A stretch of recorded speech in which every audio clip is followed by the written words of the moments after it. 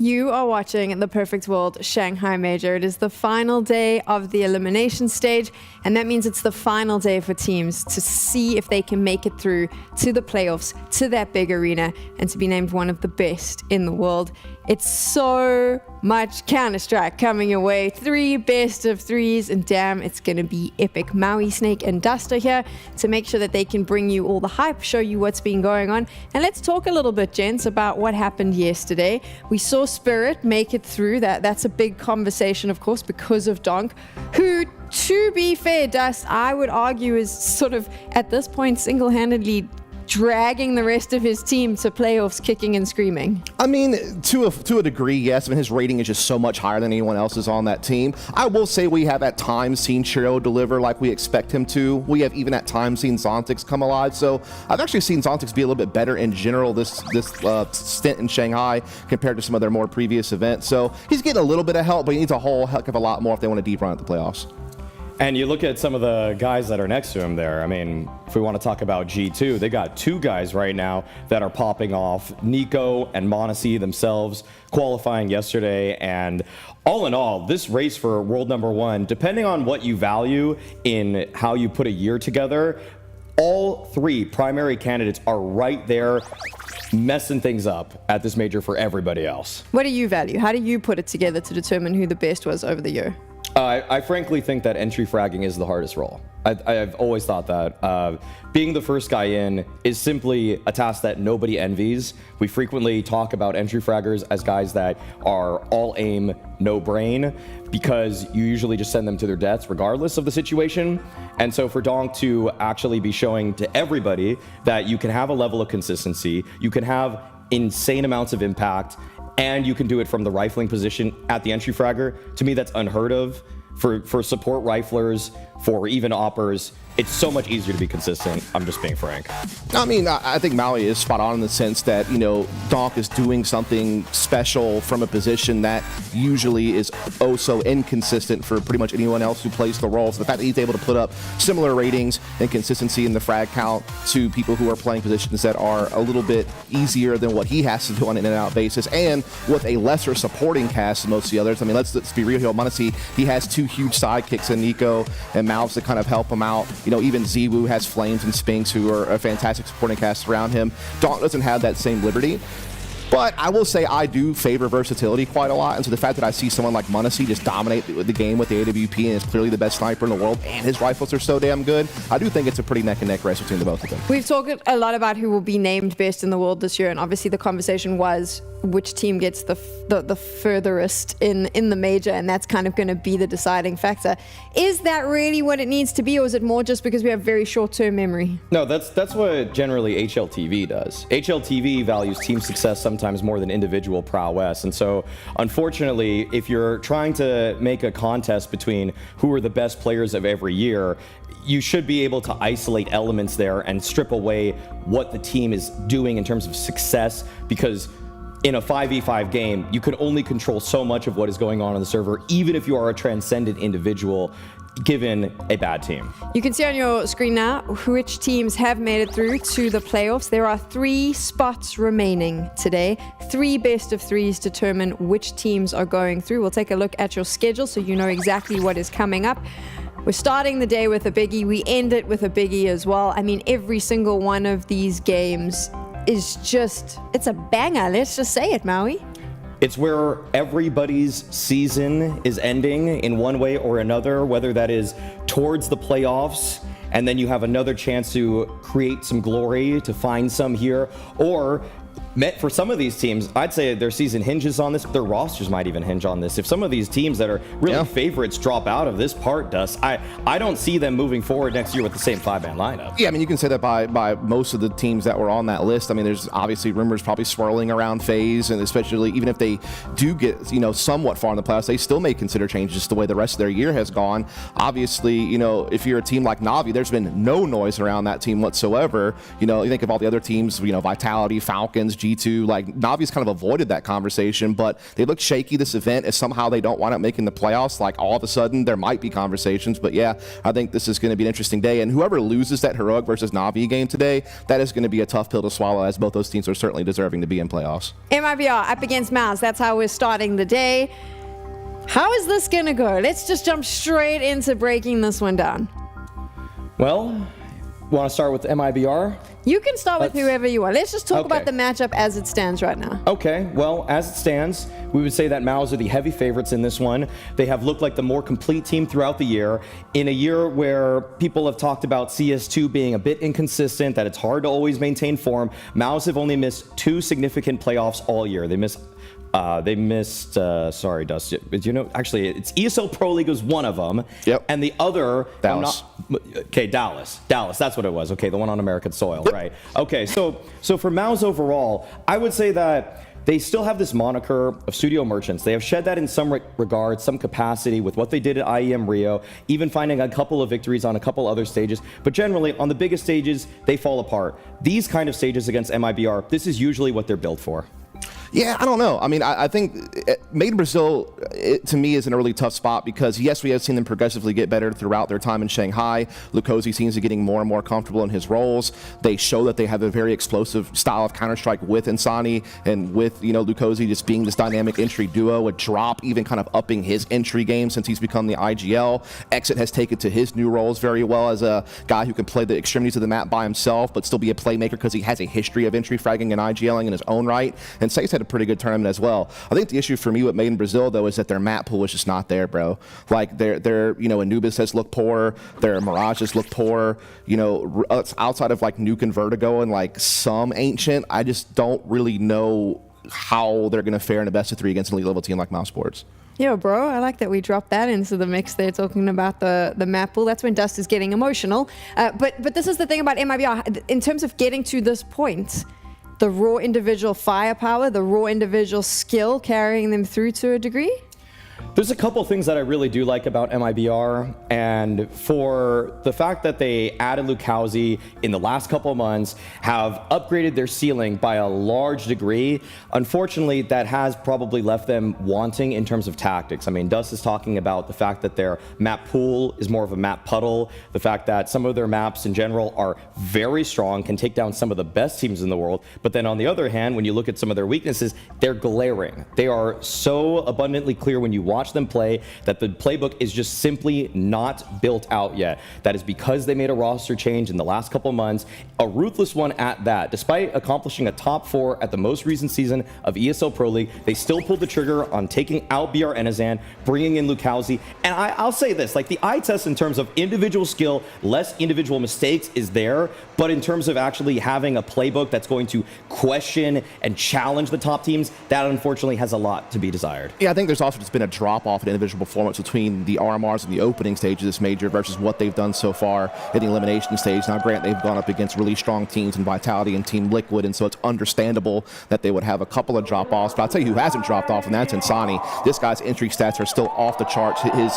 success rate in opening doors is still up there with some of the elite-level entry fraggers in the world. And so Insani will be the most needed piece of this Made in Brazil team if they want to have any chance, in my opinion, of upsetting this game. I mean, what he did with Na'Vi was the biggest upset, and that was a scary thing to watch. When Blade, in contention for the greatest coach of all time, name drops you and says that he outplayed you on one part of the map, everybody better listen. You know what's crazy about that, Maui? He's talking about Banana on Inferno, which is a new position for Insani. He just took that up when BR Enzian left to let Lukosi play middle, giving up his own middle position. So the fact that he is scaring people in new positions that he's only played a handful of times, that adds to the credence of just how strong Insani really is. Now we get to see the Mouse players as they start to open the box, showcase them to the crowd. Did you think you would see Mouse on the last day? I worry that a lot of people had I say a lot of people, me, had a lot more confidence in them making a stronger run.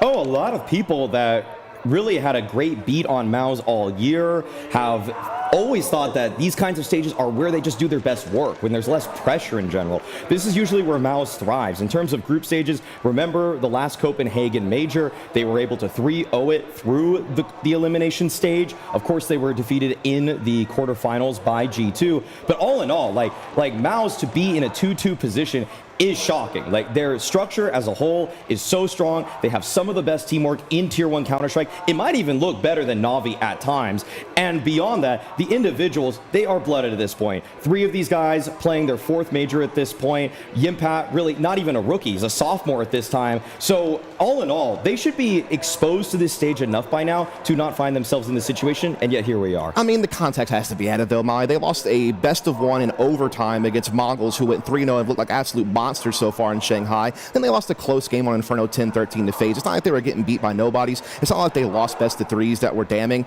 They have mostly taken care of bits. Remember, their RMR run, they 3-0'd it, including beating Na'Vi in a best of 3. So I do think that, yeah, it does suck that they're on the last day of the elimination stage when you expect them to be one of the top 5 teams in the world and through early. But when you consider the context of like who they drew in best of 1s, how close those BO1s are, I don't think it's as damning as it looks on the surface. I'll also say this, I've seen gradual improvement on the stage from this team throughout the course of the year. You look at Rio, you look at Cologne, the big stage has not been as bad. And the other thing is they've been playing in front of this crowd the entire time of this stage, and they have played still some pretty good Counter-Strike in my opinion. So, you know, I do think that Mouse is in a great position. For one, Torzi's playing out of his damn mind. Like, he looks like one of the best operators in the tournament right now. He's been fantastic. Shuhei has showed up in a massive way to kind of fill the void. His entry stats are off the charts right now. Will that maintain? I don't know.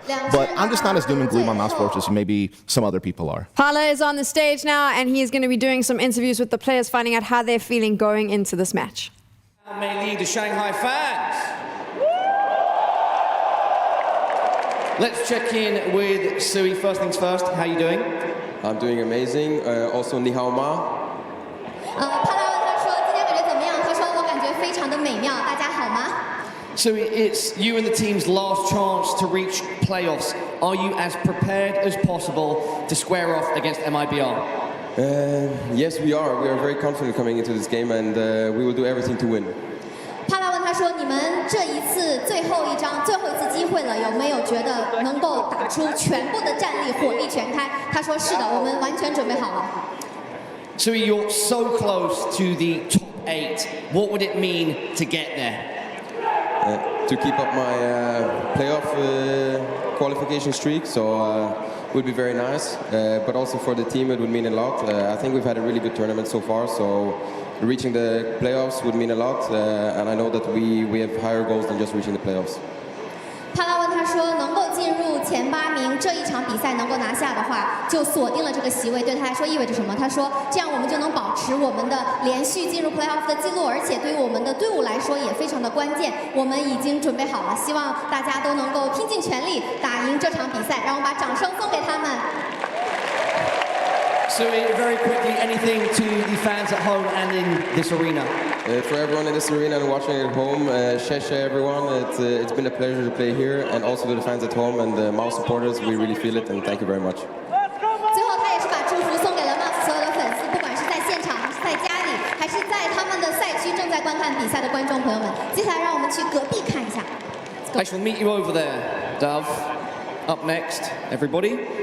MIBR. So amazing to have you all here in the crowd. What a turnout at the start of the day.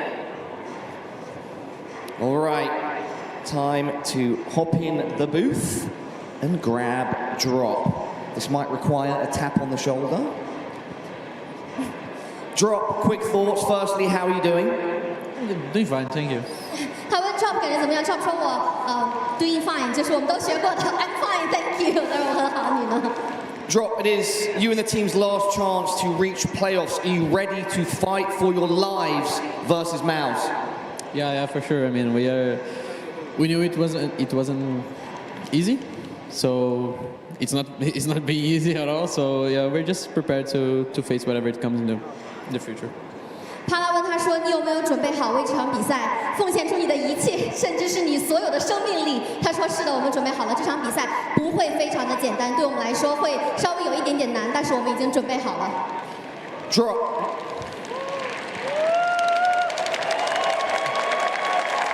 Drop, what would it mean to win here and represent Brazilian Counter-Strike in the playoffs?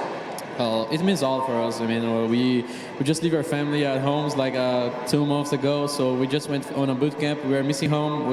They are like, wake up now, it's like noon, and they're watching us, so we really wanna win for them. 帕拉问他说：“这场比赛就要锁定前8的席位了，对他来说意味着什么？对巴西 CS 来说意味着什么？”他说：“我们2个月之前就离开家乡了，我们都很想家，而且我们家乡里现在有很多朋友亲属在观看我们的比赛，我们希望能够拼尽全力为大家奉献出一场精彩的比赛，当然能赢下来就最好了。Thank you. Drop anything to the fans at home and in this arena. Actually, can I say something in Portuguese to Brazilian fans? Salve galera, mano, a gente tá indo pro nosso tudo ou nada agora, 100% contra a mal, a gente vai dar o nosso melhor para ganhar essa vaga, a gente sabe que a gente já vacilou 2 vezes e a gente vai fazer tudo o que a gente puder para não acontecer essa terceira. Valeu geral que tá acordado aí, eu espero que a gente dê um show aí para vocês. 最后，让我把掌声送给2支队伍，希望他们能够带来一场精彩的比赛。回到粉丝团。 Messi from Vitality did an interview where he actually said, you know, there's no point in leaving our families for as long as we have, the many weeks that they've been in Shanghai, unless we're in the playoffs doing the best we can. And I think that message rings true with every single one of these players.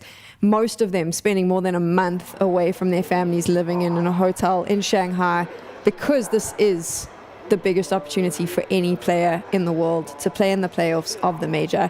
We're going to start bringing up the veto now, and obviously the pressure turns right up because it is all to play for Miles and MIBR. Yeah, and the Dust 2 ban should be coming out any moment now from Made in Brazil. But this is where it gets interesting to me because I think Miles can go a lot of directions. I'd prefer Mirage. Yeah, but I would take Mirage on there this it one. is. For MIBR. I'm thinking Vertigo. I think Vertigo would be a good pick. Vertigo? Yeah, I like it. Okay. Or Nuke. Like wow, that's bold. That is bold for Made in Brazil. I mean, I think this is their comfort now. This is where they took down Liquid. This is where they've looked good against a couple other teams at this point. I think MIBR starters on it are fantastic. And for Decider, they are going to Ancient.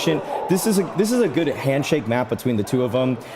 But okay, going back to Mirage though, just to say something about this veto of note, MIBR have looked horrendous on this map. Okay, Yeah. I'm gonna be honest. Yesterday, when they played it against Liquid, Liquid picked into it, knowing that MIBR had such deficiencies on the CT side. So MIBR chose to start on the T side, and they still got absolutely demolished. Their plays are too rigid. It's very simplistic. When you're a Mouse player, anytime you think that there's space allotted to you, there are poor lurk timings from the MIBR players, and frankly, this is just a map that MIBR probably in 3 months' time will really get. But as of right now, they actually kind of play like a tier 2 team that is reading through a strat book and just going through them one by one. Does this plays into your puddle comment, right? Their map puddle. They have to allow a map that they are weak on through because they don't have other options. I mean, here's the thing. They're 0-4 with this roster on Mirage, including some losses to teams that are probably ranked below them, in my opinion. And even if you go back to their old lineup, they had lost their last 6 games in a row. So it's just not been there for them. I mean, when you watch Made in Brazil play,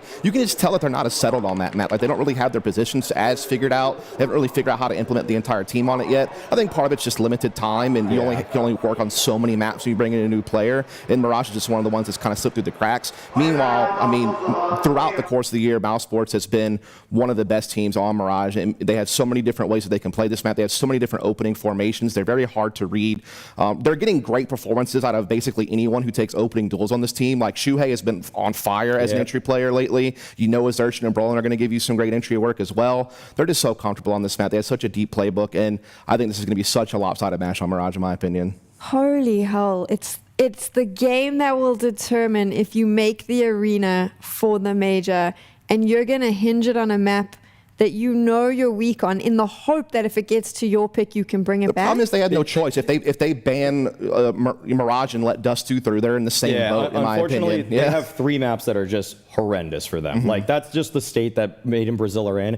In some ways, despite the fact that the beatdown is likely for the first one, they can bounce back, okay? I'm not writing off the series entirely based off of what we see from the first map. I think that's something to keep in mind. Liquid destroyed them on Mirage. MIBR were still able to come back and win Nuke. Sure, it went to a 3rd map in which Liquid were able to take, but MIBR, on the maps that they have comfort on, the ones that they've actually developed the playbook, there's a puncher's chance. Yeah, I mean, with Mirage, the only thing that they can hope for is that somehow this like drop Insani, Lukosi duo or trio rather is just going to be able to like brute force their way into sites and hope they can trade frag into some type of situation where they can try to win in the post plant.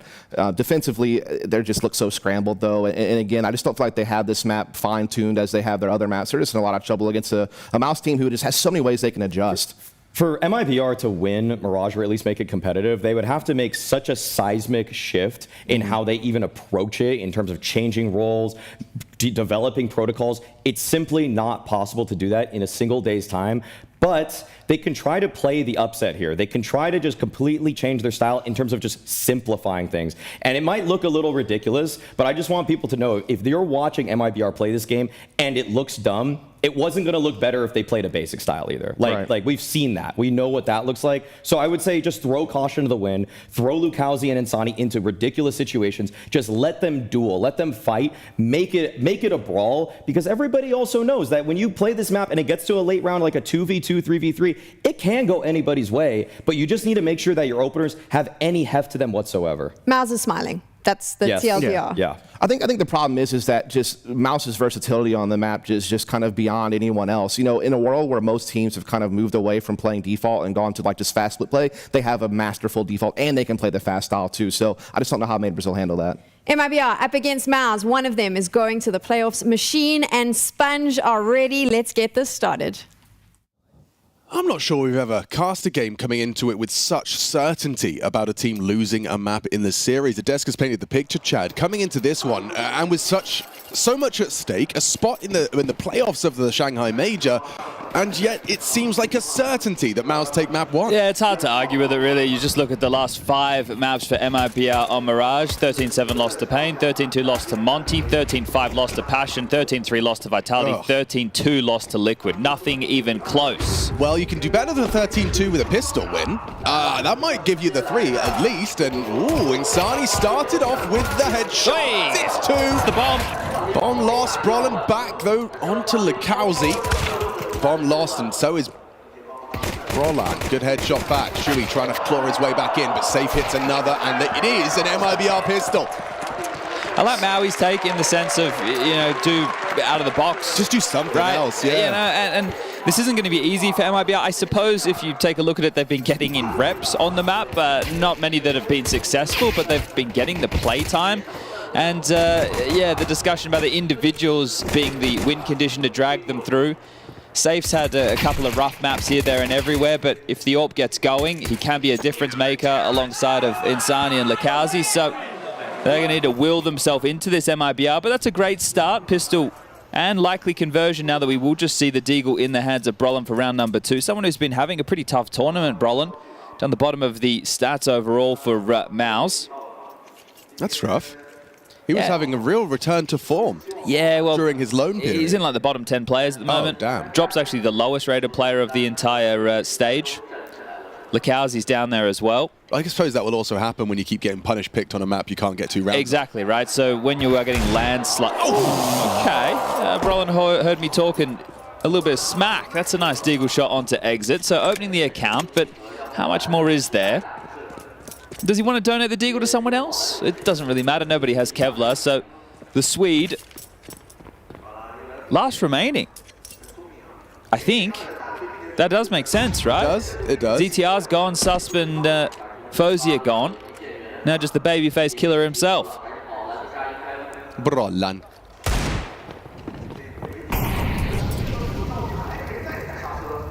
If they sense a weakness here, they can team on out. There's 4 players in B after the bomb trying to plant on A. So that's another kill. I mean, it does set them up to jump through it, jump out of it, and drop. He's got a lot. They rotated from A. They can plant. They can plant on the A side right now. They've actually pulled off the Palace face. Okay.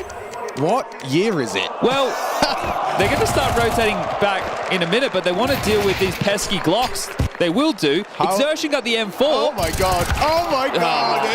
That would have been a true disaster for MIBR. I mean, it still feels like one. You know, losing out to a Desert Eagle. Brolin, he plays it well. If he doesn't get that pick, probably don't see the rotation. He picks off on A, group up on B, and the bomb does get planted. And with Xertion picking up that recovered it before. There was a little bit of grounds for more damage, if not more destruction from Exertion. Yeah, he gets that first kill over towards jungle, and then maybe, just maybe, they keep on coming. Can't put it past a player like Exertion. Now Mao's looking to make back-to-back playoffs in Copenhagen. They were able to do so. Now looking to continue that spree here in China. And, well, they have decent results when it comes to tournaments in China. Yeah, you heard Shui's interview with Parler as well, talking about his playoff streak. Yeah, what's he, 3 in a row? Yeah. Paris, Copenhagen, and, well, looking for the 3rd. It's only his 4th major altogether, so that's a pretty goddamn good record, if you ask me. Yeah, especially for an in-game leader. And of that age. Well, we're going to get into the gun rounds. Jostling for this mid-control. Lakazi off Cat. Insani connector. Safe window player. Makes an awful lot of sense. Exit. Anchoring A. Drop over towards B. And they have been able to at least keep the default at bay for the time being. The flash forward looking for the fight. And they will get across. Shui with the island box control. Oh, safe picks off Shui. Impact does manage to catch an equalizer, then builds the round around it. Jimmy onto Insani as well through Con. So empty-handed is Insani on his first real gun round test of his Con hold. Safe the only discrepancy for Mao's. They've got a 2-man advantage. You can see the bomb is maneuvering towards a wide open bomb site as well. Yeah, you got to take a bit of a gamble if you're MIBR in this situation. You don't know exactly where the finish is going to be. In worst case, you'd be split up. But if Mao's are nameplating right now, they know that Exit's the A defender. Did Brolin catch a glimpse of drop? Because this becomes a whole lot more doable. Still need to get in towards the site. Clearly not, because they are being very cautious. And on Cat to deal with the rotation is Exertion. So yeah, they don't know where drop's gotten off to. They will announce their presence with some util. Just need to drop on in and punch in the digits. Torji will oblige, planning for Cat. That will allow Exertion to come into play if it is a clutch, but it will just likely be the save. Drops get himself an AK upgrade. Exit looking to follow him in towards Palace, and there you go. Mauser on the board. Now this one is going to be one of those heartbreaking situations where a team goes 2-0 up in the best of ones in the stage, and they get 3 best-of-3 opportunities to try and get through. This is going to be such a tough series, and it'll be unfortunate for MIBR to go out this way because they have shown some good Counter-Strike across not only the opening stage, but the RMR as well. A big win over Complexity.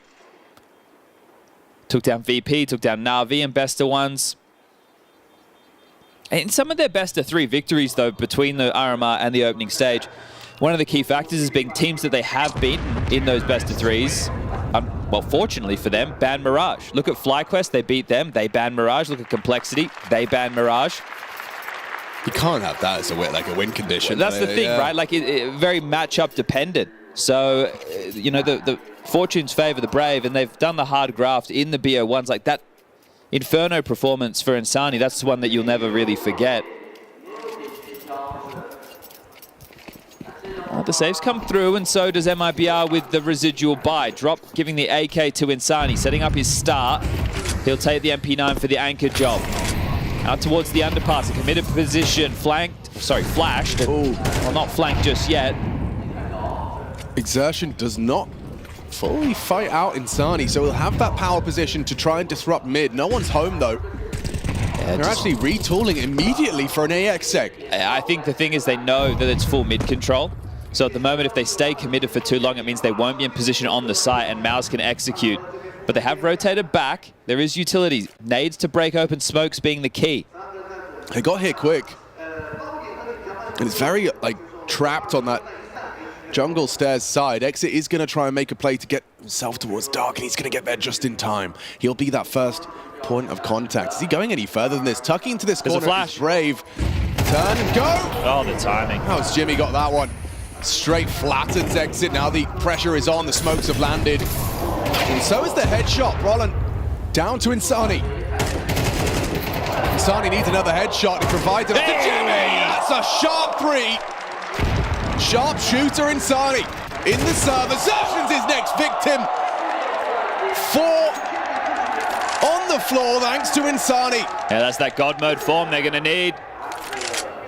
This map coming in, certainty the word that's being thrown around, but this one is certainly MIBR's. Lovely shooting from Insani, and they handle business. You could see the timing. MIBR just trying to get the flash for information over towards ramp. They went to fight middle. Nobody home. Okay, well, where are they? Let's find out. The timing, unfortunately, working against Exit, but it doesn't matter. They secure the round in sublime fashion. Insani is here to play today. He does not want to be falling from the 2-0 to the 2-3. And you got to like that one. We're looking for more of the flashiness. We'll catch it again in the replay. Just pivoting on the stairs and the accuracy of Insani here. Oh, that one's beautiful on Ushui, isn't it? The fourth one's a gift. Exertion having to make that play. And Insani just swiveling around from the top of the stairs, getting it done. Embracing the crowd. His first major. Definitely not playing like it. Yeah, there's a couple of those. Malbs springs to mind. Ultimate as well. Both of those individuals locking themselves in the playoffs already. G2 and Liquid. But direct now from Malbs. Okay, this is a different flavor of test. Utah's going to sail through. Exit, how do you handle yourself here? He has got the safe haven for a moment. Now the Molly. Here he is again. And Insani's opened up again. Exertion gone. Jimmy finds Exit. That's important. Shui removes Insani from the pack, and a nice double, make it a triple. Ordered up hot from Shui. He's been good as well. Integral in some of their games, having to have some clutch work. And game leader throws a punch back onto the A side. So you just got sat on your ass by trying an A execute. This time it was just straight out the gates. Opening kill going against you, but you trade back in. Good to see Jimmy hitting shots as well.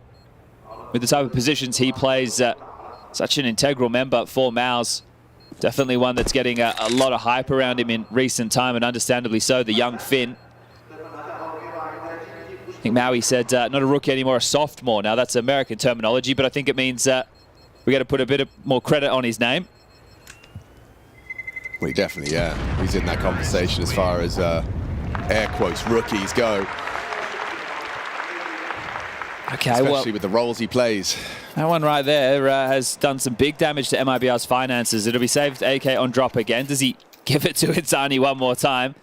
You could understand that decision. And do they want to take a tactical timeout early to get Nat, coach, involved on the microphone to assist them with some of these decisions? Drop, only picking up the in-game leader mantle for this team this year. He's only 20 years old. Was always a supportive player over there in Furia. Still playing supportive positions, but having to call the shots in the MIBR jersey. I think he's done more than a serviceable job. This has been a major run to be proud of. Yeah, now Mao's standing in your way of playoffs. I did like the context that Dust added. Sure, you see Mao's here in this 2-2 game, but the matches that they lost, right? Yeah. They lost to Mongo. Oh, that's horrible. Yeah, especially for the saved AK. And especially because it's, I mean, Roland every round has been poking his nose out of Palace eventually. This time he's the first contact point. Good info. They should be able to deal with this and just head over towards B now. So Drop's dead, the B defender. You've seen Exit and Safe. You know where the AK is, so take the space on the other side of the map. At least 2 bodies are noted. And I think 3 most likely as Exertion dealing with this rotation point. Shouldn't have too many issues with that. Unarmored USP goes down.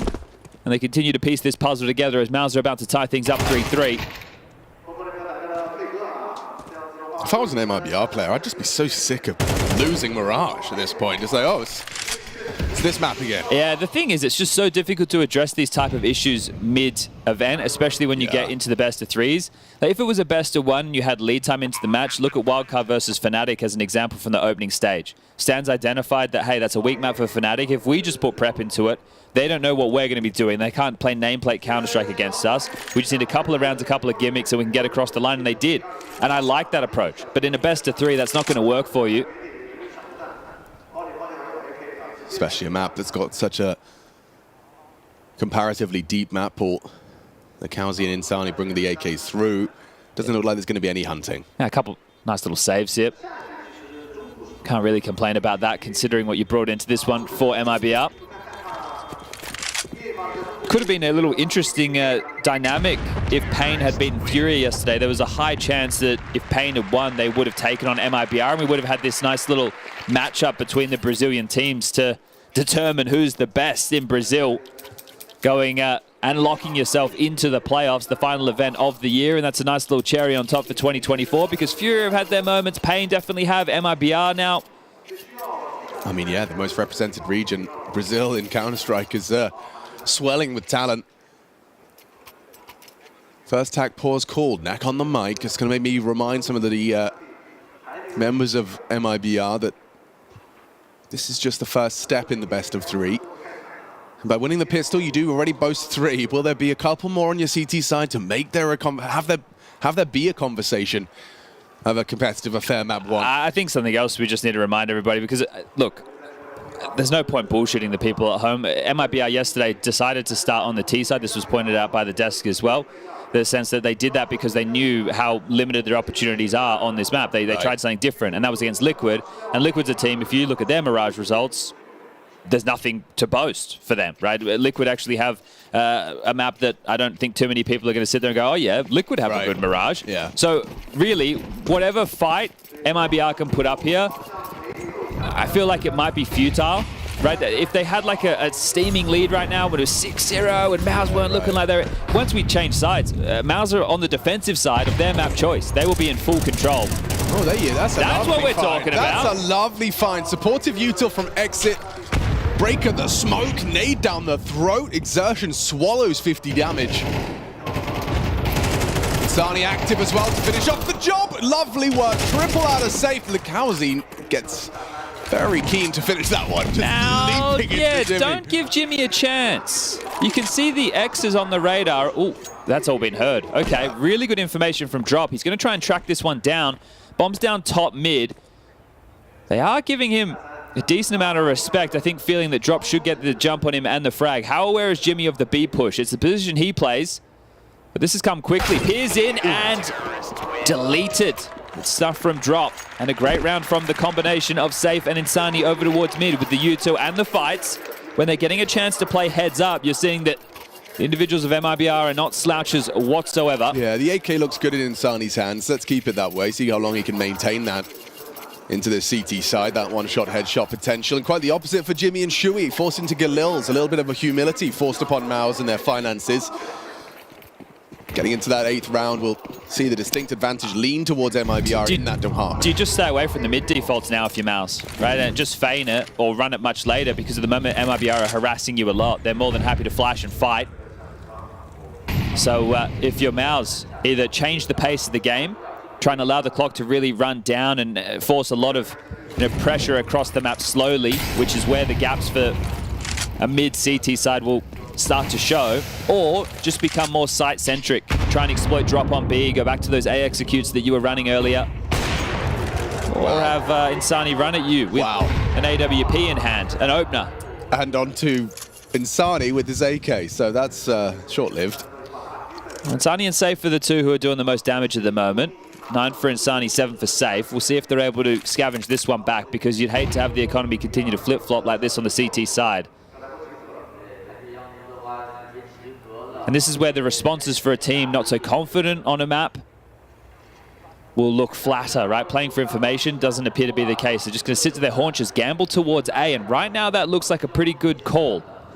We've got Safe playing Ticket with the AWP. To push him off the line, they really just have flashes. There's no smoke to obscure the vision. So if it has to be a good flash, then Torji has to post up to deal with this. MIBR can still win this round.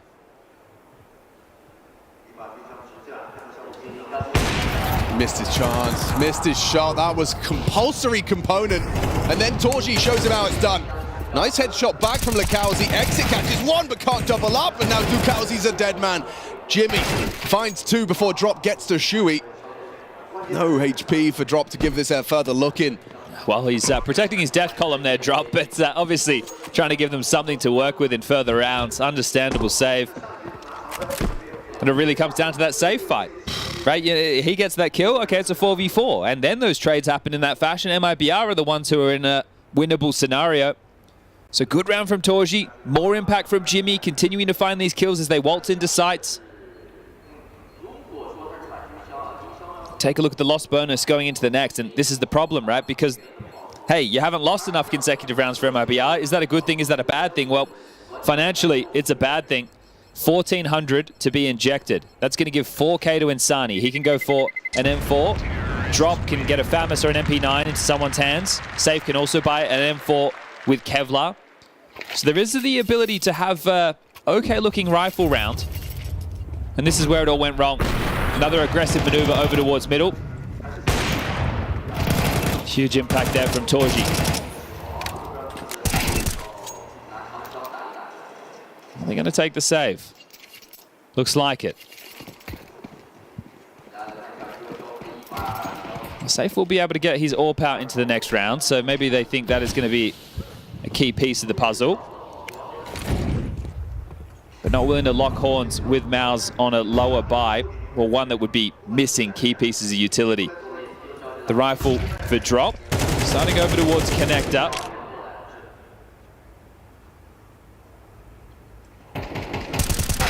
And, well, gone again. That's 2 rounds that Drops had the saved rifle and been the first one dead. He hasn't... That time he tried to play for a fight. When he died over towards A, he was just sitting there and just got picked in the side of the head. But either way, quite truly no impact with the saved gun. Not even getting a boost going, not getting your pistols to play first so you can try and do financial damage. That's where you need to come up with a couple of different ideas. And peeled apart one by one. Safe is here. Safe was here. All right, well, 5-4. Maus take the lead. And this one is going as forecasted, I suppose. Yeah. No pistol. Now taking the lead at Maus on this first half. Yeah, I feel that the game truly starts on nuke. Yeah. Right? So, like, this is like, okay, everybody, you know, we're warming up. We're passing the ball around the field. Everyone's doing laps. Couple of push-ups, couple of jumping jacks. Star jumps, yeah, man. Everything working, your mic's good. All right, nice. We go to nuke. The series starts 1-0 down, and away we go. You just have to reverse sweep every best of 3 until you deepen your map pool. How brutal. Or you match up, like we said, against someone that bans it. Yeah, that's also a hard thing to rely upon. They are just contacting out to Tetris. That's a lot of space that Exit doesn't know about. And you peek stairs, Torchi shoots you in the face. Shui's in the connector smoke. This is going to happen so quick. MIBR are going to be like, what? Everybody's here. Yeah, from Brollan and Shui, after those smokes fade. Hi. Here we go. Oh, I'm blind, guys. A's lost. Exertion activates. Nice from Find onto Insani as well, trying to get active. Exit, they know where you are. Exertion swings perfectly into the bloom of the smoke, pushes around as well. Drop repositions, but they're ready for him on con. Lakowski coming up ramp, though. Drop finds 2, sure, but... Jimmy's aware. Jimmy's already ready. Jimmy's aware of everything, mate. I really like Jimmy, his demeanor, the way that he approaches the game. Him as a person, he's just a bubbly kid. A Finn with a personality, I think we call him. They're a dime a dozen. Yeah, that's Wait, like no. a shiny... No, they're not a dime a dozen. They're the opposite of that. Yeah, they're a shiny Pokemon. They're a needle in a haystack. That's what they are. Yep. Gives good interviews. Might be the first. Finn? Alexi. Alexi. Alexi. No, you're right. So sorry, I forget he's finished. Needles. Yeah. In the Counter-Strike server.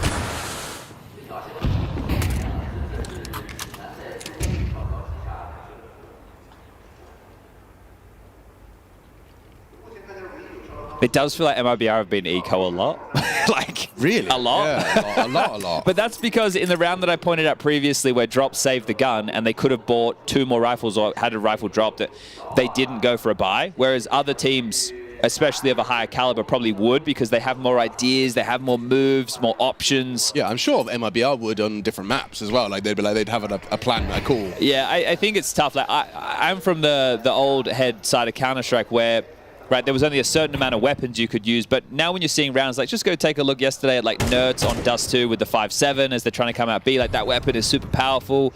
There's a lot you can do, it's just more about your setups, and then, hey, if you have to save, you have to save. But yeah, there's an old head version of Counter-Strike that's like, yeah, we'll buy when we have everything, you know, kits, mollies, nades, all the good stuff. We're going into the stack, which will cause zero problems. 1 problem.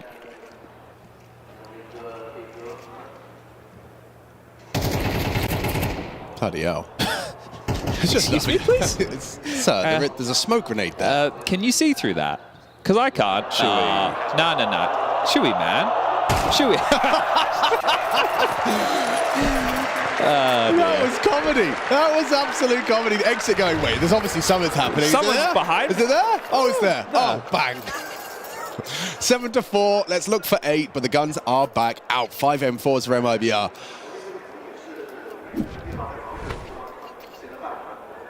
Is it here? Is it there? What about here? Oh dear, oh dear, oh dear. I mean, we've discussed it, but I can't imagine how hard it is to come into a series kind of just having to get thrown around the server on Mirage before you get started. Yeah, well, that's the breaks, unfortunately. It's just, I mean, like, your mental, it has to be... Well, you think you can win. Do you? On Mirage? Yeah. You go into every match thinking you can win, even though you know it's going to be hard. Yeah. There's like you had the early win condition. You won the pistol. Yeah. You won the conversion. You had an Insani multi on the gunny. You had a safe multi as well. Yeah. And now the scoreline's 8-4. But you got 4. Better than against Liquid. It is. And we've got a whole second half to look forward to. Win another pistol. We've got a whole second map to look forward to. Nuke, they beat Liquid on. And I think the thing is, this map isn't a true representation of what MIBR are capable of. Right. So that's the problem. This is like such a shame. Which, hey, it is what it is. I understand, or I assume that it's certainly, you know, it's something that can be remedied, just not mid-tournament, like you've already highlighted. Like, this is something that MIBR likely will take back to the lab and... Oh, yeah, guys, we either need to start playing Dust 2 or we fix our Mirage. Yeah, which one do you guys prefer, you know? Yeah, exactly. And, hey. Looking at their pieces, which map do you think that would be better suited to them? Ooh. Ooh. Can't help but feel Dust 2 Insani, like he just has a couple of cello moments, you know, like running up the guts. I think, yeah, T-side, I think you have two nice pieces. Well, you have 3 nice pieces with Safe if he is having one of the games that he can have. You would probably have Exit or Drop be your pit anchor. Insani should be your A rifler. Safe is obviously your A AWPer or everywhere AWPer, yeah. And then you could have Lakowzi and Exit on and Drop on B. Yeah, strong. Yeah, it's an interesting one. I'm not sure why Mirage is where they have. Maybe it's just because obviously they got rid of Breno, so they've and you haven't had time to like stop. You've just constantly been rolling, trying to plug the gaps or fix the issues. And again, the fact that they have gotten this far with a pretty recent roster addition is very, very good signs for MIBR. Flashes at the ready. Drop's going to set them up. Are they committing, though? Because there's still a player top mid and one over towards A. So this is all a bit of a fake to move the pieces of Mouse. And it hasn't really done what was intended. It's like a double pump fake. Yeah, well, Insani's utility right now, he's over towards A. He has a smoke and a flash. So I like it. It's cheesy. So you got to kind of make steps, throw nades. They flash to re-clear A ramp. Where is he going to use the utility? Because it doesn't have to be A-centric from this position. Well, if you get a kill onto Brolan searching ramp, then throw a smoke, and suddenly they start over-rotating. I mean, I don't know. I feel like if he has util, the plan is for him not to fight. It's to use that. So he's just selling an A fake. Well, that's not going to work. No, that's not going to work at all. That's not going to work with Brolan. But he even knew that they flashed and took A ramp control. Yeah, and now the penny drops. Okay, guys, it is B. And everyone's here. Well, Mouse did not buy it. They are not buying what MIBR were trying to sell. Nice one back. Safe did hit a goosh and actually racks himself up for 3. Is this a 1v5? Of a 1v5 pistol. I think Brolan's got the door locked behind him. Would have loved that headshot onto Jimmy. Does manage to get out of the apartments, less vulnerable. Oh my God! He's actually doing it! Safe the 1 versus 5. Brolan has to save Mouse now. He found the opening onto Insani. Now needs to hold it. Brolan could push him down. This is scary. Finishes the job. Valiant attempt from Safe. And yeah, I mean, after such a comfortable start to the pistol, Safe makes it a little bit more threatening. It's putting it mildly. Well, at the moment, I think you just have to believe it when a player's in a 1v5. Now, don't you, after obviously what Donk made possible, and then Zontix in the following round almost pulled off another massive clutch yesterday. Safe. An admirable attempt, but tough. Time was the pressure there. He's just wishing he held it. Well, that's the thing. Like, you're forced into the plant. They'll take the eco. And no one wants to do that fake and with no time after. Potentially one of the worst ways to lose a round. All those kills will get him an AWP into the next round. Okay, there you go. There's a silver lining, but it will signal 10-4.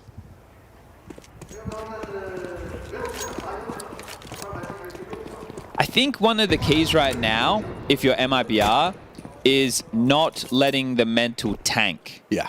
Right? Is just going, okay, look, sure, we wanted to give this one the absolute best crack we could. It hasn't panned out. If we're all honest with ourselves, that's probably realistic. But the series isn't over yet.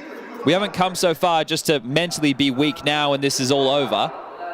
So that's the key, right? And this team, about to be farmed by Brolland's MP9. 1, 2, 3, and maybe a plant. Yes, indeed. You definitely have a safe AWP.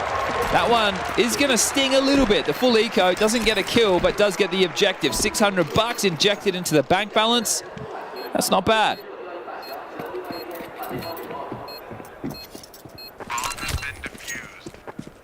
I think on the Mouse conversation as well, this is a team that you would expect to see in the playoffs based off of the year they've had. There's a lot of narratives. We're not in an era, right? We're not in anybody's like, oh, they're guaranteed the best team in the world. We've actually had quite a few teams this year who have been able to throw their hat in the ring and be like, oh, we're in contention, we're in conversation. For Mouse, maybe that's wavered a little bit, or maybe there's more caveats because they're seen as like group stage merchants or studio kings, or there's conversation about them wetting the bed in bigger games. But they're slowly knocking all of those down one by one. Well, that safe AWP you highlighted is going for an aggressive opening in middle. Shui's walked straight in, and safe pulls the trigger. Removed immediately. I know this one's tapped. An instantaneous trade, and despite knowing where drop was, he gets the better of exertion. Yeah, good flash there from Insani. Forcing and allowing that fight as number disadvantage. Clear of the smoke. Well played from MIBR. Good round. Hard to dispute this one. Jimmy will give it a go. He's going to be pushing up. Buchholz. Yeah, he's tracking a ghost right now. Not the weapon for the job for poor Jimmy if he does take the fight top mid boxes. Oh, he's getting good timing.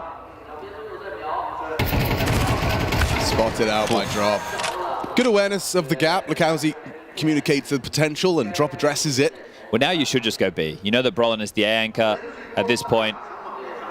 Head on over. At least send out a probe, which they have done. Buchholz has just investigated the B site. He's jumped out. He's at Edward right now. So just going through the paces, that should give the ability for Insani to head on over as well. You will have one player on catwalk covering off the rotations, and Buchholz, as we can see with the X-ray. Sorry, not Buchholz. Exit, as we can see with the X-ray. Yeah, just up in A apartments to make sure that Brolland can't save. So good round from MIBR. Really good stuff. I do feel like a parent at like a sporting event, and it's like the most improved trophy I'm giving out. Yeah, it's the like, wooden spoon. it's not meant to sound condescending. It's meant to sound quite truthful. There's Brolland with a smile on his face there. I think he knows just how late Exit likes to activate. Knew he was around somewhere, as Cycrin doesn't want things to get close whatsoever. Things are maybe going a little bit too good. The mood might be a little bit too high in the camp. Hey, boys, let's buckle up. Yeah, let's get this done. We absolutely smack them on Mirage so that their mental's a little wavering when we win pistol on their map pick new. Yeah, let's not give them any opportunities, shall we? And knowing that if they lose this one, which already is a little bit touch and go for a few of the players on Mouse, things could get a whole lot worse. So this is an important round. Does make a lot of sense to get the timeout as we get the recap. Nade blows open the smoke. Safe still gets one. Really good work from him. Torji the trade, but it's that kill from drop that is the key frag. Helping secure that mid-round, and there you go. Keeping the belief for MIBR. And you can see what I was saying about touch and go. Jimmy and Brolland with MP9s again. And there's not a defuse kit in play either. Oh my god, the flash is relentless into mid, but they still commit. Lots of bodies. Torji spotted. Insani the same. Gets himself that ladder control. Double Palace push. Brolland escorted by Exertion and will park him. Yeah, good reaction based off losing all that mid space, right? So they know that they have to focus on these extremities. And if you let them funnel up through mid, like either connector or catwalk, you're going to force them into, 180 degrees or such type of fights. Sure, it's that MP9, but at this type of a range, deadly. As MIBR got what they were looking for, and now a retooling. Exit versus Brolin again. Yeah, a bit earlier in the round this time, but a distinct advantage towards Exit. It's I feel all like about Brolin has to win this. Angle. Yeah, close range, Exit spotted and eliminated. Big find. Will he be ready for the trade on the pickup? No, he's not. Insani brings him down. Valid and necessary trade, and drops found Jimmy. That's an opener. Uh-oh. Torji. A lot of responsibility on his shoulders here. Drop pauses. Waits for the bomb to be close. Shui in support of him. Torji averts his gaze off of the apartments. They're not buying it. Could execute fully MIBR. They've got smokes. They could make sure that they smoke off the market window and door. Get the molly towards Van or back sight. There's flashes as well. Do they just contact in? Couple of flashes 20 from seconds. Insani. How does Torji handle this? Does get the first just before the flash pops. Vision removed. Molotov limits his options. 10 seconds though. Insani needs to be planting. He was the one flashing. They're going to plant in the smoke. It's going to be hard to get them off that. Looks like he's got it down. 3 versus 3. Dropped, caught by Exertion from the short side. Pressuring from both fronts now. Short and market side, heading benches Shui. There's one back again. Torji connecting with this AWP piece by piece. Making this 11th round theirs. Nice shooting. And well handled. That was a number disadvantage situation. Just to talk through some of the thought process of Brolin there, right? The fact that he gets caught by Insani, I believe, after the kill onto Exit. Exit is the extremity player over towards A, and they had just done mid control. So in his mind, he's thinking, this is just the lurk. If I take him, I will have that buffer to be able to get the gun and get away. So just gets caught with his pants down there. And, well, a little bit of information, but end up going to the other side of the map. Good rotation time from Exertion. Good support from Shui. And the 11th round now secured from Mouse.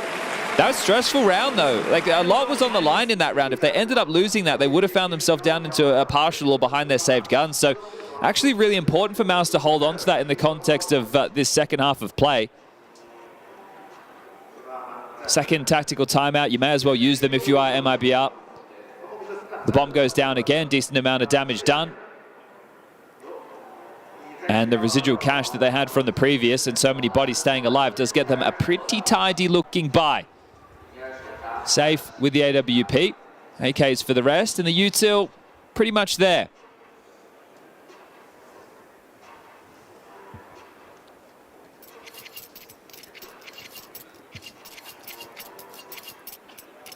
I think game of the day for me as far as... Actually, no, Heroic Na'Vi is exciting. It is. But FaZe versus Furia is... I don't know how anybody can favor FaZe based off the Counter-Strike that we've seen them play. Yeah, and the Counter-Strike we've seen from Furia as well. Really impressive return to form after a very wobbly RMR.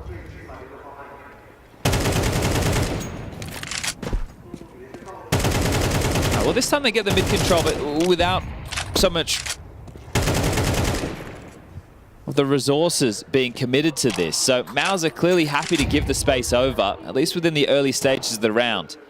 MIBR sitting and waiting on the extremities more this time, but hey, the reason that they pushed was because of how convincing you were with your mid-control last time round.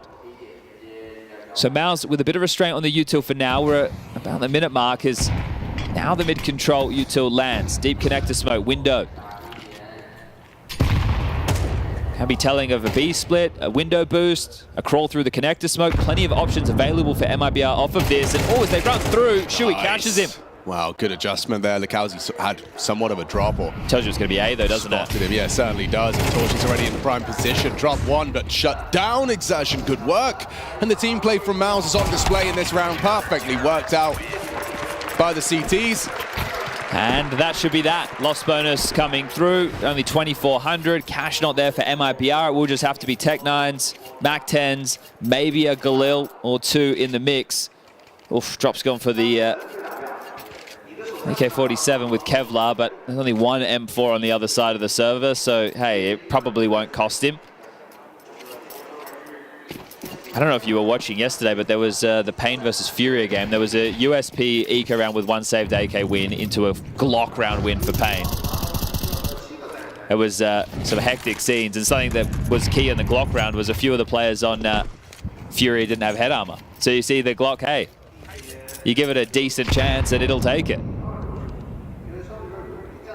I mean, yeah, Counter-Strike is a lot about mistakes being punished, but those mistakes can come in all different shapes and sizes. Sure. Forced, unforced.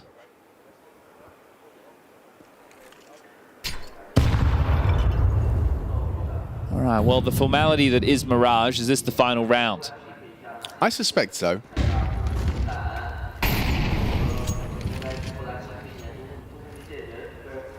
Wow, they actually put a lot of pressure on B. Jimmy dropped his defensive smoke and there was an incendiary. So that light pressure from MIBR actually bought a lot of resources and probably got the chatter in Mao's quite high.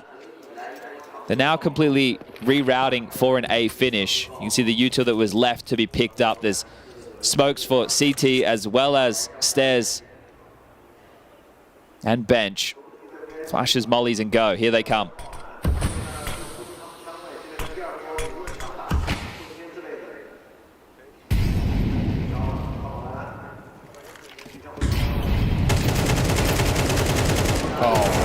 Roland destroys them up the ramp. Shui overlooked completely. No one has found him. There we go. The silencer definitely working out nicely for Shui. Takes down Insani. Bomb not likely to be planted. It's on safe sandwich. Tries to cross triple. 8, 7. Denied. 13-5. Better than some of their Mirage affairs, but kind of meets ours and the desk's expectations for the start of this series. It is an uphill struggle for MIBR in pursuit of the playoffs, and for Maus, it's Nuke up next.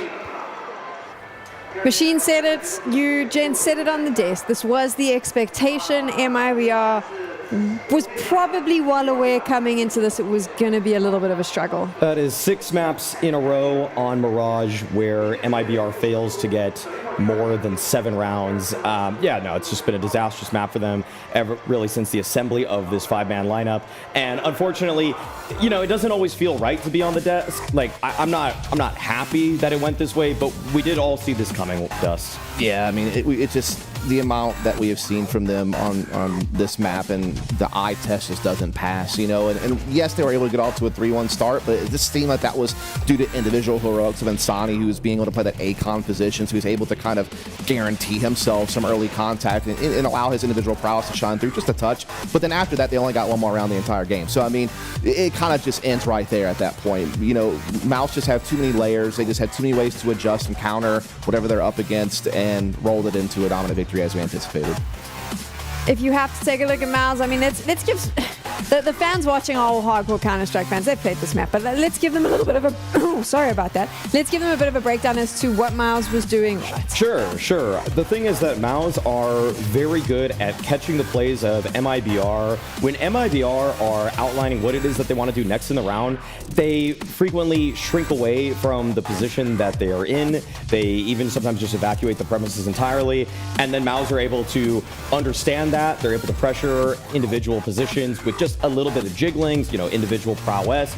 And then on top of that, when push came to shove and Maus had to hit a bomb site in that first half there, unfortunately, the MIBR players were just swarmed by utility. And also, like, when they were hitting the bomb sites, like, there was that one round early on where Insani popped off at connector. He had a great round on the stairs. They just started bombarding flashes in that area. They're like, okay, if that's a problem position for us, we're just going to make the adaptation necessary in order to make your life miserable the next time we hit this bomb site. Yeah, I mean, if we're talking about what Mouse did, right, let's just talk about Torzy just being an absolute masterclass operator throughout the course of this major. He has been one of the best snipers in Shanghai so far, in my opinion. He's also the guy that just doesn't seem to shy away from the lights when they're on the big stage. He is in and out, always putting up big performances. Even when he puts into tight situations, he's able to fight his way out of them. And then Brolin. To me, Brolin has been so massive throughout this tournament because where there's been instances of Xerxin kind of slipping below the level that I anticipate, Brolin has kind of been able to make up for it. He has stayed steady. He's still getting, you know, his same good entry success rates. He's still putting up consistent numbers. He's playing his spots well in CT side. He's just like, as one of the more experienced players on the team, just kind of a foundation, like kind of a rock you can kind of rely rely upon. Carrying the torch for Swedish Counter-Strike. Brolin right now, easily the best Swedish player in general. And all in all, the fact that he's played with legends of the game from the old Fnatic, winning with them, with JW, maybe Golden's not the same level of legend, but people like Crims, for example, everybody was touting this guy as the next big thing in Sweden. And it's glad to see that he's still delivering, didn't fade away as even some of those teammates that he had back then did. So Mirage played out exactly like we expected. I'm presuming MIBR was kind of aware of the fact that it may be weak for them. As we go on to Nuke, how does this play out? It's going to be tough. It's going to be tough, not going to lie to you. Mouse Sports have looked so damn good on Nuke. They're 7-1 in their last 8 games. That's including beating elite level teams like FaZe, Furia, Vitality, you name it. They've been able to do it. Their resume is very, very good. And it's based on the fact that they're just so good at all their protocols, whether it's their outer yard takes, whether it's their ramp takes, how they play CT side. They're so fantastic. And Brolin's one of the last guys we talked about from the previous game. You know, he's just so good at being that roaming entry on the T side, and he plays a very important CT position, assisting in the yard, but also helping the upper bomb site. And he's very good at managing those chaotic situations. I do think that this is a chance for MIBR to at least show what they're made of, though. Versus Liquid, they look much better. In terms of their early round poise, there's a lot more in terms of ideas. The problem is that I feel like Mao's already faced that trial by fire yesterday versus 3D Max. 3D Max also had a lot of great set pieces out of spawn, great secondary phases of a round as well, which is really what MIBR built their IGLing on. It always feels like the way the rounds go are just, they have a really solid and explosive opener, and then know exactly from that point, if they get the kill, do they go one way? If they don't, they go another way. And I think Mao's, they're just 3 levels deeper in terms of layering. I mean, to the credit of Main Brazil, they've won all 4 games of Nuke that they have played since they've been in Shanghai. They won it twice in the RMR against Imperial and Complexity. They also beat FlyQuest and Liquid in the major. And they do have some explosive firepower that can get it done. But for me, it all has to come down to Insani. He's a yard player on both sides of the map. He is going to be dictating the pace of that position on both sides. And he's going to have to come up huge because he's up against a Main Brazil, or excuse me, a Mouse team like you were talking about that's just so well layered. They just have so many more levels to them on this map. And I want to give a shout out to Shuhei really quickly because we kind of talked about everybody else. Dude, Shuhei has been on freaking fire this tournament. He's normally a guy who will like sacrifice entry but doesn't have a high success rate. It's like around 38% on average. He's at 63% success rate in opening goals. And so that he's their roaming player with Brolin on the T side to help create pressure across the map. So when you have him, that's just like a giant bonus. You know what I mean? So they just have, again, so many layers to him. And I want to say that in a world of I'm not trying to just shout out Pimp's product here or Alicia's, but with Refrag being at the level that it is right now, where you can just game plan by watching and playing in the server against the execs of teams that are against you, that's where I'm worried about MIBR, because Maus did that last night. I'm going to tell you, like, when they're prepping for this game, they're like, how did they beat Liquid? How did they beat FlyQuest? And then they go into Refrag, they load up the game, and then they play out the situation and say, oh, the flash lands here. Okay, where do I turn to look away from that? Now you spin back. If you're ready for those kinds of openers already, you're just doomed if you're MIBR, unless you reinvented it with different flashes, different type of set pieces. And I just feel like MIBR right now, they're running on fumes. They have a handful of really strong openers. I don't know if they have those remixes on top of them to catch people like Maus off guard. I was going to make some jokes about how much money you're getting from Pimp to I'm getting nothing from Refrag. But I was going to say that the point that you made, yeah, Pimp, look what he can do for you. Look what I'm doing. I like money. Just you didn't call out Refrag. But the point that you're making is just that is MIBR dynamic enough? Are they going to be able to adjust if they face an opposition who can read their game a bit better? I mean, again, just think about what they're up against. You're up against Torzy, who's one of the best snipers on Nuke, in my opinion, and has just generally been performing super well since he's been in Shanghai. You know, we talked about how great Shuhei and Brolin have been in mobile positions on both sides of the map. We talk about, you know, Zershin hasn't had the greatest numbers overall, but this is another map that he is very well equipped to handle. And again, I think for me, it's all going to come down to how does Insani handle these different players across the map, because he is the tip of the spear. He is the guy that has to have massive impact. Well, there you go. The boys here on the desk have broken it down. I've been losing my voice. Let's hope that MIBR doesn't lose the next map. She said she loves you, but she can't love me. But I love you.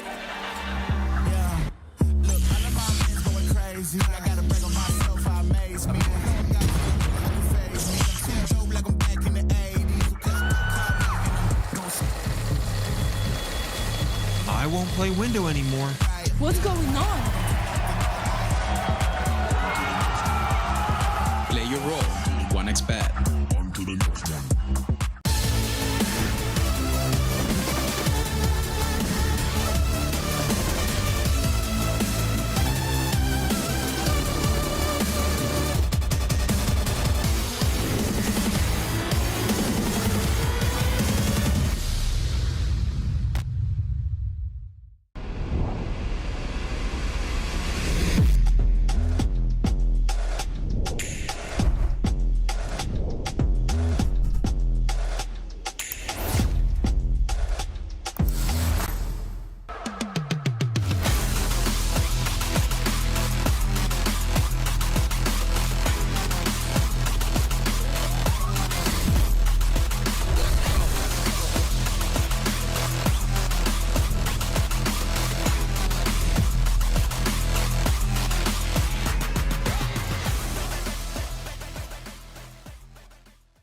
Mals have absolutely dominated when it comes through on the RMR. 3-0 and a very key win here against Na'Vi, who they have been struggling against. And I want to start there because it wasn't just 3-0, it was a very important win, I guess, for you guys against Na'Vi.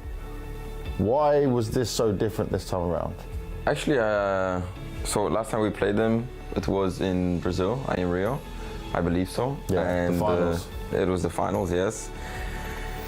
I think there, again, like we didn't, we had a really good tournament overall, and we didn't, coming into the final, we didn't show what we wanted to show, or we believed that we could win against Na'Vi in that place. I think Ancient was a very rough map.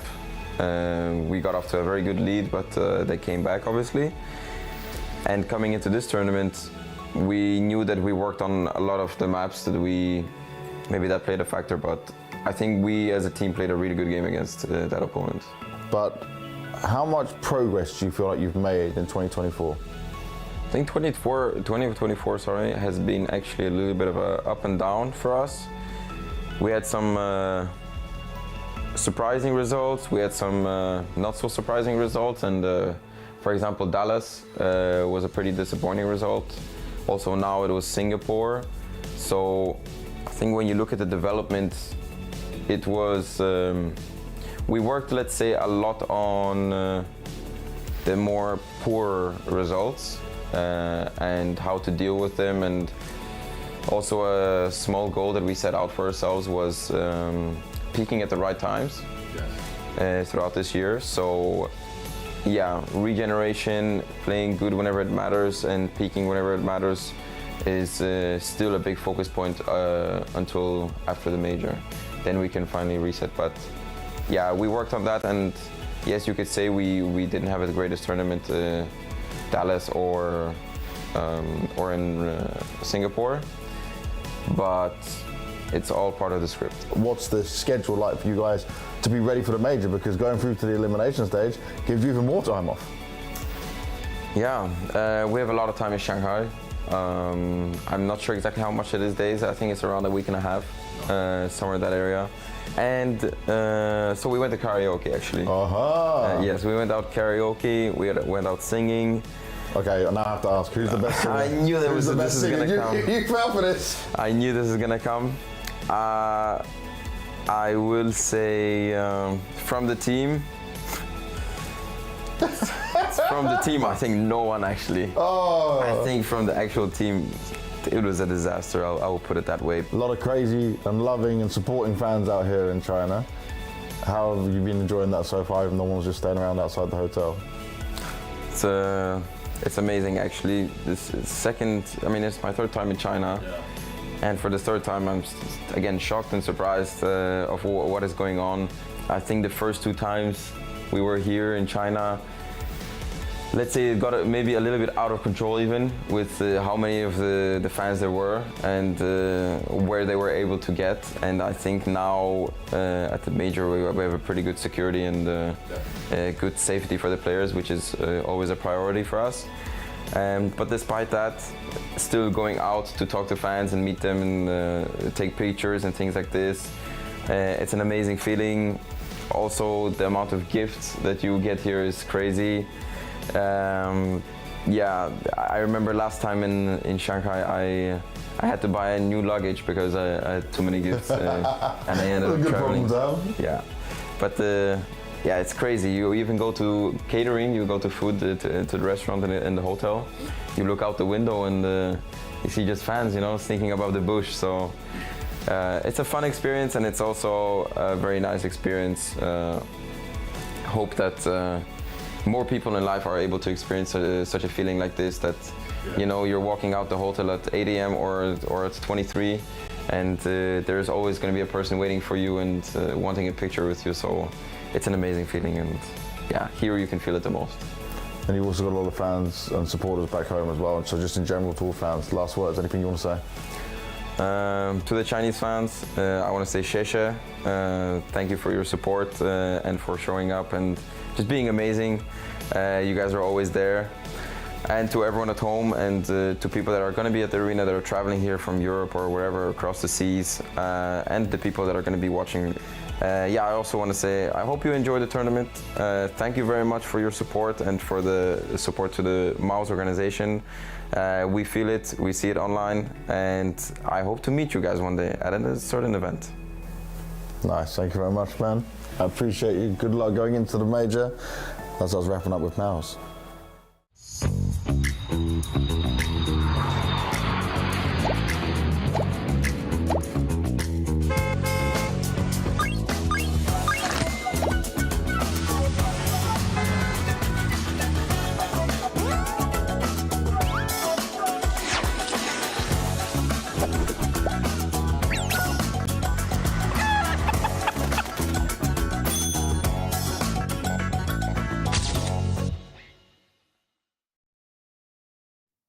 As we have discussed, it all starts here for MIBR. Mao's one map away from securing the playoffs, which Shui, the man on your screens, has been making quite the habit of as of late.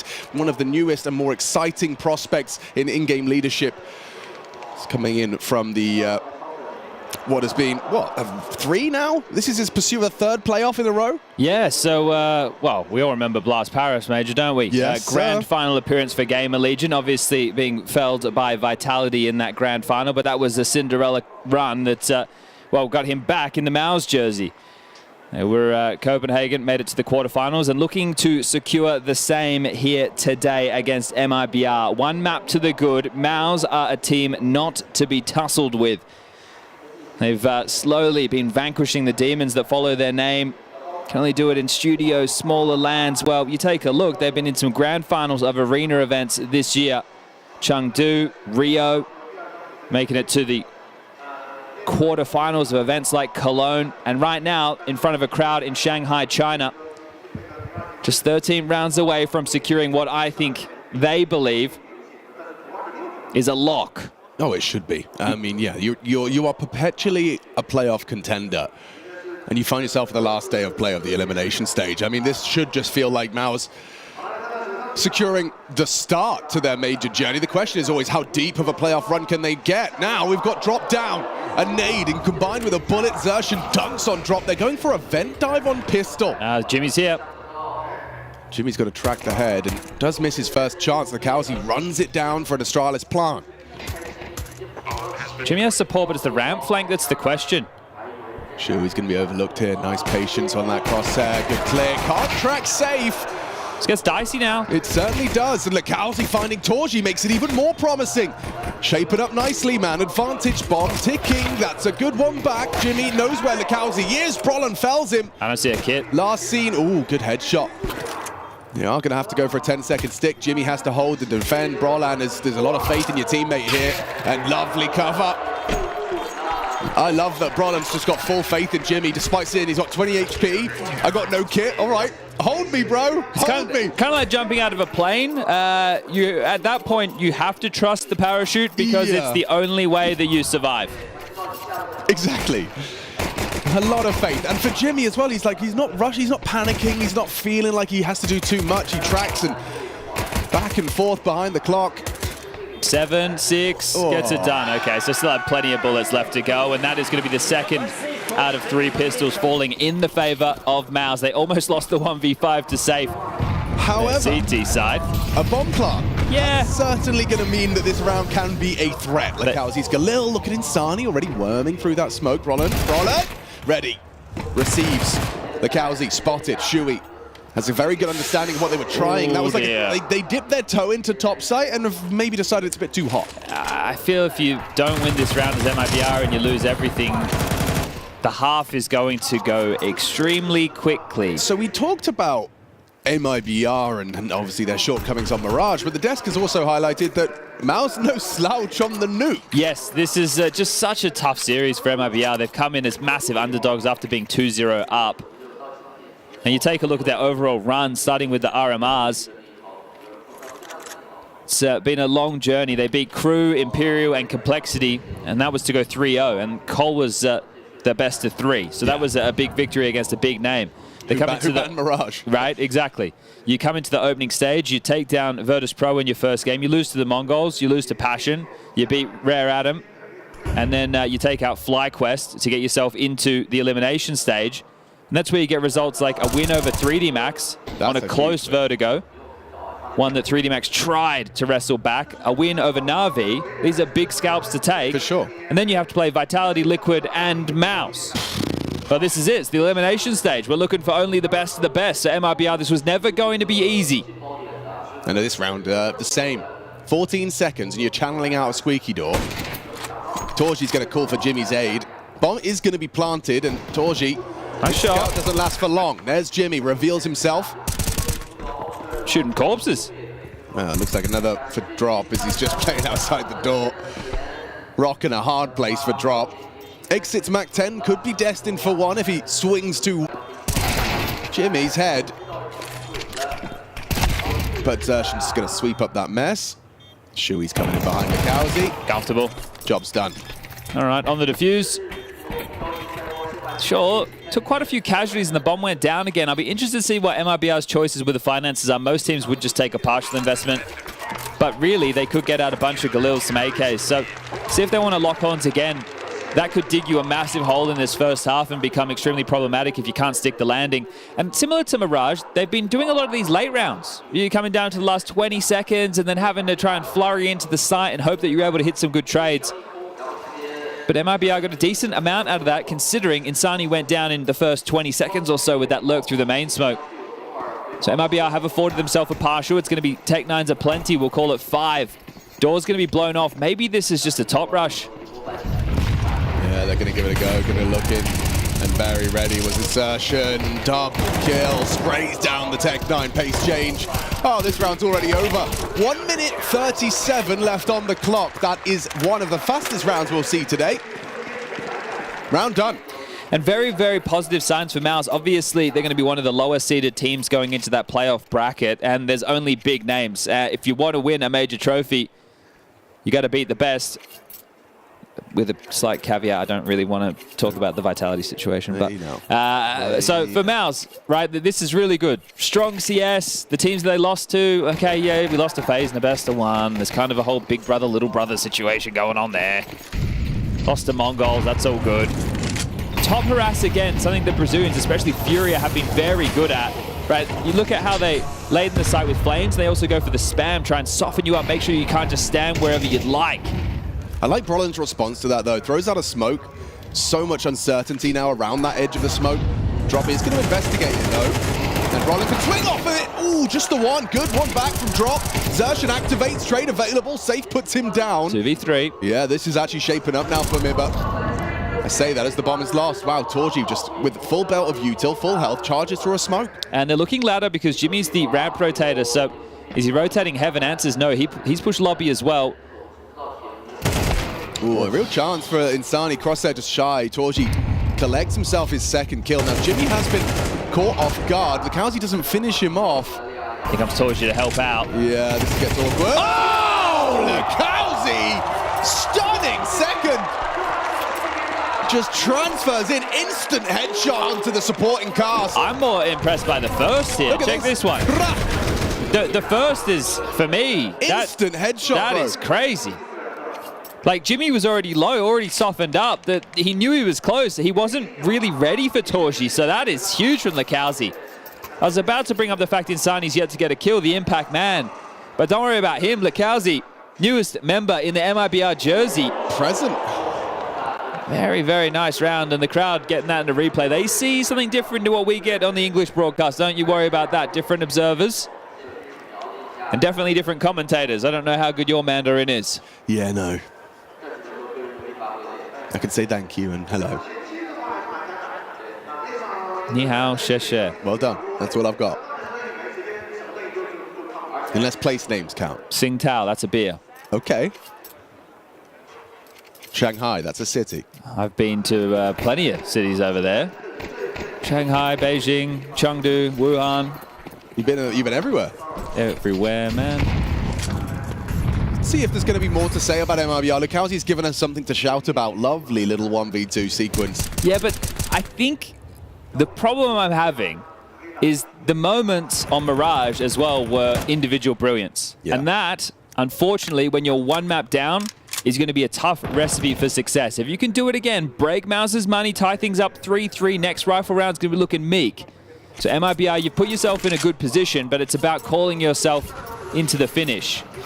This time, not the same level of lobby harass and quite quiet. If you're Mouse, right, all your players playing for info, not a lot to report right now. Smoke ought to be deployed late. So if they're given the full kit and caboodle to make this one possible. Bomb as part of this pack, not the tail. Finds itself in the middle. Looking like probably a secret cross on the agenda. Clear of the smoke and so much info for Torji. Yeah, important trade though. Lukowski puts him down, but you're right, it's the information that flows as well. The spam follow-up from Shui. Catches drop on the cross. Oh my God, Safe is trying it. Brolin was holding it, but now exposed. Adjusted great from the Swede. Lukowski falls, and so do the hopes of MIBR.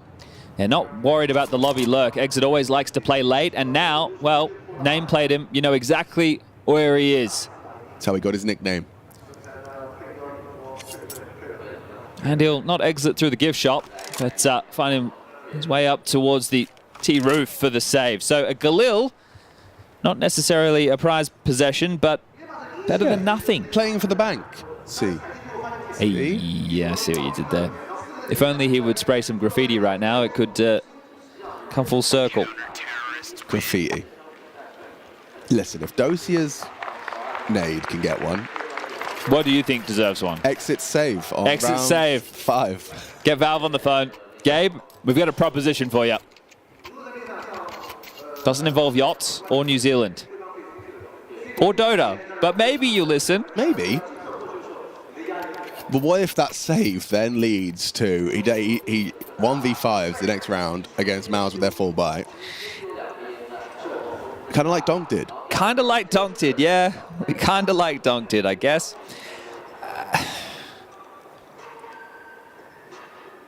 What do you do when it feels hopeless? Nothing, really. And you can't stay in bed and doom scroll, so you've kind of just got to face your demons right now on the stage and see it slipping away round by round. I mean, the interview... I hate that I'm a doomer right now, but... No, I mean, I understand How do you get in if you're bloody MIBR? Mouse are polished. They're well-structured. They're one of the best Counter-Strike teams in the world. Yes. Yes, and they're fighting tooth and nail to secure what they consider, and many consider, their rightful spot in the playoffs. We're looking for the top 8 teams in the world. Mouse are in that conversation. Mouse are present in that list. And for MIBR, they're up against it. Individual brilliance, you know, we talked about it. How about a nade, incendiary, perfect ramp, repel? A smoke on top of that. You pushing through that? Jimmy's getting an ace. Yeah, this could be that multi-kill spray down that ramp players dream of, but the flash is good. It pops and forces him back, so he has to be humble about it. No ace for Jimmy. Ooh, he's under scrutiny. They're about to swing him. How is he going to get? Just one. Exits Galil. Good, an important trade. Safe. Comes in behind and punishes Brolan. So good pace on this. Well-structured aggression from MIBR. Zershan. It's going to be hard to get more than one here. Closes the door to isolate angles, but there's a nice one back. Lukowski swings down the stairs. Now we're cooking. They might even force them into a save here. Jimmy under pressure, fumbling. You don't see that every day of the week. 4v2 situation, the save Galil. It's got them in. Shui could try and bail them out here, and the first is great. He would need an instant second, and removing exit makes it realistic. Nice. Shui's doing it all. Shui 3, and Torji puts the cherry Huge on top. retake. They just turned that 2v4 on its head, and it's Shui leading by example. Individual brilliance was the conversation. It's Shui that puts it on display. That felt like it should have been done and dusted. The sheer pace at which they were able to hunt down. Brolin had already rotated, but they're already coming through double doors behind him as he's trying to help out Jimmy. You don't often see a Jimmy fumble.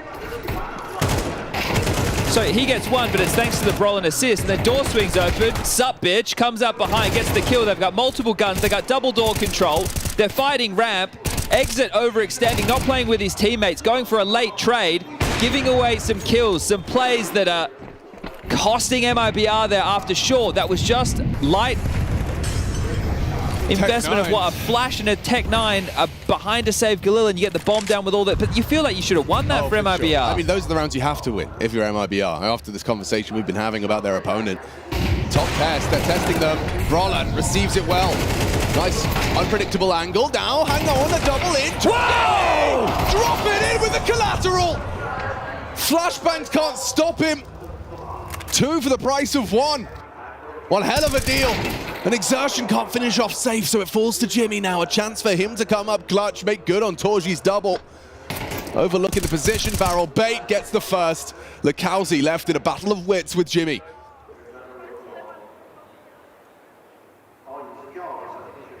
He has no idea as to where Lekowski's positioned. We'll wait and let Lekowski play next. Picks up that bomb. What's his go? Molly Heaven. Go for the plant. But enough time has passed that Lekowski doesn't have a certainty that he's behind that Molotov, so considering his options, Jimmy's going to contact walk out. And spots him. Goes wide. Lekowski unprepared for that one, and that's another steal from Mouse. Give me that Torji shot.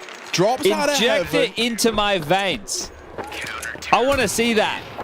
Hits 2. Lining up for him. Headshot. So you can see how flashed. You see how flashed they were top heart. Here he is, blind, dropping from the heavens. Bang. Very well played, and a cool head on his shoulders from Jimmy as well. Not really fumbling whatsoever. Even when they pushed him on ramp, his only mistake was getting flashed, and how dare you? A second of 3 tactical timeouts called within the first 7 rounds of play. Yeah, well, I'll tell you, one thing that's missing right now for MIBR is Insani. Plenty of damage, 0 kills. Yeah, and he almost feels like one of the... Actually, he feels like the win condition, yes, not one of. Has to be.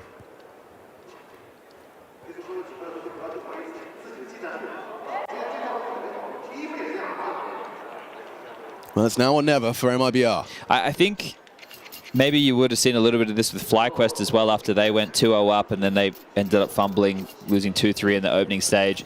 And they stopped playing like themselves. And the closer and closer they got to getting eliminated, the more they kind of seemed turtled up or more desperate. The protocols disappeared.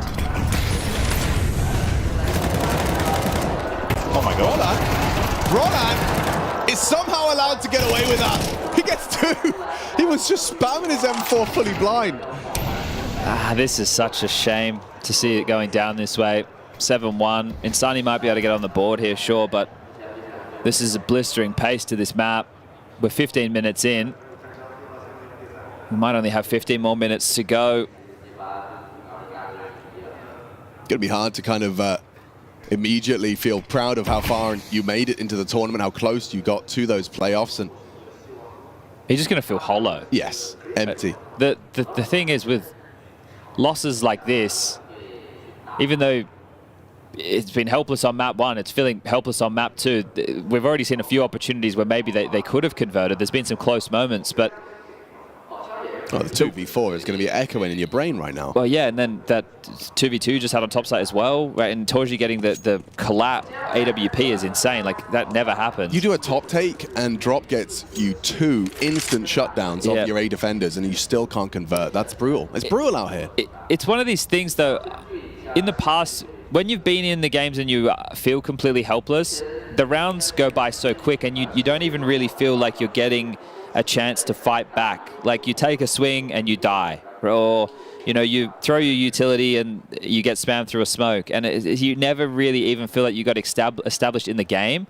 And that's the worst feeling, is because you never really were in contention.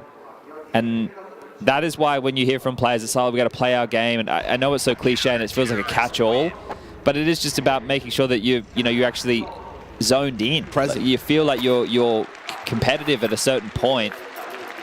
And talking competitive, look at this kill spread from Mouse. Yeah. Look at it. It's a thing of beauty, actually. That's lovely. That's a coach's dream right there. Yeah, right? Everyone pulling their weight.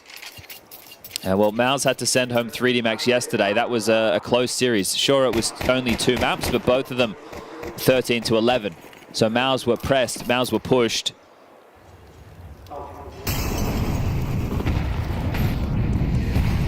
Defeated Pain in their opener. We discussed the losses to Mongols and FaZe in back-to-back fashion. Both of those close games. Mongols, that was a great map. A really entertaining game of Counter-Strike. And then a 13-10 loss to FaZe with the informed ROPS.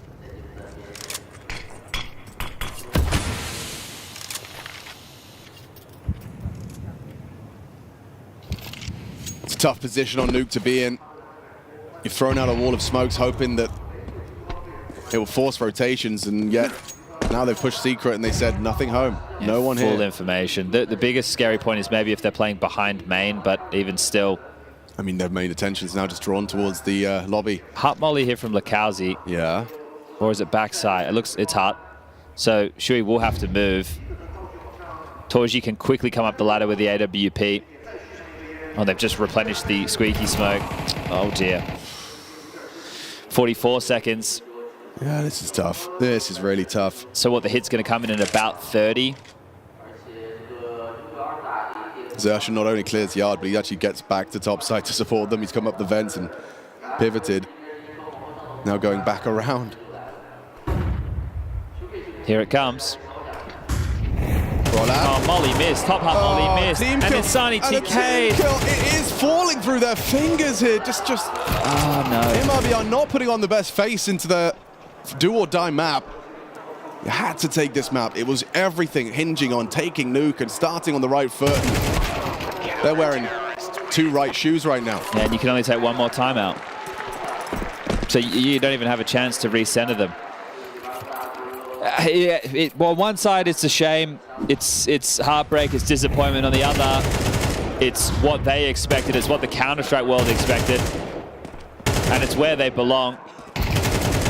Mouse have been building strength to strength. The Academy project, the players being brought into the main team and flourishing. The next generation of Counter-Strike, true and present.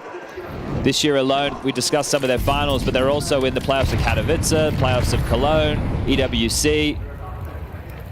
A bit of a mainstay. Winning a Pro League. Yeah, this is Mouse. I mean, for me, the conversation is not about getting them to the playoffs. The conversation is what they do at the playoffs. Yes. How deep can they go?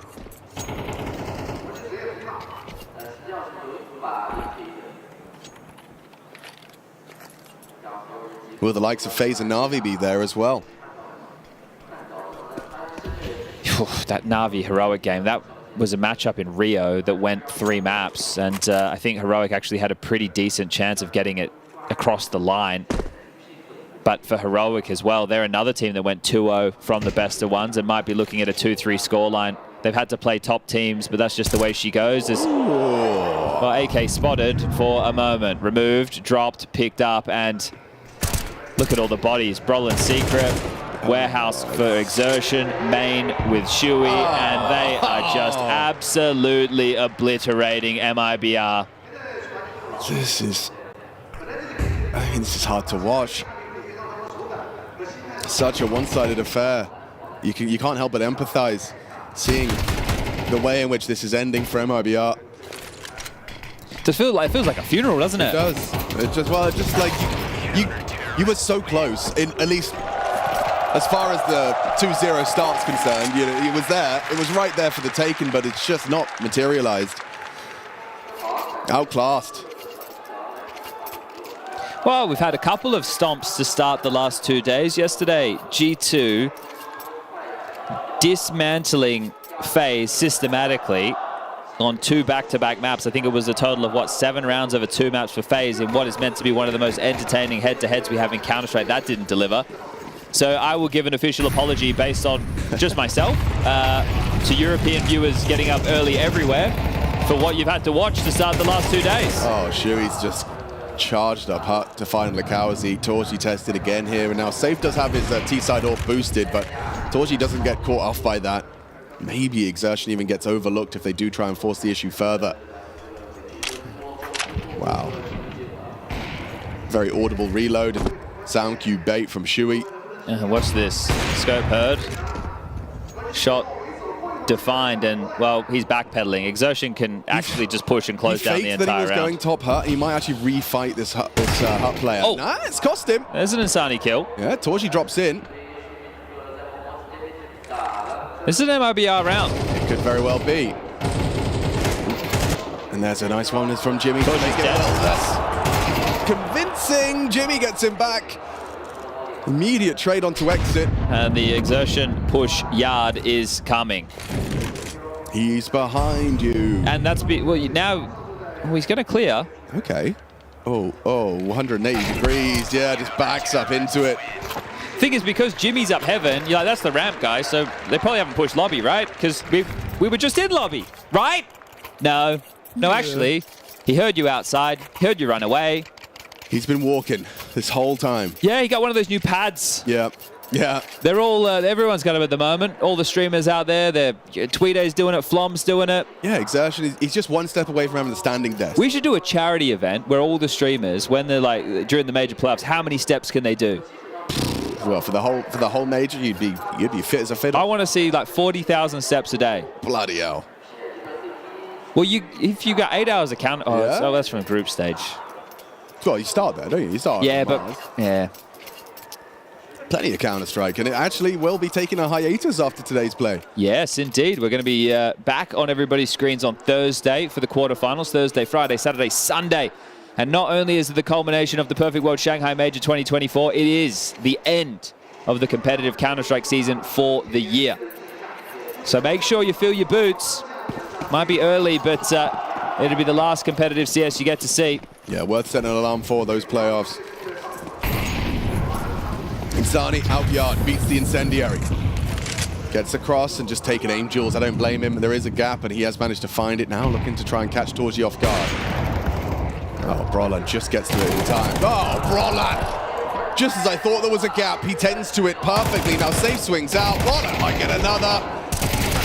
Shui down as well, so a double out of drop. Oh, that nade looks like it's destined for a bit of damage onto drop. Doesn't quite nail the trajectory. Will it really be 11 for Maus? Brolan's made a strong case for it with the triple. What a crazy 2 maps for Brolan. He's just been farming. Especially because we just looked at the scores. Yeah, he's towards the bottom of the stats, and it's like, oh, okay. Sorry, you were saying what about my statistics? 17 and 5. Everyone had the same amount of kills a while ago. He's just catapulted himself towards a potential 20 frag haul if he could. Got the ace. If he damn close. Call it 11 then. Maus just going to be within touching distance as we swap sides, take that 60-second break, but 2 rounds is all that separates Maus from their position in the playoffs. Can I be the bearer of bad news? Go on then. So just for all of our lovely viewers, you at home, it's hard start times. So the next match will not begin for an hour and a half. Is that about right?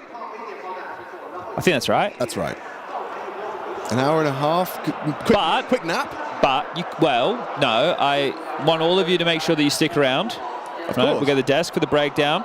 Oh, actually, there you go. And Insani's having a quick one. Meditation. Sad, man. Yeah, of course it is. I mean, this is just... To feel helpless on Mirage is one thing. You expected that. Yeah. But this is what you picked as essentially your best bet. And the desk were discussing either Ancient or Vertigo. Yeah, okay. And I hate to feel that both of those maps you would have had an easier time on the T side to play in. So, as the old adage goes, Alex, as the wise sages of 2024 say, it is what it is. It is.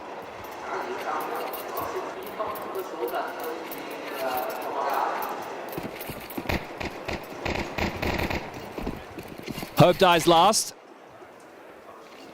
Pistol round will give them something to believe in, something to rally behind. See who dies first.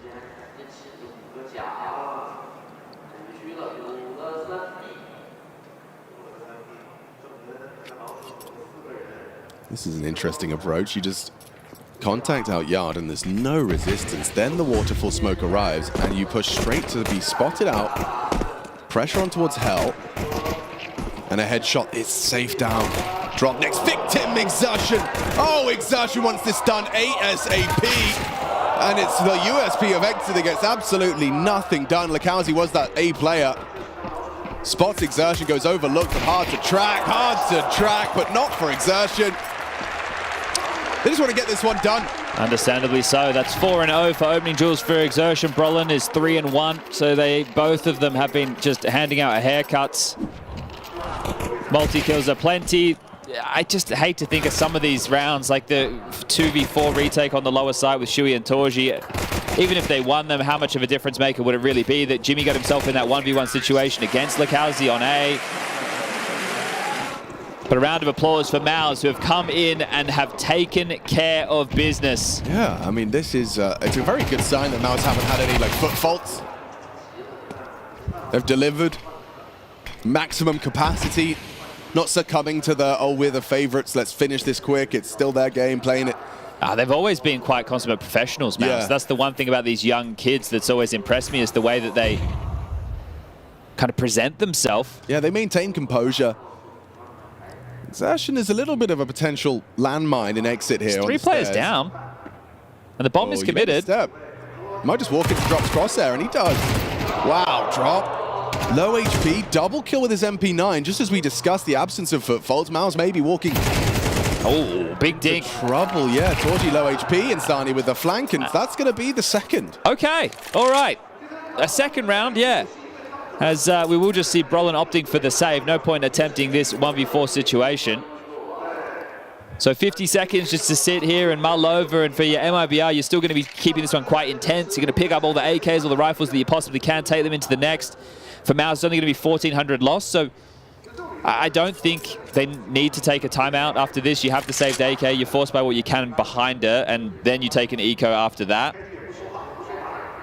So just getting caught by a full MP9 stack down towards B. Have you noticed Brolin holds his keyboard like an English gentleman?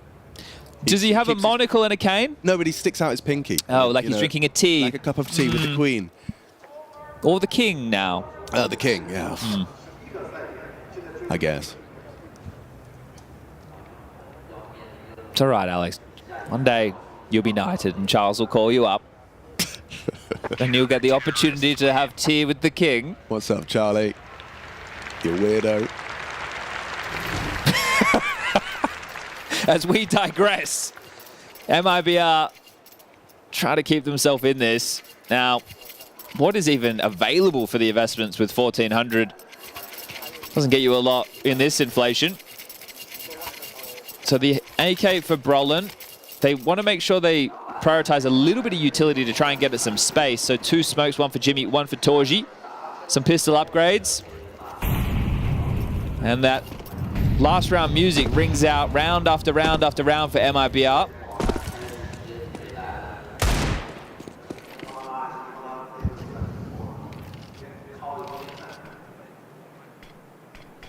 I'm not ready to write out the Exertion dig on yard, you know. In Sani, all it would take is a little overstep, as they are going to be pressuring Drop on ramp as well. That's where the main brunt of the assault's going to be coming from. Duels can happen simultaneously. Smoke walls are up. Drop to be tested. Jimmy knows these ramp angles well. Safe spotted. Anticipating at least one towards the close corners, but they don't clear him, and Drop profits. Well handled indeed. All right, so 3rd guaranteed, 4th very likely. This could be the greatest comeback in Counter-Strike history. Could be. It's the problem with the comebacks. You don't really know they're on till they're on. And at the moment, it is in its infancy. So consecutive rounds, something that has been eluding MIBR, not just in this map, but the previous. I think just rounds in general, as this will be the full eco Yeah, this comeback is now putting like the circle in the circle hole. The circle in the circle hole. The square block in the square hole. What is this? Oh, it's play school. Yeah. We're going through the round window. All right, guys. Today we're going to be playing in the sand. Hooray! Woo, finger painting. Let's make stamps out of potatoes. Sorry, what? Did you not do that? No. What about art with pasta? Dried pasta? Yeah. Bet you call it pasta though, don't you? Pasta. Pasta. Don't call it pasta. Hardly know her. Now imagine, what? Alex. John imagine Lennon? this. Let me bring you into reality for a moment. You've gone through the RMR. You've conquered the opening stage. You've gone 2-0 up in the elimination stage, one best of 3 away from the playoffs, realizing your dreams with Starfragger and Sani lighting up heads. And you lose to Glocks. But they didn't. They didn't. A couple of confidence boosting frags as well, just tapping away at those Glocks. 12 is all they get, Alex. MIBR. Laser focused. 5 head armor. AK. Couple Galils in the mix. Make it just 1. Singular Galil in the mix. Lacking util this one, Mouse. Yeah. Ever so slightly. Yeah, won't have everything they need, especially when they use opening Molotov towards that hut position, nade towards the squeaky door.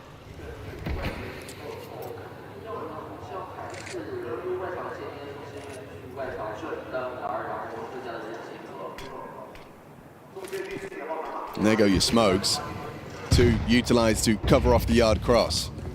And Sani's secret to tend to the potential for that slip down B and drop the same for this ramp descent. They are coming his way though. He dips it, nice timing on this from drop, and just the one, Brolin catches the trade. Jimmy gone, forced to watch as Mouse try and finish it right here and now. 2 players have rotated down B already. Exits down there in Sani as well. So if it is the B finish, they'll have to break through them. Testing safe over towards Hell, but he might get pincered. Oh, he's aware of the exertions work towards Red, but as he returns to this angle, he's been spotted by the barrel. Yeah, this is the pincer. An exertion. Oh, goes down. Good awareness from Safe.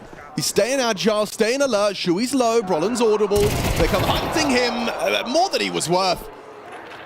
Good contributions from Safe and Sani, ready for this heaven wrap. In fact, it feels like MIBR could be set to convert here. Exits come up the ramp.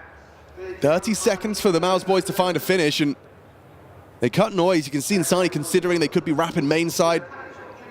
Nothing to report, returns his gaze to heaven. Well, they couldn't have gone far. This is really going to come down to Insani's first frag, and does get it cleanly. Torji in the clutch, allowed to drop in and plant. Exit can't disrupt it in time, so the 1 versus 2 for Torji with a smoke down. Maybe he can get across, not enough. Exit. Good work, MIBR will take the gunny. Making it just, what, 7 in a row? Yeah, and when you put it like that, seems quite manageable. CT-sided nuke. All started with the MP9 stacked towards lower, deal with the saved AK and the upgrades, deal with the full eco. Now, your best round yet. Up against the rifles of Mouse. Cycron is going to take the second tactical timeout. We will see them chip on in with a partial. It's possible, and at the moment, if you are the coach, this is where you remind them of the pocket strat you want to run, or maybe it's something a little bit more on the fly, part of the round that you want to try and exploit as a rotation or a weakness. But this can, with the plant, definitely get them a tidy couple of pistols or SMGs with utility around it. Don't you worry about that. Everybody understanding what the coach wants them to do, as it is a P250 for Torji, Tech 9s for everybody else, and just look at the util. So MIBR, they know that the partial buy is available. Some of your biggest issues, a top pop or a ramp pop, so you need to make sure that you're using your protocol utility to block those early. But teams are very good now on that second tempo, the extinguish and go. Squeaky door, lurk, smoke thrown.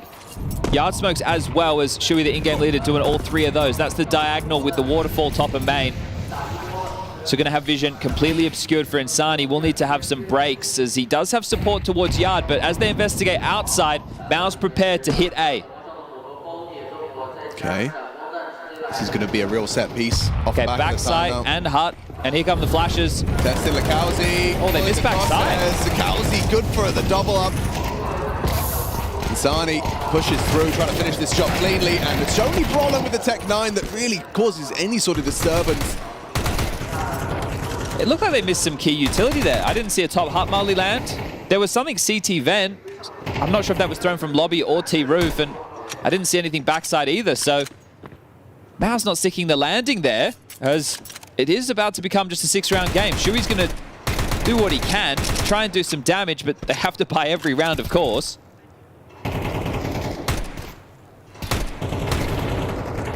This one's only a matter of time, as Shui will take down Drop, sure, but lost the most of his health in doing so.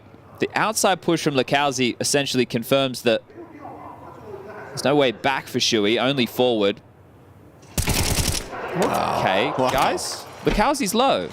Alex, if you could safe, that nade is perfect. Oh, he's actually got into 50 HP. This would be the craziest way for it to all go down. For oh my God! Oh no! No! He needs the bomb. Time. Has to get a move on. We'll just have to plant here. Look at it, 10 seconds. Lakowski's flank is just going to be overlooked. Perhaps the timing on this 5 seconds. Well, he's got no time, Alex. To find him. He's got absolutely no time. No time. Spam the Hut, maybe? No, Lakowski wins it by virtue of survival. Way more than he was worth there from Shui. Indeed, indeed. Well, money's not a problem for MIBR, but still, that one shockingly close. Oh my God! It can't end like that. It can't. I honestly thought in that situation we might see something crazy, like just a Hail Mary spam towards Hut just because of the time. Like, I know he just came through there, but out of frustration, maybe. Yeah, and it had Lakowski made a step or a sound cue, Shui grabs that bomb, gets it down. It's a very, very awkward round. Okay. This is the second full gun round for Mouse. Now, they were in the best opportunity to close this. It was pistol. It should have been done. MIBR have extended play. They've given themselves a respectable scoreline, but how much longer can this comeback last?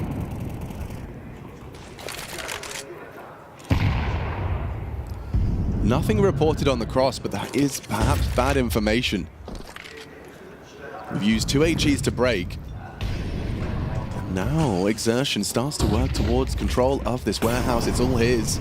Taking this fight towards Hellside, safe, holding this just tight line.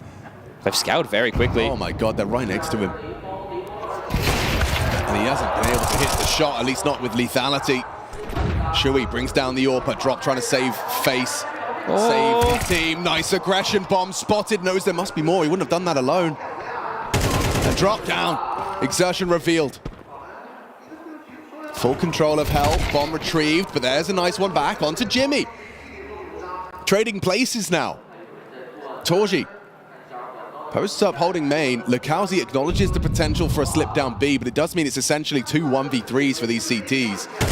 Oh, and now it is a 1v3 for Lakowski. He's in the right place. Can't time it to perfection, anticipating this player above him, and Exertion finishes. Miles will take it.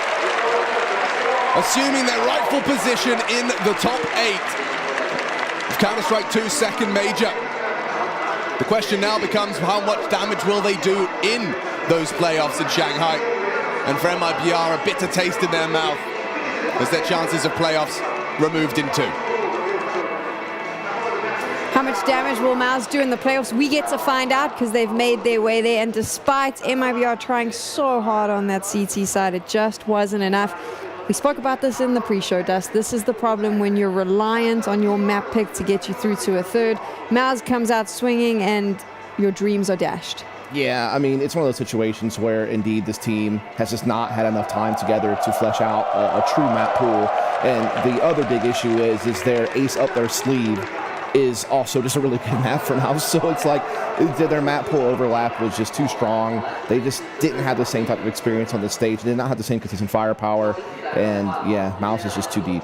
Congratulations to Mouse, but obviously commiserations to MIBR for Lukowski few majors for him, but Insani, I mean, I think this was a great rookie debut for him. Sure. As his first major attendant, and all in all, I think that MIBR, to go 2-3 in this stage, to even really make it this far in what was a fairly strong America's RMR, a fairly strong opening stage as well, and to be one BO3 away. They had 3 opportunities. They weren't able to capitalize. They know exactly what went wrong for them. I think that's a good thing. It allows you to move forward and then regather yourselves after this heartbreak of a loss or a consecutive series of heartbreaks, and then build yourself up into the next season. For MIBR, they mentioned in interviews leading up into this, they made this roster change 2 months before the major. It was done specifically for this event. They wanted to come in with the strongest lineup that they could. It looked a bit shaky. They got into the RMRs, and then suddenly we started to see the potential that exists here. Taking a step back, obviously we say goodbye to them, but I do feel like for this lineup, if they stick together, next year could be a rather successful one if they continue on this trajectory. Yeah, I mean, they've already shown promise in their individual talent. You know, I think Lukosi has only gotten stronger and stronger. You know, each tournament, each map played, he has been making progressions each time. And Sani has always been a stable star for them, continues to be. It seems like Exit has fit into his new role pretty well. Drop seems to be adapting as an IGL pretty well. It's just they don't have it all together on all the maps yet. There's a couple of maps that look really good. Shockingly, their Inferno was one that surprised me because they had never really played it very much until they came to Shanghai with Lukosi. So there's definitely some bright spots out there and definitely some signs that this team could be one to look out for.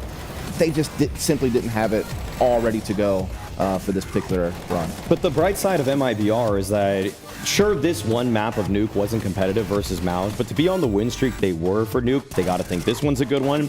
They beat Navi on Inferno. They're probably going to look at a couple of their maps and say, all right, we're cool with where these are, but we need to work on, say, our Anubis a little bit. We need to work on our Mirage a little bit. So the fact that you can create very clear objectives moving into the upcoming season means that progress, in a way, can almost be linear. Sure, there's a balancing act, making sure you still give some love to the maps you're already good at, but all in all, the pieces on MIBR, I am very happy about this team and the direction that it's headed. Here's what you got to think of too. Like, there's going to be a lot of roster shuffles. As long as you keep your roster together, that can give you an edge. And then the map pool probably will change after this major. That's true too. Yeah, you can move away from that. Depending on how that all plays out, you might be able to cover that just fine. So yeah, I think the future is bright for them. I don't see a change happening for MIBR. We speak a lot about these teams when they drop out that there's going to be a change. I think that this lineup is pretty strong going into 2025. It's because they exceeded expectations. Yeah, I mean, for it to go this well in this short of time, I mean, I think MIBR are very happy with how this went. And all in all, this is, in a lot of ways,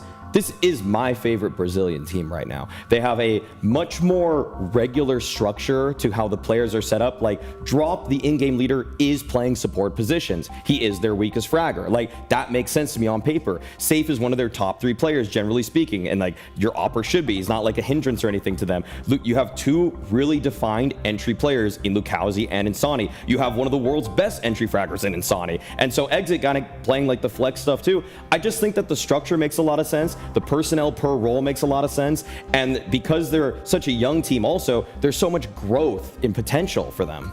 Let's move over to the conversation around Maus, though. They are making the playoffs, a team that many of us expected to be there, and now a team that has to shake off the stage jitters that we constantly throw at them and actually perform now in the big leagues and get us through to a final. Maus they didn't get through this stage necessarily with the best track record. I'll say that. That's pretty clear. I mean, I think with the form that FaZe has found themselves in lately, just losing to them already, to me, rings some alarm bells lightly. I'm not going crazy over it, but Maus just have to step it up. Like, what they did on the first day with the BO1s, or really all the BO1s that they played, wasn't quite enough for me to think that they're championship contenders, but it's been a solid bounce back to dispatch of MIBR in this fashion. Yeah, to do so dominantly. Again, they also beat Navi in the best of 3 in the RMR and 3-0'd that. I mean, yeah, some best of 1 losses to Mongols and FaZe, but very close best of 1 losses. I think I've seen so much out of Torzy that I am confident he's going to continue to do well. Same I could say with Jimmy. Shuhei's actually performing above expectations individually throughout the course of this tournament so far. I think the one that's a little scary for me is Zershin. Yeah. He's definitely dropped off a bit. Like, I'm used to him being that star entry fragger that can put up huge success rates in opening duels, he's actually kind of fallen behind, whereas Shuhei has like stepped up. He's at like the 60% mark, which is absurd, by the way, for an IGL and just anyone, and especially the teams. He's doing it against Na'Vi, FaZe, Mongols. Like that's pretty incredible stuff. Will it hold? I don't know. So I think there's a couple of issues, but also a lot of bright spots. Let's find out how Shui's feeling. He's made the playoffs. Of Mao's. Sui, congratulations. You and the team are through to the playoffs of the Perfect World Shanghai Major. How's that sound? How's that feel? It feels very good, especially with the way we've been playing lately. I honestly think that we made this path a lot harder for ourselves. In my opinion, this should have been a very easy path to the playoff stage. It should have been much easier. Talking about how hard the path was, it did come down to this last chance. Now that it's done, is it a relief and a weight off your shoulders? A little bit, yes. But like I said, we made this whole path a lot harder for ourselves than it should have been with the way we've been playing for practice and the way we prepared for this tournament and the level that we showed in the RMR. I was confident we're coming into this as a 3-0 into the playoff. That was not the case. I was disappointed with the way we played yesterday and the day before. I told my guys today, coming into the day, I'm only accepting a 2-0 win, nothing else. And that's where we showed up and we showed the level that we played before in RMR and at practice. So I'm really happy. With all of that in mind, Sui, as IGL, how proud of the boys are you now, considering they performed so highly against MIBR? I'm very proud of the boys. We've been putting in a lot of work for the last couple of months. Also, we're 6 weeks, 7 weeks, I think, away from home. We've been, even after Singapore, we came back home for like two days. So it's been a very long journey for us. So despite the result that we had maybe yesterday, I'm very happy to qualify to the major. It's another playoff stage, so I'm really happy about that. And if we continue this, we're going to win it. It was a crazy smooth 2 maps. Just before the match ended, I saw your manager, Sabrina, and I asked her, what did you feed these kids this morning? So was there any specific reason why you guys were so hot and on fire today? I don't know, for me personally, English breakfast, my favorite. So I recommend that if you want to be good on the server. No, nothing special. We've been sticking to our routines in the morning. These are some early games, actually maybe the most early game that we've been playing in a long time, since the online days. So I think we as a team actually really enjoy playing in the morning, so give us more morning games. So the final couple of questions. Firstly, if we reference what you mentioned in our pre-match discussion, your playoff streak has continued and your IGL success continuing also. What's the secret? Nothing, honestly, just having a good team. It's not only my work, but it's also the whole team that is putting in a lot of work, and we basically come into a major, and we're not only aiming just to qualify for the playoffs, but we're also winning to win it. So qualifying to the playoffs is just a small bonus. All right, well, Sui, thank you so much for your time. Is there anything else that you'd like to say to the fans at home, and of course the fans that we had in the arena? I've been enjoying my time really nicely here in China. It's been a pleasure, the fans here at the arena, and I'm sure there's going to be even more at the next arena, next stage. So thank you very much for your support. We feel it, and also all to the Mouse supporters at home on Twitter or wherever you are watching. Maybe some of you are here. Thank you very much, and xie. Sui, congratulations once again. You and Mao's creep into the playoffs. Paolo got so many great answers there, and we can kind of dissect them now because we have a little bit of time. I love Shui coming in saying this was not the best run to the playoffs. This was not the way we should have played. It should have been easier. It should have been better. I love the fact that he says, I told the boys this morning, 2-0 or nothing else. There is a level that they're holding themselves to, and it gives me a lot of excitement if you're a Mouse fan as to what you can expect going into the playoffs.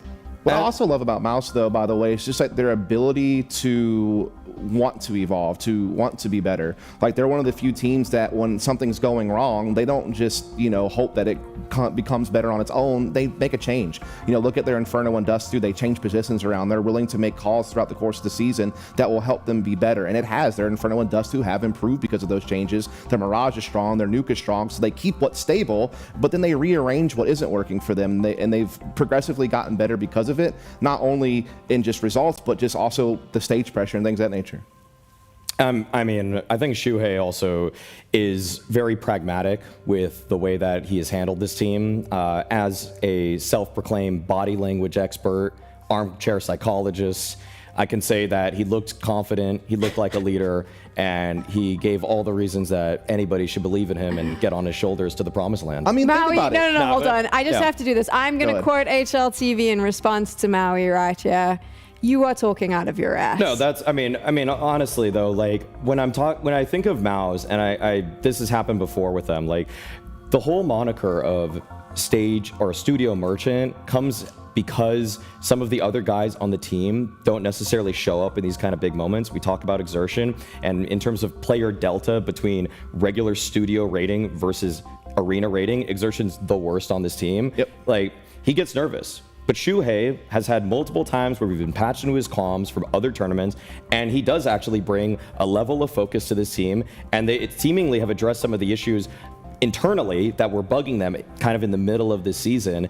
And so for him to lead by example as an individual that is on entry duty doing this well, yes, I am glad that he is able to actually match up his bark with his bite. See, if you had led with the conversation about how you would listen to the internal comms, I would have believed you. It was when you started with the armchair psychologist line. I mean, that's like how we have to do a lot of these interviews, right? We just have to kind of look at them and just try to make a guess. Try and guess what's going on. Dust, you want to weigh in there, though? Yeah, because, you know, when we think about the best in-game leaders in the world, we always think of them in like kind of two different ways. We think about like who's a great tactician, who's a great leader of men. And if you can have both of those things, and you're going to be super successful. But when you look at the list of most successful IGLs right now, Kerrigan, Alexi B, Apex, Shuhei. What's the difference? Those other guys are veterans. They've been doing it forever, for years. Shuhei has been doing it basically 2024. And yes, he's done it on some other teams as well, but his ability to level up so much with this squad, it's truly impressive. And you know they're a great tactician. You just got to watch their film, and that'll tell you that. But when you see interviews like that, and you hear some of the comms, and you see some of those other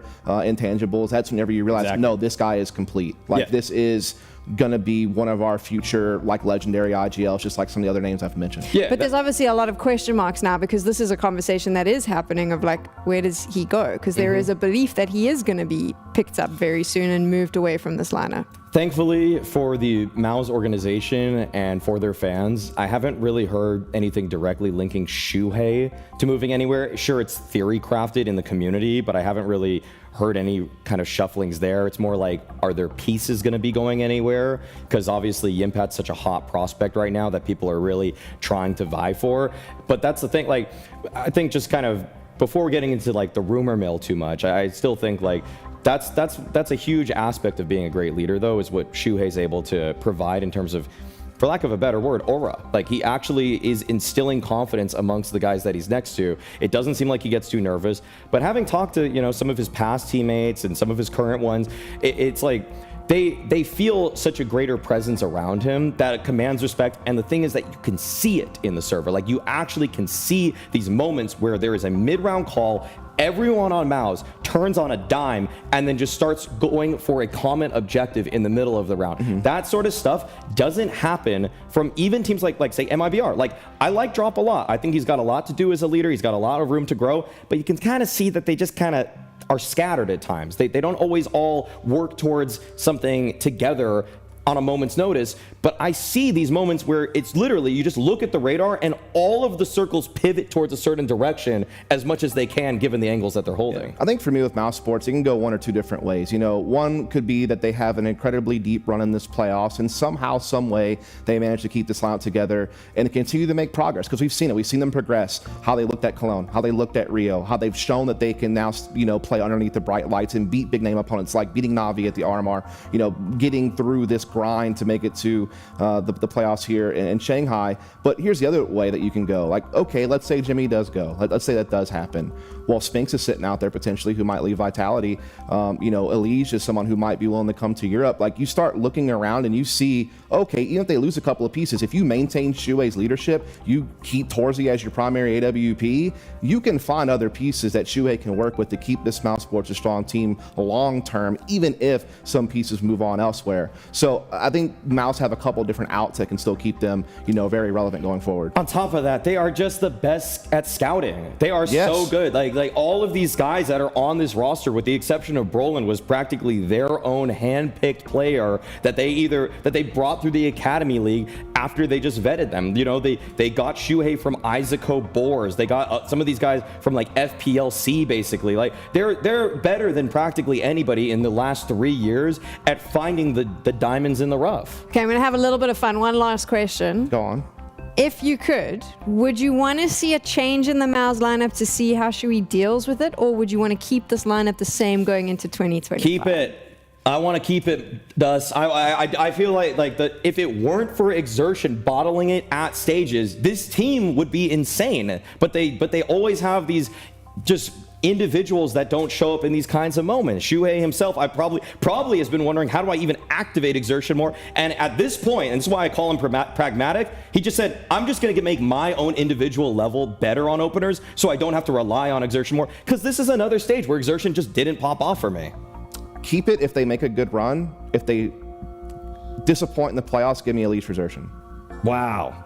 No, keep Mouse, keep it together.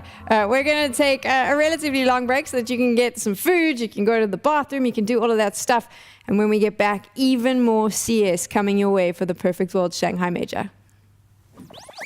She said she loves you, but she can't love me. But I love you.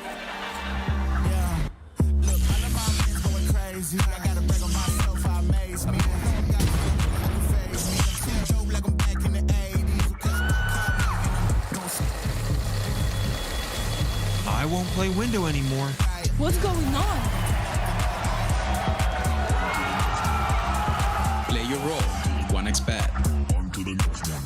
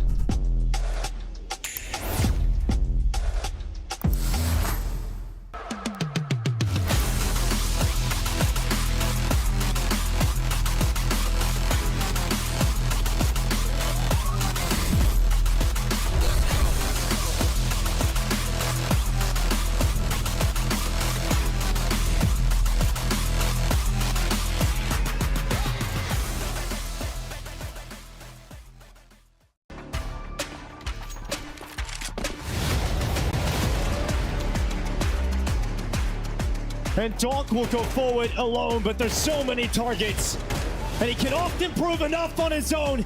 And can this little nuisance pull off an unbelievable clutch to keep his team in it? Yes, he can. He is deep inside the saw him site. run to Khan, actually. They think he's in the other direction. Oh, okay, Serrano taps back onto the plant. No way! Oh. And as he jiggles back into the corner, come on, K. Serrano! It'd be a crazy 1v3. They let him get into the shadows. No way! Brolin dead, crossing first. Teammate in the site gonna get spammed out. As he's flashed out for a peek. Goes for the swing. Shui denies. It's down and it's 1v1. The captain of Mouse holds on. It's now just Nerds. A 1v2 setup into a 1v1 with that grenade. And it's Nerds against Chopper. And there's a firepower difference, but it might not come down to that. It might just come down to the defuse as Nerds just sticks it. Yeah, for Molly, but trying to maintain the element of surprise. They don't use it. Instead, they were looking at double swing Exertion. Maka gets past it. Was that retrieval of the AK worth it? That save with the Molly, so valuable. Swing out from Brolin. Wait, that Molly.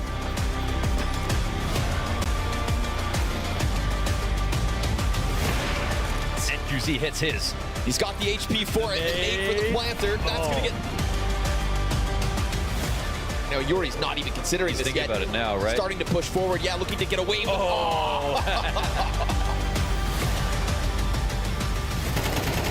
Snow trying to do the work himself, and it gets away from him. It's a K. Serrano 1v3 again.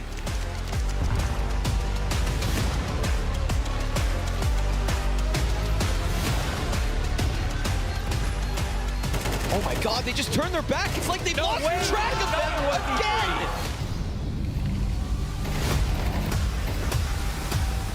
doesn't swing grill. They plant Cello's own name. Bad nade bounces off the corner. The 2 health that was keeping K-Serrano alive. You're gonna die too. Yep, the spam comes out from Lux off Coffins. Down to only 20 seconds, fully exposed to CT, kills the Coffin player, sick headshot out of Cello. We had a 1v5 already a minute ago. That quiet confidence from Cello that we saw when they picked up that last round, but now his hands will be fully committed to this plant. He elicits the first peek. There's still just enough time. He swapped out the guns, and he can't dodge shots. They're not looking the right way, so Nerds has got to. A little bit more for Nerds. Why not?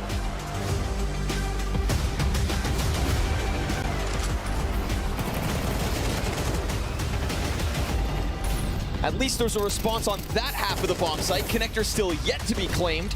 Skulls, well, he's now the last remaining down inside the sandwich. A site's clear, and he's gonna try to fight this tooth and nail. 4 kills deep from Skulls. Has to run back for the bomb. He can just it's a good right confirmation, but he plants just off the line. Spam doesn't find him right away. He's gonna have one more chance. Oh my God! Oh, the ace! Oh my God! Skulls! Now the AWP picked up, put into Shui. Mauls does! Goes out to the long fight. Tess says this time, putting an end to Donch and putting an end perhaps to Heroic's misery, because Tessis has found another one at long side. Shusha started the smoke. Tessis not stopping, and Zontic's alone in this 1v3. Alone in the world, fighting for Spirit, but stopped by Tessis, who delivers 4. Sweating to fall back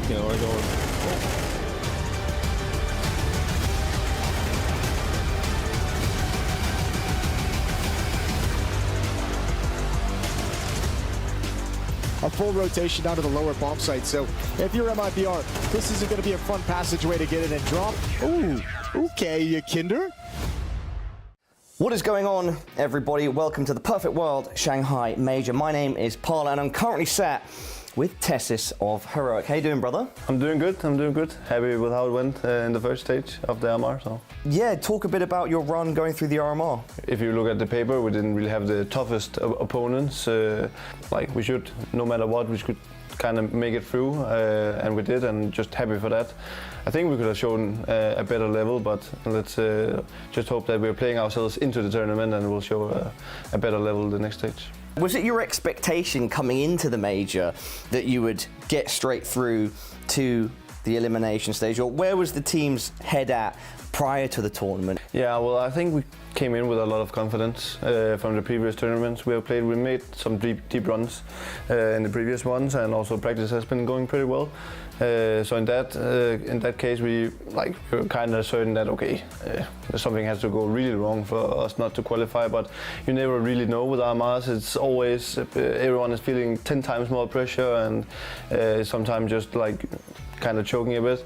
But at least I'm happy with how it turned out. And going into the elimination stage, we already in the beginning of the season, we kind of set a clear goal of some results that we really want, and a playoff in the major is something that we're aiming really high for. And what do you think about you and the team's chances here going into the elimination stage? What kind of placement are you looking to get? Of course, firstly, but yeah, some thoughts on that, how far you guys can go? If I have to look at it really objectively and not be kind of biased, I would say anything is kind of up for the grabs right now. With how the state is of CS right now, I've also seen many interviews where players kind of say the same. It's kind of in shambles. Anyone can win against anyone, and if you get the right day, you will win. And if all your individuals is firing up and the other team is not, then you're just gonna win. What I'm hoping for, and kind of what everyone is kind of aiming at, and all we can do and all we can control is to just have the best chance every single day to be there and perform at your highest level. That's a big work, of course, and you have to do a lot of things to get to there. But at least I believe that we have really good chances to go really far, semi-final place, final place. Tessis, you've been a part of Heroic for a long time. You've seen a lot of players come in and out. What can you tell us about the current lineup? You know, what it's like being on the team as it currently stands? Yeah, well, the current lineup is definitely much different from what I've been used to in the past, and like it's not even for the worse. I like it a lot here, and really appreciate the teammates I have now, and it really feels like a team that's tied together in some way, and like everyone is able to be themselves and kind of perform the way they want to and how they are how they want to be. And sometimes we have a lot of struggles, like we kind of just put the emotions like out of it and try to find the right way of moving forward, and that's like all we have done this year, and it has really put us in a position where we're actually able to perform really on a high level. And now we're just seeing it at the end of this year, but hopefully for next year it's going to be a lot better. But also, like as you say, the Heroic has gone through a few changes now over the years while I've been here. Like it's so much up and down, but I've kind of feel like now that, okay, now we went international and it's kind of a permanent move, and now I can like focus my mind on that. Wicked. Well, Tessus, it's been great to chat. Thank you so much for your time. Very excited to see what you guys do. Congratulations again on making the elimination stage. Anything you'd like to say to the fans watching from home? Well, I hope everyone here in China will show up in big numbers at the games, and I cannot wait to come and play for you, and hopefully also the people that are not able here to come will still enjoy the games. Nice one, bro. Thank you. Thank you for your time and best of luck. The previous major champions in Na'Vi make it through to another major, and they've had one incredible year. To talk through this and go through it all, I've got the captain, in-game leader, Alexi B. How are you doing, my man? I'm doing good. What about you? I'm doing good. I've been here for a while, but I'm always happy to see you. You got a smile on your face. We're ready to talk through the run you had here, because it's an interesting turn of events for you guys. 3-1 at the RMR. You are the previous major champions. And you did not need to play for the elimination spot. A sigh of relief? I think it was a bit of a sigh of relief, because the way we usually approach games, really tactics-wise and everything, we usually give it a lot before the game. It was the opponent we would have had. It was a bit up and down, like who we were going to play against, and then when it got super close, we obviously knew it's going to be Cloud9. Yeah. But the amount of preparation and everything was not the best. You just kind of like need to.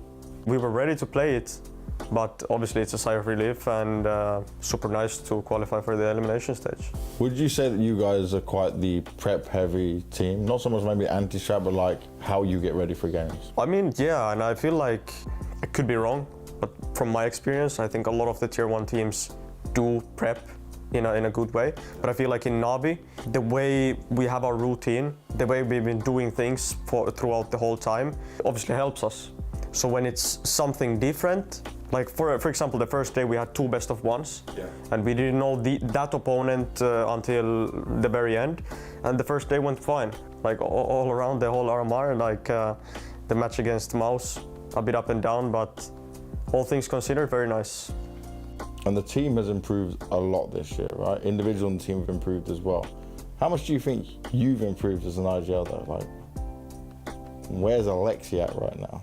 I mean, it's hard to say that, hard to deny all these things, because it's the best year of my career being an IGL. But the thing is just to keep my head in check, because I know how much it matters, especially when games get tight and you know that you have an important role to play. Trying to show your teammates you're there for them, trying to give them that extra courage, trying to always move to the next round and not think about the prior. I'm not perfect. Sometimes I'm still doing that. Sometimes I'm going back to the habits that I'm trying to change. But I always think I'm doing it less and less. When I see that, and after tournaments, I know that I improved on that even slightly. I'm always happy about myself. Anything you want to say to all the fans out there and everyone supporting, everyone from the Na'Vi Nation? Yeah, I mean, keep cheering. And trust me, guys, we're trying our best to reach the playoffs now. Elimination stage is not to be taken granted. Been there, done that, you know, both ways. But yeah, now it's just us focusing on ourselves, trying to squeeze the most and try to end the year with a bang. Can't be one hell of a bang. Back-to-back majors. if Navi can be the champions again. We'll have to wait and see. Thank you, bro. Cheers, bro. Hello guys, my name is Ime. I'm playing for Natos Winster, and then these two are my lucky charms. First one, I will start with this one. It's like a small heart made from my girlfriend with Navi colors, which I have it all the time in my backpack basically. And the second one is like a plush with Bulbasaur. I'm not a big fan of anime, but I liked Pokemons, and then Bulbasaur obviously. And there was like a trend that when players had plushies putting on the desk, and I said, I can take Bulbasaur, and I put it on the desk. For example, if I forgot them in Bucharest, I'll fly back and take them. Or ask my girlfriend to come, and then she'll bring them. Hello guys, this is Brocky from Face Clan. I'm gonna read the letter that I wrote to myself 1 year ago. Hello Brocky. Stop being a pussy. Good luck. Okay, yeah, I don't know, man. That's probably about the game, you know, sometimes being a little pussy in the game. I mean, when CS2 came out, I was playing good, so I fell off a bit. I know everyone else got good at the game. Motivated to not be a pussy. Ni hao, China. Here Caserato from Furia. I will show you guys my lucky charms. First one is this one. This dragon that reminds me of my girlfriend when she's angry. I keep it on my mousepad because I found a way to keep her close to me when I play. She support me a lot, so it's important to have this luck charm. The next one is this cross. My mom and my brother, when they went to Rome, they bought this in Vaticano. I want to keep this close because I have to have faith in the things, so I love it. The next one, the more important one, it reminds me of my father. He passed away 1 year ago, so he used to wear this. Me and my brother has the same one. He has a gold one, I have this one. He even has his signature here. I play with this on me because I want to represent him inside the game, and for me it's everything. He was my inspiration. He helps me, he supported me. He even stayed in the LAN cafes until 6 a.m. to bring us home. So it was pretty important for me. It's kind of tough to talk about it. Hello, I'm Tausen from Gamer Legion, and this is my special thing. So I bring these with me to China because this is my mom's home shoes that she wears at home. And I've played with these on for all the games at the AMA. And yeah, we qualified, so it worked. You know, like having my mom around, I feel like that's the reason. It's not because I get a better grip or anything. I don't know if it will be allowed on the stage, but I really hope so, because I would love to wear those. Hello guys, my nickname is Try from Imperial, and I'm here to show you some of my lucky charms. Starting with the panda. This is a panda I give from my girlfriend, and I always bring it to the tournaments to help me remind me of her. The reason of it being a panda, it's a relationship thing. We call ourselves pandas, like some cute thing, and yeah, that's it. It's like if I'm not with her in the tournament, the panda is here with me. The thing is, every tournament I have a different like lucky ritual I do before the games. So it could be like washing the face, using the same t-shirt, using, I don't know, playing some music before the game. Yeah, things, just small details I do before the game, and that sometimes it works for the luck. I always try to keep it if it's working. So if I start doing something and I start winning and playing good, when the tournament is over or I play bad, I change it.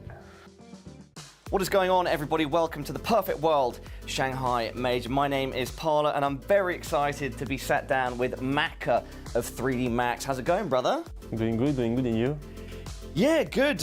How would you rate the journey so far? So you went 3-0. I think you beat everybody's expectations doing that.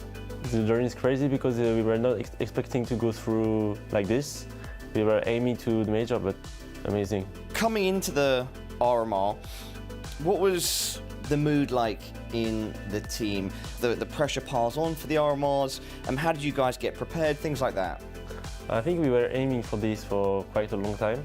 It's been a process for 6 months with the new roster, and we were like pretty confident, even though we had like some bad results, for example, in the Thunder Peak.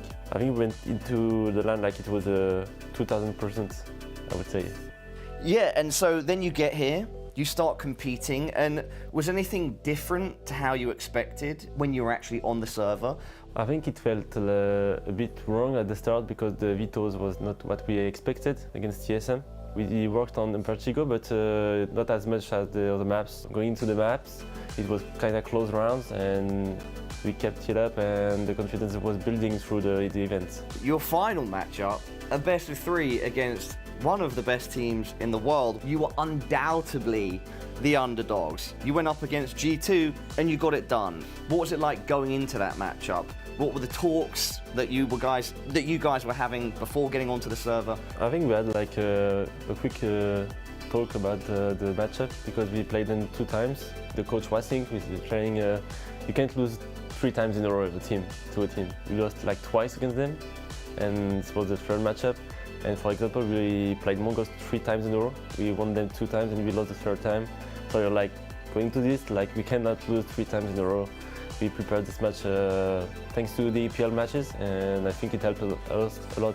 And what was it like when you got it done? How much stress was relieved, and also, yeah, you didn't lose to G2 3 times in a row? I think too much stress. I can't like quantify it. I think for the whole night it was hard to realize, especially for me, that we made it.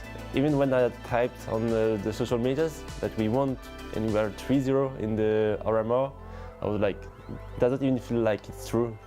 When in your career had getting into a major first become a dream? A dream, I would say, when I started playing really professionally in Heretics. I was watching some major with Coldzera and Fallen winning it, like back to back, and I had like a little fire in me, like watching it. Then I think it built up when I was playing professionally. Because I know how much it means for you to have got it done here. I think you tweeted out the significance as well with regards to French CS. Because of course we have French players that have been doing well here and there over the last few years, but you know, back in the day, France was a really dominant force at times, like French national lineups. And so, how much does it mean to have done this as a French lineup for you? I think the feeling right after we won as the French team, it was very proud of what I've achieved with the team, what we achieved, because we fought for this for so many years with the same guys. Those guys were fighting with the whole lineup with Body and Afro also. So I think the satisfaction is like, I would say even 10 times better than just qualifying. So it's the meaning behind it was more than that, just qualifying. It was like for the nation. Do you have any expectations, you know, going into the elimination stage, playing on the stage itself? I guess primarily in terms of nerves and big stage that you'll be on. I don't know if you have like expectations, maybe just reaching the playoff if we can. It was I think the same mentality we had, mindset I mean. We had to go into the armor. We go game by game, map by map, and see where we can go, because it will be the first time we play in front of a crowd. Like even first time in front of a crowd? I think a big crowd. Yeah, like okay, big arena style crowd, yeah. And I think 5,000 people, I think, in the arena. It's a lot. Last time I played in front of a lot of people, it was in DreamHack Tool, and it was not a lot compared. That would be what, 2019? Yeah, 2019 exactly. So it will be, yeah, something I think. All right, brother. Well, thank you so much for your time. Anything you'd like to say to the fans watching at home? Thank you guys for cheering for us, the French fans, everybody who followed the journey so far, and I think we can keep even further. So thank you family, thank you my friend, thank you everyone. Mac, a pleasure to chat, brother. Best of luck to you and 3D Max. I think your personal story, I think the story of the team, both are fantastic, and I'm looking forward to seeing what you guys do on the stage. Have fun with it. Sure, we will. 大家好，我是孙宝迪。今天我给大家带来的是我老妈给我缝的一个护身符，大概从2015年开始吧。就是每次开比赛前嘛，我会祈祷一下。比如今天要比赛了啊，早上起床我会一个人坐在床头就冥想一下。它里面是一个寺庙里面求的一个签名的那种纸吧，只不过如果是一张纸的话比较难携带嘛，所以我老妈就搞了一个比较我们象征性的中国红，然后给它缝起来，这样子比较容易随身携带。I'm JBA, Josh Beru. I am from United States, Wisconsin, and I play for Wildcard. It's Perry the Platypus. I got it when I was around 6 years old in Disney World in Florida. I take it everywhere I go. I've slept with it every single night since I was 6. It's like my comfort stuffed animal. Not so much of a good luck charm, but it's more of a, I feel comfortable around it. My first trip to Serbia, my first boot camp, we were there for like 2 weeks. And I forgot it. Whenever I forget it, or whenever it's not around me, I might have a little bit anxiety because I've been without it for so long. I always keep it near me when it's away from home. FaZe Clan came through their RMR journey and managed to get themselves through to the elimination stage. Had to fight for it, but that fight didn't really matter in the end. They made it no matter what. More stress, more games put on them. And I just want to first of all start, Carrigan, with obviously the news that came out at the beginning, because you went through the RMR in one of probably the worst ways possible. How were you able to get through that whole process? I think it's hard, obviously. You fight different ways when it comes to it, but it was rough traveling to RMR and go through those emotions. But I think when I came here, kind of just went open with the team about the situation, right? It's unexpected. It's one of the rough things. Obviously, my career has been 20 years. You also have time for family and friends and whatever. I knew from my parents and what my brother wanted me to do is to go here and give everything I have. So that's what I did, right? But it wasn't easy, you know. After a win, you go from very high emotions, you go to the room, you go straight to low emotions. So it was hard to handle the vitality loss. I was pretty upset there. But in the end, I managed to go through it and had a few days at home, which was pretty good. Looking at what you're hoping for in terms of this major and looking at like your goals, did you try to set any minimum goals here? Is it still just the trophy the whole way?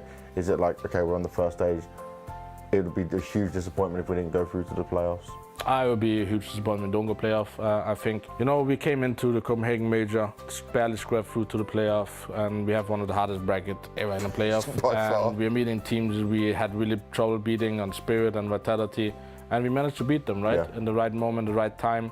And I think that can happen again. So I think we come in a little dark horse this event. Once you go playoff, depending on the enemies, I think I'm being able to play a little more loose in that sense that in Copenhagen I felt there was like everything goes directly to the trophy, you know. Even though we had hard playoff, I just believe like this is the time we need to win. Yeah. Even though we had really hard bracket, and in the end it was the team that was the dark horse that won. True. In Navi, right? So I believe everything can happen. Like I said, in the group stage, you really kind of feel the foundation of the team. Are people communicating good? Are they playing good? And then you build on that. And if you don't have good confidence in the beginning, you scrape through and you go to playoff and you're like, oh, we made it, barely, and then you can play a little more free, right? In my mind, I never ever think the FaZe would be a dark horse, but like, you're looking at it in that way, right? Do you think, when was maybe the last time you can consider that you guys were a dark horse at a major? We haven't beat many top 5 teams, right? We beat Navi in Singapore, but Navi had one of the worst tournaments this year in Singapore, right? But you never know if you had a bad game, maybe they go win the whole thing. You never know, right? Yeah. There's a good chance that we can be dangerous this event. But it's all up to us, the way we go into games, the way we handle ourselves. I'm really focused on my emotion in these events. I need to make sure that I don't add extra pressure on me. So I'm not scared to go and say we can win this championship, but I'm not gonna sit here and say we have to win it. I wanna enjoy CS. It's the last tournament of the year. Vacation are well needed especially for me, what I'm going through, but I'm gonna go out there, give everything I have. I'm gonna have zero regrets when I get home. And you always do absolutely that. When it comes to how you're leading the team tactically and strategically now? I always think there is a road as an IGL. Sometimes you swing a little more to left, you have a little more control. Sometimes you swing more right, you give a little more space to people. Sometimes you have to take away the freedom for them to understand they are capable of just going for something that's out of my control. Yeah. I have set guides in the way we play defaults, what I want us to do, what I want to achieve. But I think it comes down to the game plan. If I see people not communicating at the best, I know I have to micromanage a little bit more. So I think my team has always been adaptive, and I have adaptive leadership, meaning if the team is like going for duels, I'm gonna let it go. But if they are not really activating themselves, I can control the game more. And I think that's the strength of the team. Like the second they start showing confidence in the game, I just let it fly. Because this is a moment where I believe everybody's taking really smart decisions as players. What kind of mentality are you and the guys bringing to this elimination stage? I think it's hard to say. I think we were pretty confident in the Armar, which is pretty good when you think about the previous months, right? I think, like I said, we have been going forward. I think we have improved the last few months. Still needing to hit that level. My biggest fear is that we don't always hit the level at the same time. I know if we have some of the players sitting a good performance doing an event, we're gonna win. Yeah. But right now our performance has been spread out doing events. Brain went full ham in the Armar. Yeah. Before that, Brokey went full ham in fall finals. So if we start activating everyone on the same time, I think that's where we get dangerous. I feel like we come in a little bit refreshed, maybe from the other teams, and I think that's also what our team is the best, when we are a little more refreshed in our mental. So yeah, coming here to win everything, that's basically it. Now, looking at China as a whole, it's been a very good place for you career-wise, right? You guys, not just the fans, but also the trophies that come with it. Does that give you a special feeling or a different feeling just coming to Shanghai? Yeah, hopefully it was Asia, so we went to Singapore, we'd be living in Asia, but now we're now to China. First of all, we haven't played huge teams in China, let's just put it out there. We played like Maos and stuff like that when we've been in China, right? It's been a good place to host some trophies, and I hope it'd just be insane if we host 4 trophies in a row in China with me, Robs and Frozen, but you never know. But I believe we have a big fan base here. Also what we built up before COVID with Mouse, and have now 3 players here as well in FaZe, and yeah, the fans are amazing here. We're getting gifts left and right and celebrated on the stage. So yeah, hopefully we make it. I'm just looking forward to actually play group stage in front of fans, and it's gonna activate me more, I think, to kind of like just enjoy the moment. Any words and any final thoughts just to all the fans and everyone out there? First of all, thank you for all the support. I've got private messages the last few days or at the Armar. I appreciate it very much. My whole inbox was filled with support. I'm good. I'm gonna do my best. I'm here to compete. I'm here to win everything, and for my family and for my brother. And I hope you guys will keep supporting us, and we will show the FaZe fighting that we always do in China. That's it here on the interview, and for FaZe Clan and for Karrigan, a legend of the game, someone who always fights the whole way through, never gives up, and has prioritized the success and winning, which is why he'll always go down in history as one of the greatest of all time at what he does. Let's see how they do at the elimination stage. What's up, guys? This is Rain from FaZe Clan. Today I'm gonna read a letter that I wrote to myself about a year ago.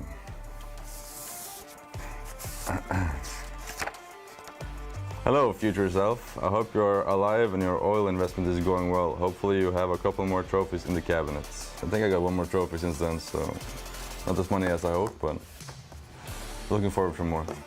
Not really invested into oil. I think it's just a meme from Norwegian people. I think back then it was a turbulent period. We didn't really know what was going to happen with the team, so we kind of just played event by event, full confident, and just played the game. I think at this team right now, we're planning for the future, and we had a great start with the team, and we've had a lot of setbacks, but I feel like we're on the right trajectory going forward, and we see progress every day in practice and in games as well, so it's looking good for the future. I feel really confident coming into the tournament. I feel confident individually, and I feel confident as a team. I think we've had a really good boot camp from the first stage to the elimination stage now, so I'm looking forward to play. In my pro career, the person who truly inspired me to pursue the dream of becoming a professional player is my dad. I guess Zipnix, like when he was clutching and everything, I used to look up to him a lot. JT and I have been playing for like 5 years now, so we're kind of learning together for the majority of our careers. I'd say Johnny for sure. One was Device. because I felt like he's playing really smart and he has a good mixture between like playing aggressive, playing passive, and playing with equipment. And then for sure like simple to get like in touch with the more aggressive, more loose style. So I always wanted to have like a style of both. I think everyone's idol was Coldzera. And since I started playing CSGO and I started watching the tournaments, it was like when Luminosity were at their best, how Fallen plays, and I watched all his videos. So I think he's a big inspiration for me. I think like since then I've been a big fan of him. I always liked clutching, and I was like often in those positions. So I try to get inspired from like his play style and how he was thinking in the game. So of course I watched the best hoppers like Simple, Zaiwu, and Device, but I think one that taught me a lot was Shiro. I mean, first of all, I started playing in his kind of PC club. I was a kid, I was a teenager, I was going out having fun, and then he was always pushing me into playing. They were driving me to events and everything. Once I got the good offer, I declined, and he was like, now you have to commit to it, and that's how it all started. Well, basically, we've spent the last 5 years of our lives just grinding this game out. We lived in gaming houses in Texas and in California, and just traveling the world together, just living the game. So, just between him and I, it's like we've been grinding this game for basically our whole careers. When I sometimes lose a tournament, even a big one, he's always like, I mean, it's fine, like we know where we came from. We know how it is and everything, so I mean, the parents are always going to be proud of you no matter what you do in your life, unless you do bad things, of course, but they're always going to try to be there for you.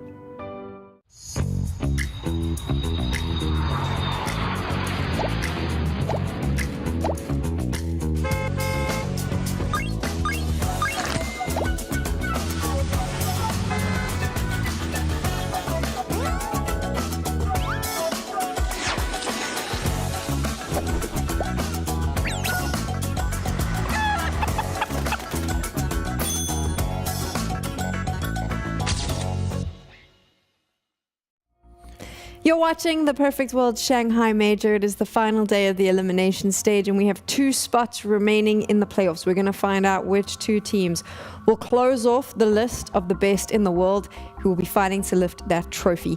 Today, Na'Vi faces off against Heroic, and what we thought might be fun is just to kind of break down exactly how these 2 teams got here, because I think both of them have had an extraordinary journey going through 2024. So let's start with the current major champions. Na'Vi, start of the year, lift that trophy in Copenhagen, and everyone goes, it's a fluke. I do believe one of our analyst friends said they will not be a top 5 team by the end of the year. And damn, that aged pretty badly. Shouts out to Pimp. That's why they took co-streaming away from him, actually. I'm just kidding. That's not why it happened. But Pimp obviously set the tone as soon as Na'Vi won the major, saying that this is probably an unlikely occurrence to repeat itself. And all in all, they proved that was completely untrue, Dus. They had a string of 6 consecutive grand finals in the following season. They have shown that many of their players have actually upped their game, running with the confidence that they had from that major. Although, in the last couple months, it's been just a little bit rockier. All right, I want to give a little bit of love to my boy Pimp out here. I don't want to hang him out completely to dry like you just did. The next 2 tournaments they played after the Copenhagen Major looked pretty bad. I think they had like 2 back-to-back, like 9 to 12 finishes. Their next 2 lands after the Copenhagen Major. But then after that, you are correct. They have that 6 final streak run where they won 3 of those 6. But then they had that Blast World final where things did not go very well at all. And we thought that might be an anomaly because throughout the course of the year, a team like Na'Vi, they just look so strong. Super deep map pool. Just every player on this team is willing to entry frag. They have the most equal distribution of opening attempts on the T side of any squad in the world. They have playmakers on the extremities. They have Ema, who's a great entry fragger. Lexi B, one of the best IGLs. I mean, Wonderful's been a great opera. Everything looking swimming. But it has just all come crashing between the Blast World Final, and what we've seen thus far this major is not the standard that Na'Vi needs to be at to try to win this second major and have their own era in CS2. When Pim made that comment, you had to look at it in that moment, in that bubble of time. Yes. And a lot of the opposition did look stronger. Na'Vi looked like they'd had an easier run. So it made sense to make that comment. Sure. Obviously, then proved us all wrong. I think that they've been such a great example of teamwork, not necessarily having the standout star player, being able to rely on all your individuals. But there was only a specific amount of time that was going to work. There was going to have to be a drop-off. It's natural, whether it's in Counter-Strike or another sport. You kind of have an ebb and flow. Was Blast the drop and then the rise now needs to occur, or was it a complete fall off? I mean, that's probably the question coming into this that a lot of people have. Well, for Na'Vi, Blade has talked about it in the past, that they are a team that needs time, that he always feels like a couple weeks of runway before a big tournament is how much he wants in order to have enough preparation time. I feel like that string of 6 grand finals showed us that he actually needs less time to be consistent at the highest level. But unfortunately for him, it does seem like it has come crashing down a bit, because I think everybody's just studied them at this point. Yeah. I think everybody's looked at their demos. I think everybody found out their comforts. Everybody found out what those openers are, despite it being an even distribution dust, and said to themselves, we know your playbook at this point, Na'Vi. And the problem is that the individuals on Na'Vi, we are not considering any of them as really being a world top 5 player right now. Which is tough, because I thought JL and Bit could have been in that top 5 conversation at different points throughout the course of this year. On the fringe. Yeah, I mean, they're definitely top 10, though. There's no doubt about that, I don't think. I mean, just extremity playmakers, can entry when need be, great anchors on the CT side. Like, JL and Bit, to me, were really it. But the issue with Na'Vi is, for one, their performances have fallen off lately. And then second, their map pool has started to fail them. They used to be the best map pool in CS, and they are still red hot on maps like Ancient, Anubis, Dust 2. Like, they are still very strong on those maps, but their Mirage has started to slip big time when they used to be the masters of that map. And their nuke is also a giant vulnerability, which is going to be a problem in the best of 3. They just lost Inferno to MIBR at this event, too. That's true, too. Yeah. Remember at the start, before this desk happens, there's obviously a conversation about the direction we want to go, boys. And I told you where I wanted to go. Can you just throw that all out the window? Because I actually have a question that's just going to completely take us somewhere else. Okay. Do you think the stacked schedule that these top players have to deal with contributes to the fact that, like, Na'Vi's map pool now is getting shallow? Because there actually isn't any time to take a step back, to go work on things, to change tactics, to improve maps, because you're just going from tournament to tournament to tournament, or in Na'Vi's case, grand final to grand final to grand final. Without a shred of doubt. Everybody has more game footage of Na'Vi than practically any other tier 1 team, because they're going all the way. If you were just losing in the first round, say what Spirit did at Cologne, for example, well, there's no game footage now of all those other maps you might have prepared between the last tournament and that one. But for Na'Vi, they show their whole hand every single time. At this point, Dust, it is like you are playing poker with all your cards face up if you're Na'Vi. Everybody's seen it. It's still a strong hand. It might even be a full house, but if the other guy knows when to play his or when to fold, strength only gets you so far when you don't have all the information. I agree to it a point, but I also think Alexi B is a good enough IGL to call, make adjustments on the fly. They have a deep playbook, so they can go a lot of different directions. They can change their formations. They can change variations of things they'd like to do. I think they can make those little micro changes, but it's not a problem. My issue is player performance, and we're actually going to bring this up now. I built the graphic with the production team here, just kind of illustrate just how bad it's gotten for a couple of these players, and we'll start it off with JL. My boy, this is not the time to be having this happen. Just to explain this to you, over the last 6 months, this guy had a rating of 1.15. Not only that, but as an extremity player, he was still taking 25% of this team's opening duels. Again, everyone on this team's around 20 to 25%, very good distribution, 51% success rate. So far at this major, 0.83 with a 36% success rate in opening duels. And this is a guy who, again, he plays extremities, but he's supposed to be a playmaker on extremities. And when they do go for executes, he can't be the guy next to Ema and Alexi B going for entries. And so for this guy, who was at one point potentially going to be considered a top 5 player in the world, the drop-off is staggering at this major. And guess what? It's not an anomaly. He had the exact same rating and the exact same flaws at the Blast World Finals as well. So what we thought might be a bump in the road has now all of a sudden become a downward slant that needs to be course corrected now. Let's do a little office banter here. Put a pin in that. We'll circle back to major performance here for Na'Vi. I want to move on to Heroic's year. And it's been one of those where I think that if you have a little bit of a heart, where you kind of feel sorry for them, because the year started pretty crap. They were kind of on the suffering of the Falcons, Astralis, whatever chaos. They built this roster, and then they've just kind of been plagued by bad luck. They have been. They had an opera at the beginning of the year who was more known for his rifling in Nico Dawes. Shouts out to Nico Dawes. Still actually a good player all in all, but just not the guy that they wanted. At the first major of the year, they let a lot of people down by not qualifying for the playoffs, despite the personnel on the roster, despite the fact they have a great coach in Saw. So what do? They change out Nico Dawes, who's kind of defined himself more as a hybrid. They bring in a purebred opera. They bring back Dexter practically out of semi-retirement, and they get him into his first officials. However, the visa issues do plague him. He's unable to play IEM Dallas. They actually have to bring Nico Dawes back for that one. They're unable to play the Blast Fall groups. They have to use Saw as the coach for that one, as a six-man basically. Then they try to play IEM Cologne, and Dexter can't even show up the first day. So in those tournaments, we're giving them pass after pass, but then the conversation shifts a little bit to, should they even use this guy? Like, can he even play tournaments? Well, he's here now. He's looking better, Dust. And at this point, I think Heroic, they're finally starting to hit that stride. Yeah, I mean, look at the numbers he's put up this, major. And let me add another piece of context to all this, because everything you said is very valid and very important. But here's the other thing you have to understand. Before Heroic even attempted to pick this man up, the guy didn't play Counter-Strike for a year.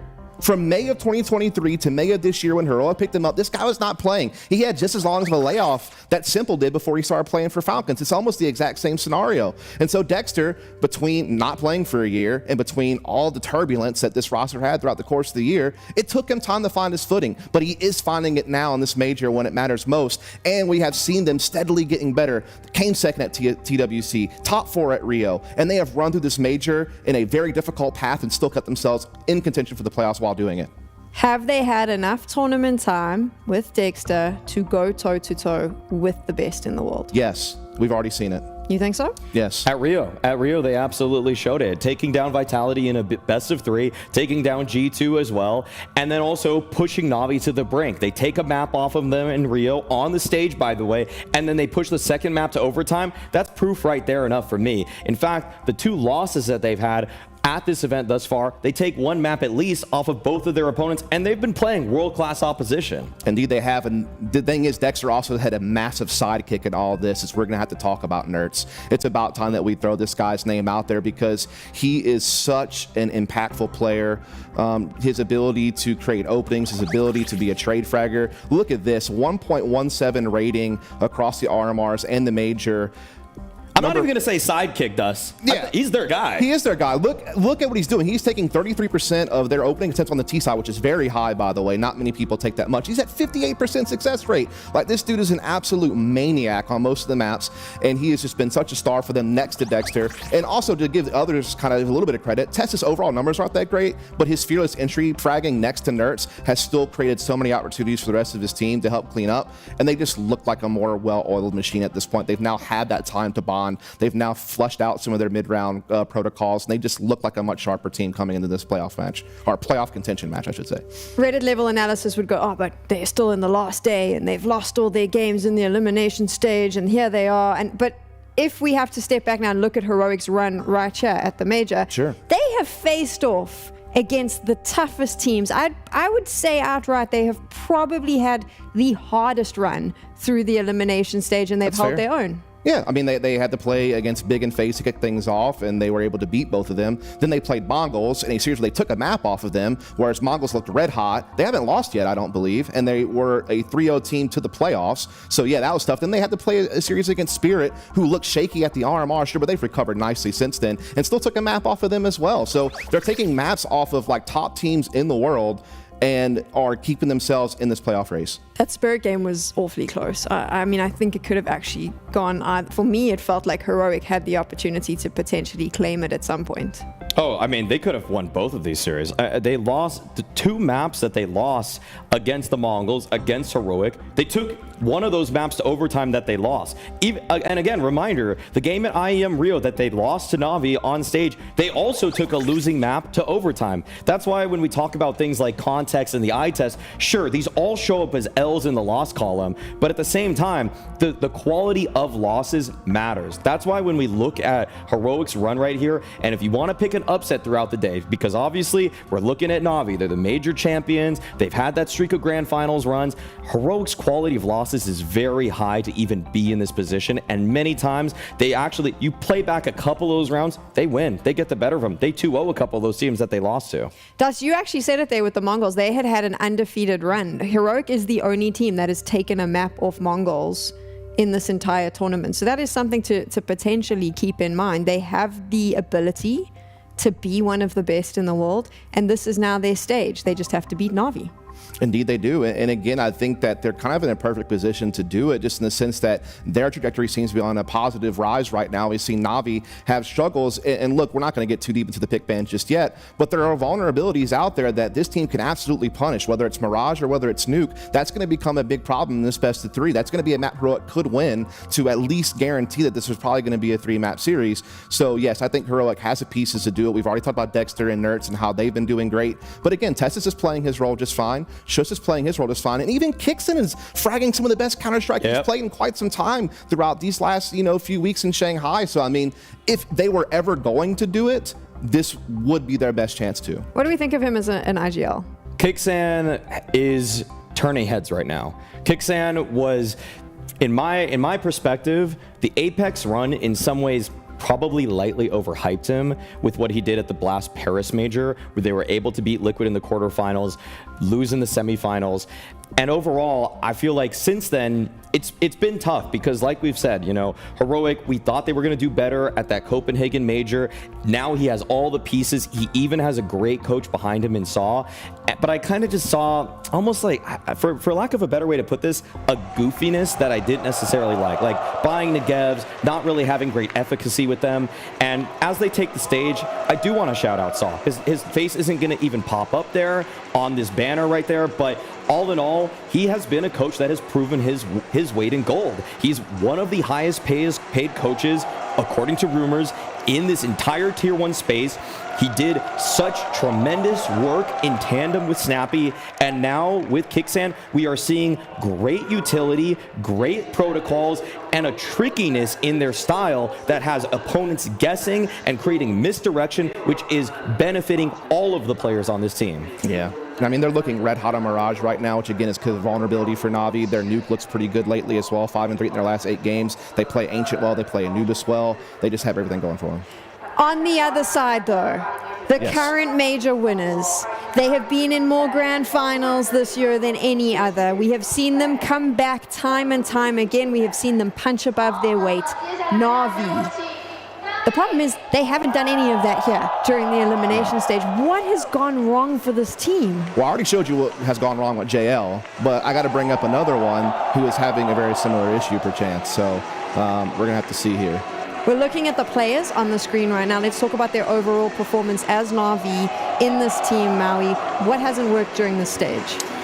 Well, they just got blindsided. To lose to MIBR in the fashion that they did, to let a single individual defeat them in Insani, for Blade to even talk about that. Alexi B has also talked about in interviews the fact that they just don't seem to have their heads on straight. It seems to be a mental aspect right now with Na'Vi because, trust me, Blade is bringing in the work. Alexi B, he talked about the fact that he was prepping for all the time between the RMR and now. And so for some of the other guys, this is really their first taste of stardom. When you don a Na'Vi jersey, a different set of expectations befall you. This isn't Apex, this isn't Gamer Legion, this isn't even Team Spirit, this is Na'Vi, one of the most storied organizations in all of Tier 1 Counter-Strike. And I'm gonna say, if we want to put a target on anyone, love you JL, but you got to shape it up right now. We talked about the graphic earlier, the drop-off in performance as him as an individual, and I'm gonna say right now, when you're busting out the stream and you're getting 25K viewers every time you hit start streaming, it gets to your head pretty quickly. Trust me.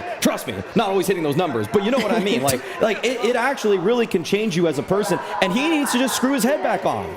He needs to get his head in the game. Absolutely. I mean, again, this is a guy who's supposed to be a great anchor player, a great playmaker on the extremities. He's supposed to just be a huge force. He hasn't been there. Let's find out what Heroic is feeling coming into this palace with them now. Mainly the Shanghai fans. Dexter, huge opportunity in front of you and the team. How motivated are you all to seize the opportunity? I mean, first of all, I would like to say ni hao. I really like you guys, you are amazing. It's a big opportunity for us to secure playoff, to play against Navi here. And it's also a very good thing that we are playing in front of you. I hope we're gonna play in front of more people. And you guys are amazing, and I really wanted to say that to you. Thank you so much that you're here and cheering for the game. 帕拉问他说：“难得的机会，你们能够把握住吗？”他说：“首先要跟大家说你好，然后很喜欢现场的观众，你们很热情。我们当然希望这次比赛能够发挥好，然后站上更大的舞台。我们也希望现场观众多多为我们加油。”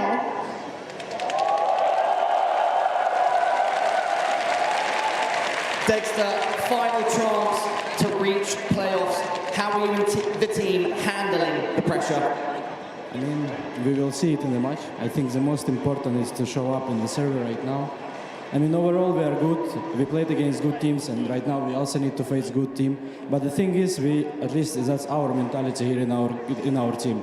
If you want to win the major, you need to beat anyone, and that's what we need to prove today.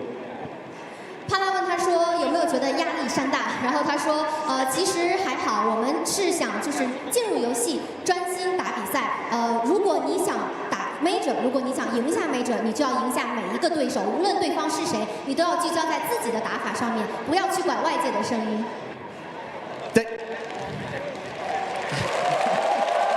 This crowd is incredible. Dex, the final words to this crowd and the people at home. I love you guys. Hope we're gonna win today. We will do our best, and I will do our best. Love you. 爱你们！我希望我们今天能够发挥到我们最佳的状态。谢谢大家。All right, Dove, let's head on over to the Na'Vi side of the stage. Time to check in with the man, the myth, the legend of Alexi B. Wow.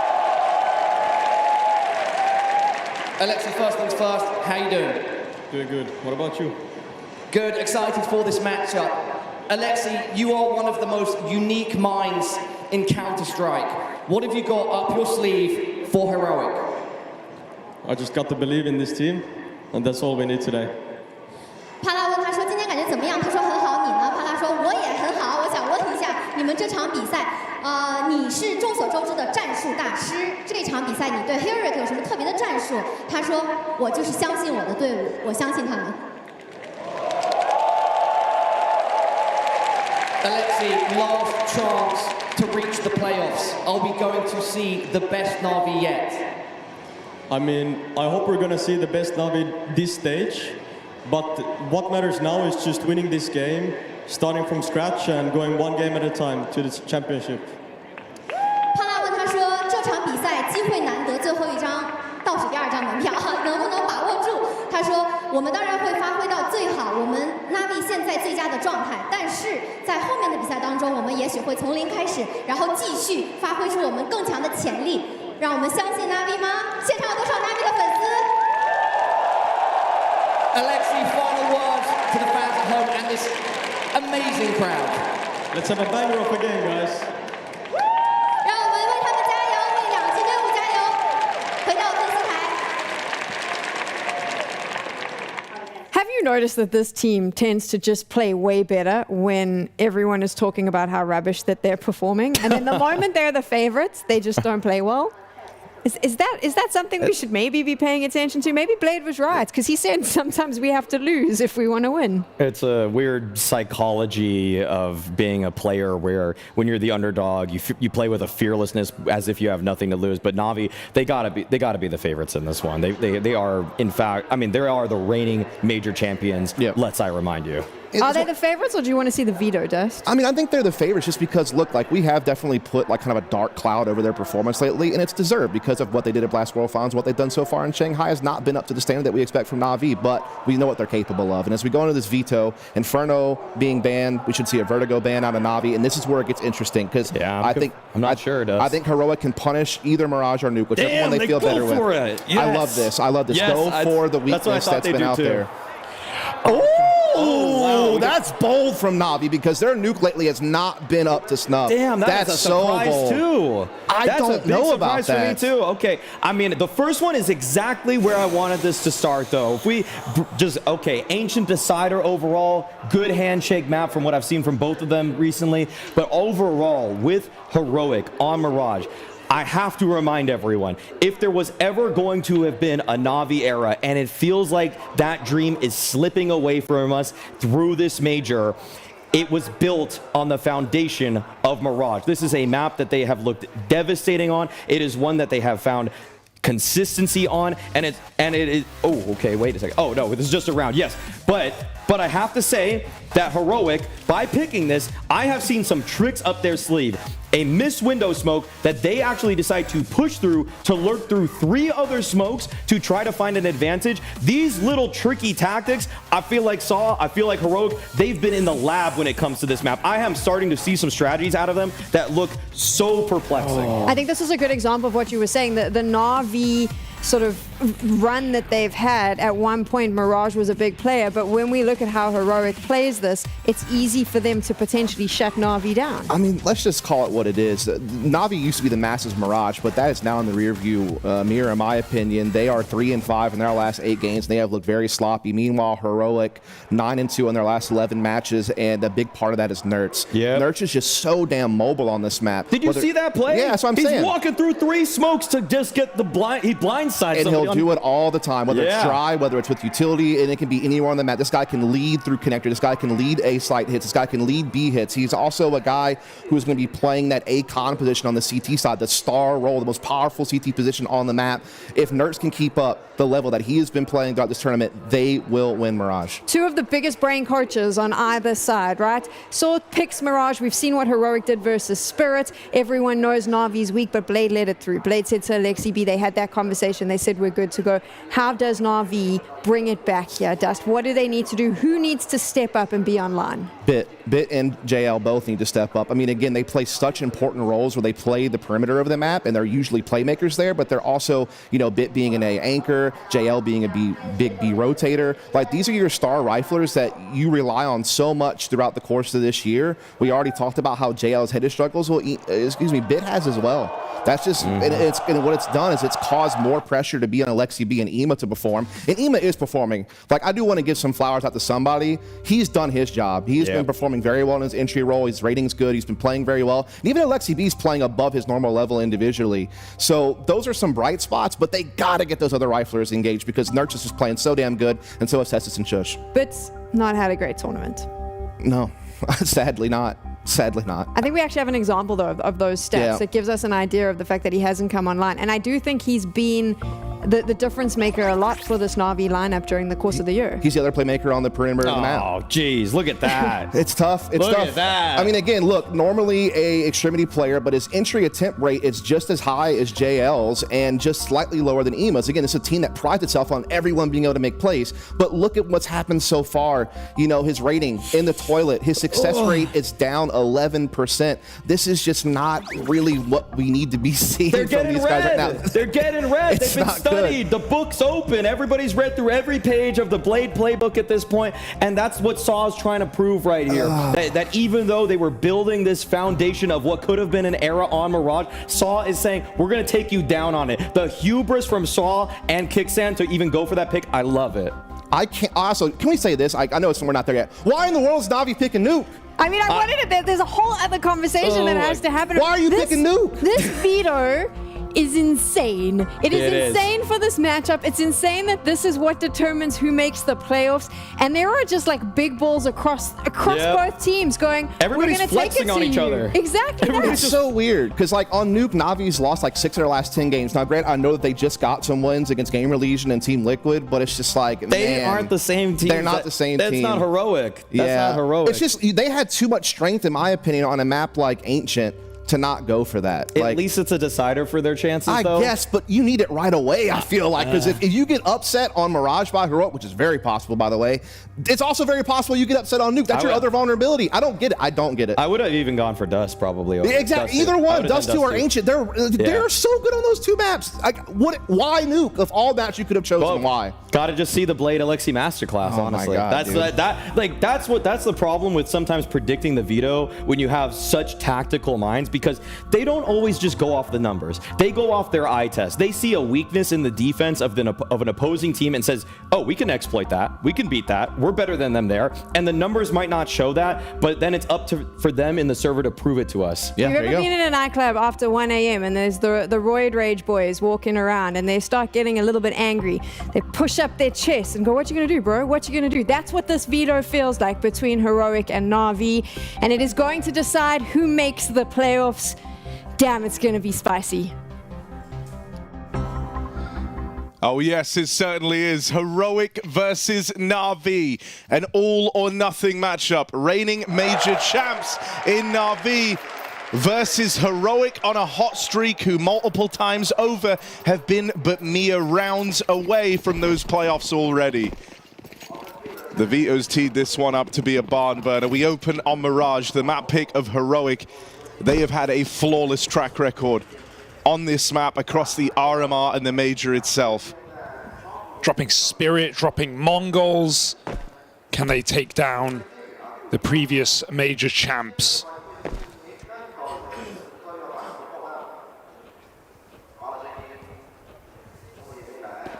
Gimmicks and tricks, the desks say. Let's see what Heroic have in store, because Na'Vi surely not going to be caught off guard by this map, when it has been such a staple of this Heroic team. We've got Na'Vi jump spotting on B as Heroic send it. Alexi's going to find himself in hot water very quickly. Alexi dead early. JL on the rotate over, set up back in market. You've been waiting all tournament for JL to get switched online. Comes in with one, and this pistol round slows right down, but that re-smoking at the market causes you problems. Contact taken over on Catwalk. They're really going slow back at this market door. They tried to nade the smoke open for a little advantage, a chance to play through. There's Bit on the board, but Shush and Dexter with the response. Dexter, hell of a pistol round to open up, and it's left to Ema trying to recover this. Has he seen Shush cross? Kit dropped over at the window, but this is wasting time that Ema just doesn't have. And so, Heroic dig deep in the pistol round, a sign of things to come. Na'Vi might have had the advantages, might have been the one stripping players from the ranks of Heroic, but suddenly Dexter comes alive. Yeah, Heroic a man down in the post bomb, but certainly not playing like it. That's a crazy reverse from Heroic, 2v4 back in that post plant. As Na'Vi try and get tricky, breaking the smoke, but still having to jump through that claustrophobic window. And Heroic's Glocks get them on the board. Na'Vi want to get a gun round as quick as they possibly can. Got a couple of Deagles, light investments for Na'Vi to try and make a dent. But Heroic have been the masters of making control on this map along the Major. Be it through those fake missed window smokes to undercrawls, to just Dexter swinging it wide top mid. And this is against a Na'Vi who earlier this year, post-Copenhagen, went on a 12-map winning streak on Mirage. They were the best team in the world on this map going into Cologne. And it all came crumbling down since that point. Can Na'Vi redeem themselves and go back to what was a home map for this squad? This is a surprising bit of damage done by Alexi. He's got kickstand in a box, but all his teammates falling. JL one off the Deagle, and he will get flooded, overran. Lots of damage done with the pistols, but in the end, it's Heroic getting out with 4 alive. Clamping down on that B-bomb site, the object of their desire early is the home of Alexi. Gonna see that AWP bought out for Wonderful. Yeah, a lot of talk about JL and Bit, and understandably so given their form, but Wonderful, have seen him miss some really ugly shots, right? He's supposed to be a system AWPer, a dependable, capable pair of hands who hits the easy ones, who you can rely on, even if he's not going to be the guy to hard carry you through a game. So Wonderful has to be a dependable player today. CT AWP, no armor, comes out in the first gun round.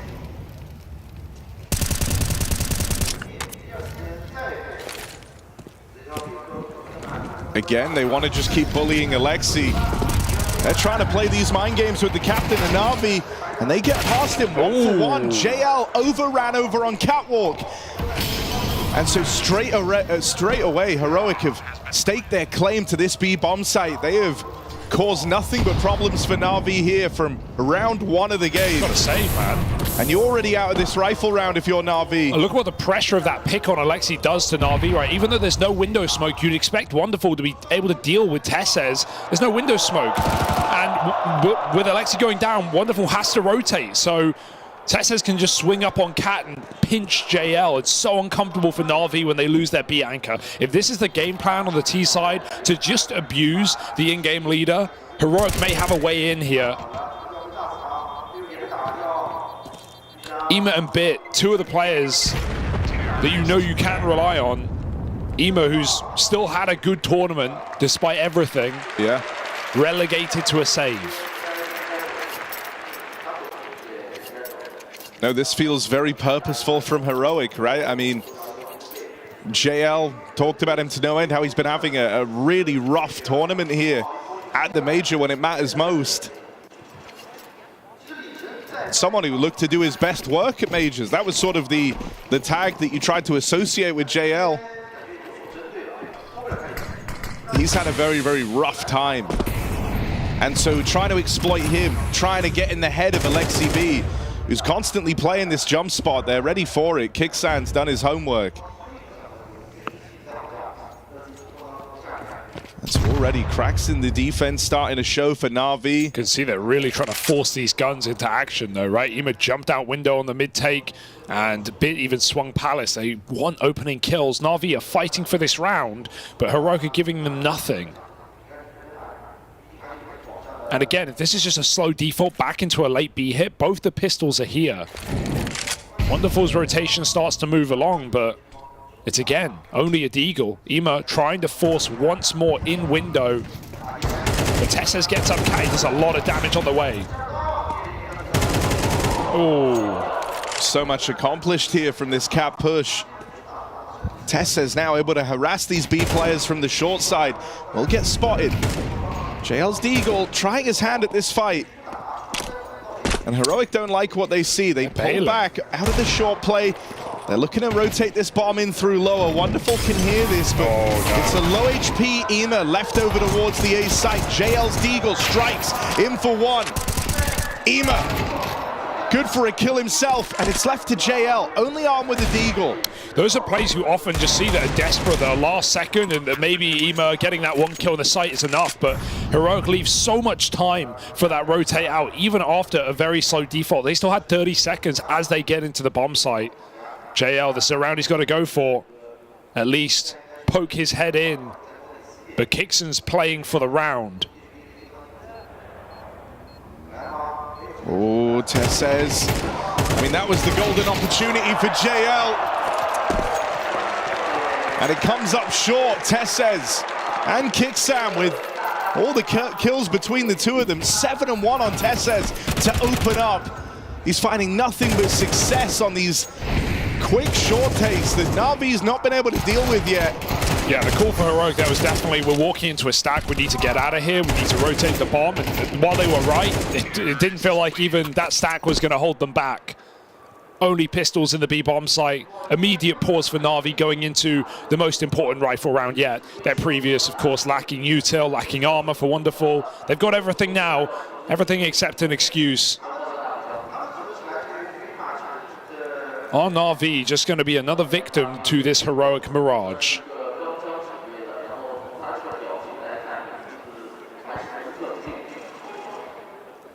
And while you can say you barely blame them given the scalps that Heroic have taken, on this map, in the RMR, in the Major so far.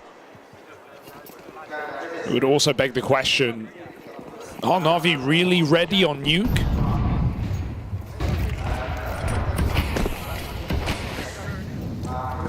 Something completely different now. I mean, yeah, this is a lot of conditioning done over these first few rounds to be paranoid about middle, paranoid about B. And so right now, Bit is alone in this site hole. Ouch. Everyone else trapped behind the util, and Bit's gonna fall. Great util to displace him. Wonderful Zorb does strike one from the tally, but Ema caught on an island. A guy's been desperate to be involved in these rounds, finally gets a chance there, and it's all for naught. On plant in, Heroic, full control over the site. Might have been this trio of riflers for Na'Vi that get a lot of the accolades and attributes in terms of the success of this roster, but Wonderful is an X-Factor piece. Let's see if his AWP can try and bring them back into this. Kit's on Alexi, he's in window. Hard path to rotate here, and Dexter holds the line. That's the Kit away from Na'Vi. There's no winning this round anymore. Run for the hills. This Wonderful AWP save is far from guaranteed as Tessez really tries to drive this one home. Heroic still flawless. They are playing to win. I mean, I love that execute. They throw in a full jungle stairs execute onto the A site. Then, as it's fading, the second layer comes out into con smoke, and Heroic fight over the top of the stairs. As soon as the smokes come down, and Na'Vi think, thank God we've got open sight lines, 3 Heroic players fighting you in the cross. That's the last thing you expect. And they burn out Bit from his standard position, top and bottom bulk mollies. There is nowhere to go. Heroic getting cheeky right now on this T side. And a patient default here might pay off. Bit not clearing the corner.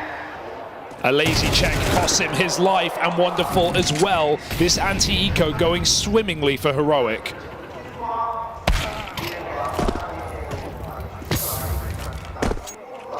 Nerds already has full control over B, so Heroic know where they're ending up.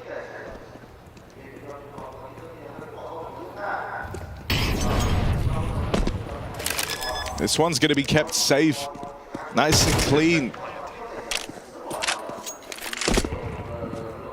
We've seen Heroic be down to hunt before. You wonder if this is a time for them to just establish their own money, their own standing here that much more. Get out with 4 alive. It also, for Na'Vi, must feel like you're not even warm in this game, right? A lot of the players haven't had fights that they want. Had a couple of saves for Ema and Pip, getting constantly smoked off as well. Wonderful 2 AWPs, and he's not really made a dent. He got 1 cross shot in the previous round, that's it. So Heroic, fighting fast, fighting loose. And Na'Vi barely fighting. Terrorists win.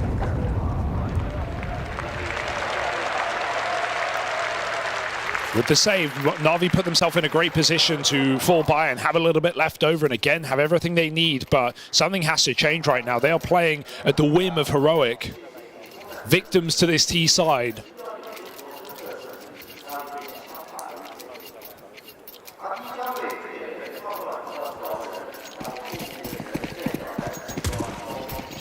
A mirage that Na'Vi must have known was coming.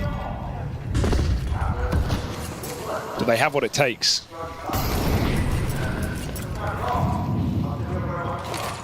That's going to blow this open. Whoa. Tries to play through. Ema's right there. He's lucky. Manages to get out with his life and actually hangs around here. Will eventually get out. He felt a little trapped. They didn't really know what was going on in the top of mid, but JL gave it a cursory glance. Tessez's going to try fake this B play. That bomb's still waiting on the back of Kixan outside of A. 3B. And these are these earlier wounds that Heroic have inflicted on Na'Vi, maybe coming back to haunt them, right? It's another one of these heavy B leans that Heroic just might dodge altogether.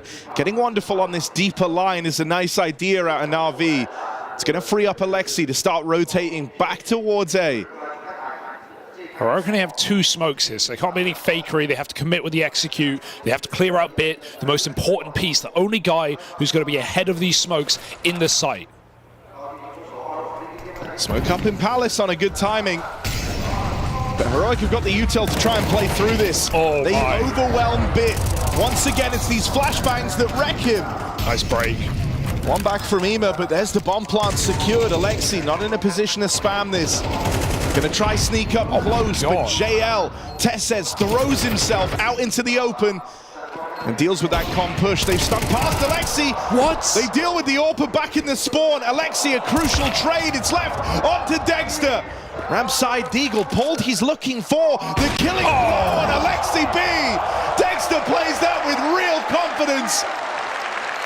And Heroic, time and time again, stun Na'Vi. Dexter looking like the unstoppable force that we wanted to see.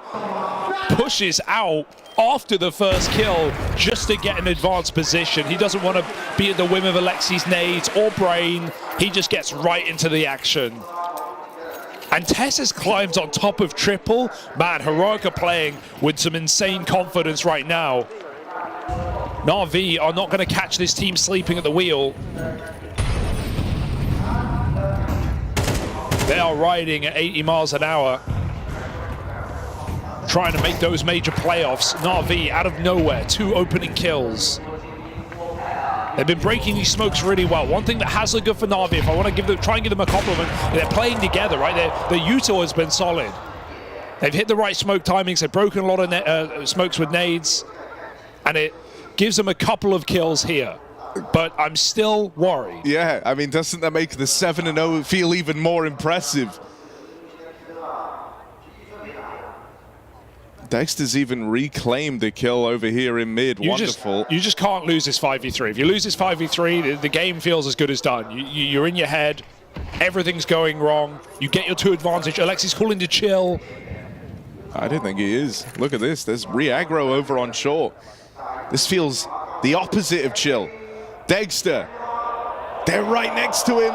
Turns around, but a missed shot from the Dexter orb.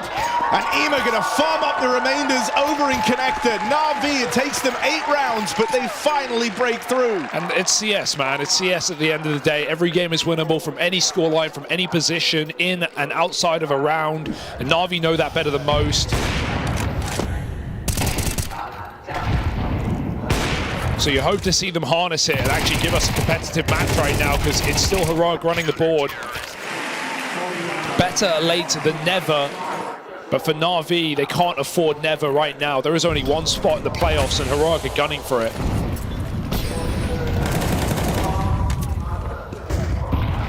Fast down middle.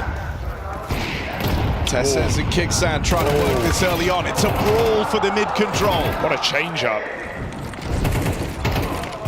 Tesses does what he seems to do best here, secures that early opening, that first incision. They're not ready for JL. Nice. The molly gives him room, and JL is quick to strike. Right now, JL tops the charts for Na'Vi after a disastrous tournament. He's trying to find his footing when it really matters in the series that either sends you home or sends you into those playoffs. Heroic have found that early opening down in middle, but slightly short on the Molotov to deny space, deny that re-aggression over on the short side, and it hangs them out to dry. This might just be the save. Their money's not great. I was wondering, are they going to call this early? Like, Heroic, I wouldn't count them out from winning this round, but at the same time, they don't really have anything to speak of. And if they want to keep buying and keep the pressure on after 2 clean rounds for Na'Vi, this is the only way to do it. Otherwise, you're staring at an eco.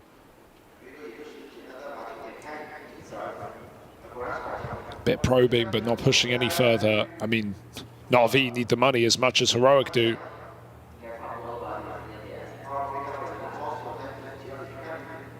So it's a mutual save as Na'Vi find 2 in a row, step by step.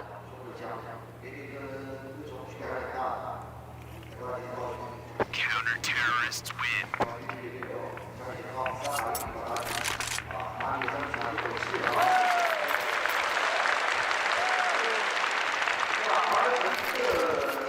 While some teams have had easier runs than others getting into those playoffs. Heroics has been fraught with danger at every turn. They have had to more than earn a placing in the top 8 of the Shanghai Major. They had to defeat FaZe. They played the Mongols to the very limit. They took a map off of Spirit. If you add Na'Vi to that trophy cabinet for Heroic, that would be an undeniable run for a roster that no one expected to go deep here in this tournament.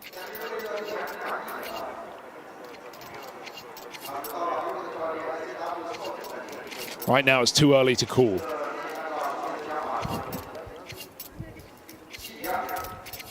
Yeah, I mean, for Heroic currently, it's all about not letting Na'Vi back into this map. Right, you had that 7-0 start. It felt like everything you were doing was picture perfect. You had mid control whenever you wanted it. You set up this early game conditioning to get Na'Vi super worried about the B site. Well, these problems have started to fade away somewhat, right? Alexi's gone back to his jump spot over at the van. He's feeling a bit more comfortable over at B. He's no longer worried about getting rushed down by a full tide of Heroic players. And with that comes a bit more freedom for the rest of the gang. They're spread out in this round. They're able to make plays for the map control. Slowly but surely, Na'Vi are finding some level of comfort here. And so now it's down to Kixan, it's down to Heroic to try and turn the dial up again on the torment they're putting Na'Vi through.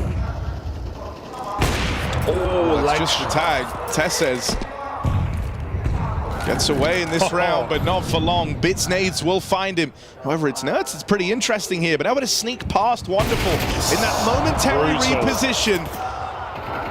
1 second of eyeballs off the catwalk, and room is given to Nerds. Nice blatant bait there for Bit, trying to give away his position so Ima is unsuspected on that swing. And Heroic are in hot water all of a sudden, despite that entry kill for Nerds. Bomb is trapped at ladder. And Na'Vi have so much map control. They've got eyes on B, they've got car, they've pushed down ramp.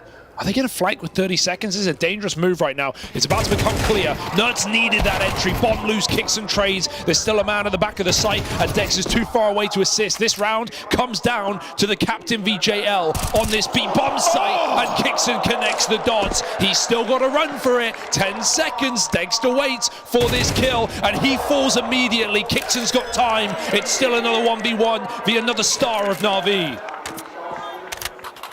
Kixon's had to work his way through the star-studded ranks of the Na'Vi squad, and it ends with this battle on Ima. But look at the util that Ima has.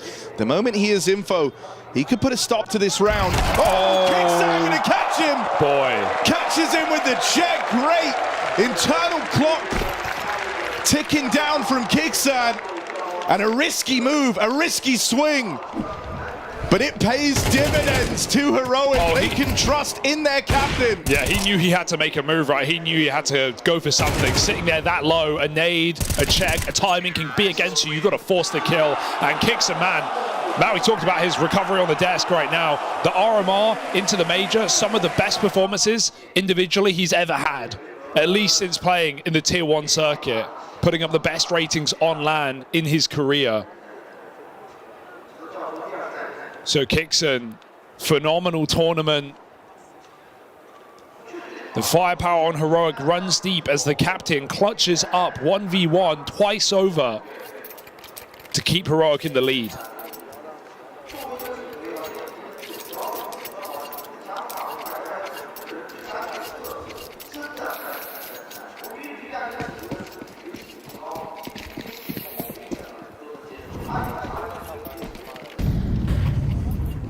That brief streak from Na'Vi, that slight alleviation of the pressure. Well, now it's right back on, and Heroic go back to Old Faithful. Talked in that last round about how Alexi finally was starting to find a bit of comfort over at this B site. Well, that might be about to change.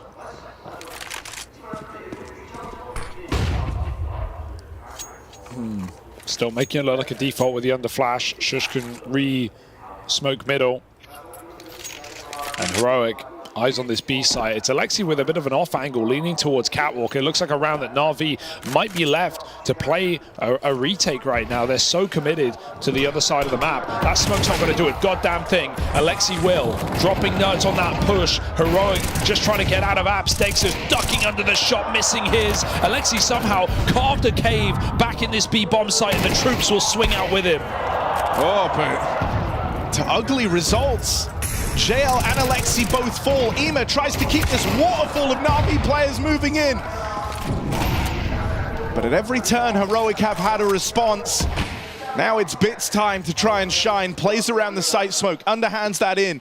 Gives himself a lot more options with that smoke down. Able to cross around behind it, tap on the bomb. Oh, swing on a wonderful. Kicksan does it again. Oh, Kicksan! Seizing every opportunity he's given. I can't believe wonderful moves there, though. Falling for that fake entirely. Of course, he's never going to stick that bomb. Wonderful just has to hold the line. And Kickson just swinging the door and taking another double to win out a round. My God. Sit down, says the captain of Heroic, and right now Na'Vi are on their arse.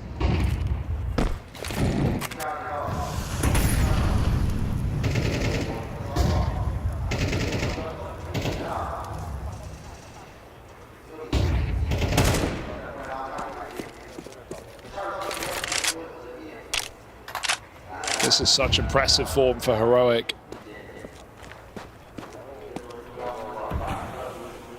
Oh dear.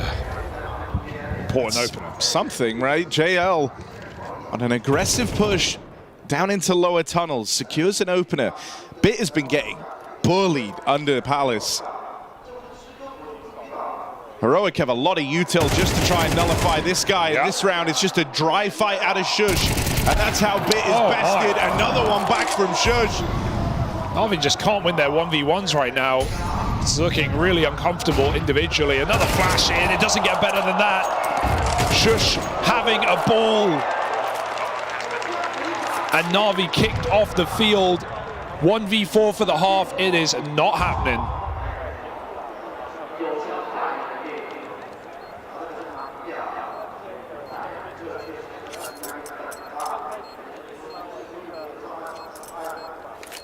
And I mean, this could be the second super dominant loss handed to Na'Vi on what used to be the squad's home map. Heroic steamrolled them in the first half, and outside of that little hiatus in the middle, 2 rounds for Na'Vi is all they get. It's all about Heroic right now. Kicksan calling a brilliant game, stepping up and delivering individually. For Na'Vi, the strength of this squad was in that triple threat rifling core, while they've been getting bested straight up in head-to-heads. Yeah, and even when you look at like the quietest players of Heroic, Shush, in that last round, bottom of the board, comes through triple entries with nothing but 1 flashbang from his team. And that's on the 3rd kill. Like, that just shows that Na'Vi are not feeling it right now. If they can't win those very standard fights, how is this team meant to make playoffs? It might have to rely on the rest of the maps in this series, Nuke and Ancient. Right now, Mirage is invisible for Na'Vi, even in the distance. They can't see it.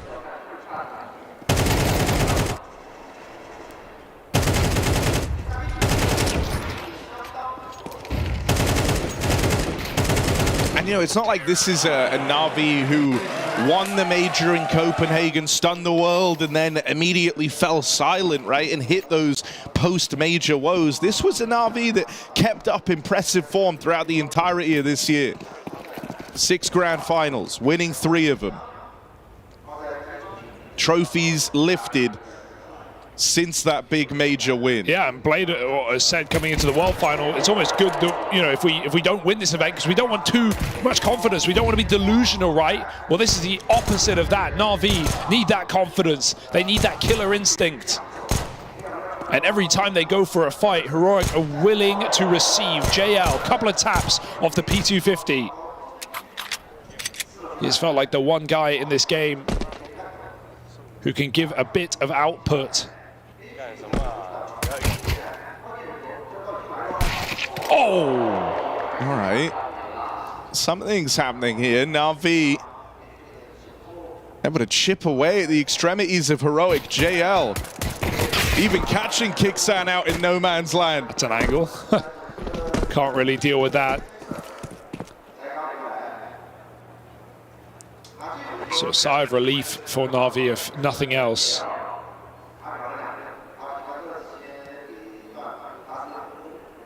It's just such a long way to go to get back into this map for Na'Vi.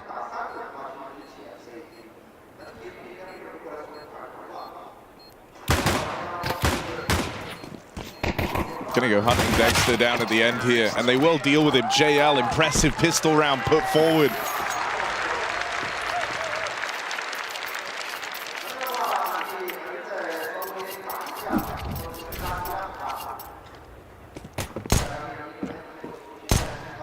Back in Copenhagen, in that final, we tried to say JL had the heart of a lion, felt like he would never give up, always go down fighting.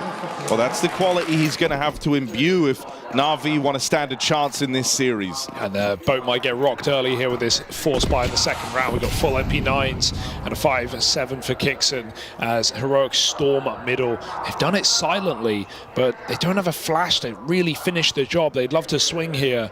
Alexi is anti either way. Heroic, this might just be a setup that they hope Na'Vi walk into. The whole map is quiet. Ima is the pivotal piece coming in from under. Tessez watches on, and Na'Vi crunch middle together. Oh no, into the SMGs they go. Not a single bit of U-turn. One Na'Vi player finds success.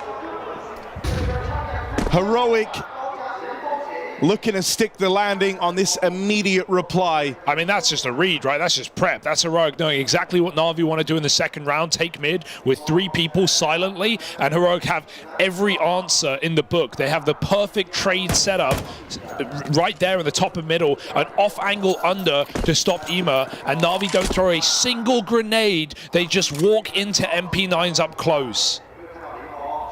Heroic have done their homework. JL and Vic can't win this either. They know it's it. Done. The bomb's away from them. It's done. They're saving. They hope Heroic is silly enough to give them a kill on the way out, but Heroic are here to maximize efficiency. Make those playoffs as quick and clean as possible. And Na'Vi, they may have one-upped that team spirit game, a 13-2 loss on Mirage. But that's not much to celebrate right now.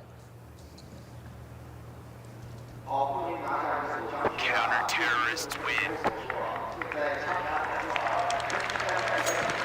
This isn't a Heroic that you can afford to discount even in a playoff. If they make it today, if they beat Na'Vi on Nuke or Ancient, this is a team, while still an underdog on paper, is willing and ready to prove themselves. And there's clearly one that is in form right now. An easy team to discount, to underestimate.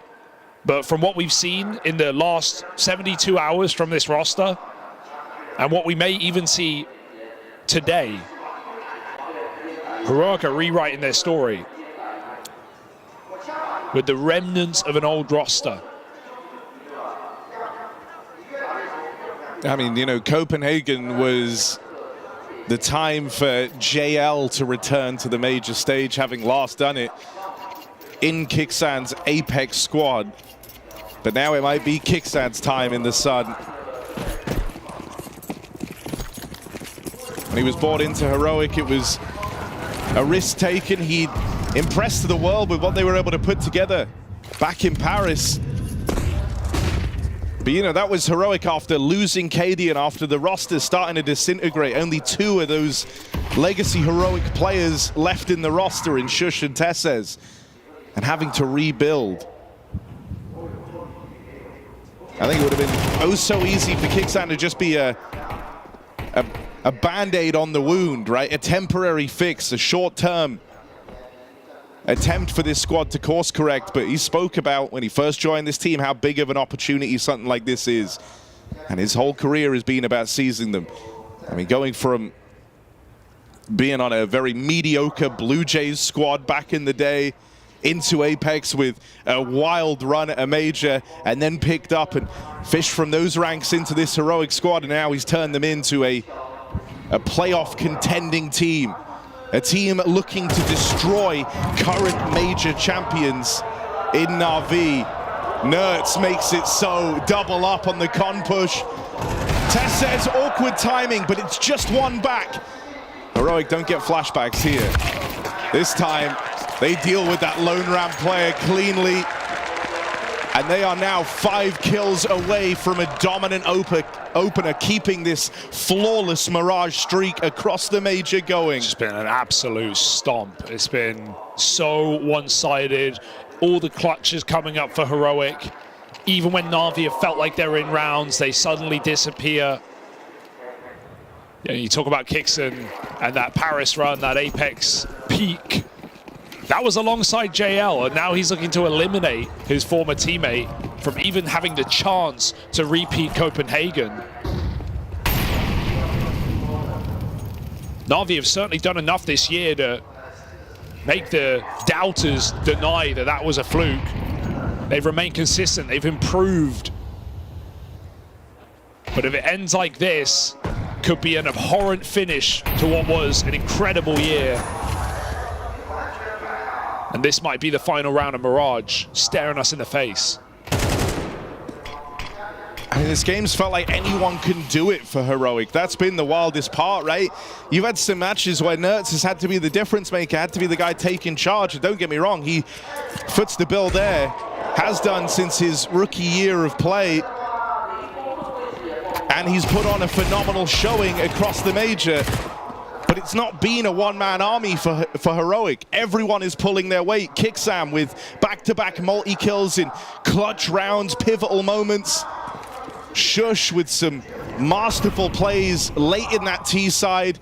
And Tess says in the early game of this Mirage was their reckoning, just running it up through short, harassing this B site, getting in the head of Alexi. No way Nertz goes through, no way! You get what you're paying for, punished by a bit, but there's still only 20 seconds here for Na'Vi to clinch on in this game. Shush towards the con smoke, they come jumping through, and Heroic murder Na'Vi on Mirage. It's not even close. To quote one of our cancelled brethren, brutal, savage, wrecked. You did work with him for quite a while. But, I mean, Heroic. Wow. Well, speaking of people having red eyes, I bet you all the fans of Na'Vi right now just crying all over the place that this is atrocious. What is this? This is the most embarrassing shit I've ever seen from Na'Vi in such a long time. Like, this is unbelievable. That was downright disgusting. I was saying the same thing when they lost the Spirit earlier at this event. This is just everything that can go wrong for Na'Vi does. On the other side, every game plan that they drew up went better than expected. From clutches to openers to mid-rounds, everything was going their way. Na'Vi looked like they were never in control of any situation whatsoever. The individuals were barely firing back for them. And then even the supporting cast of Heroic, people like Shush, are getting multi-frags on dry entries, flash-in entries. Little bits of misdirection are working out fantastically for them. Credit to Heroic. But this is a devastating way to kick off this BO3 for Na'Vi. Dude, I think I could count on one hand how many times I saw Na'Vi win a 50-50 duel that game. Yeah. Like, just any straight up fight that they took, JL had chances, got shut down. Bit had chances as an A anchor, got shut down. It just seemed like they could not get anything going whatsoever from a fragging standpoint, from a cohesion standpoint, you name it, they didn't have it. I'm kind of shook because at the halftime 10-2, I was like, okay, they have to do something. They have to do something in the second half. All they did was one round. It was like not a single one of those members of Na'Vi actually were in the server. So there is a chance, Sam, that Na'Vi bring this series back.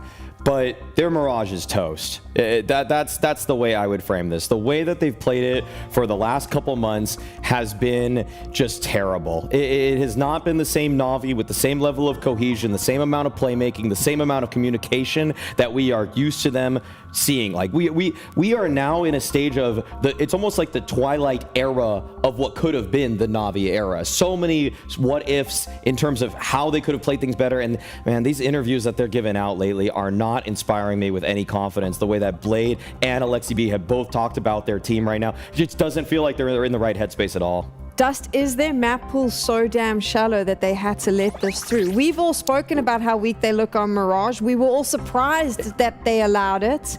Why? I'm not surprised that they allowed Mirage through. I'm surprised that they picked Nuke, which is coming up next. Like, I think for me, you know, yes, I think they should have picked Ancient. I think they could have picked Anubis. I think they could have picked Dust too. Like, I think they have stronger picks that they could have gone to rather than second map. But regardless, they were going to have to play Nuke or Mirage first, which meant they were going to have to show up. And they just didn't. They just didn't. Yeah, JL looked slightly better just from a stats perspective, but nothing that really was impactful enough to make me care. Yes, Ema is still keeping up his level of play, which is nice, but he needs some help. You know, and he's not really getting a whole heck of a lot of it. I mean, they just look like, as calm as Alexi B looked in that interview before the game started, the tone was not there during the match at all.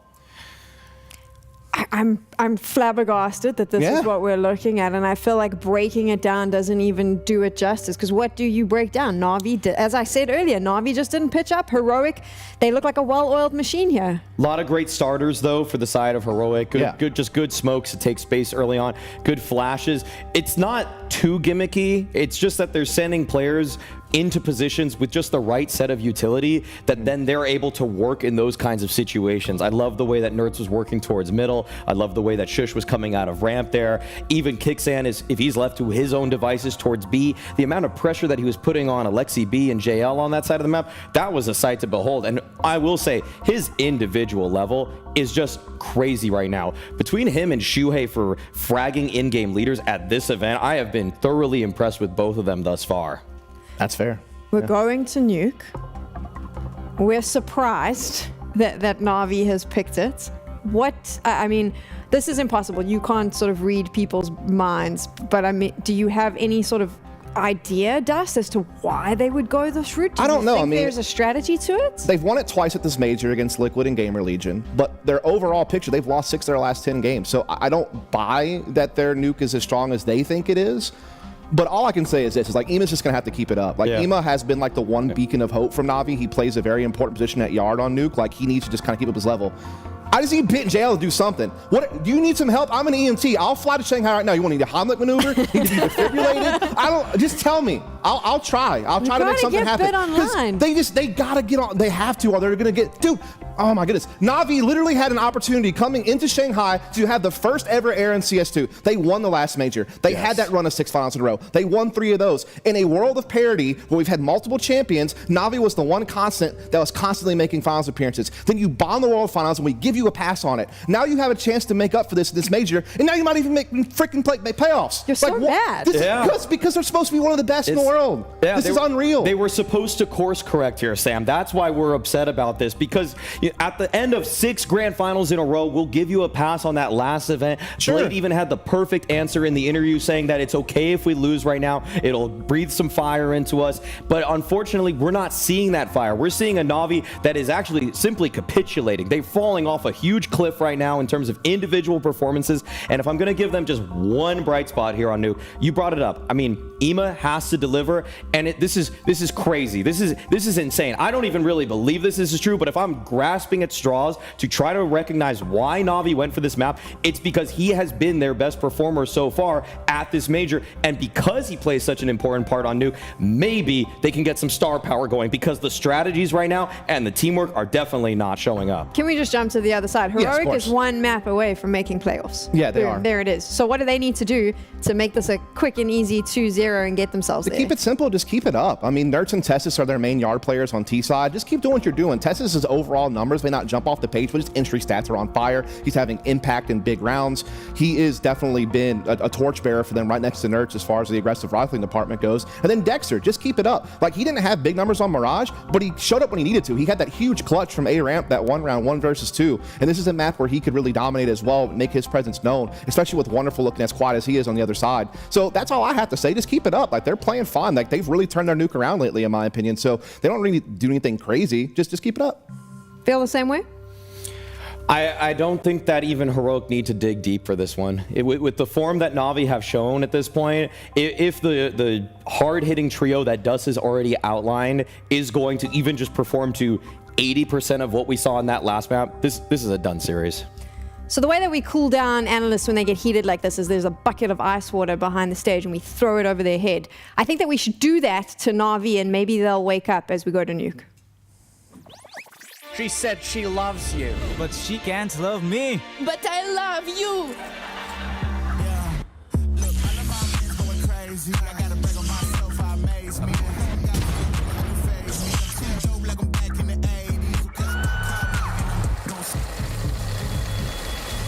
I won't play window anymore. What's going on? Play your role. 1xBet. On to the next one.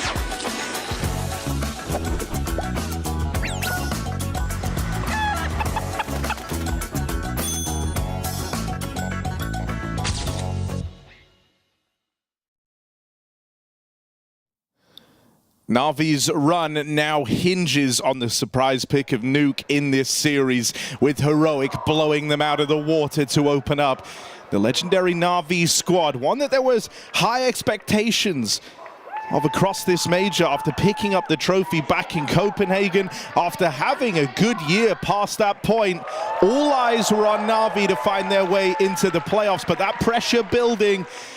One map away from elimination, it's their pick of Nuke. That's where they have to turn things around. Yeah, there's been upsets aplenty in a major, as there always are, but I don't think anyone could have conceived of this Na'Vi team not making the top 8 here in Shanghai with the form that they've showed since that Copenhagen trophy. So, I mean, nothing but earned so far for Heroic. They haven't finished the job. This is the most important map of all as we head to one that surprised the desk and everyone alike. Nuke getting picked up by Na'Vi. A map Heroic haven't played in their major run, nor the RMR. Na'Vi have seen something, they want to exploit it. But it did feel like on Mirage, even a game plan isn't enough. Individuals were not there, Harry. If your players cannot win their heads-up fights, if Heroic are running over you individually, a different map isn't going to change much. Look, I mean, with Na'Vi, it's always been the same story, right? You have to have faith in the system and the game plan that's laid out ahead of you, and so you have to remain unshaken, unbroken after that disasterful opening map, right? You have to believe in the prep work you've done here. Na'Vi certainly have their work cut out for them, though, as a red-hot Heroic take to the stage. Looking at best the beast of Na'Vi. Now, Heroic also have not been without their troubles, even though they've matched up against top-tier opposition. 2 times over now, they found themselves but rounds away from reaching those playoffs already. They don't want it to be the case that problem creeps up again for a 3rd time. Yeah, especially after such a dominant debut in this series. Na'Vi on the T side get to call the shots, move outside. Hut Roof Molly does nothing to shush. Double Julies for Heroic as Na'Vi start to cross in the yard. Drop down the vent. Cheeky move as double kill comes through for Na'Vi, and there's still layers to it on top of the roof. Nerds has heard something. He's trying to snipe out Alexi B, and he has. Bomb going down on that B bomb site, but Tess says a single kill could have gone a long way. Instead, Na'Vi land the shots and start strong on their map pick.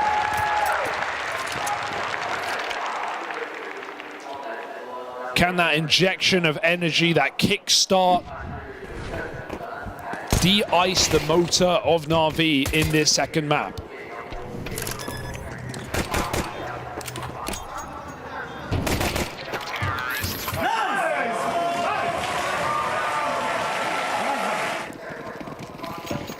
Clear game planning in the pistol. Na'Vi starts strong. Force buyback for Heroic.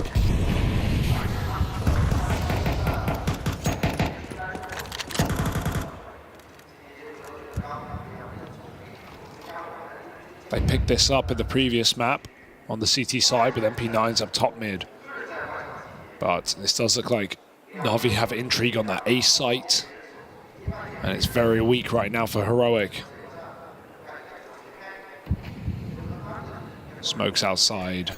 Heroic stayed double secret. Ema goes back to the roof to get that top hut molly in, clear out a potent position that Heroic do not harbor. It's only Shush. Na'Vi aren't certain just yet. Fake upper, pop ramp. Dexter scout at ramp. Gonna be given chances here, but that first shot misses the mark and sails past him. They could go back and XX upper still. Look at the gamble Heroic have made in this round. 4B. I like the move. Do Na'Vi walk into the trap? Oh no, it's trying to get up through the vent. Gives away that opening to Ema. And that's going to pull all of Na'Vi back now into A. You wouldn't have done that move unless you had so little information. And Na'Vi have pieced it together. Shush, Deeg, or nothing. Here's the moving out through the heart, but going to struggle to get his bearings here as they're wrapping all around him. That's a rough moment for Heroic, right? You know you've played right into Na'Vi's hands when Nerds dies coming up through the vent. Yeah, I think if he doesn't do that, I think Na'Vi probably just go straight into B and they just use that door player to cut off the rotation down vent if there is one. And Heroic, that's their best bet, 4B strong. But instead they have to save their guns.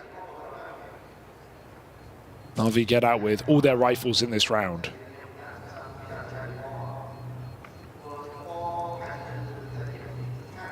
First step in a long road to recovery in this series, converting the pistol. Terrorists win.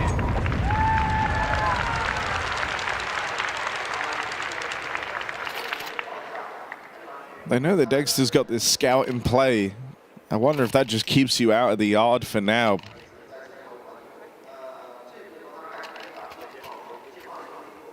Might not be the worst time for Na'Vi to go for something a little more poppy here. Test the waters on that early. Make Heroic a little scared about these topside plays.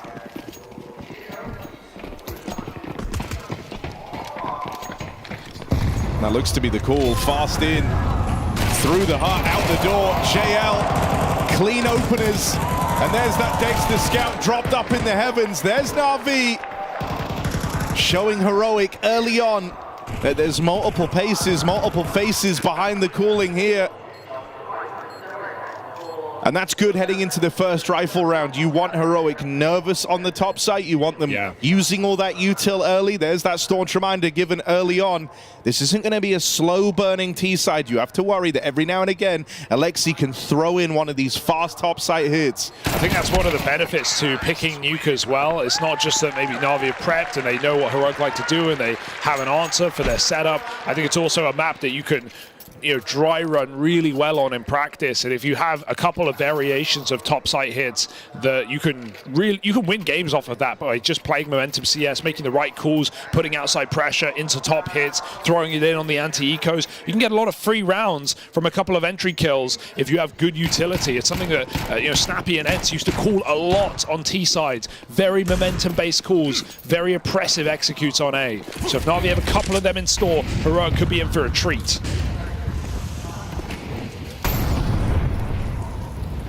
Full clear outside. Look at the pace again. Na'Vi wind in their sails. Believing once again. And in the same way Heroic started off their run on Mirage, trying to get in the head of Alexi B, bullying his bomb site, uproot in the mid control. Alexi's now trying to do the same thing back, right? You're testing the limits of Heroic's rotates. You're trying to get them questioning their read on the game early. If they find Kicksand down here, down at lower, that could already be the round uprooted. He's the guy in pole position. Here's the footsteps come his way, and it's a nice clear. Tesses tries to drop in, but that's a desperate act. And so it's cleanly done for Na'Vi. They just play, that's like the Na'Vi we know and love, right? They just play so secure. They get down secret. They don't rush to clear every single position at once, right? They're not just trying to take space immediately. They know that Heroic can have the read. They can have a gamble down lower already. We've seen that before. And so Na'Vi, they take the single door with a flashbang and a unit clear. And then JL waits for 15, 20 seconds for a rifle to come and trade him so he can jump around the corner. It's perfect protocols for Na'Vi. Blade will be proud.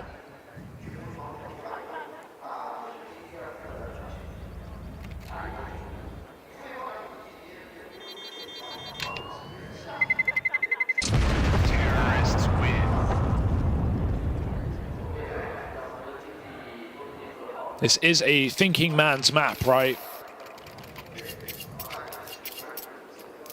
It's not one you can win off of brawling and gunfights alone. And Saw calling an early timeout here in this game.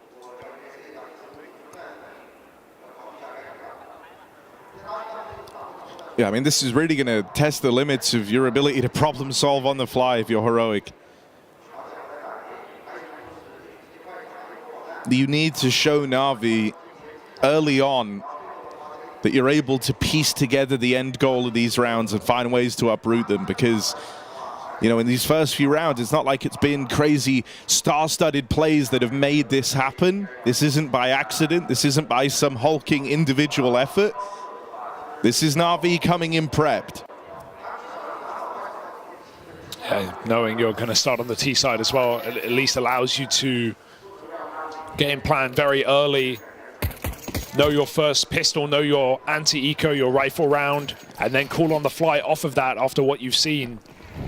They've not seen much resistance in any position yet, have Na'Vi. Heroic, couple of guns kept into this round. Going to be the time for some lobby aggression out of Heroic, right? They've been flying blind across these early few rifle rounds, and so now when you head into this with a couple of hero guns, some SMGs and pistols, it's the perfect time to try and take away lobby, and they've managed that, not through the hut push, but instead this ramp push. 2 players moving in, sees lobby from Na'Vi. Good block. And so this, you know, finally Heroic, sure, they don't have the firepower necessarily. They only have these 2 saved guns and that SMG on Kicksan, but they're making a lot of heads-up, proactive plays. They want to piece this one together. Shush is making a baller move right now. Up until this moment, Na'Vi have had their number. They've been out-positioning Heroic, but Shush looks to cut that off for a change. Bit and Ema swift to respond. Nerds makes it up on top of T-Roof. He's got JL trapped back in the spawn in a must-win fight. What? It's awkward, and JL's the one to take it. How are Na'Vi looking this sharp? They couldn't win a fight to save their life last map. And JL on 1 HP finds that clinical headshot, while Bit is breaking skulls back in lobby. It was such a ballsy push for Shush, but he wanted more than one, and Ema does not let it happen. Every piece of this Na'Vi roster performing now, somehow.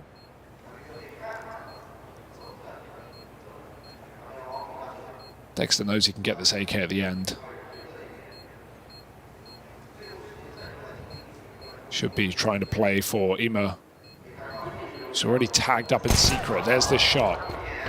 And no one to stop him either, so a little extra piece taken away as Na'Vi find 5-0 lead.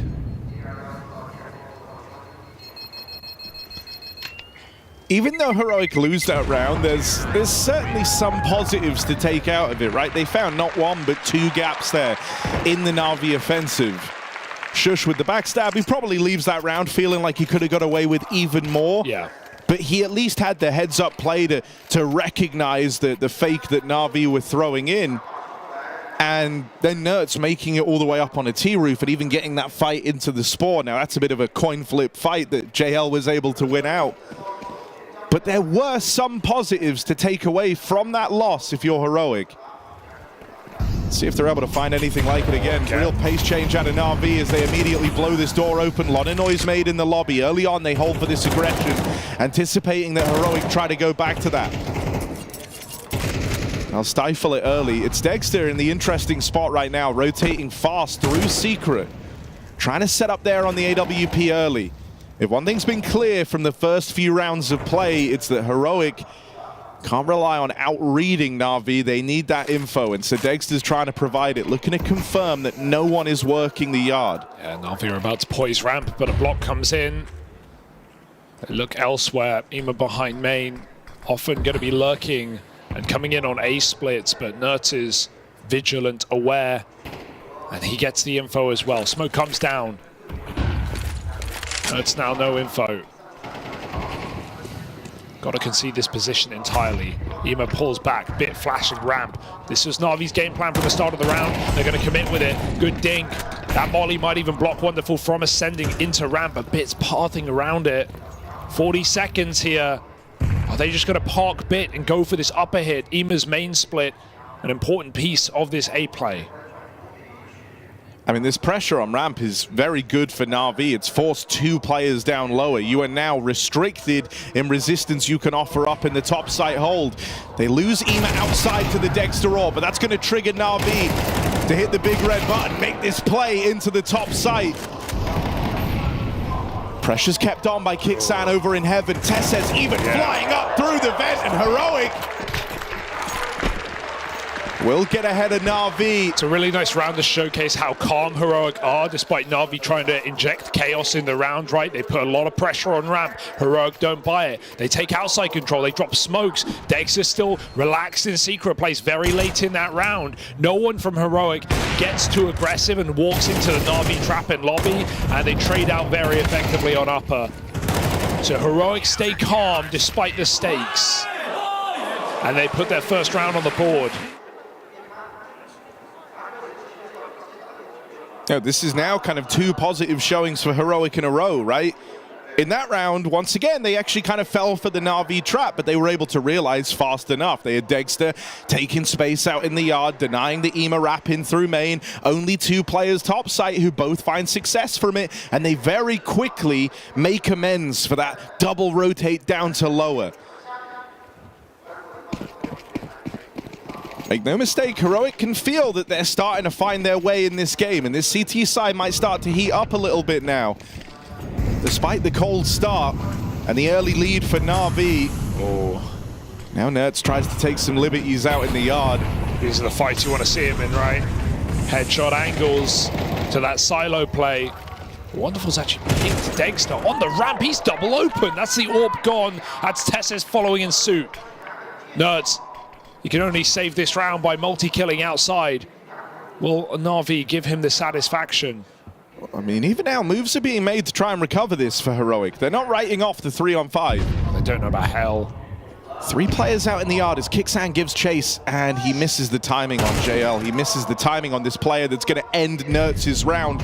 A multi-kill was required from Nerds, but he gets left. Shush was making a play in the meantime up through Secret. Heroic fighting and dying out in the yard. That's the hill they die on here as Na'Vi are able to trade Shush on that push. Some really confusing rounds. I mean, Heroic is still in this one in a 1v2, but they don't know where Na'Vi are going at any point. There's so many options open. Wonderful faking P into this upper hit with the heaven split. Alexi has a fantastic post-plant position. This should be the last place Kixan considers. Clearing everything he can. He's clutched up before. Alexi makes a drop. Kixan moves in, JL backside. You would expect heaven in this post plant. Kixan goes for the clear, and Alexi finishes what he started. Na'Vi 6-1, chaos on this T side, but they're living and breathing it. While Mirage might have been just a straight up brawl, and Heroic were willing to beat you down with pace, this one is a far more intricate dance between these 2 teams.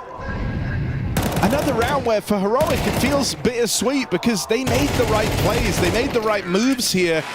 This time it kind of was down to a hulking individual effort that makes all the difference. That double up from Wonderful, Heroic pressured the right part of the map, the double push ramp, they walk into a solo hold. Wonderful on the AK, they were able to get away with both of those kills, and even the adjustment in this 3-on-5 was the right decision making from Heroic. Yeah. They played it as well as they could with the resources they have. I think Wonderful's lower fake broke Heroic in that round. Him just throwing nades down lower when Heroic are flanking ramp and getting that info changed everything. They suddenly discount the hell position that JL was in. Shush coming back up Secret, doesn't think there's still players outside because it's not going to be A.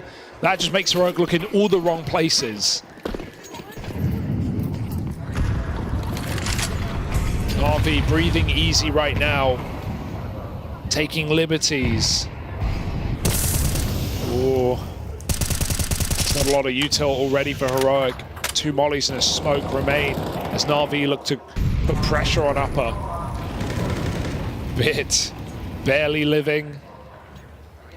It's an uncomfortable round right now. JL has so much space, they don't have a clue. Even that re-smoke in the door, it's deceptive in nature. And as Shush creeps in, he is really running the risk of falling to this early door play out of JL.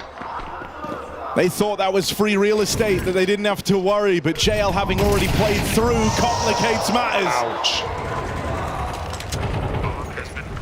It's done here. There's no way you're winning this round if you're Heroic. It's got to accept their fate. Na'Vi, an incredible reset coming into Nuke. A surprising pick in this series with such a strong Dust, such a reliable Anubis.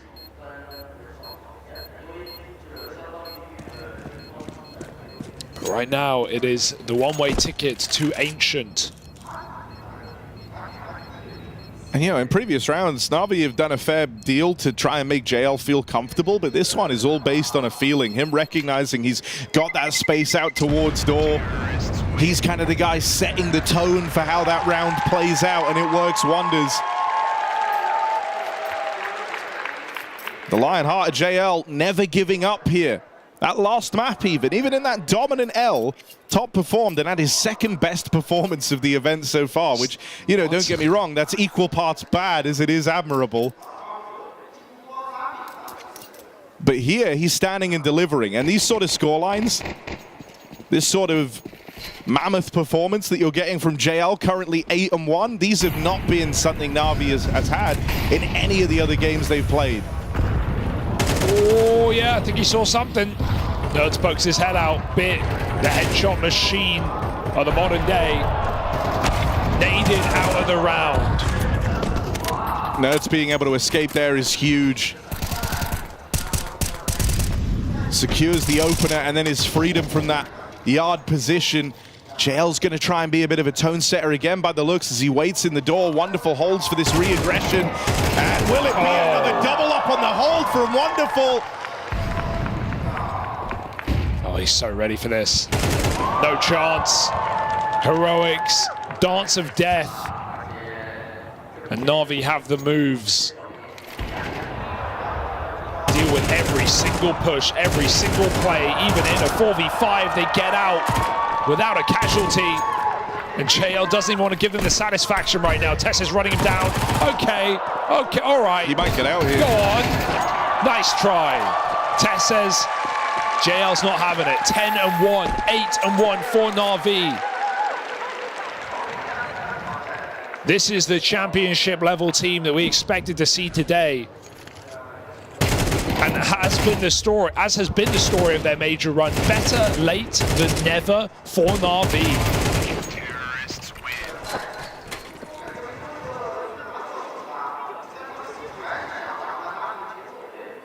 Just so reassuring to see JL playing like this. And I mean, hell, you know, even though Bit has the awkward moment in that round there, if Wonderful is able to occasionally bridge the gap in this rightful trio for the Na'Vi squad. Yeah, who knew?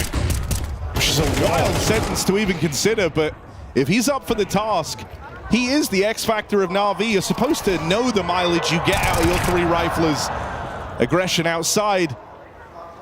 Ema falls early. Once again, it's Wonderful tasked with the trade, and he's good for it. Kicks are just feeling that clock counting down right there. He knows he's going to get cleared, flash mollied. He has to go for a play. Wonderful's patience pays off. Again, it's this lobby aggression for Heroic. It has been tamed every single time by Na'Vi. Can Dexter deliver? I mean, Dexter doesn't have a teammate with him like he has done in previous rounds. That kind of changes how you approach this aggression. You know, that safety blanket of someone to trade you, that dink out of JL on the swing, immediately sends Dexter away. And in the meantime, Bit tries to get them out into the top site. Alexi and Wonderful kills a piece, and Wonderful Zorp might have been tagged up at the start of the round. It's even going hunting for this killing blow on Dexter. Been able to dodge it for the time being, but trapped in this corner at hell. He can't survive here, so the pressure is on Dexter to move. Meaning it's only a matter of time before him and Wonderful clash.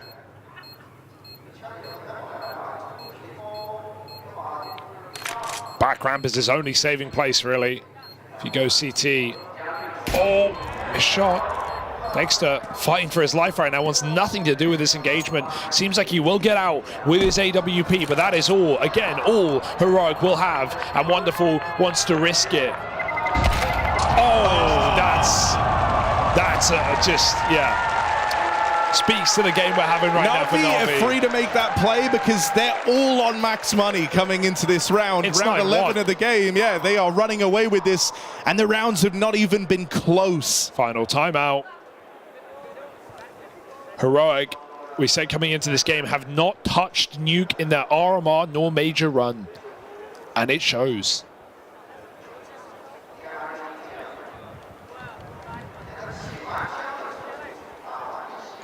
Yeah, I mean, you know, just as Heroic got to open this series, flexing their uptick in Mirage performances, how good that map's looked for them, and the plentiful, you know, strat book that exists for Na'Vi on that map. They got to showcase the weight of their anti-stratting and what they were capable of. Well, now it's Na'Vi's time to do that. And they look so much more comfortable here. That's been the most notable difference. I mean, you have JL with 10-1. on JL. Wonderful 12-4 he's up above him, but the impact from Wonderful has been insane. There is no opener that hasn't gone unpunished from Wonderful, be it with the orb or the rifle. And look at the confidence coursing through the veins of Bit as he runs through the ramp smoke. He didn't believe it for a second. And also, by the way, Heroic don't know about this. They have no idea. They started double B, they smoke ramp, they drop. Na'Vi have cut noise. You could die in heaven to a guy who has rushed ramp with a minute 20 left on the clock. How could they possibly know? Look at where Na'Vi are so early in the round. Bit wrestles with this AK. It's enough. Gets out with a double. It's just left onto Kixan. And they know where he was. Alexi still has control over the heavens. A powerful post plant. And he's got the nearly immortal JL left alongside him. This window might be broken because they dropped B early. There it is. Kixan can creep up. If Alexi waits too long, Kixan can completely renegotiate his position from outside push up top side. Alexi in heaven. But in reality, he should stay in this position. Drop that bomb down. Well, he'll drop in with JL.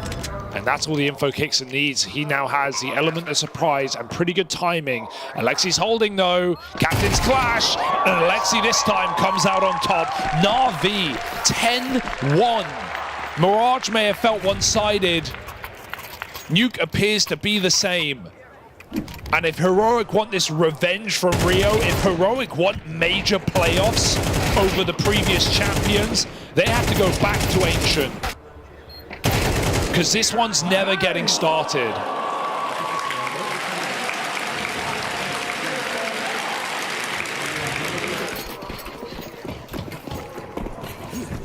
Last time they played, they had Na'Vi on the ropes. They had them ready to give up. But now Na'Vi are back with a vengeance. Just like that Dust 2 game.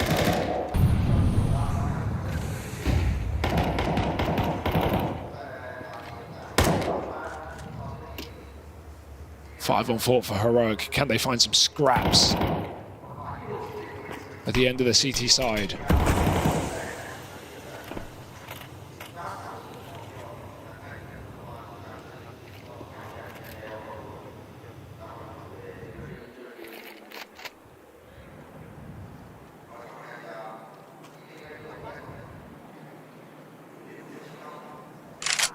I mean, even now in a 5v4, you feel so far from safe if you're Heroic.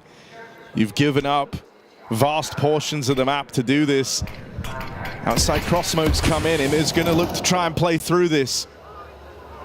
Not setting his sights on main. Instead, they're throwing him to the wind to go in for this hell control. Oh, Shadow. He didn't see it. He didn't see it. Doesn't get the spot off in time, and so picked up by Ima outside. The playing field leveled. Now Im is ready to split in through main. Nerds keeps his eye on it, but the flashes wreck him. Still gets out with the kill. Wonderful and JL both give chase. Kixan, can he hold on? The captain bested. Alexi 1v1. Tap on the bomb, but Dexter, Alexi's read this wrong. Dexter gets up just in time to salvage 2 rounds for Heroic. Far from comfortable, far from clean. And a measly 2 rounds to show for it. Na'Vi let Heroic in for 1 at the close. Yeah, that's a very similar to some of the Gamer Legion executes we were seeing actually back in the RMR. Some of the ZTR calls with those deep smokes to cross into garage, to fight the outside player, come back for an A split. It's a really nice idea for Na'Vi. They haven't had to showcase anything like that in this game, which is the funniest part. Heroic have been the ones walking into traps. And sure, it's Heroic's round at the end of the half, but it is almost nothing to speak of. 2 CT. Alexi hearing out Blade. Well, that's a lot to say. They want to close this game before it even gets started.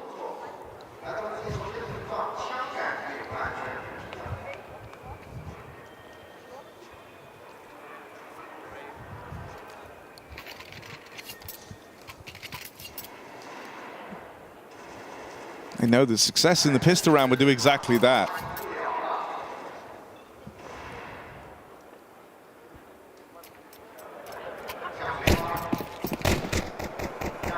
They've won 2 of the 3 pistols in this series. Converting them has been the harder part.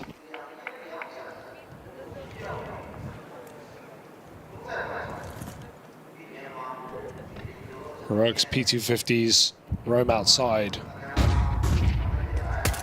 Deep flash. Heroic aware of the stunt the Wonderful's pulling here. They go, they chase him down. Over in hell, but it's JL watching from above. Nerds down low. How? And almost ending his round right there. Nerds given a second chance at life. Will keep the pressure on. JL and Ema in this top site. Not the 2 you want to face. Heroic might have to make a last-ditch attempt to get this bomb out of there. Shush darts back into the lobby. But in doing this move, they've given up so much of their control, so much of that early real estate they fought for.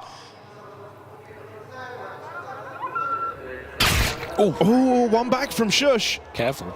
This could still get weird. JL dropping out of the heavens, concedes this space to the 4 HP Nerds. And now Shush is able to plant that bomb around him. This retake just got very hard for Bit. Even though Nerds is wounded, he can play a delay game, and Shush still has the chance to close this out here and now. Smoke pulled. Bit could have found him with util out there. It's a lot of damage done. Bit's so scared of this heaven swing, this double peak. Does secure the kill to Shush. And now it's just Nerds. The one that got away. The one that got away is the one that puts a stop to this pistol for Na'Vi. No other option but to stick that bomb. I actually love that Shush even drops that smoke that he picked up from Jail's body. It's so important to just get that out and use it, because if Bit kills you and picks it up, he will put it on that bomb. He will full defuse, and you're relying on Nerds hitting the right shot in the right place, a chance of luck. So very important that Shush wastes that utility so Bit can't use it against them. Nerds 4 health on the swing, saves the round for Heroic. A messy brawl, and maybe the beginning of something, but Na'Vi want to force immediately and keep the pressure on. Yeah, it's not much for Heroic, but it is the lifeline they needed. This map would be over if Na'Vi walked away with the pistol round. Well, they made it look like fake smokes by not crossing early. Na'Vi break with some of their very limited util in this round. So Shush going out ramp. Na'Vi, Heroic rather, can cross late. The thing that you're going to have to contest with early is Na'Vi having all this room, calling from the front, right? They can make more gambles here. They can take more risks, and they've already done that in this round, dropping 3 bodies down lower. So you can't play scared, but you also don't want to be over-committing if you're Heroic. Alexi bested, they're flying up the vent though, they're giving chase out in the yard. A whirlwind as Heroic come out ahead. Should be fine though. Bit with the backstab, Dexter up close, holds this line. And so Heroic keep that round in check, even though Na'Vi throw their fair share of guns into the fray, that fight for the main control. Heroic come out with the victory, and now 5 rounds about to grace this T side, as it's just the eco for Na'Vi. I mean, Na'Vi have been in full control of this game, don't get me wrong, but I am interested to see what Heroic have in store, because they're going to pull out the big guns early in this map because they don't have that breathing room. As I said, a map they've not played in their Oromata major run, and so knowing you have to have nuke in your pocket if you want to make a deep run at a major, Heroic surely have some ideas on this T side. That was kind of a complicated anti-eco, if anything, doing the fake smokes outside, recommitting to a mini-split. Not a standard anti. So let's see if Heroic can up it on a T-side comeback after that Mirage T-side looked as good as it did. Full eco here shouldn't be a way in for Na'Vi, even if Heroic walk into this stack. No cause for concern just yet. 3 CTs here, uncleared on the boost, but the flashes are good, and the jump comes in to check that position. Na'Vi get out with but a single kill.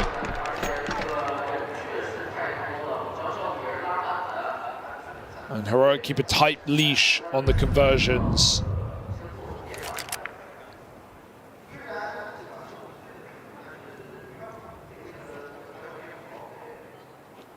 has been planted.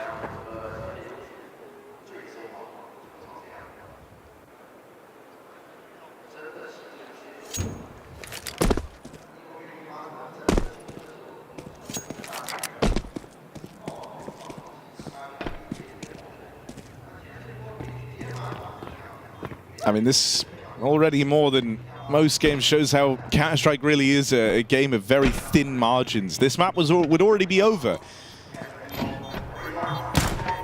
If they'd found Nerds, that one extra bullet needed to deal with him. Heroic are lucky they don't believe Ema has a kit. They didn't even try. They just called the bluff. If Ema has kit, he actually wins that round. But he was trying to make Heroic die with a bomb. They knew what was up.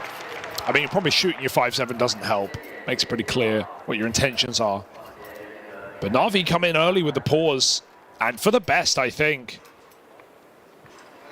Don't want to give Heroic any reason to start believing. In the same way, the pistol was your like buffer stop and time to try and put a stop to this comeback. This is now the next chance you get, right? And if you fall down here, if you fall down in this round, well, suddenly the comeback is on. Suddenly there's a matter of rounds between you and Heroic in a game where you could have 11-1 the half, you could have closed out the pistol, you've now had multiple chances to have run away with Nuke and made it an extremely dominant affair, and so you have to stick the landing here and now.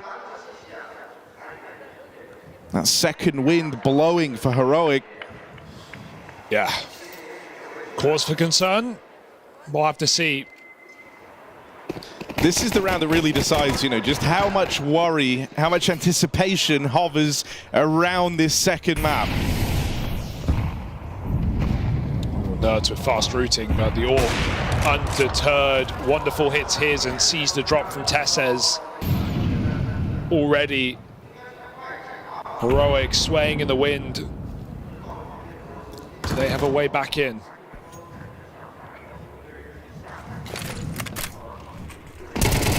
Dropping a main, silenced by Alexi. Desperate. And so Na'Vi looking to deal with any woes, any worries in the rifle round. Wonderful Zorp. Swift reposition after getting spotted in back of garage, is instantly in at the back of ramp. Feels like such a wasted round for Heroic. Like, you know, it's so many hopes, so many guesses. They don't get the chance to play the round together. So they're relying on Nerds getting all that secret control immediately with no smokes for him. A different wall that fakes out his push, but Wonderful has an easy angle.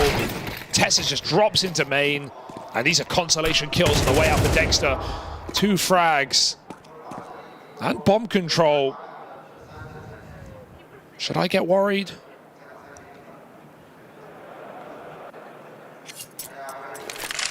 Ema hasn't continued the press up through secret.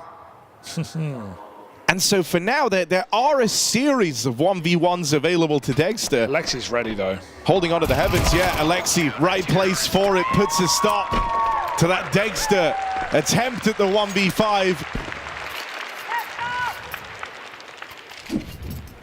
And so Na'Vi in the all-important rifle round, able to pick it up, and they do so with ease. Some very decisive moves coming out of the wonderful AWP. Yeah. Shuts down the entire game plan for Heroic by besting Nerds out in the yard. He was aware of the reaction from Heroic, the knowledge that once that AWP was spotted, they might try and move swiftly, take control of the ramp room. Once you know where that AWP lies, and so he gets ahead of it. Ema locking Shush down over in the single door as that's blowing off. Flashes move in to lend a helping hand. And Na'Vi, after a brief hiatus here in the second half on the back of those pistols, they get back to their winning ways. Yeah, you think bit on ramp is going to be your way in. It's a hope and a dream for Heroic. Now Wonderful has moved in off this AWP. It's only going to get worse. Bit moving out, Wonderful with a shot. They trade peaks, they both connect, but there are the trades back for Heroic. 2v3, still a sticky situation. One where Na'Vi embark on a heavy lower rotate, 2 players dropping down as JL takes control in the lobby.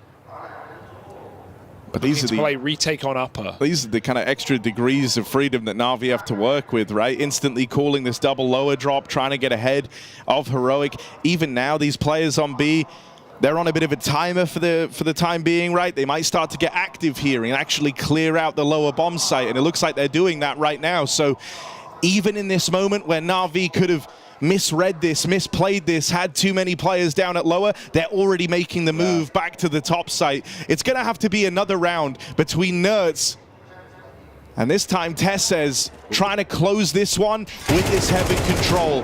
Once more, Nerds is dinked up in the heavens. Oh dear. It is a repeat of the pistol, but this time Alexi looks to try and find him. Whoa! Sneaking up the ladder. It's a flick from Nerds. They don't have the util to get him off the line here. They have the manpower. They've got to get on that bomb. They've got to put pressure on Nerds and bait him in for the swing. One flashbang as the defuse is held. He's called their bluff, and that'll come back to haunt Nerds. 1v2 not attempted. And no clutch up today. No repeat of the pistol round for Nerds. It's Na'Vi on map point. Yeah, it's a powerful post plant, but especially when you're low, there's very little you can do. There's 1,000 angles. Ema can be on there. Different ranges, different heights, and he can even just swing off JL. They had plenty of time. So, like you said, I think the active style for Na'Vi is what's so great to watch. There, even in that 3-on-2, they could have just sat still in the B site, hoped Heroic walk into them, but they take the space. They re-clear positions. They learn where Heroic are going, and that gives them better timing to play into upper. Na'Vi playing to win, playing with some flair, and playing for a third map in this series. It seems like we're going to get there. Heroic are just getting slammed on this T side. Even re-aggression out of him. Kicksan won't be ready for this. His whole map just ends getting shot in the side of the head. And they know where Shush is. They've got the bomb control out in the yard. There's a minute left to come to terms with it, but this map is over.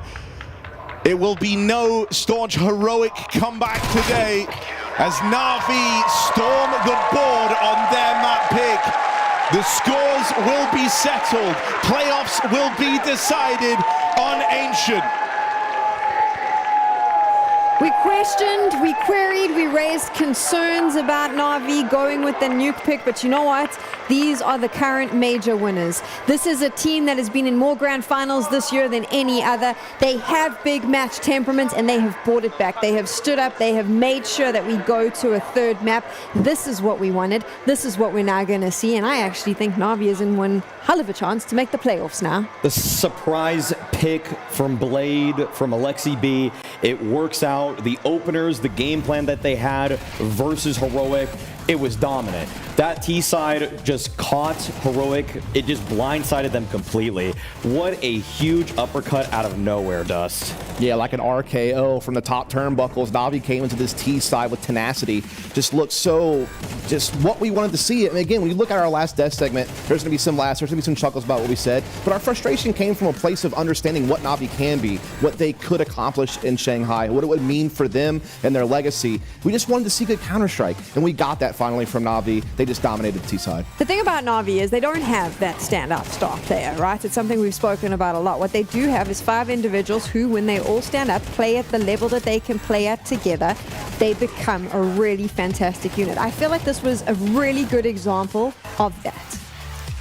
Before the game started, and you asked me why they went with Nuke, we talked about the responsibilities of Ema, but it really wasn't just him. It was everybody. It was a collective effort, and this is exactly what you want to see from Na'Vi, going back to their roots, what made them champions to begin with in Copenhagen up to now. It is because they have excellent game plans that are, when executed, blindsiding opponents consistently, causing so much misdirection, and they are simply aware of what Heroic is going to do before they do it. In this game, they looked like they were 2 steps ahead. On Mirage, unfortunately, it looked like they were 2 steps behind, and so for them to get this sort of bounce back victory, they finally feel like there is some wind in their sails. Yeah, and Wonderful has to be the biggest gust of them all. I mean, think about his trades on the T side. Anytime that they didn't get the opening kill, it seemed like he was able to find the follow-up, but they often did just get the individual efforts they needed.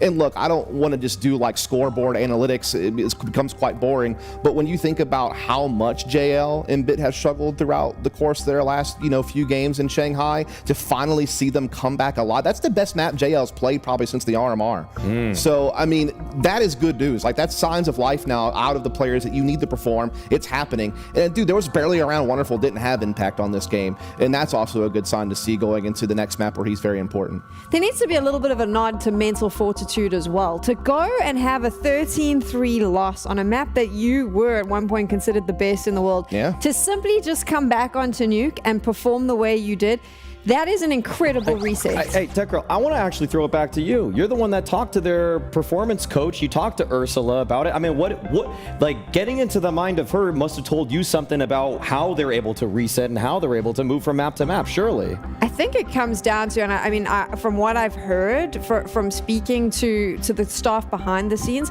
they are very much a team that focuses on what's moving forward and working together. There is not a lot of blame game that happens, but I also think that a lot of credit goes to Blade because he doesn't allow that. You lose, it's terrible. He tells you that you were terrible, and then they move on and they just strat for the next one, which is kind of what you saw here. It didn't even look like the same team. You take the nameplates off between Mirage and Nuke right there. I'm not watching the same Na'Vi. This is the Na'Vi that we expected coming into Shanghai. The Na'Vi that, with solid game plans, with great execution, can make everything in their 6-map pool look like a threat to the other top opposition in the world. And on the other side, I mean, Heroic, they were caught in between rotations frequently, constantly getting caught off. There were moments where they were trying to upend expectations, pushing the smokes of Na'Vi. They would get 1 kill at most because Na'Vi, they're playing to punish so well. They're on top of each other, and they worked like such a great unit overall. And yeah, we looked at Bit, we looked at Wonderful, some of their individual abilities, but you see them and they are surrounded by their teammates more often than not. And yeah, I mean, it was just one of those things where it was a masterclass for Na'Vi. I mean, and then you see in rounds like this, they get emboldened. Like, they realize, oh man, we're so far ahead. We're outplaying them. Now we can go for crazier plays. We can catch them off guard. We can kind of just add that next layer to what was already a great foundation, just their outer yard takes. And so, again, this just goes back to what we were talking about earlier, is like, yeah, we were frustrated with Na'Vi because we know how great they can be. We weren't seeing that through a lot of what we've seen so far the last, couple of days. But now it's finally returned to like normalcy, so what to speak. And hopefully that keeps up. You're allowed to be a little bit temperamental, Dust. It makes it fun for all of us. Now we go to Ancient. Right. Heroics looked good on their map pick. Navi's looked good on their map pick. What do these two teams look like here? Yeah, I mean, for Na'Vi, I think this is one of the best maps in their pool right now, and they might be the best Ancient team in the world. If not, they're certainly in the top 3. They're 13-3 in their last 16 games, and it really just comes back to the fact that they have a great balanced attack.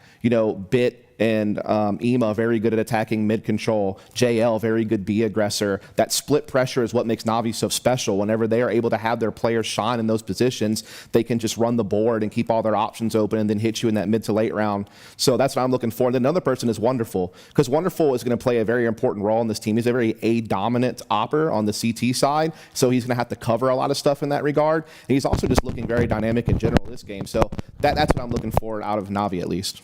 And on the side of Heroic?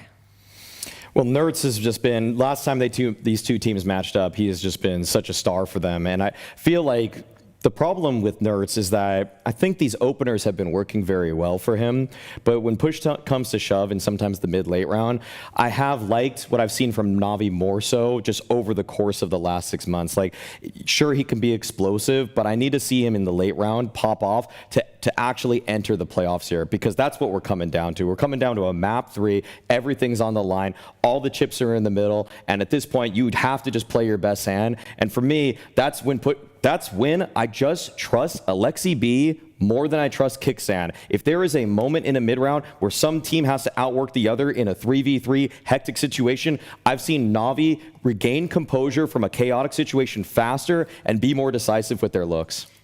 Am I the only one that has this moment where I'm like, if Na'Vi makes it through, it's great, because they are the major winners. They've had this incredible year.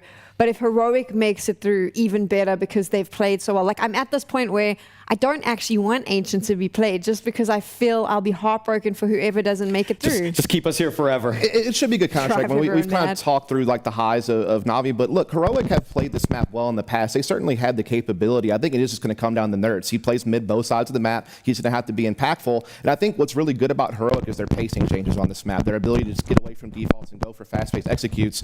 And being able to do those pacing changes is going to be difficult, though, against a very dynamic Na'Vi defense that moves their personnel well. So they're so hard to read, and that's going to be an interesting duel. Well, there you go. We go down to the third map to decide who is going to make playoffs. Will it be Heroic or Na'Vi? We'll find out after this. She said she loves you, but she can't love me. But I love you.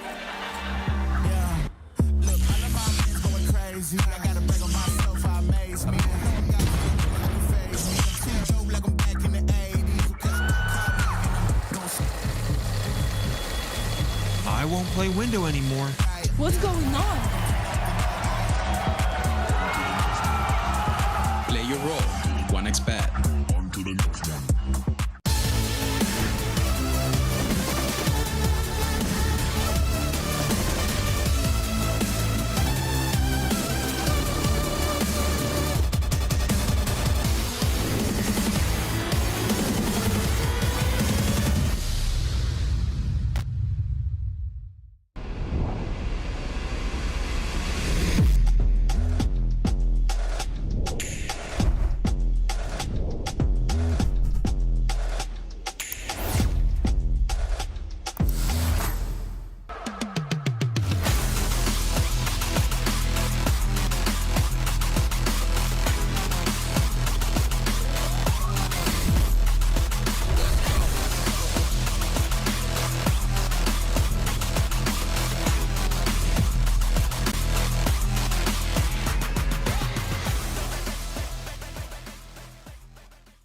The previous major champions in Na'Vi make it through to another major, and they've had one incredible year.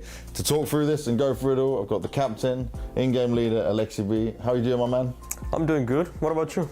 I'm doing good. I've been here for a while, but I'm always happy to see you. You got a smile on your face. We're ready to talk through the run you had here, because it's an interesting turn of events for you guys. 3-1 at the RMR. You are the previous major champions. And you did not need to play for the elimination spot. A sigh of relief? I think it was a bit of a sigh of relief, because the way we usually approach games, really tactics-wise and everything, we usually give it a lot before the game. It was the opponent we would have had. It was a bit up and down, like who we were going to play against, and then when it got super close, we obviously knew it's going to be Cloud9. Yeah. But the amount of preparation and everything was not the best. You just kind of like need to.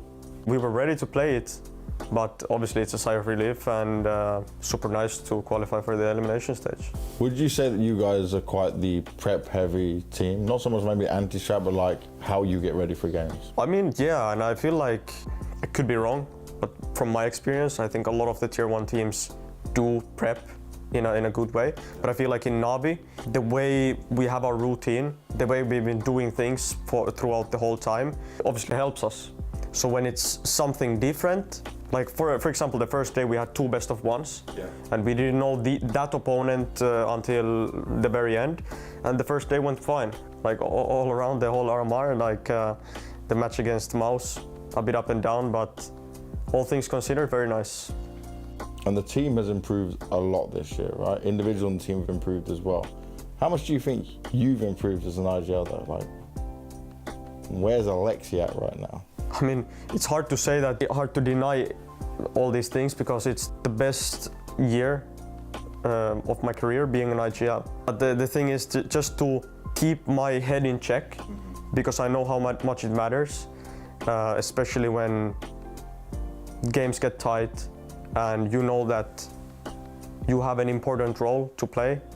Trying to show your teammates you're there for them, trying to give them that extra courage, trying to always move to the next round and not think about the prior. I'm not perfect, sometimes I'm still doing that, sometimes I'm going back to the habits that I'm trying to change. But I always think I'm doing it less and less. When I see that, and after tournaments, I know that I improved on that even slightly, I'm always happy about myself. Anything you want to say to all the fans out there and everyone supporting, everyone from the Na'Vi Nation? Yeah, I mean, keep cheering. And trust me, guys, we're trying our best to reach the playoffs now. Elimination stage is not to be taken granted. Been there, done that, you know, both ways. But yeah, now it's just us focusing on ourselves, trying to squeeze the most and try to end the year with a bang. Can't be one hell of a bang. Back-to-back majors. If Na'Vi can be the champions again, we'll have to wait and see. Thank you, bro. Cheers, man.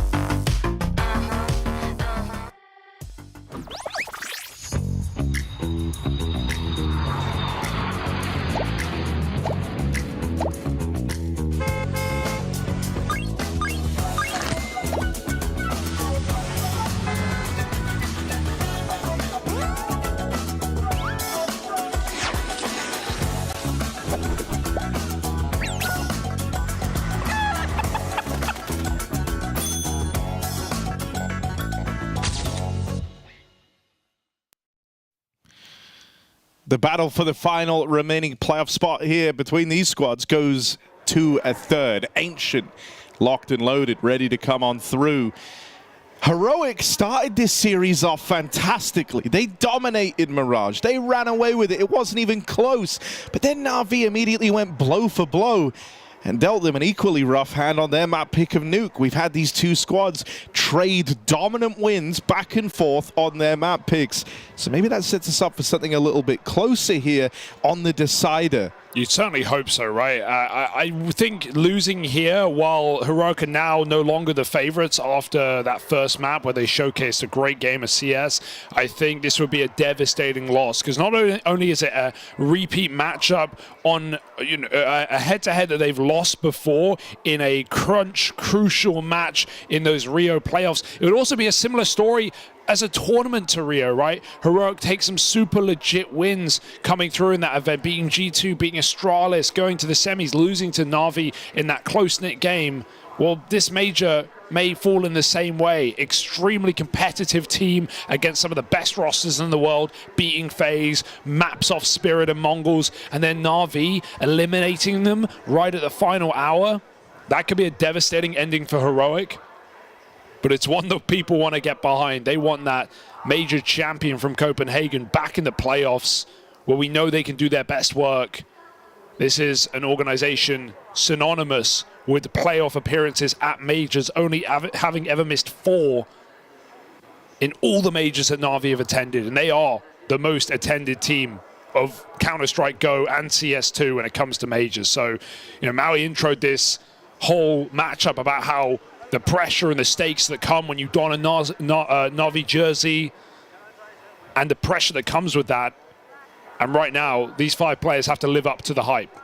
Yeah, I mean, the expectation when you join Na'Vi at majors are playoff runs, and anything less than that, and usually it's even more than that, right? There is tremendous expectations just by being in the Na'Vi jersey. It was after their last fall in Paris, losing out on the playoff spot, that was what triggered the move for Na'Vi to go international. That team broke up.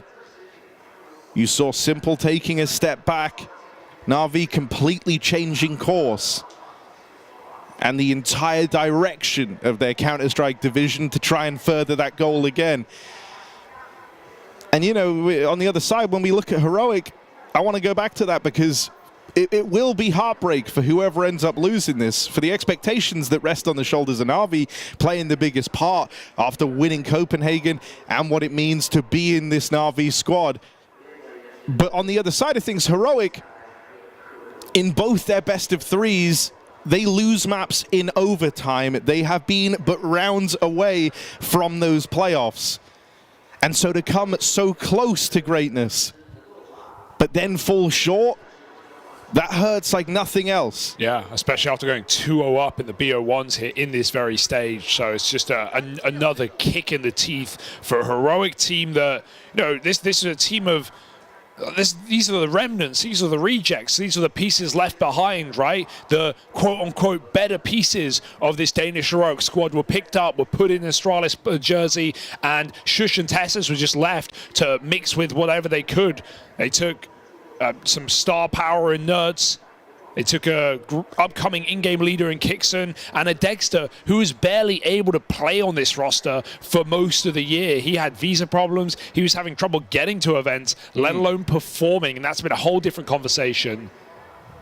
And so for them to come this far with everything against them, to go 2-0 up, and then to fall to 3 of the best teams in this entire tournament, it would be a horrific way for their year to end, despite going further already than many would have shooed them in for.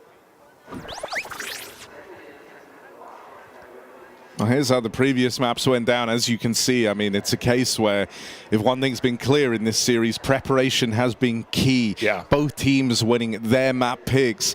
Heroic keep showing a fantastic face on Mirage, trying to don the new crown of the Mirage champs, right? Besting Na'Vi after it being the strongest map in their pool, going on that crazy win streak earlier in the year, and now having figured them out, Heroic have taken some legit wins on Mirage, flawless for them across this major run. Yeah, beating Spirit and Mongols and now Na'Vi on that map. And that's even beating Spirit after you get 1v5, which I think is a testament in its own right. To be able to dig deep and close that out. But yeah, you know, then you take a look at Nuke, and it felt surprising. But this is one that, as we've talked about, Heroic were out of practice on. Na'Vi had clearly done some work to play at their best level. Everyone looked very, very comfortable in that second map. And so I think, you know, the other side to this veto is you should have been aware that Ancient would have been the decider. And the last times these teams matched up on this map, it was Heroic to take the win. That was back at that Rio that you talk about. Na'Vi had to return to form across the remainder of the series. And that was a game where, as we've been, you know, putting Heroic, talking about Heroic in this tournament, being so close, right? Being in overtime, being moments away from winning. That was that series in Rio. They went to overtime on Dust 2. Frankly, they should have won that game. Absolutely, no doubt about it. Heroic had full control of that map. They were 9-3 up on map 2. They choked it into overtime and they got blown out on Mirage. But it all began with a win on Ancient. And that's how the series has to end. If Heroic want to get that victory this time, the most important victory of their entire year. Because this is a team that has been absent from big event playoffs, only making those runs barely in Dallas and in Rio. Otherwise, this team has just been on the cusp. Whereas Na'Vi have been a lock-in for grand finals, winning 3 out of 6 since that Copenhagen trophy. Does feel like we've had Na'Vi activate in this series, so I was very worried after Mirage. It looked like the individuals were not awake, they weren't switched on. It's the first time Na'Vi have truly had their backs against the wall in this major. The first time they've faced elimination and been a map away from it. It never came this close, so Na'Vi fought with a different flair to what we saw on that first map. And now they got to keep it going for just one more. It's a very hard game to call right now. You would, of course, put the favor in Na'Vi, but to doubt Heroic at this point in the competition would be disingenuous to what they've shown us throughout. Yeah, homing in on some individuals from both teams, you know, I think you can't ignore the recovery of JL across this series, playing his best series yet when it really matters. And that is what was required for Na'Vi. On the other side, when we take a look at Heroic, it's been a real team effort here across the maps that we've seen, but this is one where you hope that Nertz can step up and exert some control over the game. Right, because he is a huge piece of the puzzle for Heroic's Ancient. Nertz is just a monster on T side of this map. He is so good at finding those mid-entries. He is so effective on the T side, which is where Heroic is starting off, folks. The final map, and one spot between these two teams rests on Ancient.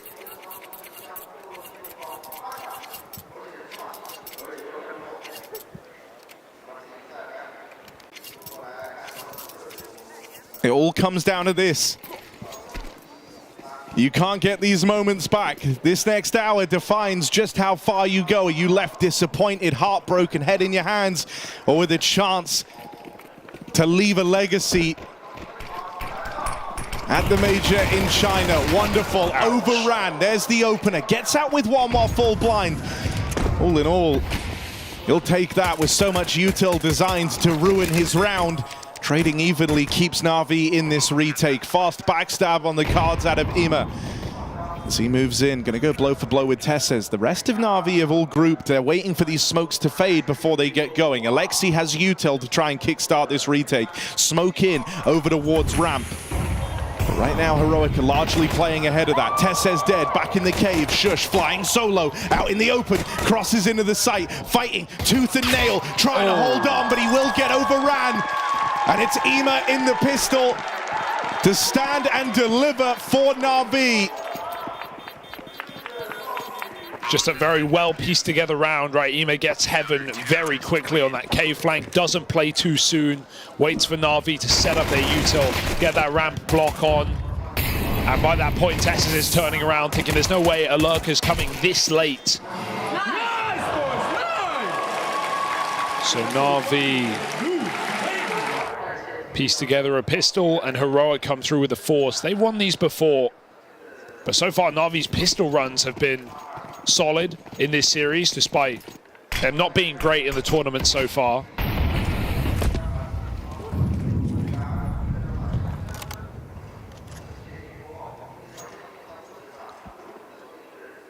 Two for two.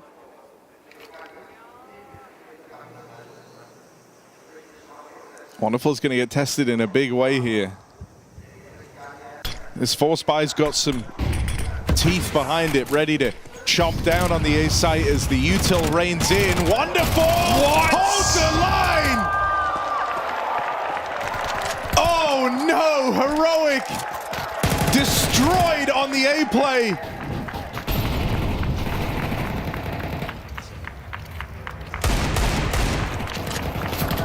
All the util was effective. Wonderful was left blind, but not firing blanks. There it is. He has destroyed the heroic A play. And another keen start from Wonderful. An X factor for Na'Vi could make all the difference. Craziest part about that execute is that smoke is super wide because it's meant to cover the headshot angle. You don't want to rifle on the headshot angle when you're playing with Glils and MAC-10s. You can't win that fight as easily. So it forces Wonderful into the open and he still gets 4 kills. It almost felt like Heroic weren't ready for that fight when that was the entire point of that kind of execute. Very strange.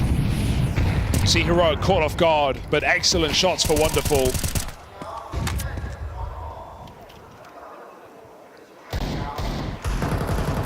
It doesn't inspire much for Heroic. They're just going to go gunning into this B-bomb site. Alexi with an SMG, able to take one. Doesn't feel like enough right now. Part may be allowed. Leg spotted on the smoke fade, and JL puts it down. No part for you. It's Na'Vi's map to win right now. They start 3-0 up.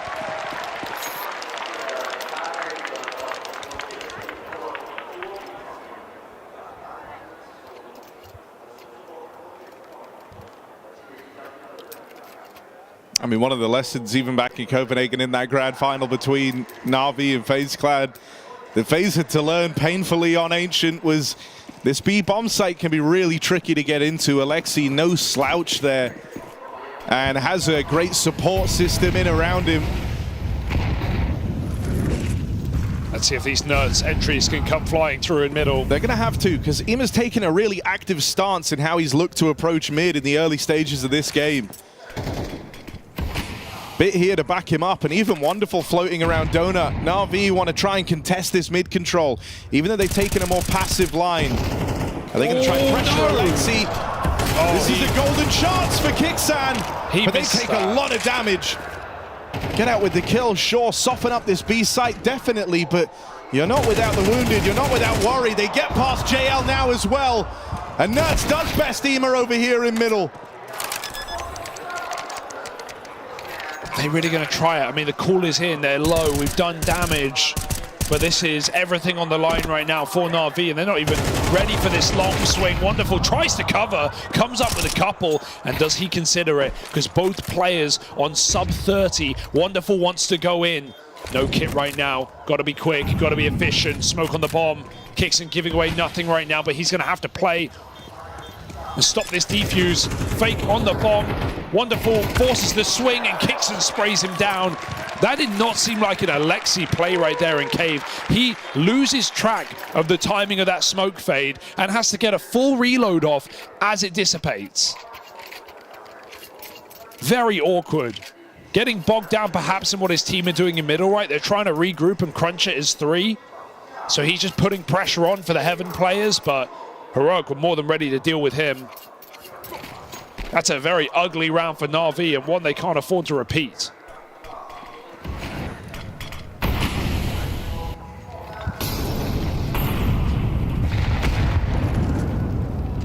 Heroic seem to think they found their leverage. This whole series started with Heroic trying to get in Alexi's head, bullying him on B-site Mirage. They're trying to do the same thing again here to open up their run on Ancient. And once more, Alexi is caught with nades pulled. Boost up on the long side, a chance for JL to turn the tide of a losing battle here. But nothing connects. Oh, hang on, they give Wonderful that kill. Na'Vi were about to back out. They were about to go save here. Still no kit. The numbers alone entice Na'Vi to try this. Wonderful is showing up in fantastic form. No round has felt unwinnable for him. And so Na'Vi moves swiftly. Time is not on their side as they group for this last second retake. Molly's in, another shot from the Wonderful Orb, and suddenly Na'Vi clap down on Heroic. It's just Nerds, and Wonderful meets him in the middle. Defuse stuck, it's gonna be real close. I don't know. Ema seems to believe. Sticks it. And with literal milliseconds between Na'Vi and that round falling in favor of Heroic, that ballsy push that brings them in for the retake. Wonderful hitting all his shots. That is a bitter pill to swallow for Heroic. Oh, Tesses is going to be regretting that walk through the smoke. He may have found the opening kill to steamroll that B bomb site, but he invites Na'Vi back in. He pays that final price of a 4-1 lead. And Heroic's money on its last legs. Na'Vi do not let that error go unpunished. And you said it, Wonderful is hitting right now.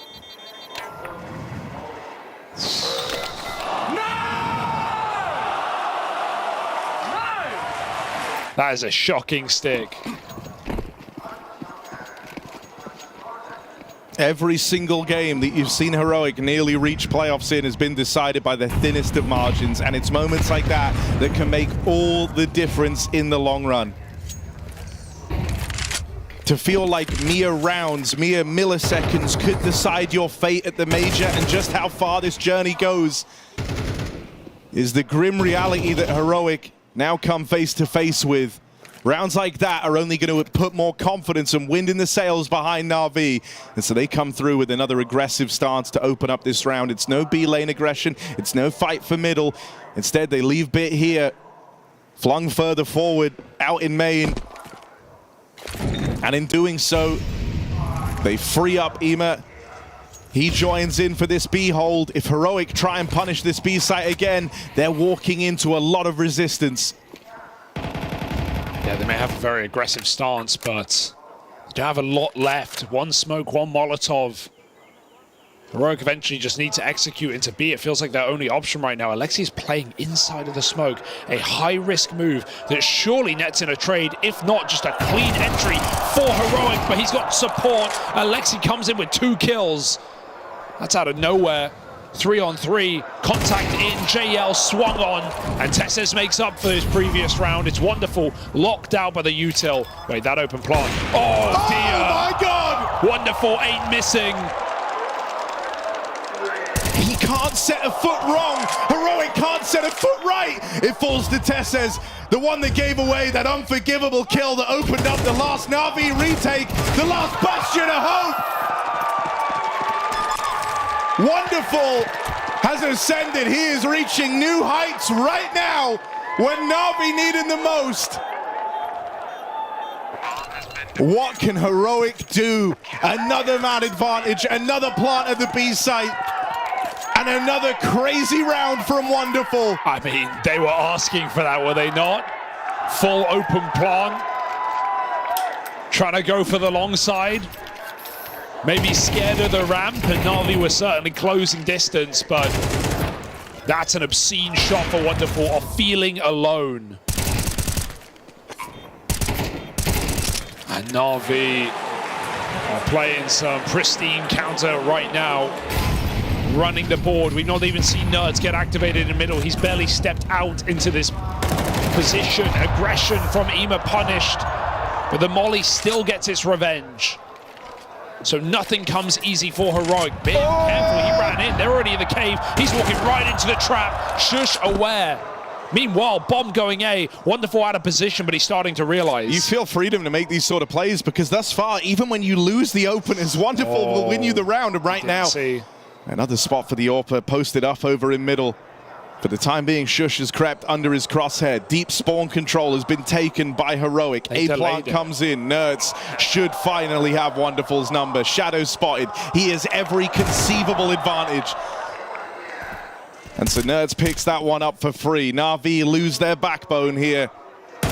And they have to save. Really nice that Heroic realized they'd taken the gap and they delay the bomb plant to get Nerds more space. So by the time it's down, he's already in red room, shooting the AWP at the back. JL fighting for survival right now, and well, survival will not come easy. Trapped between two, Heroic back on the board, and they get Dexter's AWP off of Wonderful as well.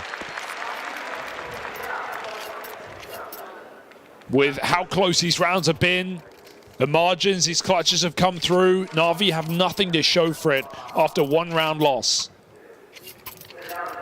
So this is absolutely where Heroic can break into this game. Full eco. With 1,500 to 5,700. Na'Vi know this round is not one to be won.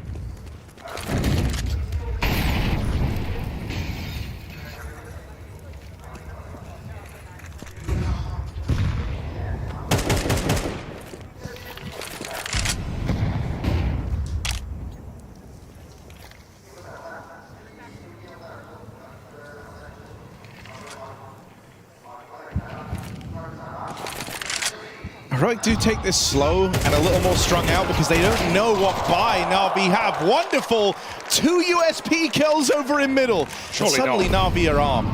But they're not supposed to win this round. Alexi gets burnt to a crisp on the rotating through spawn. So scared. Can you blame them? Na'Vi kind of need to get out with one of these guns, and so you can see Wonderful really wanted to try and go for this round. He hung around a second longer, saw if anyone gave him anything on a swing in through spawn. I mean, it literally wouldn't be the first time. But Na'Vi will back out and save. They do need these guns. They are not without consequence. Bit has the money to drop over Wonderful's AWP. Wonderful came into this round with 1,500. Those 2 USP kills have both padded his bank account. Now you save 2 AKs out of it. Na'Vi are still in a very keen position here heading into the next. One of the best trade deals of all time, actually. Bit getting an AK, Wonderful getting an AWP. I think everyone's happy with that engagement. JL bodyguard right now. And Heroic, bit by bit, trying to break into this T side. They've done well to start, and we've not even seen the most impressive pieces of this T half pop off. Dexter's AWP now making an appearance. Hopefully will fire off in this round. And Nerds, as we said, we've still been waiting for those high impact mid plays, those late lurks. Na'Vi know about it, that's for sure. So Nerds has come in on a bit of a leash. Chasing his tail, round elbow to B. But this is a great round for Heroic to switch up the pace a little bit. As Na'Vi call in a tactical pause. I mean, look, like if you're Na'Vi, you've been able to go for some ludicrous rounds on the back of how well Wonderful is playing, but a lot of these early moves that you've tried to make haven't panned out, right? And it has been one guy saving you, bailing water from the ship of Na'Vi. You know, if that ever starts to come undone, if Wonderful stops finding these crazy multi-kill rounds, suddenly you are in hot water. And so I like the timing on this tag pause. Yeah. Going to see Wonderful and A a lot with this AWP though, so will he be able to get involved? This is an ugly mid-fight. Ima full blind, runs through a Molotov, and Nerds is finally activated. Wonderful with the AWP, comes in swinging, but Nerds takes 2 out of mid, as Alexi again does the same in cave. Not his first double. Heroic have the A site, but they don't have the bomb. So it's up to Dexter to grab it back on his lonesome with an AWP. Yeah, leaving Dexter to do this alone is crazy, so they will come back to try and help him. That means Heroic have to forego the room they've gained on this A site. Dexter's actually ahead of that smoke. But playing through it on the rifles is a scary prospect. They have to respect this. They can wait it out, right? Like, there's not Na'Vi can't really do much. They're scared that there's a player in A because there could be. In fact, there was. But Heroic are just going to hold for the pick and renegotiate this bomb after the smoke has faded. Oh, the timing of that turn! It couldn't be worse. And now JL gets to pounce unchecked. Shush attention peeled away, focused on Bit in the red room. It's just Nerds, and he can't get past JL. That's disastrous there for Heroic. The bomb coming from B lane when Alexi doubles again, and Nerds kills both mid players. He drops one to Fool's Orb. None of this matters. The whole round is a recovery mission. And again, a tiny detail of who takes that bomb out of spawn makes all the difference in a round like this. It literally loses Heroic the round. Otherwise, it would have been 3v3 with an A post plant, Dexter on the AWP. It feels like a round made for Heroic.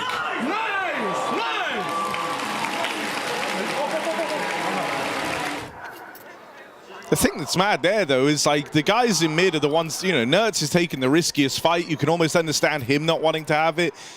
The other two that get caught by Alexi's MP9, they have the cave smoke in. They're just trying to cross heaven into a controlled mid lane. But Alexi, with that blow on the smoke, wrestles the entire round off of Heroic single-handedly on an SMG. Yeah, he's played very aggressive cave. He's had the backup as well. JL's been by his side. So game plan for Na'Vi has been this heaven control, this cave control. They've taken it many times. That's Anima going to clash again over in middle. This time Kicksan has his revenge. It's his time to strike. And Alexi's caught.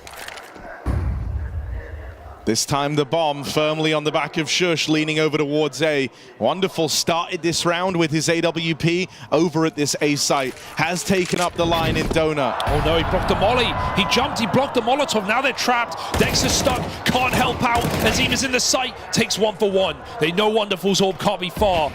They smoke off the Donut. A man up again. Wonderful. Heroic have no excuse. Can blow this open. Oh! Blood denied, no! It just goes down in time. Oh, JL with a flick, and suddenly the retake's right back on. They can't lose this again. Another round that Na'Vi might have looked to save in, but an overstep in middle going slightly too soon. Can JL punish this? Given a runway, given a chance to go for this round. JL dons the wonderful AWP. Is the AWP the thing? Oh. Is the AWP imbued? No, JL lays it to the side. Pressure on Dexter to perform, and time expires. JL can't take this. Dexter holds on, and finally Heroic stick the landing. Barely. It's far from pretty. It's far from clean. And both squads now approaching the limits of the money in this first half. Yeah, this is a game full of mistakes, full of errors, people getting caught off guard, rounds coming down to seconds, missed shots from both those AWPs there in that 1v1. Either of them would have won the round immediately. And now Na'Vi's money is broke. SMGs fight middle. Nerds again runs through the smoke, fearless. And I love this close Molotov that Heroic have been throwing. It stops Na'Vi from getting aggressive and playing up close to the mid smoke. Exactly what Ema tries to do. It gives Nerds a warning. You can hear the damage tick through. Takes a 5v4. Heroic, take a breath. Sit back. It's the pressure on Na'Vi now, who have nothing but 2 flashes. No kit to play retake. They just essentially have to play grouped and maybe even aggressive. Gonna walk close towards the ramp Wonderful right now. Zagro. Nades are getting pulled. Knives are out right now. Oh no, Heroic don't know what's coming. Wonderful can end this whole round right now. Swinging wide, support from JL, but Dexter and Tessa is able to get the guns out in time. Alexi, run right by him. The bomb's now here alone. Trying to get out, Dexter getting chased, and Dexter holds on. 2 times over now. Dexter has been that piece of resistance that Heroic desperately needed. Saving them on a slither of health yet again.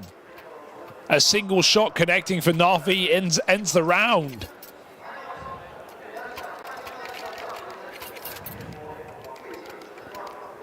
They just can't squeeze the trigger in time. 6-5. Heroic have absolutely broken back into this map right now. Back-to-back force buy rounds for Na'Vi. Desperation. As Heroic feel free to roam in middle, they just take their spawns, and instant smoke does nothing to block this team. I mean, it's another game where the game planning has been really solid for Heroic. They've lost some silly rounds in post plants, right? in the mid rounds is where things have come undone, but their early control over mid, stifling Ima's game, that Molotov, tailor-made to make Ima uncomfortable in middle, has meant Heroic have had this control really whenever they've wanted it. Nice move out of the nade and the spam. But conceding this control only beckons Heroic further into this B site. Nert is faking right now. Trying to keep Ima guessing as to the end goal of this round. With this much mid control, Na'Vi just have to concede it. There's been really good restraint on this limited util that Na'Vi have, though. Like, they still, 45 seconds left, they've got 2 smokes and a molly on Ima. Exploding through the ramp into Alexi. Shush with a key trade, at least deals with the point man, gets that SMG out the way. Nerd's now in prime position to manipulate these rotates. Cut down Na'Vi as they try to reinforce the site. He hears the footsteps.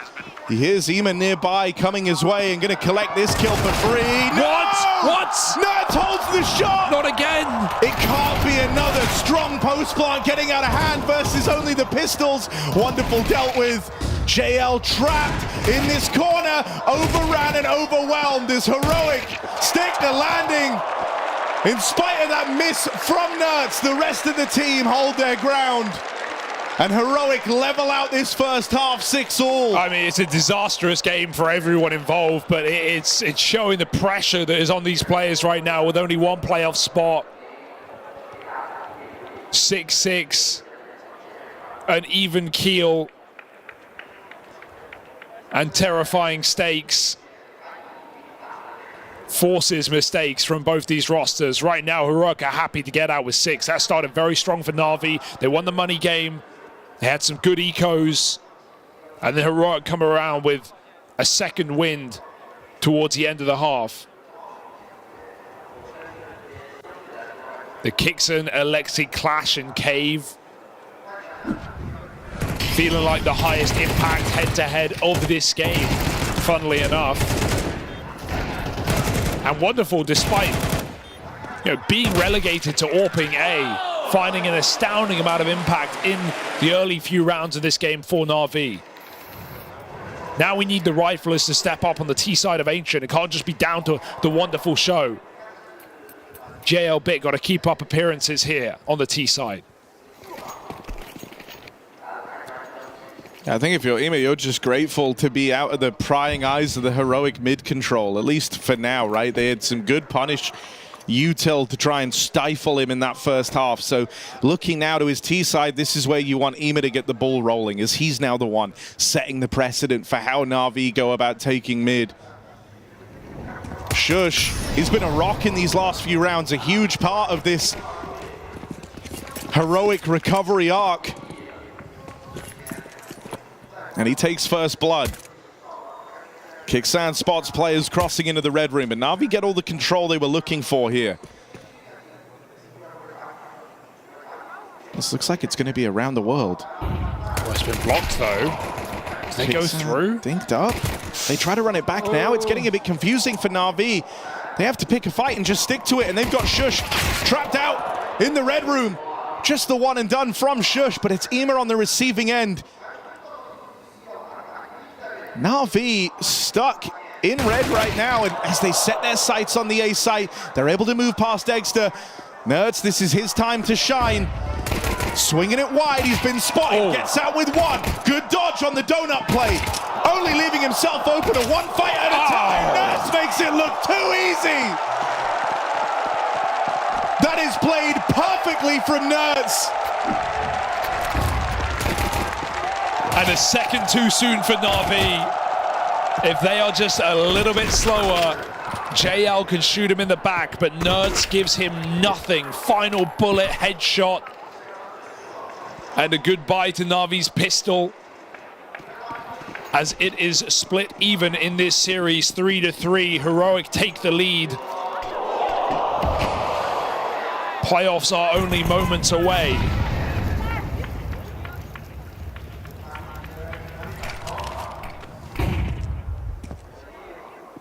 This has not been a clean match. And it will get no easier for Na'Vi on this T side.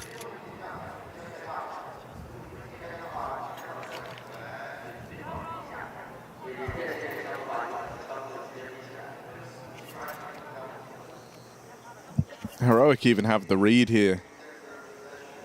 2 stacked with a 3rd man able to rotate over. Nerds with an M4 back in the spawn. It's only pistols you're up against, but these rounds can still get weird if Na'Vi are able to find gaps in the defense. Rotate's coming.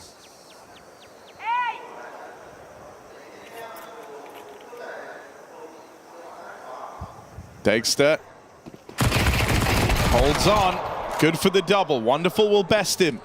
But here's that rotate out of Nerds. Set up back in spawn on the M4. Shooting gallery for him as quick work is made of these pistols. Heroic stick the landing on the conversion. Now they've got the buy to worry about.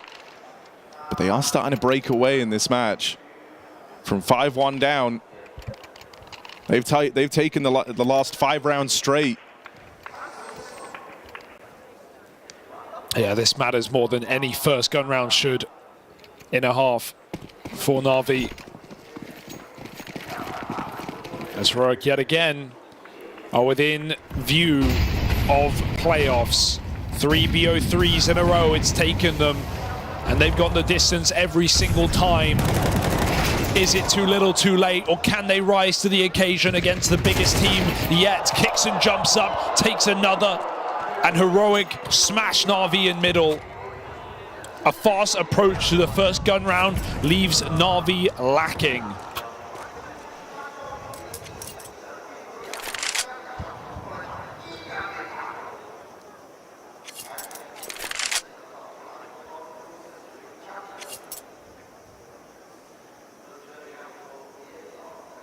I mean, every bone in your body is telling you that Bit's playing for a save here, but he's taken a lot of room over towards A. Is he really going to attempt this 1v4? Right now, he's got one door open, a kickstand back in the spawn, but as soon as that spot comes in, Heroic are going to rotate everybody over. So the timer now starts for Bit. Tap on the bomb, hopes that baits a swing. It does not, and with each second this donut player, Tess says, gets closer. Bit's been spammed, Bit is wounded, floundering in the 1-on-4, and they'll run him down. The bomb plant for Na'Vi gives them a little more to work with. Bit does well to get out of the round with that.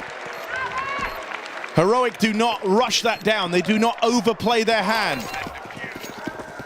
Heroic sport a 3-round lead.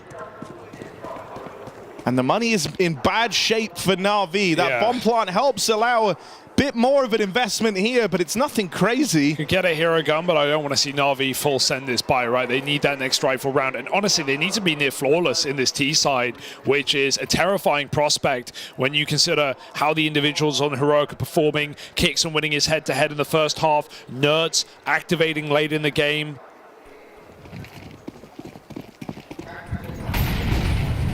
This is looking like a Heroic who are up to the task of taking down previous major champs and denying them a playoff berth.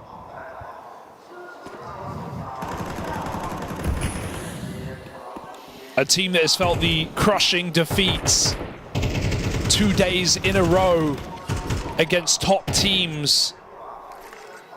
And you put them in their hardest match yet with the highest stakes, with no room for error. And Heroic are playing up to the task. After getting obliterated on Nuke. Starting this map 5-1 down. Kicks and calls Heroic to the front line. They push down the ramp.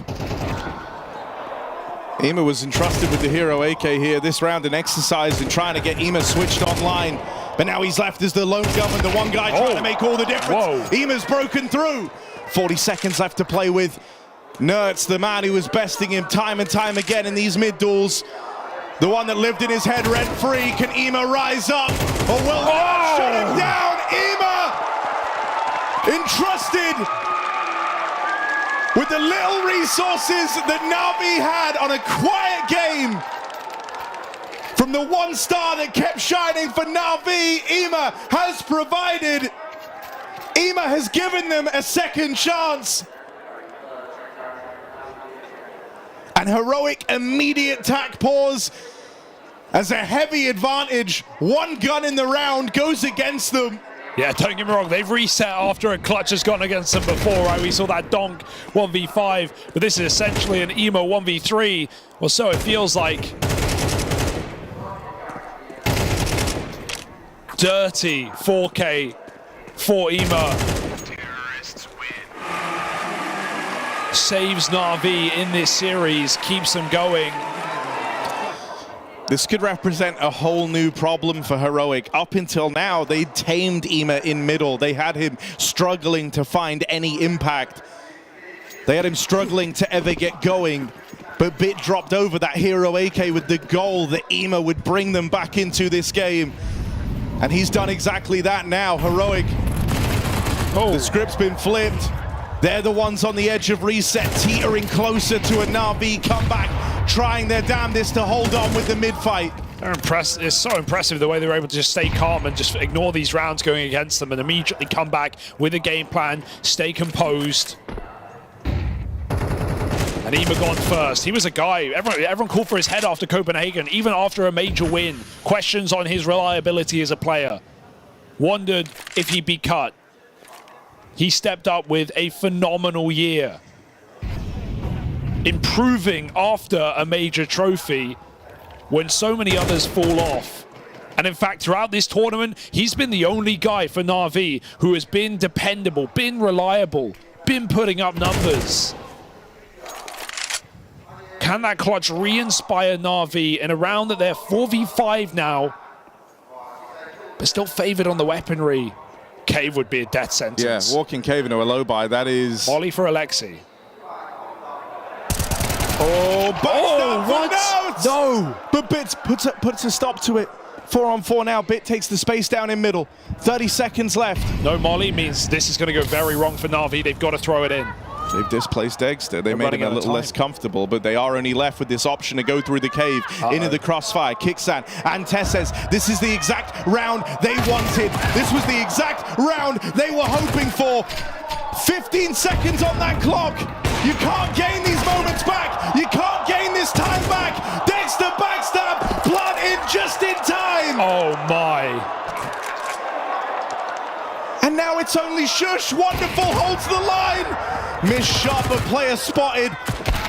And there's Bit with the killing blow. Na'Vi is saved by Bit on the backstab, arriving with seconds to spare. He couldn't have been any better timed to save the day. And again, these games are decided by seconds, minutia in the final moment of the round. Na'Vi do the impossible. They break Heroic's back. A 1v3 on an eco leads to a 3v5 in a gun round. And Na'Vi are doing it.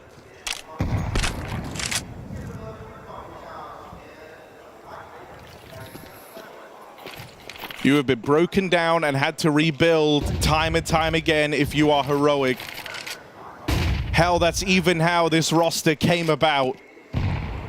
Across this series and across this third map, you've had many chances stolen away, and every time they've been able to bounce back stronger. But these final few, is that the crush? Is that the crunch? Na'Vi set their sights on B. Ema gets the info that mid is overran, will get bested by Nerds. No path to resistance at the B site. It's all hinging on this wrap round. And this shot for Wonderful. Gonna get out with the AK at least. Still Na'Vi, their goal was to tie this game up. They're about to achieve that. They are going hunting, and there is this backstab from Nerds. But he doesn't want to trifle with this. Doesn't want to play into this. Good nade. As Bit just farms these ecos in middle. It's actually impactful as well, just not letting Heroic get away with a gun in this round, not letting him save squat. Good shots, Nerds. Grabs an AK right at the end. Oh! And he's dead to the bomb. Bit's damage does it. And Na'Vi 9-9. Heroic might need an ambulance. They have had the hardest run through this elimination stage. 2-0 on BO1s did them no favors. Top team after top team, but you've got to earn your keep in that championship stage. In the playoffs of the biggest event of the year.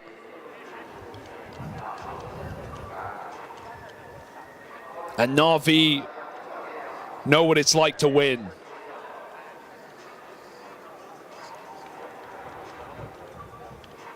I mean, Na'Vi know this is the round that decides everything. Timeout called in ahead of it.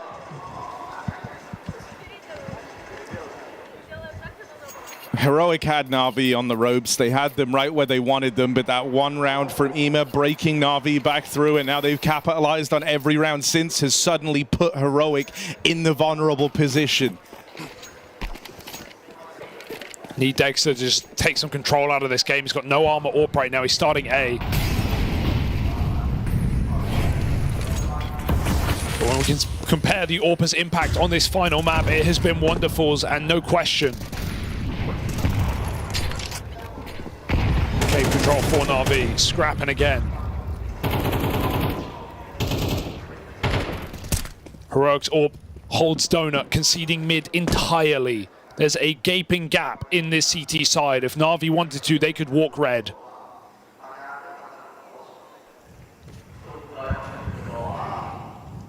Do they cotton on to this control?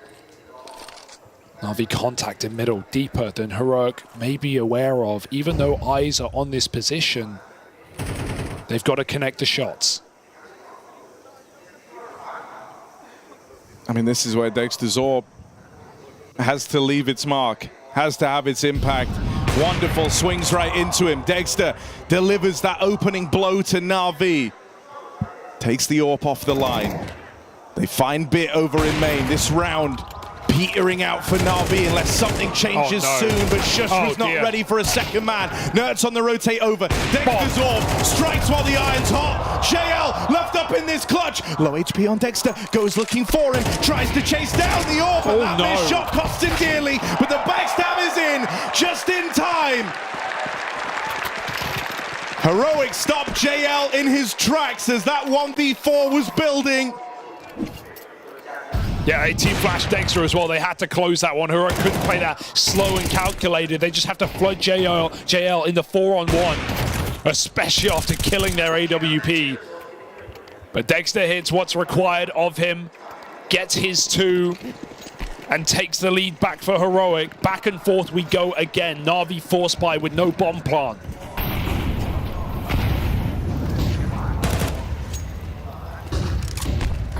Back to lane, back to middle. That's the call here for Na'Vi.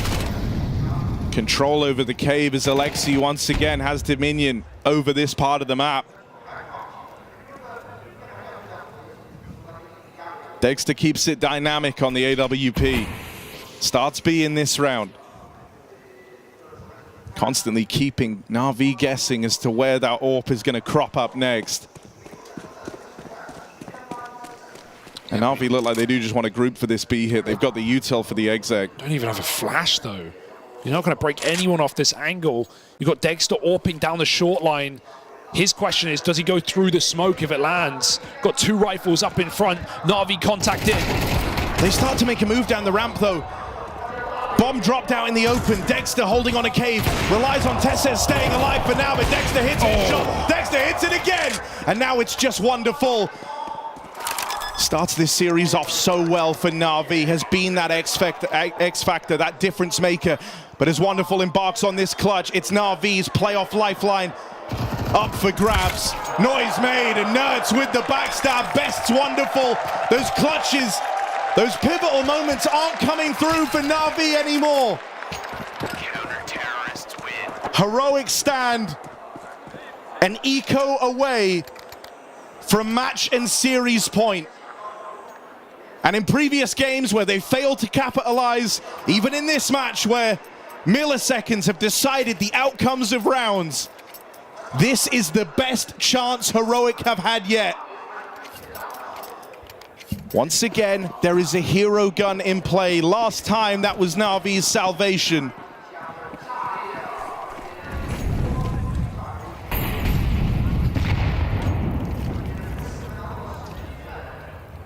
Na'Vi's legacy player of BIT falls first. The gun lost. Wonderful tries to don it, but Kixan lays down the pain. This gun is cursed. Anyone that lays their hands on it dies for Na'Vi. And that scoreline is about to read 12 for Heroic, giving them 3 chances at those playoffs, at eliminating reigning major champs Na'Vi. After a blowout on the previous map, 1-5 down to open up this one. Over the course of this major, Heroic have had to learn what it means to be resilient. And Dexter on the line. He has been so important down the stretch. Early on, Wonderful had all the flowers, all the props, but as this battle has raged on, Dexter has been there, stood tall to win these must-win rounds for Heroic. And there they are, silencing that B push. 3 chances, 3 opportunities for Heroic to move into the playoffs. It will never get better than this. It will never be closer and more within reach for Heroic. And Na'Vi have to dig the deepest yet. This has been a devastating run.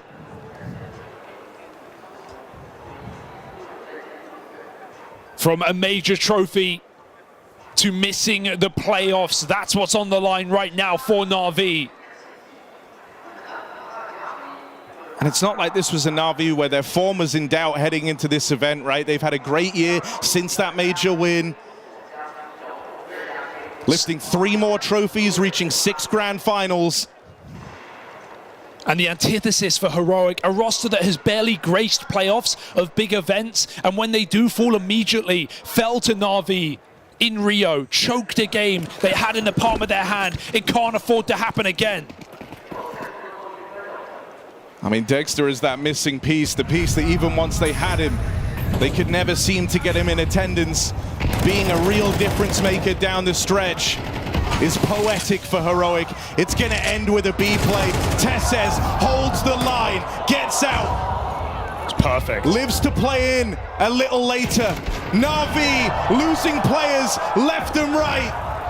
And this is what comes with those ambitions, those goals, those expectations. Heavy is the head that wears the crown for Na'Vi. And they've met their Medusa here, freezing up with playoffs on the line. Their hopes now rest on the shoulders of Wonderful and Imma as Heroic, they're going for the killing blow here and now. They grouped everyone on this B site. They've not moved a muscle.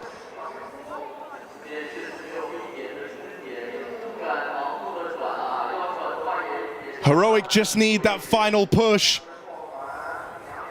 And this wolf pack starts to roam. 2 players into the red room. Na'Vi don't know where to look. Nowhere is safe. The next peak could cost you everything. This is where the pressure reaches fever pitch. This is where legendary moments have to be made, or else your time in the major limelight is over. Bomb plant found. Heroic with that first swing. But Tesses waits. He knows the strength of this team is in playing together. Not a one-man army, it's a team effort for Heroic. Wonderful has to show off that wanderlust. Those eyes focused, moving forward. Imma, last man standing, boxed into a corner, and Nerds will find him.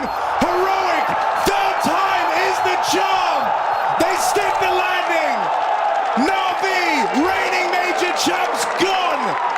Heroic have slain them where they stand. Heroic's remnants reinvented. Major playoffs for the ones once left behind.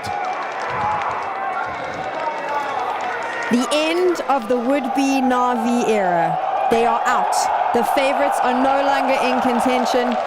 It was so close for Na'Vi Maui, but now so far. Unfortunately, there will be no Na'Vi era. The string of grand final finishes, the previous major victory, all for naught as they fall here to the unlikely suspects of Heroic. A disaster in terms of what was expected of Na'Vi. It felt like a shoo-in to the playoffs despite the Blast World Finals. That single blip on their radar, well, that blip, it has swollen dust. That anomaly has unfortunately turned into a trend at just the wrong time where Na'Vi were approaching greatness. The first era of CS2, it has all spiraled right here in Shanghai. And instead it will be Heroic, a group of players who have kind of had tough looks at different times throughout their careers, coming together, getting a couple of decent results heading into Shanghai, having one of the hardest runs you could have at this elimination stage, having to play Mongols, having to play Spirit, not quite getting them, but at least putting up good fights. And then, when it matters most, up against Na'Vi, the reigning major champions, they find a way to get it done in the third map. Did they peak too soon? Do they need a superstar player? Did they fly too close to the sun? We can ask all of these questions and they will be asked. Now is not the time though. Now we celebrate what Heroic was able to do. They are making the playoffs, and this is a lineup that has been plagued by bad luck for most of the year. Yeah. And finally it seems the tables are turning in their favor. And they took a huge gamble to actually remove their previous offer of Nikados to bring in Dexter, who hadn't played professional Counter-Strike for a year, to bet on him to try to be their main guy behind that sniper rifle. Hey, it paid off. You got to the major playoffs at this point. You're upending expectations for a team that I consider to be on the fringe of making playoffs. Say that 8th, 9th team squeaking through. Well, it's exactly that. They got there. They're that 7th team right now. I mean, Heroic looked like a team that is becoming more and more complete with each series. I mean, you talk about Nertz, the star rifler, Tessus, the fearless entry, Dexter coming into his own with the AWP after having such a big layoff in the game, Shush quietly fitting his name in the background, but doing his job, and Kixon leading and fragging very well, all at the same time throughout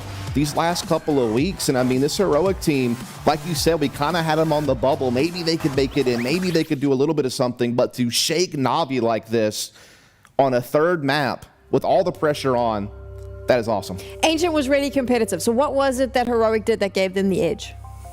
Great CT side protocols. I mean, Na'Vi right there on their T side only finding 3 rounds for themselves. A lot of that due to the fact that Heroic always had ideas, always were prodding for little bits and pieces of information. At certain times, I actually thought their starters maybe could have been a little bit more aggressive, but they were so ready for that first stage of the plan from Na'Vi to be enacted that when it was starting to play out that round where Na'Vi has that space, Heroic knew the timings and reactions in order to just set themselves up for success. And some of the rounds, I mean, they were really close. So also, I'm going to give it to the clutch factor in some ways too. They were able to connect in the 2v2s, 1v2s, all of that. They never let a Na'Vi player have that brilliant moment to shine. I mean, it's also just a testament to their grit. I mean, they went down 1-5 to kick off that game, but they kept all those rounds close. They kept Na'Vi's economy in check. And so the moment that they were finally able to get one through and Na'Vi has to immediately save, they're able to build up that momentum, have a great end of the first, their T side, and then, like you said, get the 3-0 start, and then just play great defensively through and through. Tessus always making the right moves at B with the M4. We saw Dexter hitting key shots with the AWP. Nertz obviously had a fantastic performance. Again, he has been, I mean, one of the best players so far of this major. Nertz is spectacular. He was before. He had a little bit of a drop-off, and now I feel like we're seeing him in his top form, and that's terrifying if you're in the playoffs and you have to face off against Heroic. I watched Nertz play the open qualifier for the previous Copenhagen major. He looked lost. Like, he actually did not know how to play alongside this group of 5 guys. Now he does. He knows how to work off of them, knows how to assemble crossfires on the fly, knows the kinds of risks that he needs to take within the system that Saw and Kixan have devised. And generally speaking, he is just a force to be reckoned with. He has entered his name into the top 20 conversation easily at this point. What do we think about Dexter? I mean, I think it's incredible what he's been able to accomplish. I mean, he was obviously a force to be reckoned with in CSGO.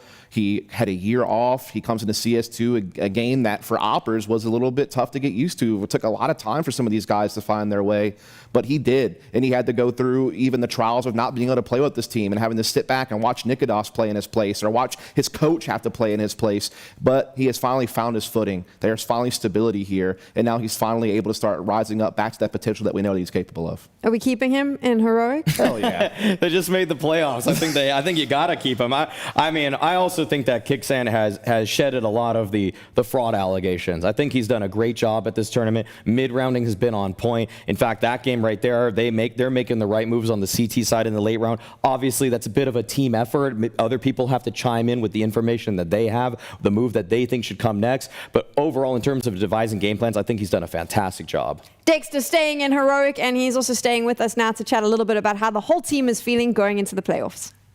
And the team are through to the playoffs of the Perfect World Shanghai Major. How's that sound? How's that feel? It's amazing. You can see it on me. Like it's absolutely amazing. I'm so proud of everyone in our team.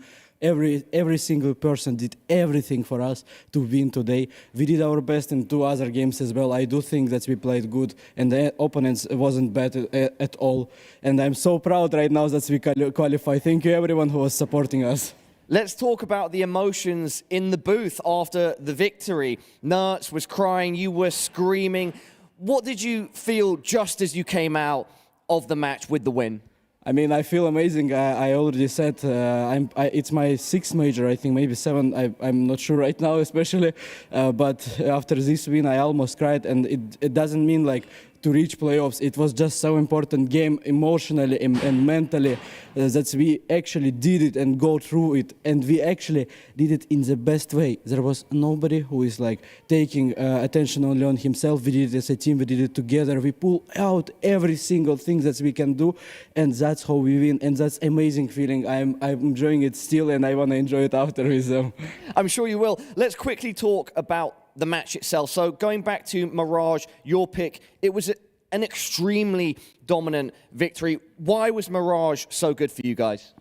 Well, honestly, I can't say to you it right now, but I think the most important that was there on Mirage, how we played. We played insanely good together, and if you can do that, that always helps you to win this type of maps.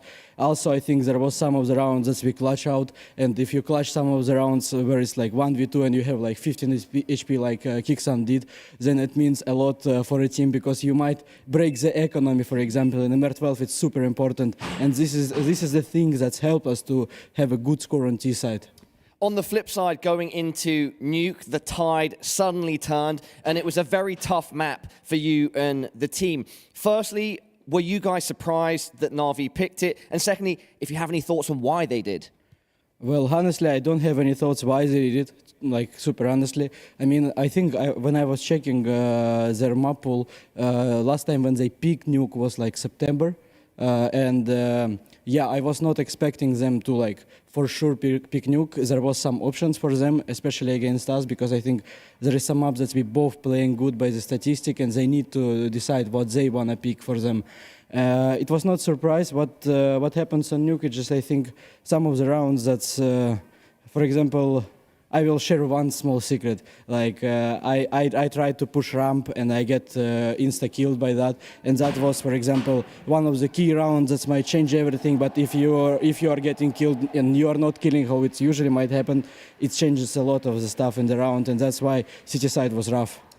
Final thoughts then on Ancient. What gave you guys the edge and brought you the victory in the end? I mean, it's just us. Man, we are here for so much time, and I hope families of my teammates gonna watch it. We are here. Yeah, we don't see you. We are missing you a lot, but we are doing our best, and I hope you are happy that we qualify right now. I hope every one of you enjoyed that match, and that's us. We spend so much time together here, and we are trying to help each other in any small details, and that's what helped us to win. And that's why I'm saying it's absolutely amazing. I want to go back and hug all of them again. Yeah, all right. I will not hold you for much longer. Like 1 or 2 final questions. You mentioned about things that could help. What will be most important heading into playoffs? First of all, we need to celebrate right now. The most important will be to come with the same mentality as we did today. Nothing gonna be easy right now, and I mean, even like last 3 games for us was not the easiest games, but this is a major, this is a playoffs. You're so close to win trophy, and to do that, you just need to show the best level of your CS as together, and I hope we're gonna do that. Dexter, I love it. I'm going to let you go. Anything else you'd like to say to the fans at home and, of course, the amazing fans we've had in the arena? Yes, first of all, Paolo, thank you. My pleasure. And thank you guys who was cheering for us. Maybe you are not here in Shanghai, but I love you all. I already said in my social medias about that, but I love everyone who is supporting us. Maybe I don't see your message, but I still respect that and I appreciate that. Thank you so much. We will do our best in playoffs. Congratulations, Dexter. Once again, everybody, the heroes head to the playoffs. So much happiness there from Dexter. You can hear how excited they are. He mentioned they're working as a team. Also, what he didn't mention, and we should probably bring up, they had the toughest run through this elimination stage. They have earned their spot there because they had to beat some of the best to get here. Yeah, I mean, they went through Mongols, they went through Spirit, they obviously went through Na'Vi just now for the victory. So definitely not an easy road. That's why they beat Big Clan. Yeah. Yeah, we'll go ahead and throw them there, I guess. You can have that one, I suppose. Not a bad rated team. Yeah, I mean, if you're looking at rankings-wise, yeah, they played some of the hardest opponents they could face. All in all, I think that Heroic they probably said before coming into this event that playoffs is our goal. Well, they hit that goal. I don't know if you could really have safely said in any capacity that this was an expected result for them. Sure, that Rio performance was great, but, you know, to drop the ball at the Elisa Masters finals against an ENCE team that probably isn't really even here, it was kind of a shock to a lot of people's system and kind of wondering, was that Rio run a little bit of a fluke? Well, they proved that it wasn't. Another playoff for Heroic, and many of these players on this team showing their value, despite the fact that a lot of them, you would even have said they came from systems. Like, the system was what was helping them all out. Like Nerds under Snappy, Shush and Tessa's under Cadian, Kicksand with some of the individuals like JL, who was on his team before back at Paris, and all in all, and like Dexter, you know, he was playing a different game completely. So I think a lot of them, they're relieved. They've shown that, you know, given the assembly, this hodgepodge group of guys that they've got, they made it work once again for all of themselves. 2 teams remaining, 1 spot left. Furia and FaZe are fighting out the chance to get on the stage in the playoffs. We're out. We'll see you in a couple of days, but Richard, Yanko, and Blair are here to get ready to take you through that game. Don't go anywhere. She said she loves you, but she can't love me. But I love you.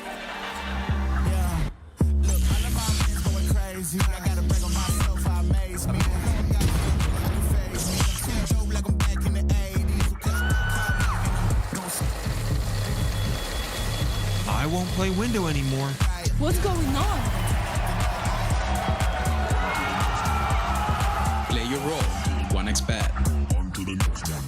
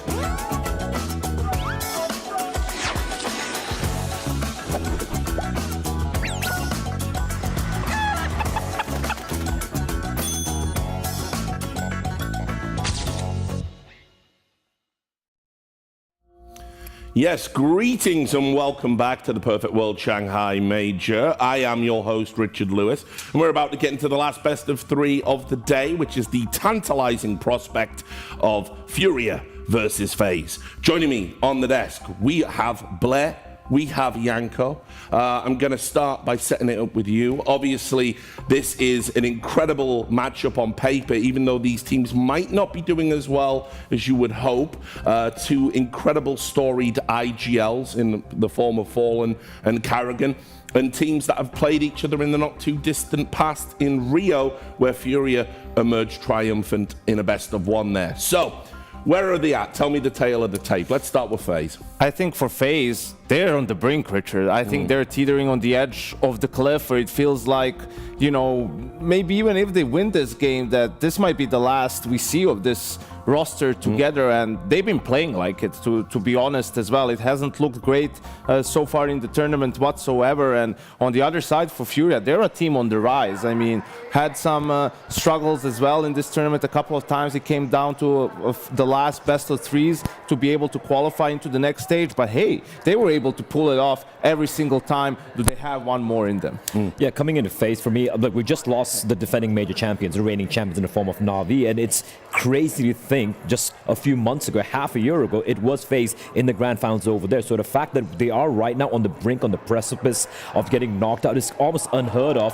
And I think it's really going to come down to the maps here, in all honesty. And here's my thing. Here's why I'm actually going to be siding with the Brazilians here. I feel like they can dictate which direction this veto goes towards. The only map where FaZe can go towards is Inferno. And I feel like when it comes to Furious Pick, it has to be Dust 2. And I'm seeing between Mirage and Nuke, Furia, they can dictate which way they want to go. I don't think the maps matter at all. I think it will come down to whether FaZe can wake up, you know.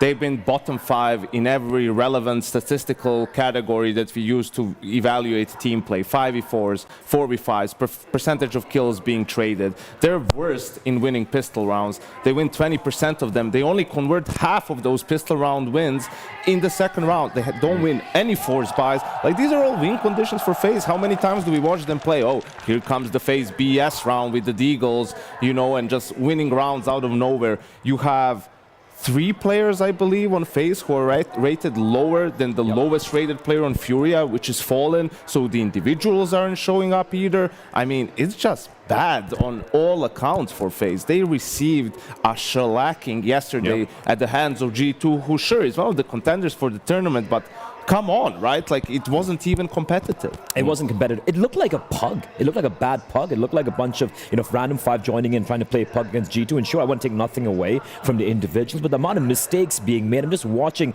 players just running in through smokes, trying to hasten the round, slow it down a notch, you know? And it feels like the agency that Karrigan has given to his players, the trust, saying you guys can make the right decision at the right time, it feels like at this point in time could be a mistake. They're making so many silly little slip-ups where even against a team like Furia here, it could lead to a really, really big downfall. So we got about a minute before we're getting into the game. Let's just quickly turn our attention to Inferno. I mean, it's FaZe's pick. How do we feel about this one? I mean, I don't feel good at all about it. And as Yanko said, like, if the individuals really don't show. Brokey, who's like 10 years younger than Fallen, he's the lowest rated player by far. You can't have that happen. Drops need to wake up. I don't know, man. All right, well, we're about to find out. We're going to get straight into the action on this one. FaZe and Furia, 2 of the greatest in-game leaders that we have ever had in Counter-Strike, going up against each other today.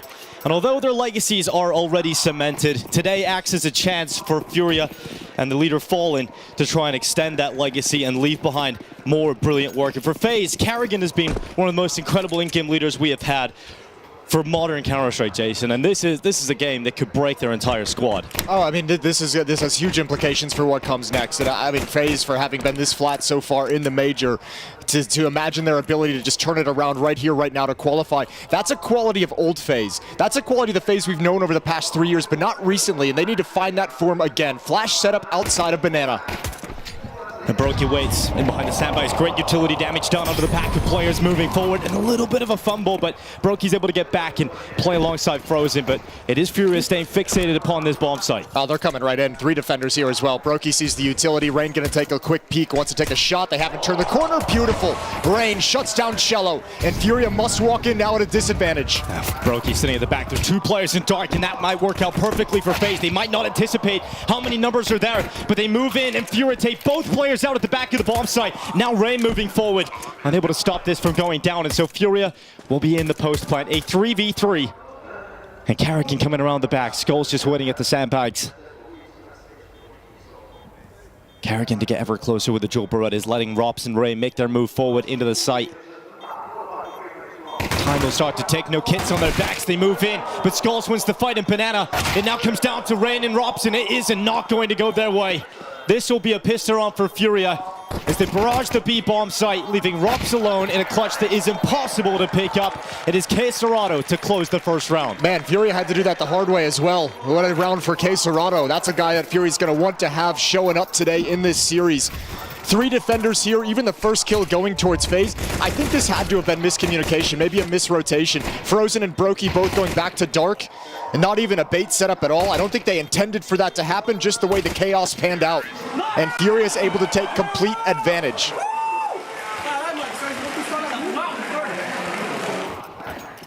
One to nothing for Furia here on Inferno, their T side. And a second round buy and investment from FaZe. 5 7s and a Deagle picked up. This major has been FaZe desperately trying to build into a form. They've talked so much about the progress they've made in practice, the environment within the team, how much better they're feeling. It just has not been reflected in results. But this is the last chance they have to show that progress, to show the quality of it, of the boot camp back in Europe before this elimination stage began.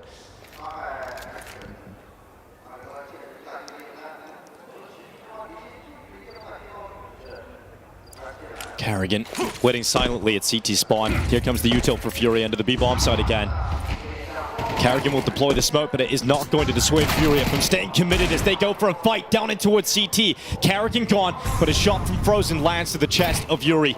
He stays behind the smoke, buying time, keeping his life, and Frozen freezes out another with his Deagle. 40 seconds left in this round, and Furia make their way into the bomb site. K Serrato has still not found Frozen. He goes again, and Frozen finds a follow-up. It's K Serrato and Skulls left in a 2v3, and Frozen is giving FaZe every chance possible. Skulls the last remaining player, and Frozen has removed everyone from the Furia squad so far.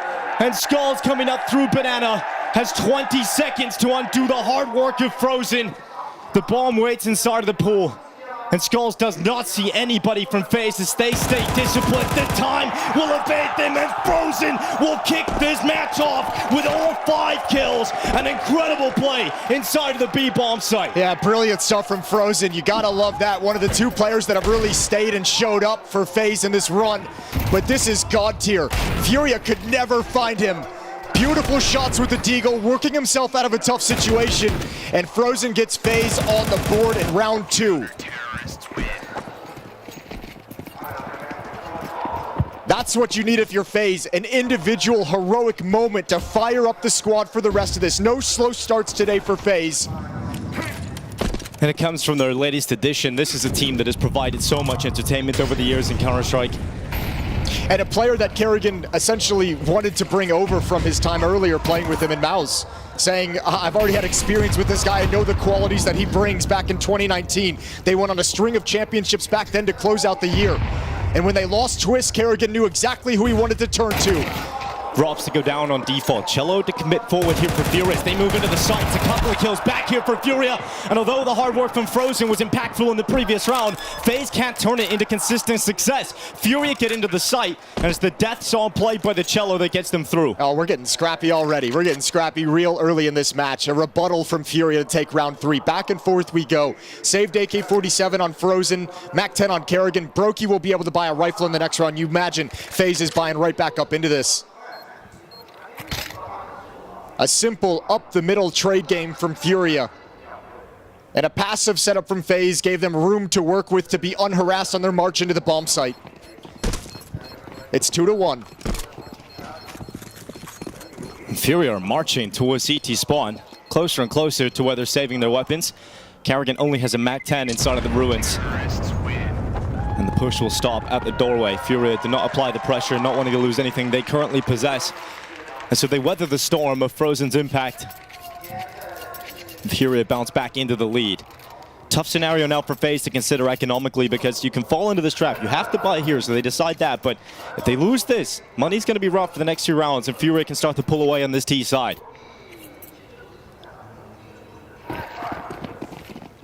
Inferno FaZe's map pick.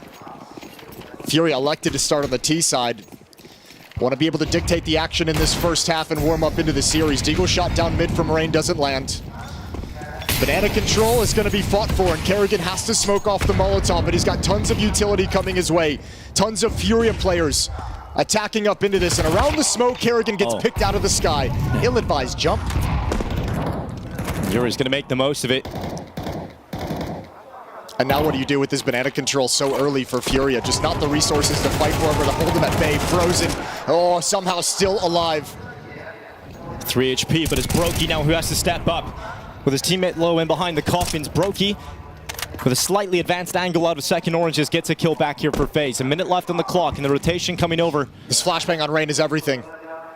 When does he decide to throw it? Now. He sends it in, and so Brokey waits for it, swings out from the new box, but it has knocked on his way, and falling with a double kill puts Furia into a comfortable close. Rain throws that flashbang not for the player inside the site. He throws it for Frozen to come through, not for Brokey to peek. It was not deep enough to blind the player staring into the bomb site whatsoever. It's thrown to blind any player still in the choke point that are kind of looking to move in, looking towards coffins, looking toward the CT choke.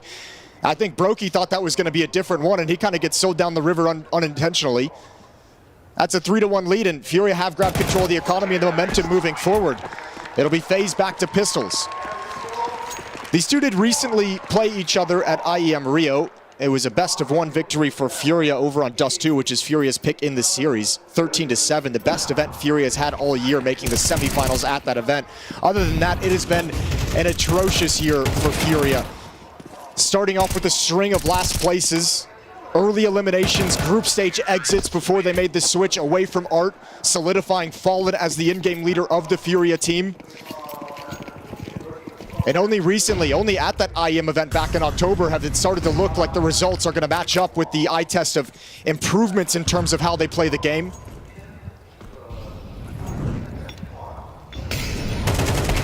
And when Furia have all of their individuals showing up, when they have Serato getting close to the potential that he has, this team becomes so deadly, and you never have to want to play them in a deciding game to move out of the elimination stage into the playoffs. This is a team that can hit a ceiling very quickly. They're a weird team to kind of have to go up against, because they have some high peaks and they have some really low lows as well. And the inconsistency has been the biggest problem. But yeah, dangerous across all 5 players. Serato and Yuri, that pairing, Fallen's off, has been impactful during moments and maps of this tournament. You add in, Cello kind of doing his job, the blue-collar player for Furia. Skulls, all the potential we've seen on him in various lineups over the years. Yeah, you go deep down this roster and there's a lot of talent on it. And Furia trying to make sure we all realize it here at the end of the year at the Shanghai Major. Fallen has specifically said, like, once he took over the in-game leader and he felt like he had that responsibility placed squarely on his shoulders, his entire goal this year was to leave his mark within this team in a really good way. And knocking FaZe out of the major, qualifying for the playoffs in their stead would be exactly what he's looking for.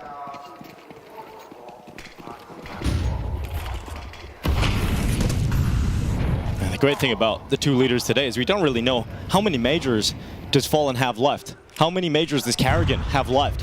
And so we have to enjoy this moment. And Furia charging out towards top middle. Cello flashed off, and he's having a great game so far. You can tell he's just honed in on his skill set as moving forward as that front man. And the smokes go down to Archway and Library, and Furia starts to wrap around, which leaves Robs in the pit to do most of the heavy lifting. And Brokey waits inside of the bomb site to try and assist him. But Cello is getting closer, and that smoke allows him to sever off the player in the bomb site and turn it into a 1v1 fight. But Brokey wants to fight. He wants to get involved in these duels, but he runs out of bullets, and Yuri will topple him, leaving Rops as the lone defender inside of the pit. And it is a pit of despair, as he is cast aside by Skulls, leaving two FaZe players nowhere near the action. That's a beautiful round from Furia. They get mid control and rap side control so quickly, 1 minute and 20 seconds. It's a triple B start for FaZe. It's exploited. But once they get these advanced positions, they're so patient with utility up in library, utility up in arches. They get into these spots and they just wait. They don't actually pull the trigger on attacking into the bomb site, because as the split is crunching on the A site, you can see how uncomfortable Brokey feels. That's why he wants to aggressively take the fight. He knows two players are coming up lane. He's got no support from CT side rotations. His teammate in pit is isolated and cut off. Furia just making a really slow, high-pressure hit onto this bomb site. And exploiting the fact that FaZe don't have utility to respond or slow it down. And it's not like that utility comes anytime soon. This is what we're talking about with how scrappy the start of the game was. FaZe are in a position where the money on the CT side is not good enough to get a good buy here. I think timeout is a really good call right here for Neo to get involved in the conversation. I think this has to be, around these two saved weapons, a half buy. Don't go for like the full MP9s and utility. Go for your 5.7s and Deagles. The next gun round has to be powerful, and you need the Molotovs, you need the smokes. With this fast pace that Furia is engaging in for the first 6-7 rounds of this game, you really need that utility to be able to block them off for like 20-30 seconds so you can actually maintain some map control. Because they're bullying you everywhere they go. When you draw the comparison between the coaches and their experience of the two squads, and it's night and day. You've got Siddup taking his first coaching role at this level this year.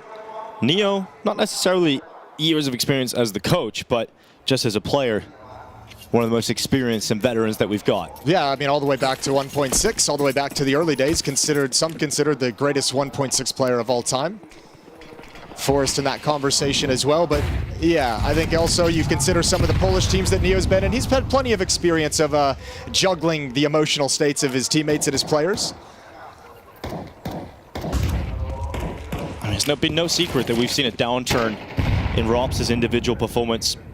Around a year ago when CS2 was just started taking to the circuit, Rops was considered one of the best, if not the best, in the early days of the game. Yep. But we have seen as this year has gone on that Rops' individual performances have certainly dropped off, and he's had a slow start here against Furia today, 0-5. And we know how much of a star Rops can be. Throughout the past with FaZe's championships, with their titles, Rops has been an integral part. And they're going to need him today if they want to get through to the playoffs. Well, they need a couple things. Rops obviously a big talking point, and for all the reasons you just mentioned. Brokey as well, at least in this tournament, a little bit of a slump in this elimination stage, has been very quiet for FaZe.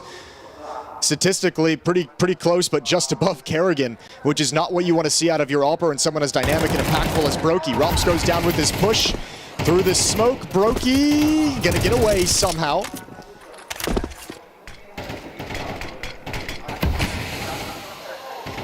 This has been the worst year for FaZe since Rop joined at the start of 2022. They've only won a single trophy across 2024. That was at IEM Chengdu.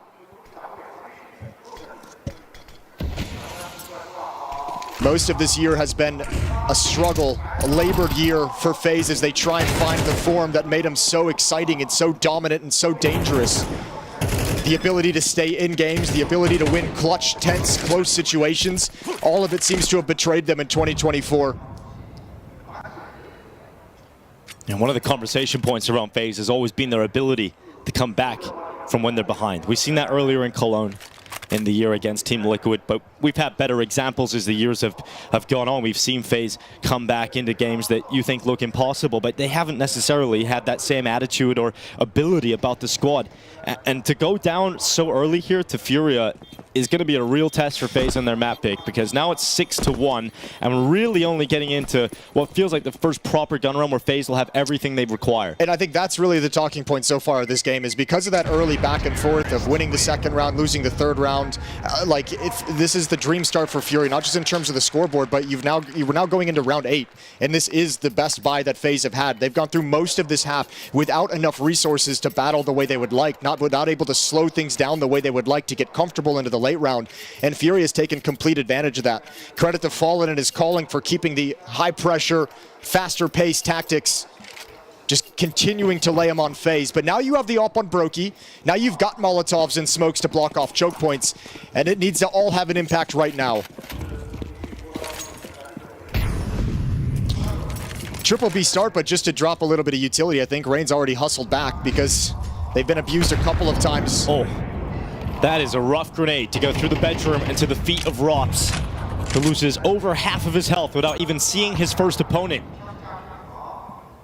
But FaZe look to occupy the apartments, maintaining this position with the rifle and the AWP. The aggressive stance as Brokey peers down the stairs. Rops covers off the bedroom. No one from Furia has occupied Banana. I think Fallen's going to want to eventually maybe come back and at least force back Frozen, force the second player to shift over. Frozen's got Molly and Smoke for defensive utility to delay, but they need to get him off car so that the defense can be kept honest. Otherwise, they're walking right into a stack. Rotation of Carrigan coming back towards B, at least it was, but then with the archway smoke going down, he stayed focused. And this does leave Frozen in a position where he's alone. And the only round the FaZe have won so far is off the back of an ace from Frozen. But now he's got Carrigan swinging through that CT smoke, but it has to be Frozen again. And only a single kill is not going to be enough to hold on to this bomb site for FaZe. This is a terrible start for FaZe Clan, and they are not in this game yet. Rain is left alone in a situation there's two players still in the bomb site, and he knows one was just detected over towards A. But at a certain point, you've got to start winning rounds, and this one doesn't look possible. Rain's going to fall away. Skull's already on the hunt. And for Furia, it is a perfect start. 7-1. They have kept FaZe trapped. I think FaZe is getting so caught off guard by how fearless Furia is playing. You have to admire that coming right through the smoke. Cello just realizing, I'm here for one kill. I'm here for the first kill. Coming through smoke, coming through fire, finding that first frag before being traded off, but it opens the floodgates. And everyone from FaZe getting overwhelmed at the point of attack. This isn't a cerebral chess match at the moment. This is a brawl, and Furia is on top every single punch. We said at the last round, though, that it needs to start happening for FaZe. They need to start winning rounds. They just got the AWP out. They got all the utility. They were never really even in that round. And once again, they're thrust back to a pretty low buy. You've got Brokey having to go to an XM instead of a AWP. You've got an MP9 out here for Carrigan. This is not a pretty start for FaZe. And this is the real danger. Is in the past, we would say, okay, at some point, FaZe is going to click on. FaZe is going to grab around and grab some momentum, and they're going to come back, and they're going to eke out enough in this first half to make the second half possible. But no one has that faith in FaZe any longer. Not the FaZe we've seen so far in Shanghai. And that no one includes FaZe Clan themselves. Frozen, Rops rather, at least getting his first kill. The grenade towards Skulls. Trades out to the 4v4. Plenty of time here for Furia to settle back into the round. Frozen is the solo B player. He has currently got no utility unless Nature drop 4, in which he'll go back and get. He's got Smoke and Incendiary now, so he can use those a little bit later into the round. Yeah, it didn't help him a whole lot in the previous round. No, it did not. But this is at least even in a 4-on-4, at least you've slowed down Furia. Working across the map, very quietly clearing halls. Rain off angle. Rops has low HP, gonna smoke off halls at the timing. Fallen and Yuri winning side of Boiler, Fallen with a peek out. Rain under pressure, dropping back further as Short needs to step up here for FaZe. He's got that first kill locked in, takes a dink, and Rops alongside him. Able to stop this attack from Furia for the time being, but it's only slowed. It's not stalled out completely, and Carrigan moves forward, but Serrato rips his head off. Cello on the follow-up. And with FaZe, even when they look like they've got into a round, Furia find a way. And once again, it is Frozen that is asked to win a round here for FaZe. And they have to have him go for this. He has to attempt to win it. And Cello down inside of the site. It's the elusive shadow of Serrato left. But he's forced into the open by the fire. And Frozen moves forward yet again.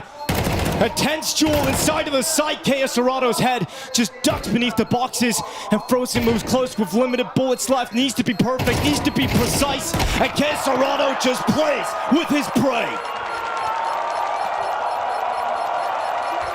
FaZe can't do anything to match this. Big round from K. Serrato, the kill on Kerrigan, and the one-on-one extended clutch.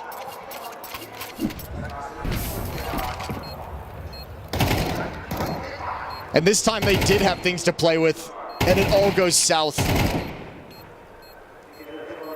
Furia winning fast, winning slow, winning in the mid-round, and now winning in the post-plants.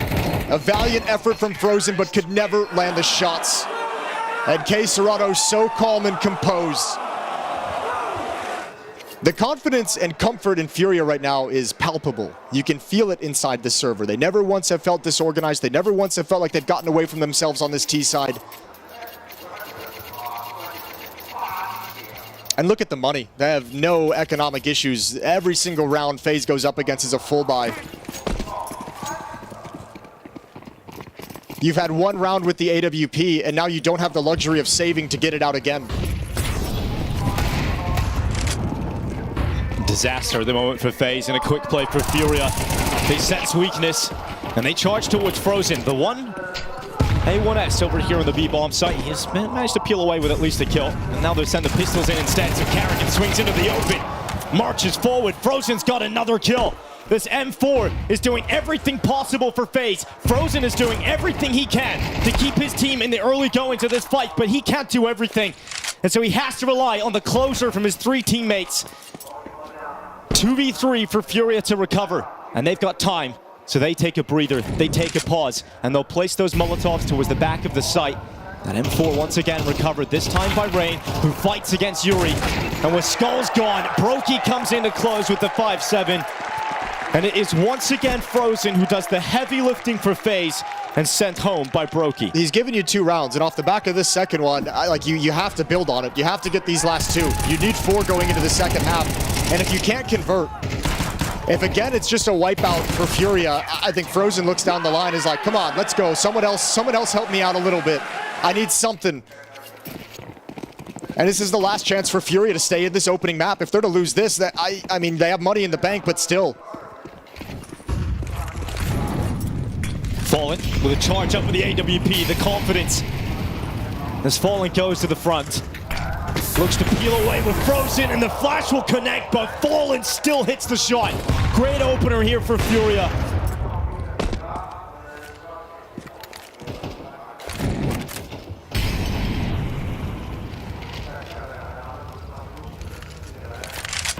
I hadn't seen that op yet on the T side. Fallen never felt the need to bring it out, but a little bit of trickery, changing the style of attack.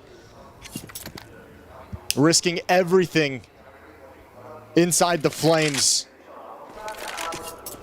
Unafraid of the damage from those CT Molotovs. And Furia get to settle down and have control of the map. 1 minute left on the clock and just now going to start probing up middle. Molotov out to the position of Rain and Brokey. They'll have to back away as they just slide into position.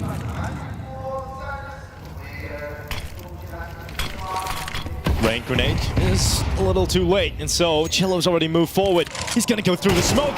Cello, a wild maneuver that Rain is ready for. But Yuri's up next, and will Brokey anticipate this possibility going through the smoke? Head spotted, Yuri down. 2 members of Furia go down through the smokes. 30 seconds left, and the final finish for Furia will be towards this B-bomb site. Kerrigan calling for his teammates to rotate over and help him, and Kerrigan gets one before being ripped apart by Fallen and Skulls. Once again, an even number situation, and they're coming through the smoke. Fallen hits one, Skulls has got the other, and for FaZe, it is collapsed again. Despite being in a strong position, it is Furia that constantly find the way. They even give you 2 kills walking through smokes on the Rap side. What's Fallen's second kill on Rops? That's the painful one. Rops trying to come in perhaps to help Kerrigan over at the B-bomb site, maybe on an early flank down mid. But Fallen's op is a deciding, dictating factor in this round all the way through. 9-2, you got money for FaZe, but you have nothing to lean on. Everything has been individual heroics. From a team perspective, you are not matching what Furia's bringing to the table.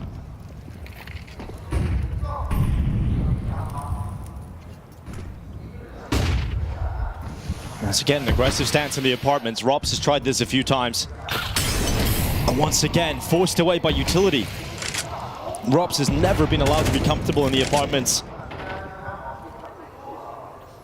Furia are ruling the map.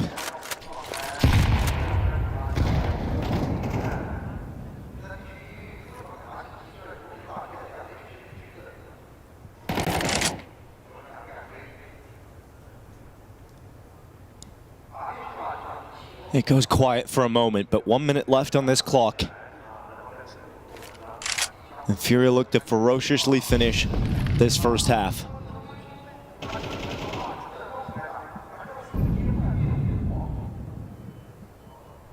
Fallen looks out to long side. Brokey's op is over towards the B bomb site, but not pushed out to Car. You need Rain, the rock of FaZe Clan, to step up here as they come around long. Close quarter spotted by Cello. Rain will still win the fight. Brokey's got a pick on Caserano, trying to lurk towards that B bomb site. Here comes Carrigan on the swing. Rain's gone, but Carrigan able to find that follow-up kill, and Robs had dropped back into the pit. So at least another round closing out this first half for FaZe Clan. Yuri will give it his best go to win the 1v4, but it's not going to happen. At the hand of Carrigan, the half will close, but Furia with an unbelievably strong first half. 9-3 out of the T side. Yeah, one of the rare moments they slow it down and try and do a little bit more tactical probing across the map. And I mean, FaZe is more than happy after the half of getting blitzed every single round to just settle it down and be slow and handle those attacks. But there's not a whole lot of positives to take away if you're FaZe.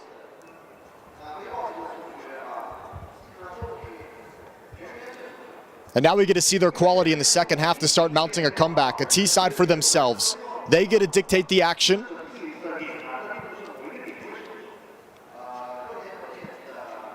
And see if they can start bringing this back and make us believe the old FaZe has shown up in the server.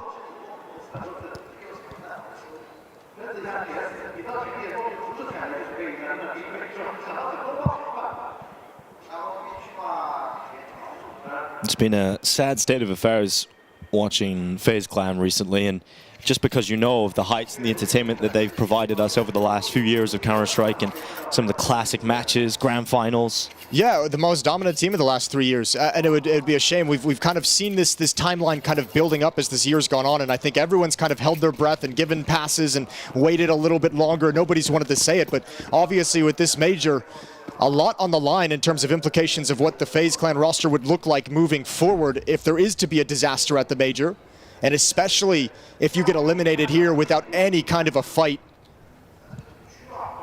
This could be the last time we see this roster constituted as it currently is.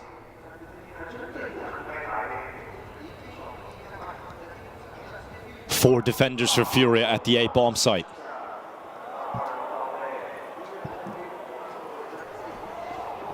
Here come FaZe out of the balcony and into the pit. And Fallen once again, great headshot. Yuri from the pit, 2 headshots locked in, and they've slowed down FaZe completely. Brokey and Carrigan, not really in a fight, not in a position where they can compete, so they're gonna try and get away. But with 1 minute left, and everybody for Fury is still alive, it is almost impossible to see any pathway back into this round for FaZe. Shift into a more passive setup and a setup that allows them to help out at the B bomb site if Brokey and Carrigan work their way to the other side of the map, but Skulls already spots one rap side, so Fallen holds off on the complete rotation. Caserado sinks back from the B bomb site. Now both players have been spotted.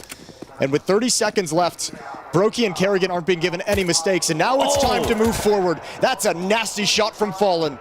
That is nuts. Now Carrigan, he'll do what he can, but round's already done. It's a 10-3 scoreline for Furia. FaZe are floundering on their map pick.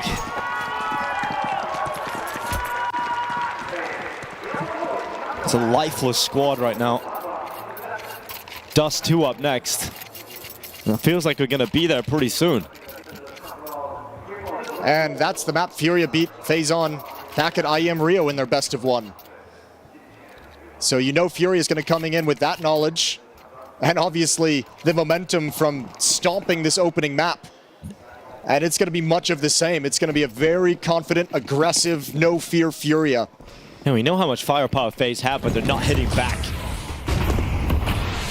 Furia just pummeling them, and Cello He's been so confident, so fluent throughout this entire map so far. He's already down bottom banana. FaZe with a force bite. There's a combination of factors, I think, with FaZe. Obviously, individuals having their own slumps, especially during the elimination stage, during this major run. But just watching them, there seems to be a lack of confidence and a lack of comfort what they're all doing on the map together. Contrast the 2 pistol rounds. Furia's 3-man A-stack shuts down FaZe's hit with beautiful crossfires. FaZe's pistol round in the first half, 3 players at the B-bomb site, little scattered and disorganized, and not finding a way to work together and fight together at the same moment. So now they've got to come into round 2 with Tech-9s and make this work. Cello, multiple players swinging his position, but still he'll stand. He wants to fight them, he wants to isolate him in 1v1s, but eventually too many peeks results in death, and Fallen just leaps to the archway. Keserado getting a pick elsewhere, but traded back by Rops, and a 3v3 established here for FaZe. Carrigan deep towards CT, but Fallen comes back over and wins that leader battle. He goes again, but this time at range, Rops gets the pick, but so much damage has been done onto both remaining players in FaZe. Low HP on Rain with 4 health left, 10 on Rops. Can they muster a round? What a shot from Rops. Out towards CT, a blistering headshot, leaving Skulls alone. And now the round becomes so difficult because he's got to deal with 2 players. And despite them being low, the crossfire that they maintain makes it so difficult for Skulls to even see a world in which he wins it. So he backs away, and for one thunderous shot from Rops, the force buy works out for FaZe. Surely if Skulls knows the HP, he goes for this. He actually just swings in and goes for it, but man, he's prioritizing the M4. Rops is going to go down at the end. No way. How is he alive? How is he won that? That is so ridiculous. The bomb blast will take him in the end, but that's a crazy outcome for Rops. Well, both second rounds won by FaZe in this series after losing the pistols. And that's a lifeline provided by Rops with those deagle shots. First half, it was Frozen that was able to win the force buy after losing the pistol round. He got an ace, started off with a deagle. Unfortunately for FaZe, weren't able to turn that into consecutive success, but looking at what Furia have coming up next here, should be a great chance for FaZe to work on this. Rops with a quad kill round to keep them alive and keep Furia as far away as possible from just a scoreline. Oh my lord. No. This can't happen for FaZe. That's it, right? You can't build off that. Fallen straight away with a pick onto Carrigan. He has had his number throughout this map so far. That's a disgusting shot. 13 kills on Fallen, leading the way for Furia. 11 on Skulls and Yuri. Leading the way on the server. Top fragger right now. Here comes Rops. His teammates are currently slinking their way up through Banana. The defenders are here for Furia, but they're playing within the bomb site. 3 of them, and with Rops being the lurk, he's not an aggressive lurk. He's not going to go hunt down and find information at this A bomb site. He's going to try and exploit rotations. So they have no information of what they're walking into. This could be a horrific end.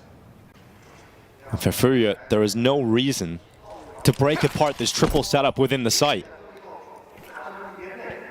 A chance to devastate FaZe's chances on Inferno here and now. With 3 players waiting inside of the B bomb site, FaZe are marching towards a fight. And they still should be favored to win this fight, especially with the utility disrupting the initial setup. But Furia will give it their best go. First and second oranges occupied and dealt with from the MAC-10. Keserado with only a USP, stopped by Brokey. And Disaster will not strike. Furia will save a couple of options here. You've got Fallen moving towards CT with a scout.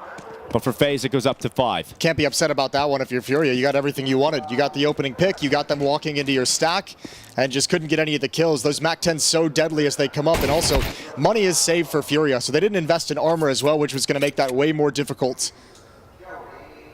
So 10-5.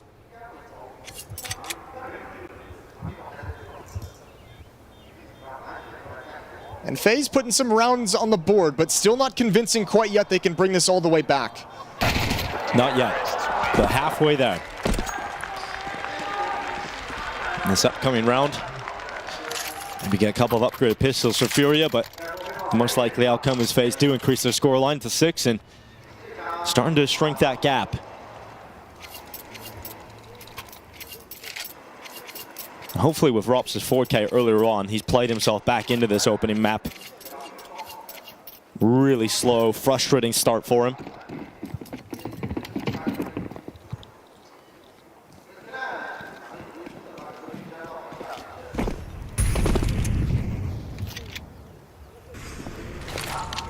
FaZe are not going to rush into anything just yet. I need to figure out what they're up against. A way more chill T-side from FaZe, I think, is something to expect than what Furia brought out to start things off in their half. Brokey spots one towards Rap side.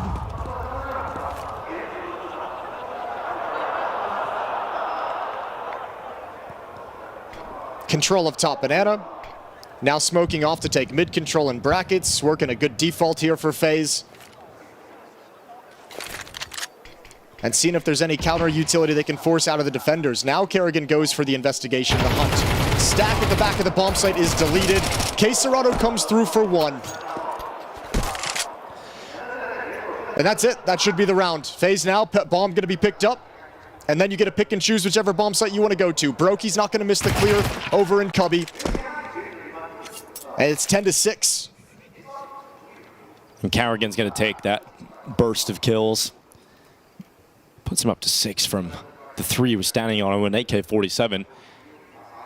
Saved on over as well, so not bad at all from Kerrigan.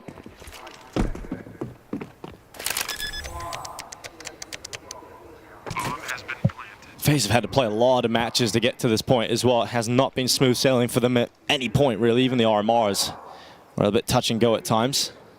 And in this opening game in the major, people are wondering, you know, how's that wild card game going to go? People thought there was maybe an upset brewing there. That was a sign of the issues, right? When you start working in your head that there was actually some real possibilities that got upset by wild card in the opening round, like, you know, that's a lot of faith lost in FaZe. Yeah, they did get the job done eventually, 13-10. They lost to Heroic, who have now qualified over the reigning major champions. That was a wild third map in that series.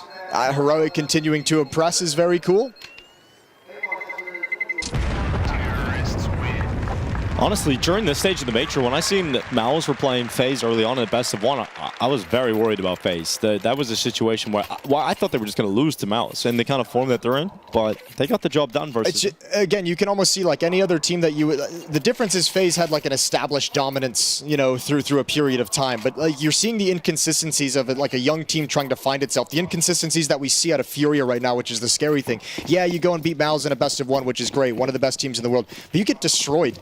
Like just deleted by G2, like no fight whatsoever, and that's where you have your head scratching, and the ups and downs that FaZe have experienced have just shattered their confidence. And we've all been waiting for that moment where we see the confidence click back in, where we see the comfort in this team. And this would be a great moment to show it. Historically, so difficult to put away, always good for a comeback. You know there's going to be a run from FaZe that makes the match close. And maybe we're seeing it building up right now. Opening kill for Rops onto Skulls. That leaves Yuri all alone at the A bomb site for the moment, protected by utility. And Fallen's on his way back with his AWP, but wants to stick around the B bomb site. It's almost like they're just kind of selling this and saying, you know what, if you go A, we lose.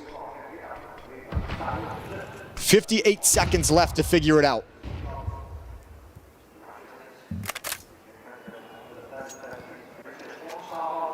Fallen in a very committed angle with his AWP, but he's got Cello beside him in behind the sandbags.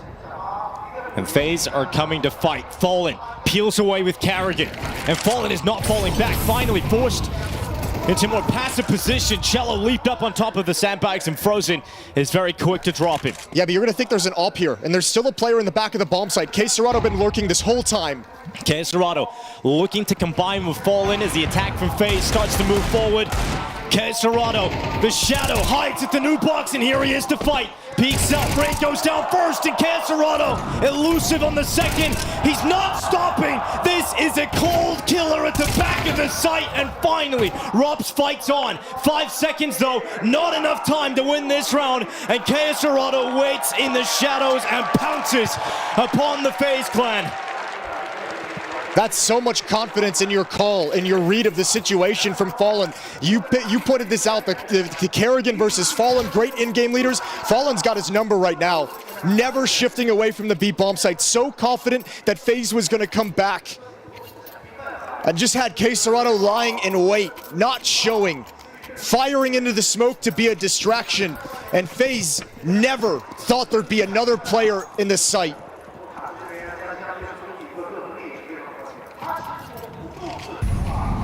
Just as we were saying, maybe we were about to witness the first steps being set up here for FaZe to come back into the game. They get the opening pick, and Furia flip it back despite being down an early player, and Fallen is starting to take over the server. The player that gave Brazil its greatest years, its era, its legacy, that found its first generation of great players in CSGO and is now leading the squad of the next generation.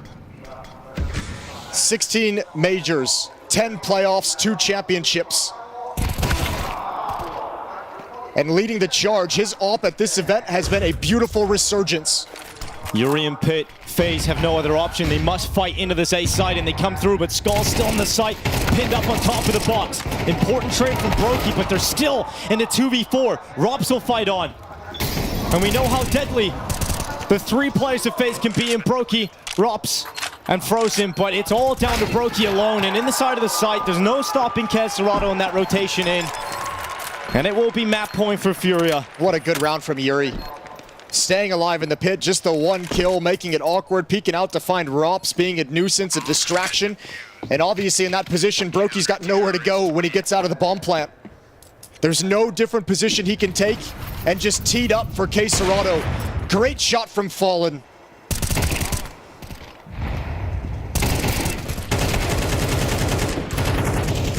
Skull's doing the grunt work in the bomb site, and Yuri's given time to be patient.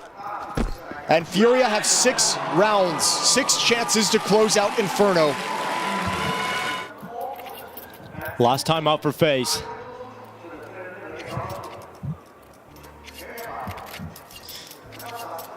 Furia has struggled all year at events. They got knocked out in the Katowice play-ins, not even to the main event. Last in the elimination stage of the Copenhagen Major. They got grouped at IEM Chengdu. Last at IEM Cologne. And right towards the end of the year, it feels like everything Fallen has been instilling in them over the past 5 months has really just clicked and come to fruition. Even at a time throughout this event, though, we didn't know how their form was going to look, what they were capable of achieving. But they've stayed in it. They have built up better here in Shanghai. Rops and Rain looking to walk into the stack of players waiting in the corner. It's not the usual setup. You don't usually see 2 players sitting on top of one another. And so that is why you do not see the immediate swing from Rain. And now the peek from Fallen from the library. And is Kerrigan to go down and FaZe to fall to just 3 players. FaZe's map pick is going to fall into the hands of Furia.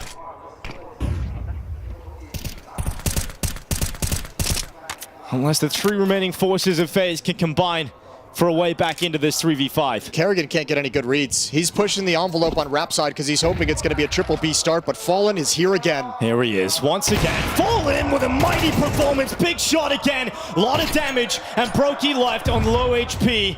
1v4, a situation that Brokey will not find a way into. There is surely no way in which the remaining 40 seconds reveal a pathway for Brokey to keep FaZe going here on Inferno.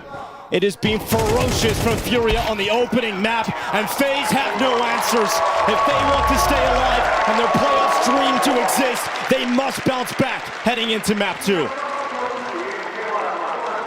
Yes, we advise that all FaZe fans, you might want to go out, get a cup of tea, make a drink, get some fresh air, whatever. Something stronger, Rich. Yeah, at maybe this something point. stronger if you're old enough. This is horrifying if you're a FaZe fan what you're watching right now. Listen, Mike Tyson put up a better fight in that fight a few weeks ago as to what we saw here from FaZe. This is your map pick, guys.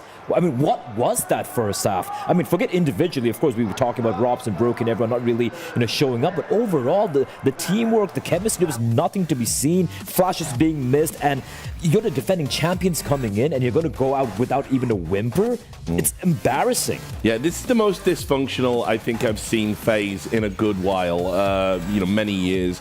Obviously, we know that 24 started well for them. We know that they were a competitive team. We know that they were right up there, runners-up at Katowice, winning Chengdu, things like this. But after that, it's just a sea of mediocrity over the year, and they haven't made any changes. And you've got to look at all of the teams around them, and what do they have, Janko? They have stars that deliver. FaZe's stars aren't here. Brokey, Rops, they have been underwhelming in this major. They've been underwhelming in Counter-Strike in general, and it's gone on for too long. Yes, absolutely so. And also, FaZe isn't the only team that's probably going to look different after this tournament. We have a team like Vitality, rumors about Spinks, the Nico situation in G2, Jimpad situation in Mouse, right? But all these teams have sort of harnessed that and just been like, okay, if that is the case, let's go out with a bang, right? Like, we still have a good group of guys. We're playing some good Counter-Strike. Let's try to do it one last time, right? Go all the way. And for FaZe, it seems like the complete opposite, right? It seems like, yeah, well, this is going to be a different team next season, so why even bother, right? Like, yeah, they practiced, they did a boot camp, all this stuff, but it just feels like the players' hearts are not in it, right? I mean, you could argue without an incredible performance from Rain, they would have lost to Wildcard in their opening game. Correct. And also, but even the round 3-1, it was Frozen getting an ace with a deagle to net them the first round, and immediately what happens after that, A defense just completely crumbles. It was some miraculous moments here and there. We had the Robs 2K, 4K, for example, which netted them another round over there. But there was never a point, I think it was by round 5 or 6 is when you're watching the game, you're like, there's no fight here. Fury are taking this easily. We also talk about, MR12 and everything, and the only worse thing than losing a pistol is winning the pistol, then losing the second round. And that's what FaZe was able to do to Furia twice, and even with that, they only get away with 6 rounds. I mean, it was just complete dominance from Furia, and you can see the little things, the details, the small setups, the small utility usages that creates opening plays. Like, Furia has it all, and for FaZe, it's just not there. It's almost not fair watching the two teams, because Furia, again, we got to address the fact that for Furia coming in, this rebuild which started post-player break, it was the peak at the major, it was the peak at the end of the year. So despite the fact that for Furia, they had some struggles, some trials and tribulations, as trying to get to this point, but Fallen always said, as long as we peak, as long as we're learning and getting better, I'm okay with it, and they have peaked here. Sure, I mean, listen, I don't want to be disrespectful to Furia, but, I just guess I'll never understand how they've made it this far in the tournament. I mean, I don't think they've been playing amazing Counter-Strike. I think their opponents right now are making them look really, really good. And I say that again with all due reverence to generational talents like Keserato and Yuri. I want that duo to have a glittering trophy cabinet, but they seem committed to mediocrity in their own way. And FaZe are making Furia look like the best team in the world right now. Rich, Furia going through the numbers. Like yesterday's game against Pain, for example, that was like a coughing baby going up against a coughing baby, right? It was an ugly game, so to speak. But as long as you're playing good Counter-Strike on the day that really matters, everything else is forgiven. Furia right now, sure, they made to look good by the failures, the multiple failures of FaZe, but I don't want to take anything away from Fallen. No. I think that was a masterful individual game from him. Think about what you're saying on a death segment in 2024 play. You're talking about Fallen dominating FaZe Clan in 2024. He's going to be the old man, the call it. The young guns are going to be carrying him. FaZe can't even shut him down. It's crazy how far they've fallen. I don't think people really understand. I think also you have to praise Furia for how they were able to grind out games this whole tournament. I mean, you go back to the opening stage and some of the games. I mean, sure, they fall behind and you can argue they're bad because they've fallen behind. But then you have to give them props for coming back and still winning games. I mean, they would have been 2-0 if they were just able to win, one pistol against Vitality. They were 9-0 starting 2 halves in a best-of-1. Game still went into OT, and it took a heroic round from Zyvo on a saved op to keep Vitality alive. So I think they've definitely stepped up. They've also had some. They've embarrassed Spirit on Dust too. Like I think they have good signs. They've improved as the tournament progressed, and it can't just be blamed on FaZe. Yes, FaZe is struggling. This is also the same FaZe team that 2 days ago beat Mouse. Yeah. So that's the problem with FaZe. It's now you don't know what to expect really most of the time. Not really something great, but it's also Furia doing their part in, making it difficult for FaZe to even get into the game. I think we could probably talk about a round which highlights how Furia approaches and how much better they looked. And even yesterday, by the way, Inferno was an ugly game against Pain, but today they were able to, just fix a lot of the issues. They slowed it down. This is a great round. It's round number 6. It's a buy for the side of FaZe, right? And now what Furia realized that FaZe is sending early B to battle out B because they conditioned it. And look at how quick Furia are. But it's not just individuals pushing up. You can see just 2 defenders. They have Robs playing towards Spit. You have 1 player on the A bomb side. They slow it down. They pump the brakes. You have Library smoked off, Arch smoked off. They use that smoke to isolate the Pit player, and now it's all on this one guy. He's trying his best. Gets double swung right there. He gets taken out.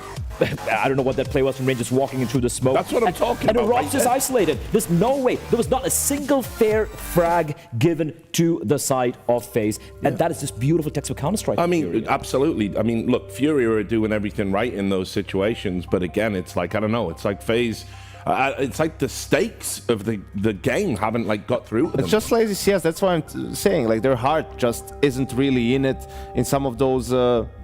situations, right? For FaZe Clan and for Furia, right? They're just doing something that we didn't get to touch on really as the assistant coach for Furia, Innershine. He's been the analyst for FaZe for a couple of years, really, Kerrigan's right hand in a way. So you could see there in the preparation a lot of quick A hits early on, probably aware, 80% of the gun rounds, they're going to open 3B.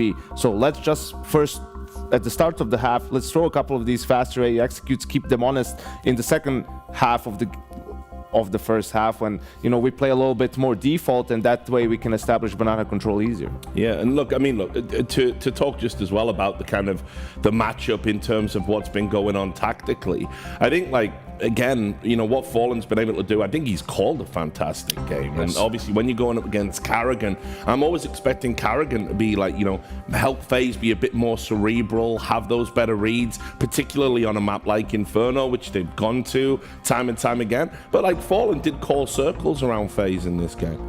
Yeah, absolutely. And I think even if you look on the CT side, some of the setups, we had another key round, right, where it looked like maybe FaZe was going to be able to start coming back, but then just the final nail in the coffin this round from K-Serato. The reason why no one's checking for him is because they already killed the B players. Fallen was drawing attention to himself. They don't expect an extra guy, and that's why he was able to sort of just pounce at the key moment. That third kill was insane on the guy jumping, right, and that was it for FaZe.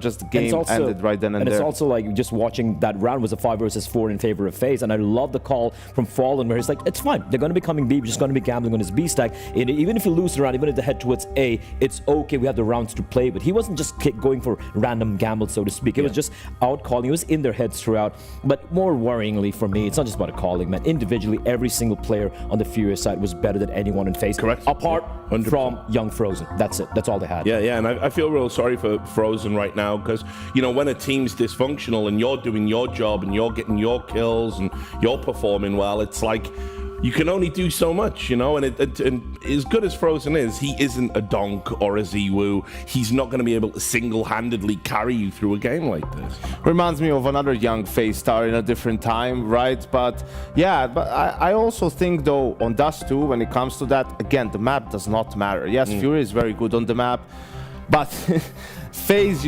if they can, I guess they can just pray for long spawns, right, or something along those lines. Just if they can keep the game simple. Actually, what needs to happen is get mad, get angry, get pissed off. You're just flapping around the server at this point. You're getting absolutely ran around by the likes of Furia. This is not how you want to go out. At least go out, punch him. Go out swinging, because this is just really, really sad to watch, honestly. I agree. Final thought. Look, Fury taking this. This. We're going to be delivering FaZe's eulogy at the end of the next map. But like Yango said, at least give it a fight. Get mad, get pissed off, get angry, yell a bit. Just go for it. At least show us some memory of what FaZe once was. Yeah. Well, I hope they're able to. We were really looking forward to a great series. So it is going to be Dust 2. FaZe are playing for their major lives against Furia. We'll see you in a few moments. She said she loves you, but she can't love me. But I love you.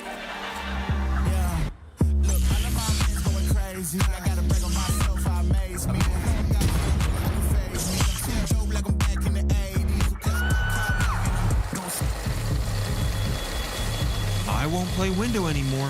What's going on? Play your role. 1xBet. On to the next one.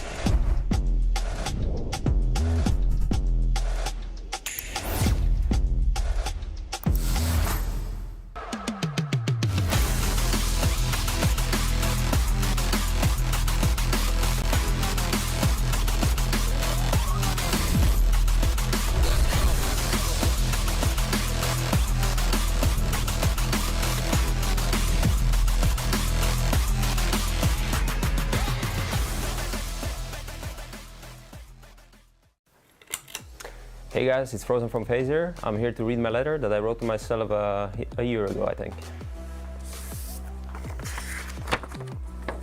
Dear David, I hope when you are reading this, you are where you want to be. You finished and accomplished all your goals and you are chasing new ones. I hope you are happy and have a peace in your mind. Just stay you. There is a good direction that I'm heading, but you know, there's still a few extra percentages that I need to get, I would say.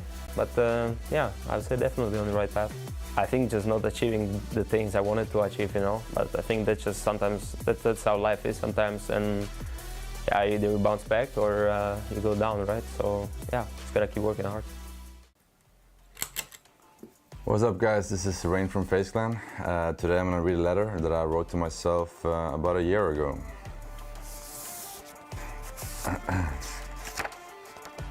Hello future self, I hope you're alive and your oil investment is going well. Hopefully you have a couple more trophies in the cabinets. I think I got one more trophy since then, so not as many as I hoped, but looking forward to more. Not really invested into oil, I think it's just a meme from Norwegian people. I think back then it was a turbulent period. We didn't really know what was going to happen with the team, so we kind of just played event by event, full confident and just play the game. I think at this team right now, we're planning for the future and we had a great start with the team and we've had a lot of setbacks, but I feel like we're on the right trajectory going forward and we see progress every day in practice and in games as well, so it's looking good for the future. I feel really confident coming into the tournament. I feel confident individually and I feel confident as a team. I think we've had a really good boot camp from the first stage to the elimination stage now, so I'm looking forward to play. Hey, I'm Raps. I play for FaZe Clan and today I'm reading a letter I wrote myself 1 year ago. Don't know if it was a serious one or a 12 one. Let's see. This is not serious at all. Remember Nice Cube? Question mark. But in all seriousness, it's not that deep. Also a meme. I played the game of tic-tac-toe here. I wrote GG and I wrote Brain. It's also an inside joke in our team. We all know Rain and sometimes we give him the nickname Brain when he has those high IQ moments, when he makes a smart play or says something smart, you know, that's when you say Brain. Probably happens more often than not. Sometimes you kind of like he says something stupid, but then you say Brain instead, and then like you know you kind of piss him off, you know, just like as a teammate, you know, for fun, and it's just good vibes.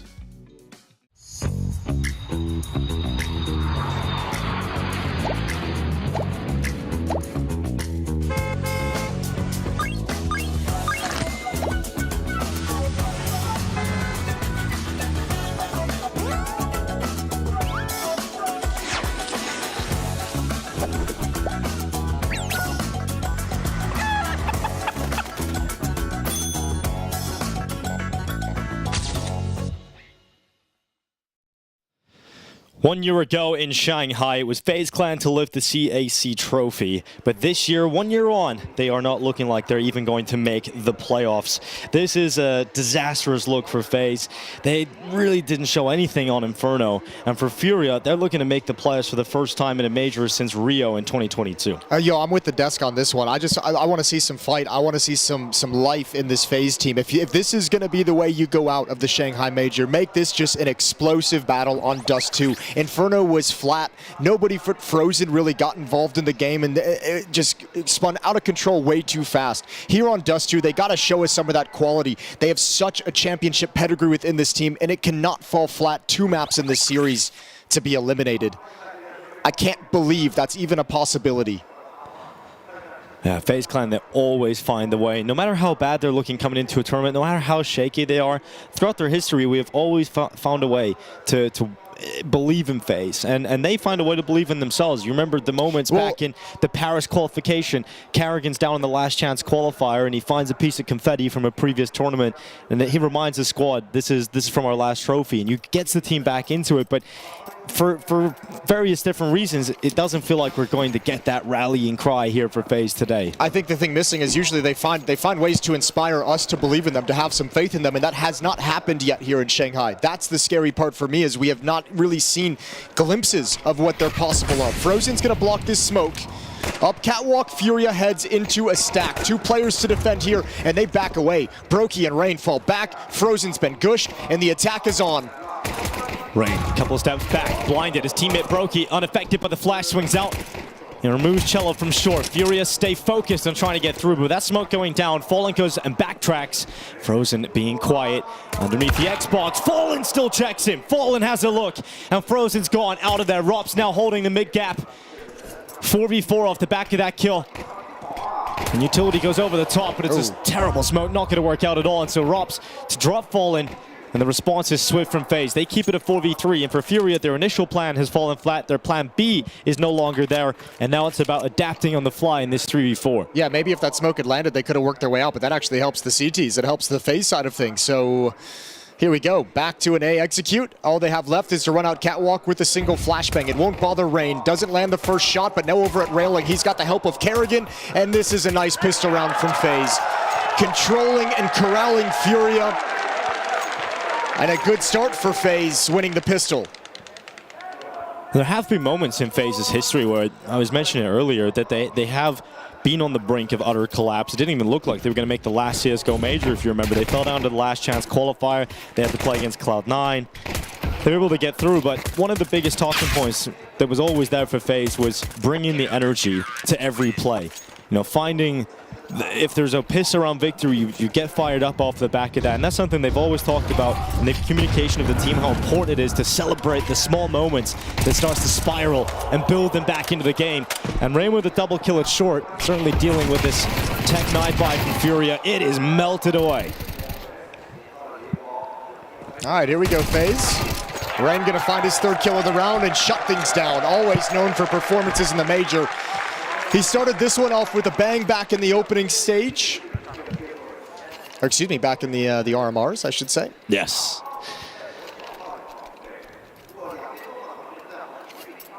They'd love a big performance out of him to carry them through. Somebody on the FaZe side of things. Frozen was there on Inferno. 18 majors played. That's not bad, is it? 15 of them with FaZe.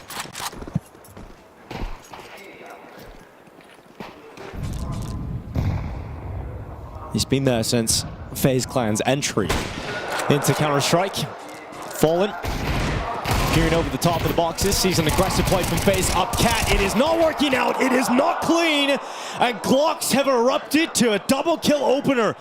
FaZe down to 3 players, oh my god! Glocks destroying FaZe Clan, and disaster about to strike unless Carrigan and Robs can stop this from happening, but surely there is no way the Glocks win this round.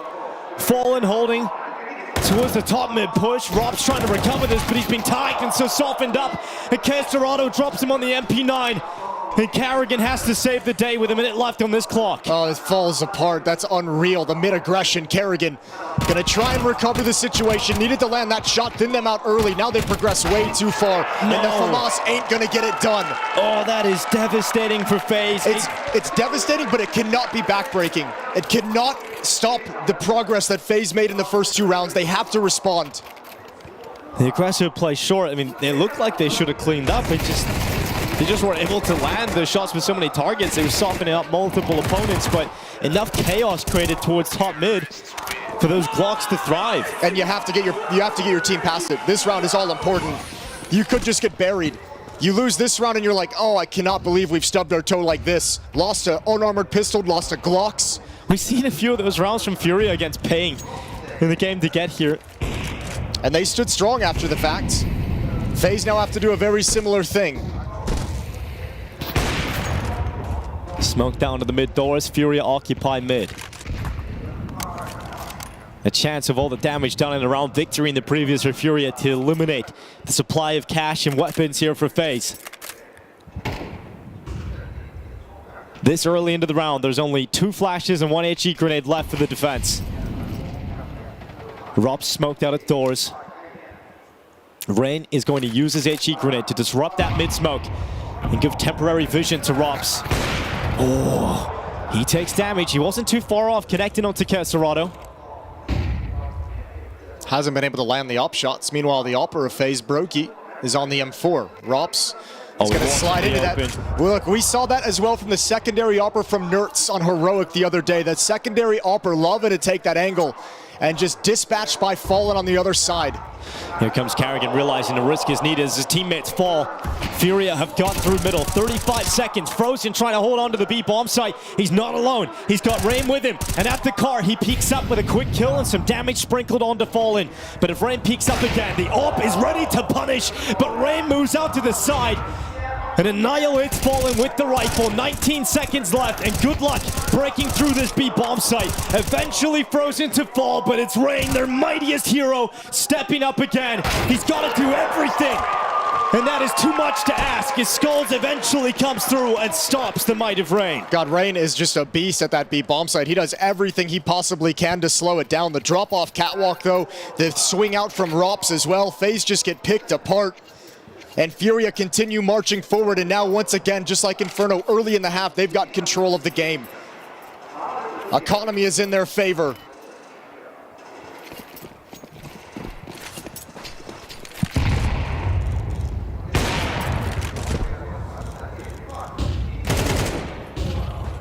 You said that Glock loss can't be backbreaking. Well, unfortunately for FaZe, immediately having to go down to an eco. Furia are now given a great opportunity to head into the lead. And we'll see what FaZe is going to be able to fight with next round. But that's what really hurt them the most on Inferno, is it took them 8 rounds to get money beneath them. Furia was able to run out to such a strong lead so quickly. And they've primed up to do something very similar on Dust 2. Long control as they march forward with 2 players in the bomb and silently crossing behind the smoke. No counter utility, no flashes yet. No, Cello, not a great start for him. His health is gone! And can FaZe answer back with one of their own on the pistols? The pandemonium begins as Yuri tries to claw his team back into the round. He will do so with a double kill. There's still a shot at this for FaZe. Although Furia hit the pause button, they composed themselves, and it's Yuri to make sure that a 3K comes in and he stabilizes any of the chaos that FaZe could capitalize on. It is Rops that waits down in spawn, bomb planted, and now impossible for Rops to make it happen. Yuri with a 4K that saves the chaos. Composure's the key word there. Furia don't ever look like they get too panicked when the initial 2 kills come out for FaZe. Realizing they still have the advantage in terms of the weaponry and just staying patient, staying at range, and knowing FaZe still have to make more moves if they want to close out the round. 3 in a row for Furia. No AWP out for FaZe. All M4s, lack of kits for the CT side.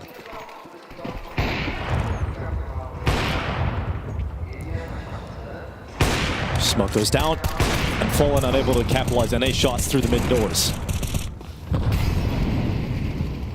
Cello's got into the lower tunnels.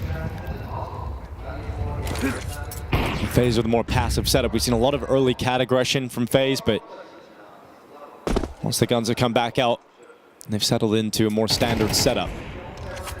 Leaving Rops as the solo B player in the site, Frozen just outside of the doors. Watching the ramp walk up, he's going to have a crossfire of Rain, who decides to play from CT, and they've got Carrigan just outside of the long doors. But is Furia gathering at the B bomb site? Throwing a lot of attention towards the A site, though. Throwing the catwalk utility, the CT spawn utility. Meanwhile, the main thrust going to come towards the B bomb site. 3 players waiting behind a Molotov in upper. It's Rops on the initial defense, Frozen to help respond, but he's outside the double doors, cautious of a mid to B split. Oh, great shot from Cello. Rops gone. And that's one of the main defenders of the B bomb site removed. And with that smoke going down and Rain getting caught from falling in middle, FaZe's defense once again breaks apart. Such a well-constructed round. He's going through the smoke. At least he gets into it. Not going to continue in his wildest dreams. Fallen not going to move forward. And so Frozen getting back towards CT. Skulls unleashed through the window. And FaZe are trapped in spawn. Look how ruthless they're being. I don't know if Fallen realizes 2 players over to the left in CT spawn. He does now with the trajectory of that nade. But they've got 2 guys trapped and they're coming for the hunt. If they remove everything that FaZe currently have in their hands, it gives Furia the best possible beginning now on this T side. And so Frozen and Brokey must hold on. Here come Furia's forces. Flash in. Brokey to turn. Can they hold on to their weapons? The answer is no. As Skull slices both open, FaZe are out of money. And soon to be out of hope. As Furia are given a similar start here on Dust 2 as to the one they had on Inferno. It's happening again. Just getting buried beneath the weight. Another initial defense where it looks like Rops should have the advantage. Gets the first bullet dink, but can't land the follow-up shots on the spray. So Cello finds an opening. And Frozen misses some spam into the smoke on a low HP player. And they just get locked out of the bomb site, but so well constructed from Furia. The utility thrown from mid to simulate a catwalk hit. The walk into the B bomb site with 3, not giving away the game. And Fallen in middle with an op to cut off rotations. It's played out perfectly.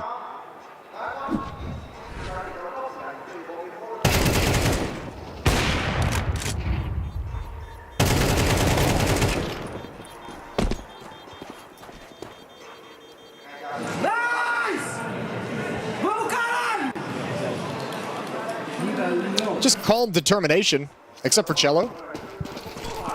Cello is the energy bringer for this Furia team, and especially when they've got momentum on their side, he can be a pivotal part of the energy brought to the squad. He had one job to do in Inferno, and he did it well. The front man, the spearhead. Hey, FaZe just did great damage to start out this round. Good kill with the Deagle. Rops will bring that M4, probably pass it over to a teammate, although nobody's close by for the moment. But also wonderful damage onto K Serrano with a double nade in towards the double doors. So Furia on the back foot in this round, 4v5.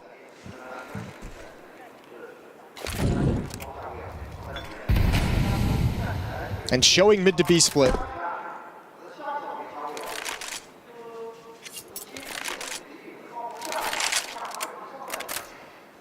Rain is in the back of platform with the Deagle. Chance to be a nuisance. Great shot. But Skulls will respond immediately, and Cello's been waiting for this moment in the round where they rotate through CT, and he just cuts them off, and he does that so effectively. 2 headshots in an instant. And Ross with 10 HP, not really in a position to thrust FaZe back into this round victory. Frozen also getting forced into the open with that utility. Caserado waiting to punish. And the bodies pile up, and so do the round victories here for Furia. Such a, again, composure in these situations. That's 2 low-buy rounds that FaZe has been able to make this tricky. The kill out towards long, the kill from Rain at back of platform. And Furia just don't panic. Business as usual. It's Cello to bail them out this time. Yuri previously in that round. But Cello the deciding factor in middle, as nobody from FaZe can help out. 5-2.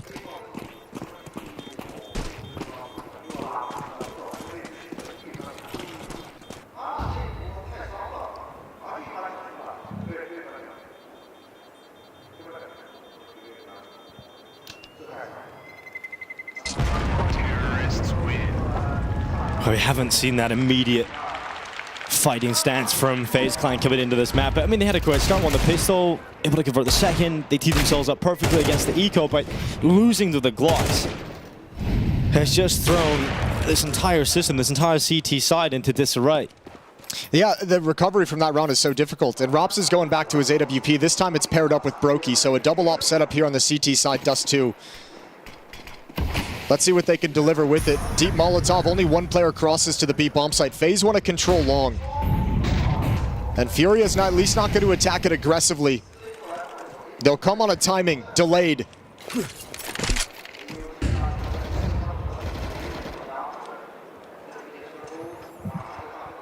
Furia charging up. And once that smoke starts to fade away, the flashes will be tossed out by Kesserado, and the forces fly forward into Frozen. Flash will blind him, but he's got Kerrigan. And that AUG will mow them down alongside the M4 of Frozen. There is no getting out long. There is no getting past the first wave of defense. Well done from Frozen and Kerrigan. No issues whatsoever on that hold. Never backed away from their corners. Not fooled by the pump fake of Furia initially. And a clean round, so they get to build money. So now it's no longer in that really harsh lose, and then you don't really have funds to buy back. Now they've got to build up a bank. And another chance for them to recover.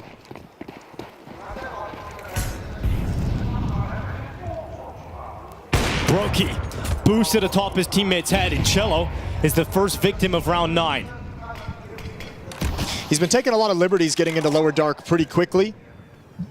And obviously it's been okay and gone unpunished with no ops in the field for FaZe, but now that Brokey's has his, you got to be careful with that kind of a very, very quick piece of map control. And Brokey has shifted over to the B bomb site.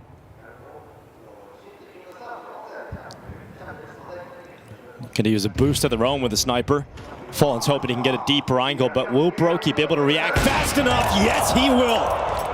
Fallen to go down, and he would have realized there's a second player there as well, so Brokey's looking into that corner. Skulls realizes he's got to fight alone because his two teammates are down in lower tunnels at the moment, and they're coming back up towards him.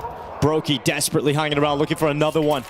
Wanting to find so much impact in this round, and smoked out, lurk smoke deployed from Furia. Almost looked like he wanted to push in front of that smoke.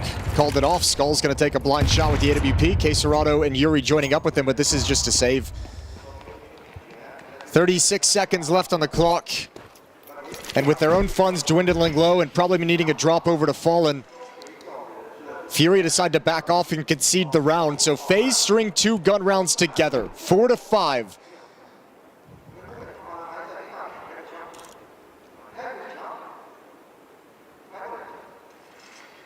And now we're starting to see a little bit of that fight from FaZe.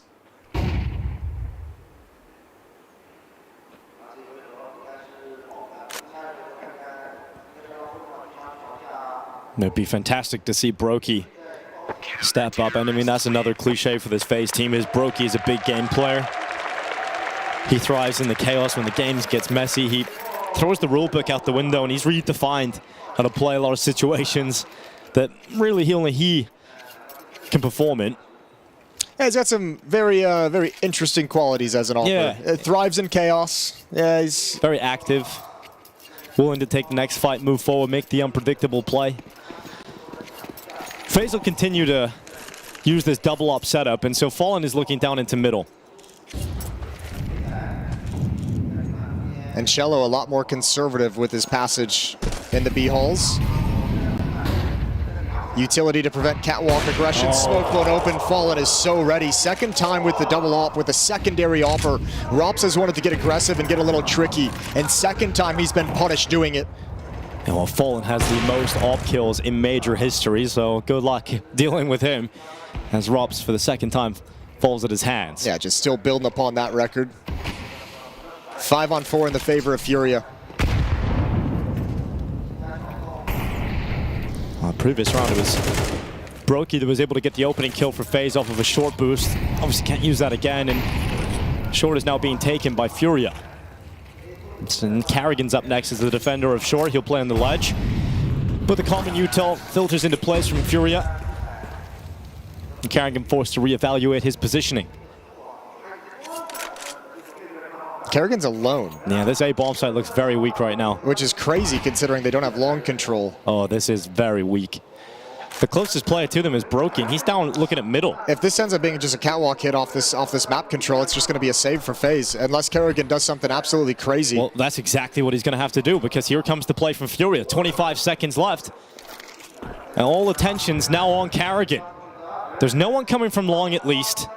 And here they come towards him, the footsteps and the charge of the Furia fight, and it will not work out for Kerrigan. Yeah, I mean, you could see that one building up. There was no chance for Kerrigan to do anything. I mean, that would have even been a cleaner round if there was any kind of a player and any kind of presence out towards long A as well. One other thing that Furia is doing really good is these lurkers they're leaving in middle. We've seen Cello bail him out from that position. We've seen Fallen cut off a few rotations. This time it's Skulls to add one more as that execute begins. Able to find Brokey as he's shifting. Furia working the map very, very well. And they extend to a 2-round lead.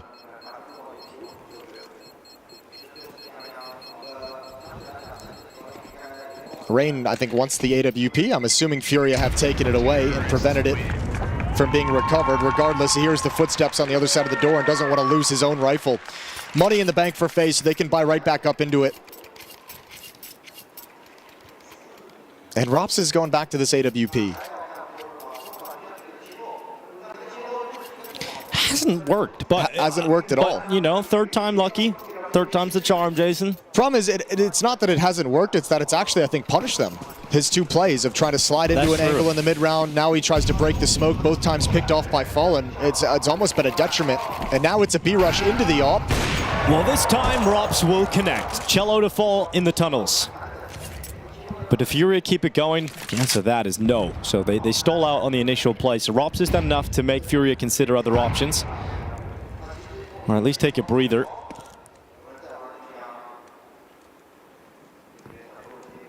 They realize they can't keep all of their players in the tunnels for this long. They've got to start moving out, making sure there's no aggression at short. Making sure they haven't lost mid-control. It also tells them that there is a double op setup in play, with Rops getting the kill. They're going to expect with the money that they know FaZe has, Brokey has an AWP also. Yeah, you could see Fallen clearing out towards that common short boost as well. Realizing that the AWP could still be over that. They fell foul to that earlier on in the half. And FaZe have not redeployed it. Smoking out towards CT for Rain. He's actually going to play in front of it. He's found a gap and he's going aggressive. Although no one from Fury was already on the other side of the doors, and Rain got that info, so he relinquishes control. And he goes back into a CT spawn behind the cover of the smokes. Being disruptive, but every timing is favoring Furia. And they can replenish this smoke as well. Rain again in an advanced spot. He's gone back to the corner. And that smoke is not going to stop the vision of Rain. It's a great kill, but is there further? The answer to that is no with Yuri's reply. He was still blinded and fragged on as Rain stepped up with a chance, but not enough as Furia begin to barrel through B, through the windows and the doors. It's Rops in the sight, and this double up setup will finally pay off. The answer is yet to be determined as Yuri flying through the sky. Great headshot on the AK, but the time is the problem that will elude him. And so FaZe, with Rops getting the opener and the essential closer, it will be a 5th round collected as we head into the final. Well, you said it. Third time's the charm, and this time that AWP has positive impact for FaZe. Good round from Rops with his opening pick.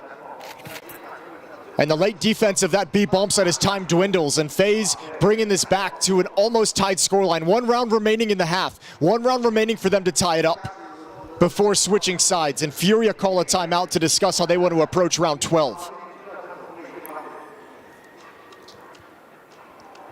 It's great to see. You don't usually see FaZe go for the double up setup. You don't see many teams rock it this consistently and persistently throughout a half, but FaZe realized that, well, a normal game's plan isn't working. We need to find a way to get into the game. We need to find a way to be competitive.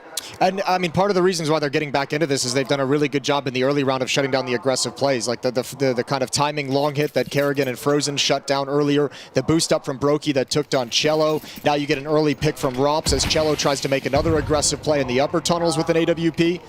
So doing a good job of finding some early advantages and then just playing a standard round.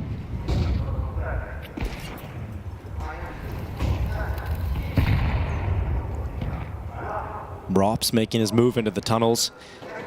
Looking to open up again here with the secondary AWP. It would likely be a death sentence with the angle that Skulls is holding, though. Here comes the mid-play. His push will come later on a timing. At the moment, he's holding for the one lurk, the B defender. Skulls to make a play to peek a little bit deeper in towards Hulls, but that's not happening. So stalemate for the moment. Eventually, looks like Skulls wants to challenge, wants to fight, and Robs misses the shot. The commitment forward into the tunnels does not pay off for Mr. Cool. Some nasty jiggles from Skulls to spot the info before the wide swing. Now Rain dodges the flashbang, but in his elevated position, he wants to grab a kill back, but it's a loud dismount. Yuri alerted to his position in CT, but Rain was ready for the cello drop it short. Rain making the most of this moment towards CT. Carrigan's just gone through the short smoke. Carrigan's made his way around the back. And with Rain going down in CT, the play forward from Carrigan, it's being tracked by Castorado. He knows, and it won't even be Castorado to get that kill as Yuri turns back and spots out Carrigan first. And Skulls, who had dropped Rops, has taken position up inside the B site. It is Brokey and Frozen in the last round of this first half to try and stop Furia from breaking through the defenses, but there's just too many Furia players in too many different positions, and a 7-5 scoreline at the turn of the first half. Furia have the lead. Frozen had a really frustrating time playing that mid to B position, kind of being the supportive element coming out of the doors. Had a really hard time all throughout this half, but at least we're seeing a little bit of the battle that FaZe can bring to the table. 5 rounds, not getting buried, recovering from the tough economic situation. It doesn't look pretty. It doesn't look convincing, but they're still here. They're still within striking distance. It doesn't feel like enough, and I think there has to be more of a progression into the second half. And we'll get the T-side calling of Carrigan to try and get his team back into this and back into playoff spot contention in the Shanghai Major. Third map would be Mirage, if we can get there.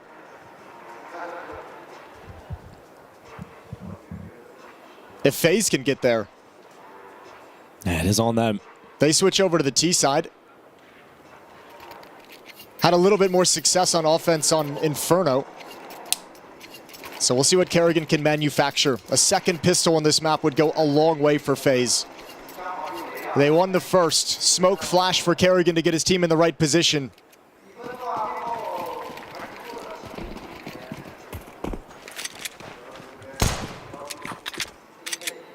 On Inferno, it was a big effort from Frozen as he was the player that stood above his teammates. On Dust 2, it is Rain. Look at this mid stack, though. And Brokey walking down into Castorado, who waits in the lower tunnels. So many targets, so many players here for Furia. Rain to fight on. It is at least a trade on Castorado. Damage done to both remaining Furia players in middle. And eventually Robs has got that kill to finish off Cello, but here's Fallen. Doesn't even need to see his opponent. He just knows exactly where he is. And that headshot through the smoke evens up the player count. That's a crazy equalizing kill from Fallen. And now there's no more utility. So FaZe is going to lean on the P250 of Carrigan to take some long-range shots, duel against the USP, and they've got a low-health Yuri. They know they gushed the catwalk player, so they're saying, let's go at the weakness. Playing a headshot angle inside the A bomb site, taking a risk out towards long, and Yuri has everything coming towards him. And with barely any health, he gets blasted with that shot from the P250. Skulls and Fallen now 2v3 as FaZe get into the bomb site. Fallen's actually got way closer than they might expect. Carrigan's about to walk to his death, but Fallen takes a while, but eventually connects that headshot. He goes back to the second, but where's his teammate? Skulls is so far away. Yeah, I mean, he was trying to do everything he could to stay alive, but good aggression from FaZe to clean him out. Damage done, but too many targets and too many issues as Skulls goes down and FaZe win another pistol round. Both picked up here on Dust 2. Do Fury want to buy back into this? Do they want the scout on Fallen? Good on FaZe for handling this. And looked for a moment like that mid-aggression was going to shut them down. But constant rebuttals, constant trades, and even Fallen here with the creative position. You can see Rain getting aggressive over the top. Frozen ready to pounce as well. So no force from Furia. I like that. I like that. So the scoreline should be tied up.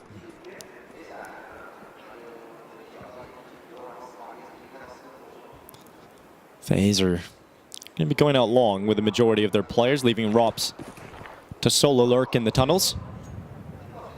Queserado leading the charge on the top mid play here from Furia's defenses. They're going to hope that the strength in numbers of the USPs might be enough to overwhelm Rain. You need to be careful they don't get caught in these awkward fights. They've got more health now, and Rops comes out through the lower tunnels, and a team kill in the mix. Okay, this gets weird. Look at the health. Those USPs are feeling real dangerous when you look down at your HP and you're 24 on Rops, 27 on Frozen. So get out of there. Get out of the fights and get to the bomb site instead. For FaZe, at least, all of the remaining players in Furia other than Queserado are still in middle. So there is a timing here to get into the bomb site. And as soon as that bomb goes down, the chances of winning the round shrink. Yeah, it definitely does. And they're even going to the wrong side of the map. So FaZe is going to get away with one. Bomb planted. Will be tied up at 7. And Furia trying to hunt down Rops, who they know is going to be the lurker consistently in the B tunnels throughout this half. Won't find him, however.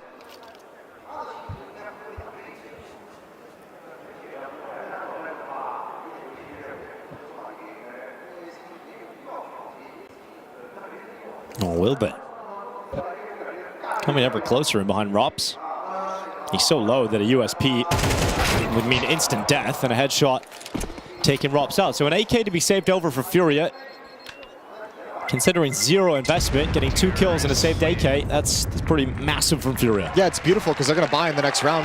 In fact, if Fallen wants to be a little crazy, he can even save this scout as well. And then you could have a ton of money in the bank. But Fallen's going to upgrade to the AWP. No armor for Fallen. Glass Cannon AWP. It was a menace on Inferno. He was a beast with it. And a chance to shut FaZe's offense down early. Furia don't get the luxury of playing with that momentum that they had on Inferno, but maybe they can reignite that. Deep molly into the longhouse. Queserado looking to apply pressure, but here's Fallen's first chance. Smoke drops at Xbox. So his vision's severed off. His FaZe move closer down mid. Yeah, they'll take catwalk control real quick. A little bit of utility out. Throwing some pressure into the middle of the map. Fallen will not be blocked off by that smoke. It's just a one-sided lurk smoke. Second of the smoke's going to be chucked out now. There's the mid to B split. Flashbang. Fallen's got to get behind it. Yeah, he does. He drops into cover. The commitment up from Carrigan starting to accelerate towards the B bomb site, and even deeper CT smoke thrown in this time. Carrigan trying to get through the doors, allowing his teammate to jewel from the tunnels. Here comes Carrigan, and it's both on the B defenders for Carrigan. It looked like they might have gotten stalled out. They kind of hesitated before coming through. I think they were hoping for a flashbang, but no one had anything. Regardless, Furia can't buy. However, because of the saved AK-47, Skulls has some money going into the next round. And both teams their first gun round, a mid to B split that cannot be stopped. No nades to break open the smoke, no Molotovs to throw onto the other side to disrupt the pathing. And FaZe take a lead.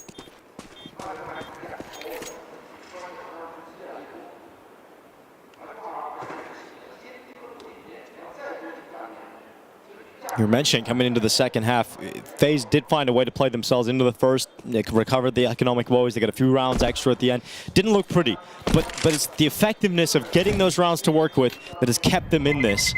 Terrorists win. And they push into the lead. How much more can FaZe pick up? Yeah, this has to be a moment where they really build into this T side.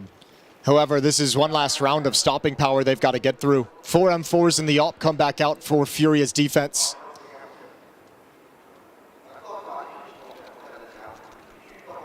And then once again, if FaZe can win this and close it out, there's no money left in the bank. And then you have the money control that's plagued you throughout both of the maps so far. All 3 halves of play. Deep smoke.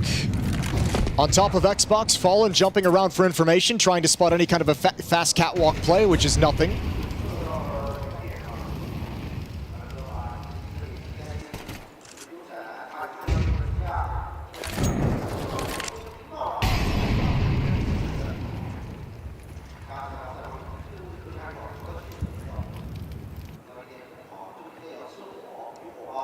Rain has moved ever closer to Fallen. He's got no flashbangs though and no Molotov to take this angle away, so I think they kind of have to wait for Brokey to activate him around the corner. That would be ill-advised to go dry. Taking the time. Brokey's now arrived. He's got the utility. They're just but are they going to use it? They're going to go dry. They're going to go fight into the open, and Fallen misses the shot, has to drop off. It's Rain continuing to fight in towards the A site. Serato using the cover of the bomb site, but FaZe are out of there. They've dived off. They've gone back in the middle. They want to go to B, and Carrigan again has slipped the net. Can he take them down inside of the B bomb site again? He's found a great headshot, and a second kill from Carrigan. Once again, the one man needed to take down the entire defense of the B bomb site, and a shot through the smoke on the retreating Fallen. Serato will grab it up instead. And Furia forced into the save, and FaZe are starting to wake up. Yeah, Carrigan ain't gonna go down without a fight. Breathing some life into this team with 2 rounds of double entries on the B bomb site. And they were so assertive in making that decision, they didn't even wait for a mid to B smoke. They just crossed, taking a big risk, and Carrigan, some bangers into the B bomb site. And once again, Furia relegated to a save. Serato and Yuri. But after these 2 weapons, I don't think there's money to go for a buy around it. Maybe down to pistols as the losing bonus builds up. Terrorists win. And for an in-game leader like Carrigan, these mid to B splits, the success he's had in back-to-back rounds with them are just things he can build on for later in the half. We know he likes to call based off of success, and he's going to lean on that weakness and those wins and the pressure applied to maneuver Furia's defense into a weak position later on in this half.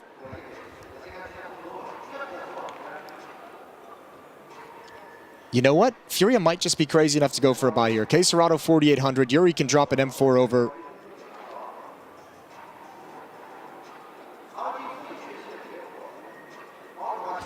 It has been those B players, those B defenders getting beaten down, so their money. It's a rough spot. Yeah, but you're right. So convincing on the takes into the mid to B splits into the B bomb site that there's been, what, two weapons saved this round, 3 the last time they hit it. Yeah. You're not getting a clean victory yet if you're FaZe, so you're kind of not out of the woods in terms of going up against a buy. Serato, or I mean, excuse me, Yuri has 1,200 left. Cello 1,100 left. And Brokey's going to find Fallen, who's trying to get frisky, trying to give his team an advantage. You can understand the feeling that he has to step up there and try and challenge with the ult, but it's been a very quiet second half for Fallen Sniper in comparison to what he was able to perform on Inferno. Is great shots, vintage Fallen, but a lot quieter here on Dust too. Skulls will get a go with the AWP now. Smoke blown open, great shot. Rain connected onto by Skull, so he's able to pull his team back into an even number situation. And I wonder now, with that pick, how do you want to handle this if you're FaZe? Frozen also made a step earlier, so Serato knows there's at least one player in the longhouse, so they stay focused on this position. And Frozen comes out, but Serato ready. And when he misses, Yuri's in behind it. And Brokey can't attack into this. Not with the AWP and not with the bomb on his back. Giving time for Rops to find a lurk kill. Sees nothing at CT, close up, there's one, that Skulls, now Brokey activates. Goes to the P250 to try and get into this close quarter fight. He slips to the other side of the smoke, and the shots connect, it's awkward. Yuri doesn't drop him, and Brokey gets it into a 1v1. They're gonna meet in middle? Not a lot of time here, not a lot of time for Brokey. It's gonna be a long run to that B bomb site, but he's going for it. He's got time. And Cello thinks it's gonna be the A site. Well, if Cello sees nothing, he might just drop down because you don't hear footsteps long either. Cello, oh, he's out of position for the moment. Gambling towards that A bomb site. Brokey, I don't know if there's time. He's gonna have to sprint, but the time, nope, there is no time to get to the B site. And so Cello positions himself at short in the middle, not allowing the fight to happen. And Brokey takes the risk. He needs to not die here, and he won't. He'll keep the AWP, but he runs the risk, and unfortunately not enough time. I can't even blame him with low HP. That's a long route to run, though. He seemed so convinced he was going to have it, just missed it by about a second. So the lead is cut to 1. Furia given a bit of a gift there, and a 1v1 that just ends quietly.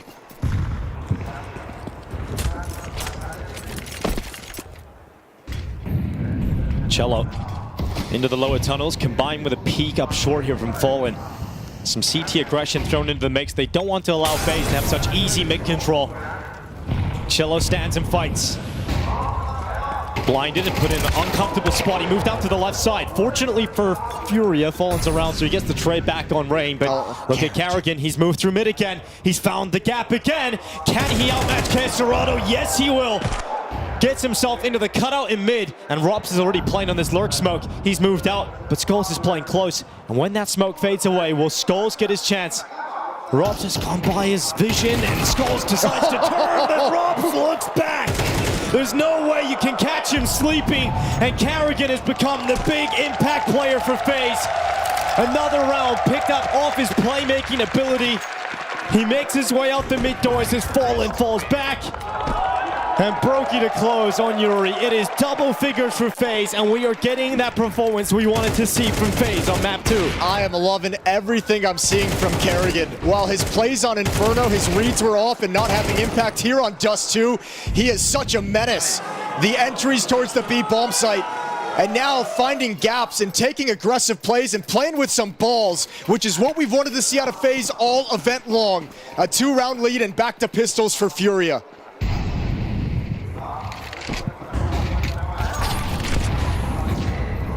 Carrigan's always had that bold nature when there's nothing left to lose and you're on the brink of collapse elimination.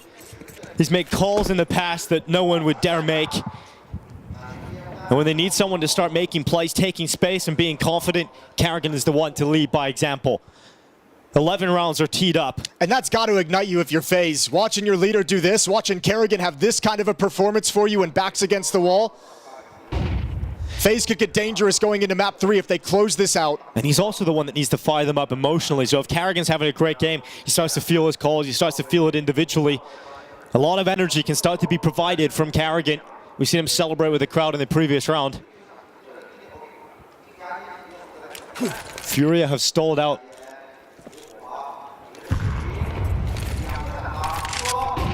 They come through mid again. Carrigan at the front, this time stopped by Fallen. Canserado's close by. Rain making sure that he gets that spam through the doors, and Fallen will follow suit. Yuri moves into the open, but Rain is so aware of that kind of maneuver. He was doing it all CT half long. And Skulls has been heard dropping down. Rops has just called it over. Rain, oh no. nade in hand. Oh no, Skulls out of nowhere with a triple on the 5-7. And it was all looking swimmingly for FaZe, but suddenly again, a chance for Furia. Erupts back into it from their newest addition. And a little bit of liquid luck from Skulls. It is now Cello in the 1v1. Rops has the advantage though. But in a game where Carrigan steps up, this is the scenario. Rops has always been dominant. The clutch situations, it's his turn to provide for FaZe. Cello did have a pistol, but now an AK-47. Rops waits under the window, looking to make sure that this round is finished in favor of FaZe. Cello not able to stop him, and cool as ever in the clutch. That's his wheelhouse. No matter how much he struggled, you know he's going to be calm and collected. This is unreal. Rain getting caught with utility, but oh, the follow-up in the long-range 5-7 as well. No way. That had to have been a heart-sinking, butt-clutching moment for FaZe. 2 rounds away from a third map. And Furia's defense has struggled to get into this. Carrigan calling circles around them, entry fragging, being a beast. Oh, he's doing it again. He's gone to the mid doors again. He goes through the fire. He goes through the flames. And yeah, a little wild from Carrigan. Skulls is going to stop it, but he loved the attitude. That was a heat check moment for Carrigan. He was like, how much can I get away with? I know. How much are they going to let me have? 5-on-4 in the favor of Furia. They've won a single round in this second half. Defense has not been holding strong.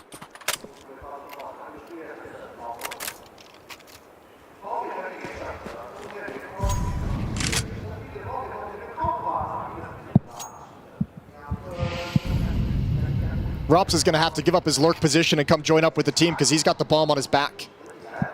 Casarado setting up a flash play. He'll play from Goose. He has support out towards the bottom of the ramp of Fallen. They have the flashbangs to neutralize Fallen's op. And the smokes to sever off the vision. They go into the open, and Fallen is still going to connect. Now Casarado unleashes from Goose, and he gets phased by the throat. It's 2 players left, 30 seconds remaining, and they've got to fight out of a pit of despair, but that's exactly what they're doing. Brokey and Robs fighting into this, and there is no way that they find a way out of it. Robs and Brokey do the unthinkable, and Cello now again asked to clutch. He lost it in the last round against Robs, and Robs is no longer alone. He's got Brokey laser focused towards short, and Brokey misses the shot. He's going to be out of it for just a second here for a reload. And it's about patience. It's about discipline from the remaining forces of FaZe.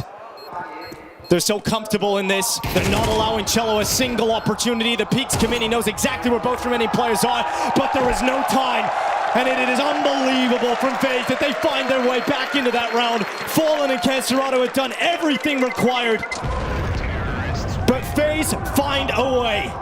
And that's it. That's the round. That's the round that signifies FaZe is going to win this map, and they're back in this series. That's the impossible rounds they have no business winning, no business recovering, and they somehow make it happen. That's their trademark they've been known for over the past 3 years, and a signal just gets sent out to Furia that FaZe have arrived in this elimination game to fight for the playoffs.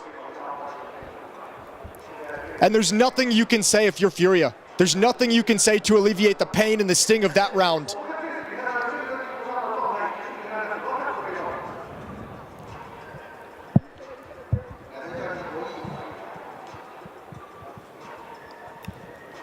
Once again, operating in the chaos. It's taken them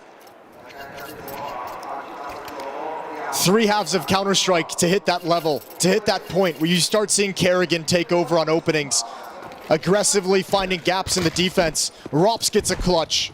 Brokey pulls out some magic. This has been a dominant half for FaZe.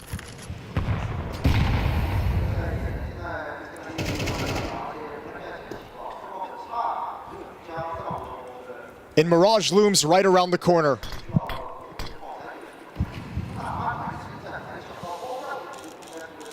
Robs gets into the mid-smoke.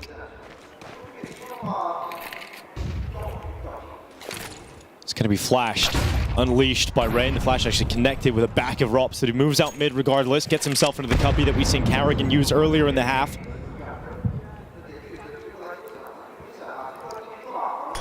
Casarado's not here alone. It's a double setup for Furia. It was a double setup. Unfortunately, they did have 2 players because Casarado had to trade Fallen. Trying to get a little tricky with that defensive smoke, trying to show like they don't have a setup at the stairs, like it's more passive. Rain still clips ahead off of one.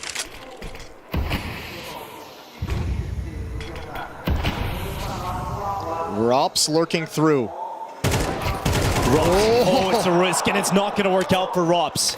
Yeah, but look at information. FaZe is right back up towards Catwalk. Casarado knows the possibility. Nade is out, it's beautiful. But into the 8 bomb site we go. Kerrigan's down, another 2v4. This time it's Frozen and Brokey. They're going to move forward together, and Furia know that every round is losable. They know that. A clear signal sent out, and Frozen's got a headshot and the bomb plant secured because of that. But Furia have moved quickly. Looking to make sure that Dust 2 does not close here and now. Brokey to fall, Frozen follows suit, and Cello gets the double, and Furia back. At least with the 9th round, it will not end yet. Rops gets that 1 kill on Casarado. He wins that engagement, and that round is done. So close. A thread. 5 HP left on Casarado. 3 more rounds that Furia have to string together. The bomb plant's gonna help. Frozen's run out of money. Weapon will be dropped over. But Furia hanging on for dear life, and FaZe continue making this difficult. And you can feel just one of these rounds is gonna collapse.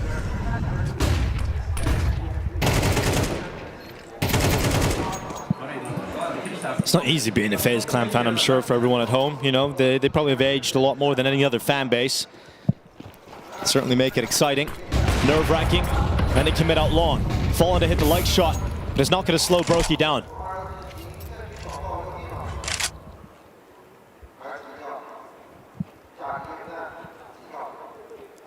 So they burst out long. They've got that to work with. We haven't really seen a round like this, though, from FaZe. The last time they tried to go long, kind of got stalled out, shut down. I haven't seen them with like kind of a long control early in the round and sort of play that utility game with defensive smokes, trying to track up long. Fallen's holding the off out, so they don't need to use utility yet. If FaZe don't get some pressure applied to this A bomb site soon, the utility, the counter nades from Fury can be just so dangerous.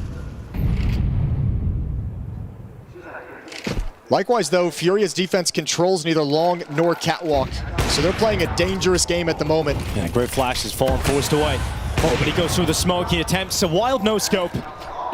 Doesn't work out, but they're being disruptive. Furia wanting to fight long. There's a play coming through short, and it's Karrigan again. The playmaker catch it, a good time, and Karrigan comes through. A follow-up, but it's a team kill in the end onto Fallen.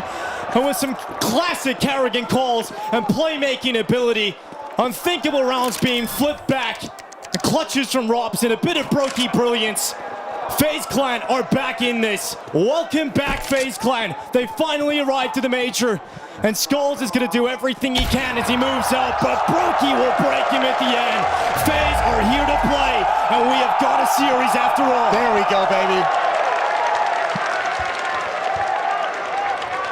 And it's got to be said, that is the first time we've really seen Karrigan come to life.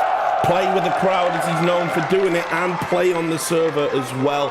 Huge impact from the veteran. We'll no doubt talk about that. But Furia, they reverted to the Furia we'd seen a few months ago, a little bit nervous. You can see that it's set in there on that CT side, and we are going to go to a decider, guys.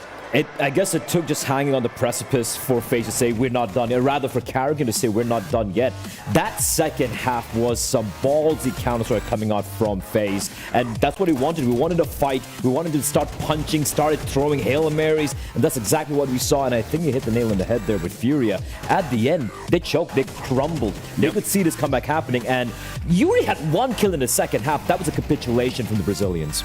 Yeah, absolutely. We were talking about for FaZe going out swinging, and I think they did that here on this map. I mean, even that round to Glocks they lost, that was them trying to be aggressive and really play in Furia's face. And I think also Karrigan just sensed, you know, how grim things were looking in that second half at one point. And if this is, you know, I think he felt if this is going to be my last major in the FaZe jersey, like, I'm going out on my terms, you know, I'm taking matters into my own hands. And a sequence of rounds here in the second half that you saw towards the B bomb side, just finding double entry, back-to-back rounds, right, hitting some really crisp shots. I think this was the turning point on this map. This is the most FaZe game ever. It's crazy to say. When you think they're done, I'm writing a eulogy, we're about to, you know, lately, but write the epitaph on the gravestone as well. They just pull off the most FaZe game we've seen so far from Karrigan and his men, and something I've been waiting for, in all honesty, Rich. Whether they lose or not, at least we have a pulse in this team. Well, this is what's great about this series right now. You have seen the veteran smarts of the IGLs. Fallen calls a masterclass T-side on Inferno to leave FaZe battered and bruised on their map pick. You follow that up with that T-side there from Karrigan. Read exactly where Furia were going to be, how they were going to play. He himself pushing through smokes, mid-doors, getting huge impact kills, opening up the map. And it just shows you, you know, like a lot of people, the conversation is always, when is the right time to step down? The time to step down is when you can no longer do what Karrigan just did.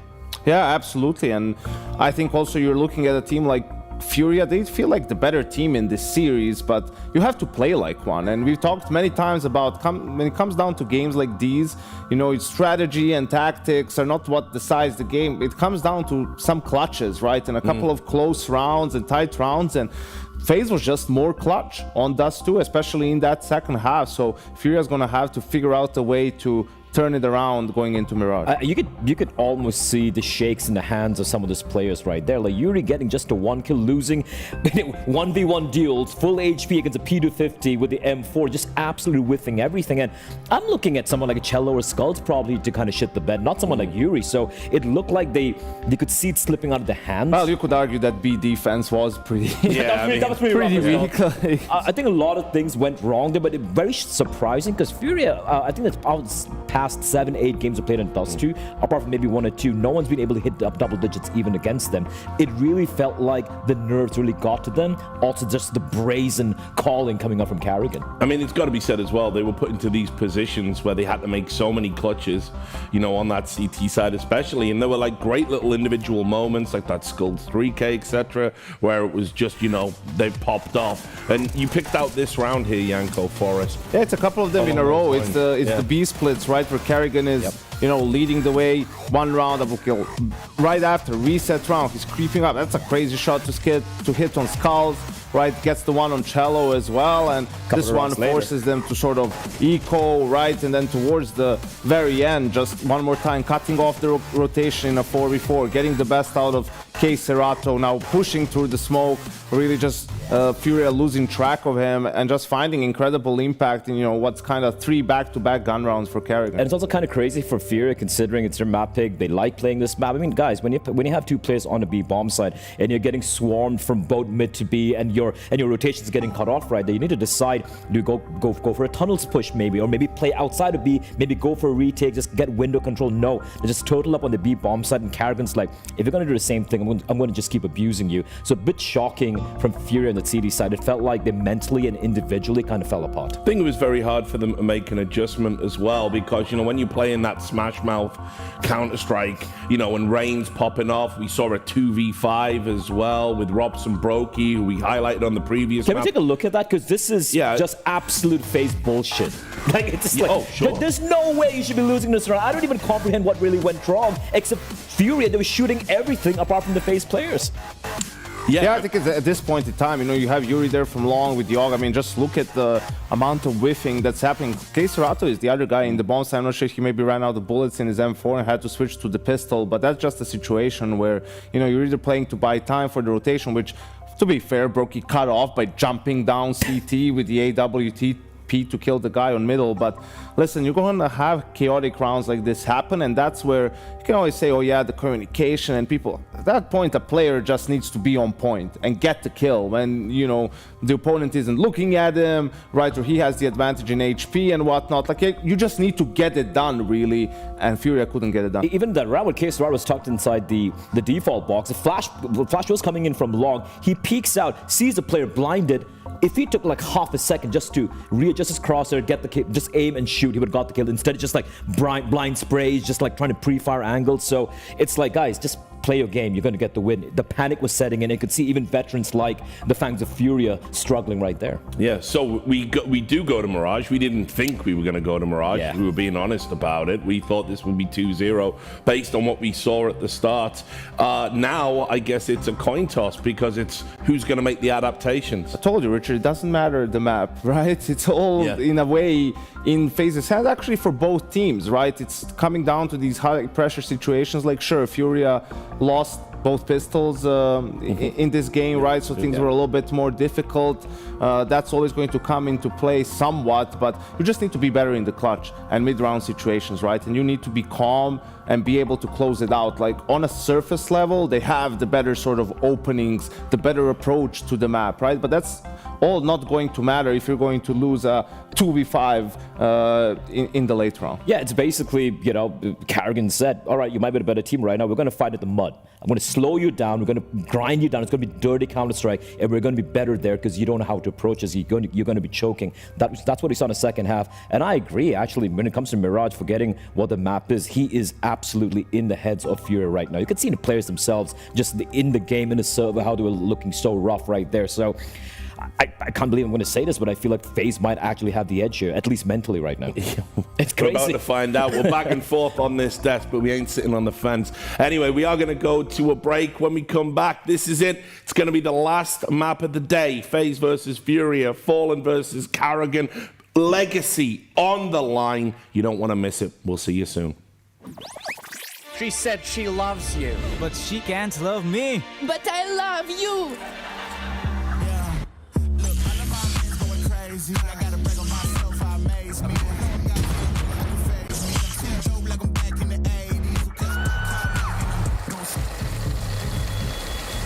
I won't play window anymore.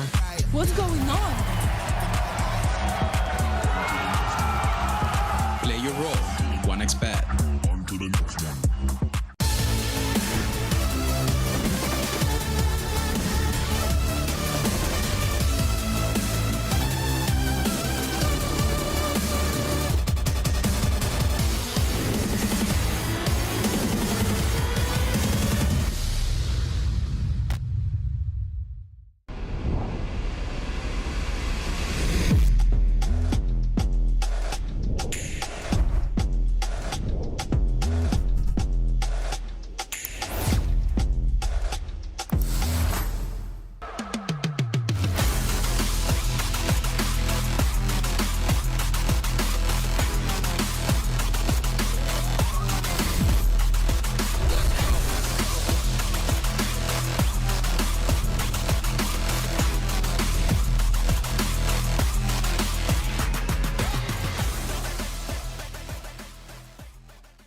What is going on, everybody, and welcome to the Perfect World Shanghai Major. My name is Parla, and I'm currently sat down with Fallen from Fury. It's time to have a longer sit-down chat and get to know the man, the myth, the legend a little bit better. Brother, how you doing? Oh, great. Good to see you, Paula. Hello, everyone here in China. Amazing so far.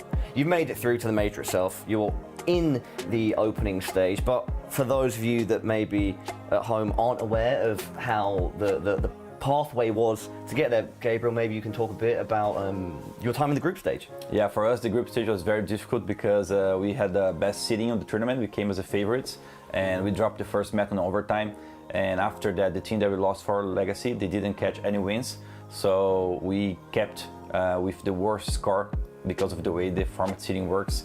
We had to win 3 matches, and nonetheless we had to win one match that not only qualified us for the next playoffs, but also qualified Imperial, which is another Brazilian team. So it's quite a special thing to happen. The format's a little bit weird because of the number of spots, but I think it was awesome. Very stressful, you know, you want to qualify, it's very difficult, a lot of good teams, but in the end what matters to us is qualifying, so I'm very happy.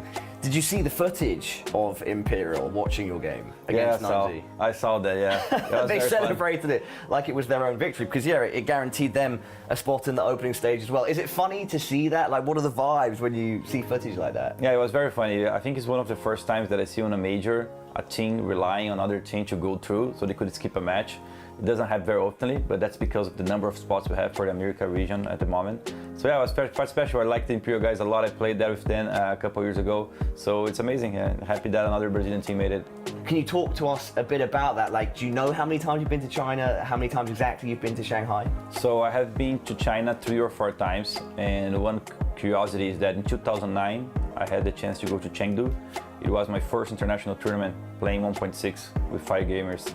So it's a very special place for me because it was the first time I was able to go out of Brazil, go to another country, and then play Counter-Strike as well. So my first international travel.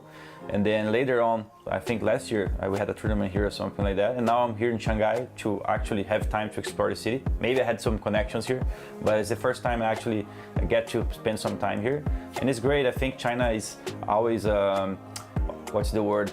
Impresses me because I think they improve so fast, you know. The first time I went to Chengdu, the city didn't look like now that I just came back last year. You know, I think China is evolving super fast, and I like to think that they're just miles ahead of a lot of places because they work very hard and they improve themselves a lot. Final couple simple questions.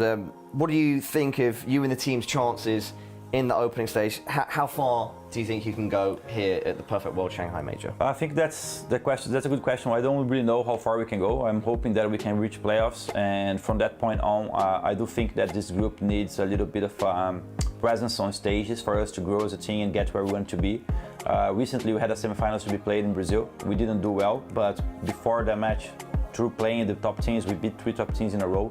So I think the team is at a stage where we know we can play well, and it's more about getting the reps when the right pressure moments are there, so we can grow the last piece of skin that we need in the team to be able to win trophies.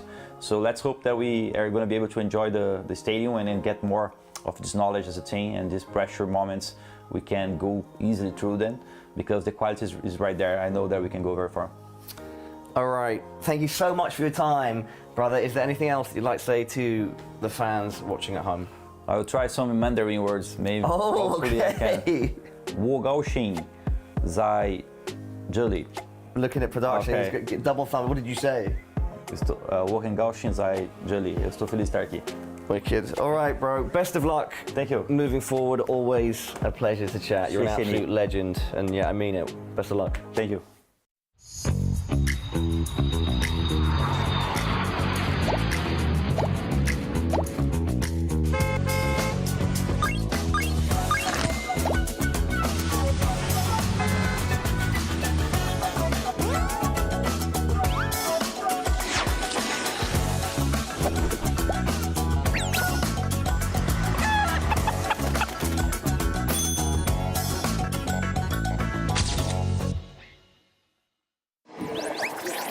Fallen and Kerrigan, two of the most revered minds that Counter-Strike has ever seen. They're doing battle for the final playoff spot now for the Perfect World Shanghai Major. And though their legacies are secured already, today acts as a chance to further what they will leave behind in the twilight years of their careers. And both of them have had their masterclass in this series to kick things off. Fallen on Inferno, a beast with the AWP, calls a beautiful game on the T side. We switch over to Dust 2.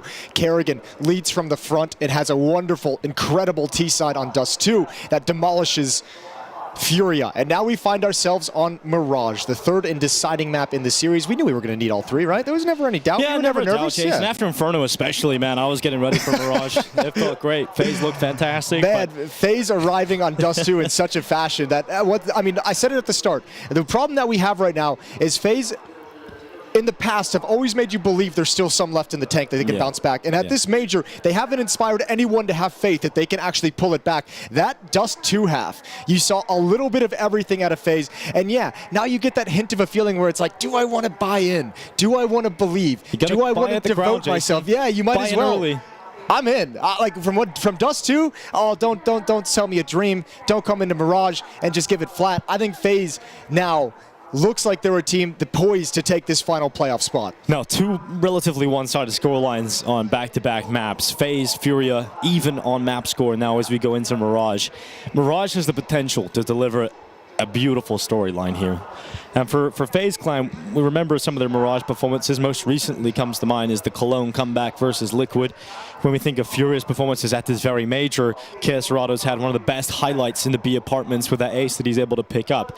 So we know there's so much firepower on the server with the individuals, and we know we've got those two legacy in-game leaders going tit for tat on this final map. And it's really tough to call based on, the first half of Dust 2, it wasn't that pretty from FaZe, right? They kind of just limped into enough rounds. Yeah, it wasn't convincing. They lost the Glocks. There was moments where it looked like it was going to be disaster. But the second half, the calling, but not only that, just the individual playmaking ability of Kerrigan was able to just keep his team alive. And I think that's one of the things you'll want to lean on if you want to talk about FaZe making it through and winning this map. But Kerrigan going to be heavily involved in the mid control. We know him and Rain going to be working in tandem with Brokey. Rop's lurking over at the A bomb site. So I mean, you have another situation where Kerrigan can provide a lot for you in the entry. And you could see towards the end where things felt muted in the first map for obvious reasons of getting demolished. Kerrigan getting up after that game and just kind of standing up and showing the crowd out in Shanghai who exactly he was, both with his gameplay and getting him fired up. That's classic Kerrigan. So FaZe in a lot of senses seem to be building into this, and Fury's going to be looking back at that Dust 2 and saying we had the opportunities, we had our moments where we could have stopped things. Kerrigan wrecked us a couple of times, sure, but we had a 5-on-2 we let slip away. So Fury, I think, isn't going to be coming into this too battered and bruised. They remember the dominance on Inferno, and they feel like probably Dust 2 was one that slipped out of their control by mistakes on their part. And we go into this final clash on the pistol round. Furia starting on the CT side, FaZe on the T side attacking into them. Smoke, flash on Brokey and Kerrigan, and all 5 members of FaZe over towards the B bomb site. And once again, Furia have a good call. 3-man setup here. Fallen, Keserato, and Yuri all lie in defense. One last spot in the playoffs. One final map. FaZe versus Furia, and a B play being set up for FaZe. As they charge into what's Yuri waiting at short, they leap out of the window. He's seen so many FaZe players penetrate this B site, and he's doing everything he can to hold on, but he goes down. And so Keserato is the only player left and missing bullets at every tap. Skulls has arrived back through the market, but Frozen will deny access into the bomb site.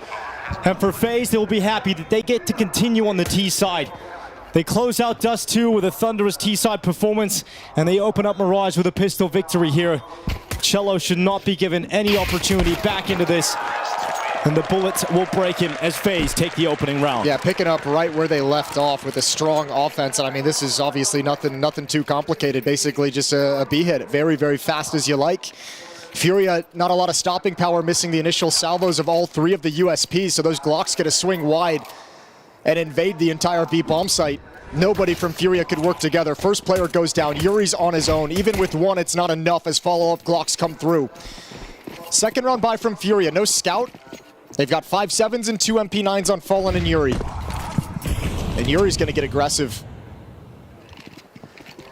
Oh, a little pinch in the B-halls.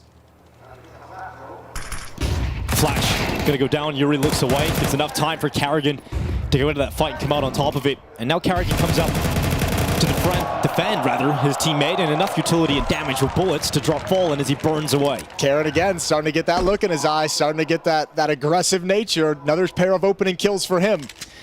Now both maps have started with a bit of shakiness in the first few rounds. FaZe were able to win the pistol on Dust 2. They were able to win against the force buy. It was Furia. It was the Glocks. It was on the Glocks that they couldn't stop. But it looks a little different right now. It feels much more in control for FaZe. They're going to start rotating the final members of Furia over towards B and hoping that FaZe decide to finish here. Giving them the best chance possible. Cello's going to play towards the bench. The bomb's out mid, so it has the opportunity to go anywhere. And Frozen's just drooling on his own. There's no one with him. He's comfortable enough to just take that fight. He's got the second player in the bomb side as well. Soon to detect Skulls and realize he's the only player left over on this side of the map. And so FaZe will move into A. 4 players up against the 1.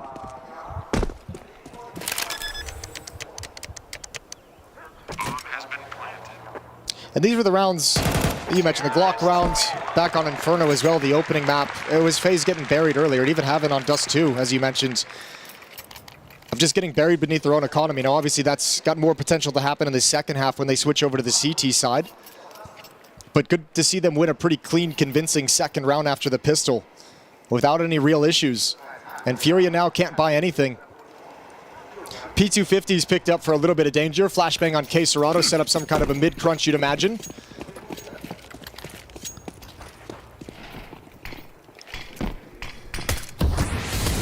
That mid-swing will come off Catwalk.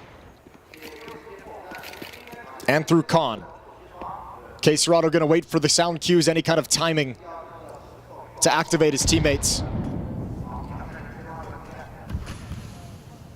FaZe will have learned to give respect to all rounds, including this one. Frozen goes into Khan. Flash coming through the window. Looking to create a little bit of chaos for these pistols to thrive, but no chance in this one for Furia. And single kill onto Frozen, which FaZe will take. Serrato waits in the underpass. Yet to be detected. Yeah, it could be one more tricky one here, but FaZe no issue in terms of closing out the round. So 3-0, and then we get the guns. Then we get the guns for Furia. Fallen. He snapped out the glass cannon up on Dust 2. I wonder if he does it again here on Mirage. Unfortunately for Fallen on Dust 2, there was nowhere near the same amount of impact that he was getting on Inferno, right? It was a very quiet CT half for him in the all-pink department. Yeah, the mid control on Dust 2 and Catwalk control on Dust 2 for FaZe was on point. Plenty of Molotovs to take Oppers off the angle. So Fallen does go for the op. He's got light armor with it as well. 3-0. And Brokey chooses to stay off the AWP for the time being. Plenty of money built up for FaZe in these first 3 rounds. Yeah, 4 Khalils and 1 AK-47 for FaZe. Great chance here to get the first round win for Furia. Yeah, I think they might be okay with it, thinking maybe there's going to be some Furia players without a whole lot of head armor, but there's 3 of them that have bought that. So Khalils might find some difficulty in getting some easy kills. Smoke broken open, FaZe showing mid control, window smoke, con smoke, base of Catwalk smoke, Molotovs everywhere for the moment, but Furia, it's the B bomb site that looks like it's going to be under attack pretty quickly here. Rops moves into a lurking position in underpass. Joined up. This feels like a fake all of a sudden. The utility goes in. Carrigan has appeared through the window. No real strong reaction from Furia, and they'll realize that FaZe have not followed through in that B play. So the defense does not budge. Yeah. No readjustment. It's Yuri holding the window, ever patient, but Rops flies through. And Yuri looked like he was going to win that. Great shot from Fallen. Nice flick up towards short. Is there a second offering to Fallen Sniper? Oh, the problem is now window room is compromised. Frozen in that position. Okay, Serrano's got to be mine. Oh, okay, Cello. What is that? What is up with Brazilians in the Buchholz of Mirage? Unreasonable.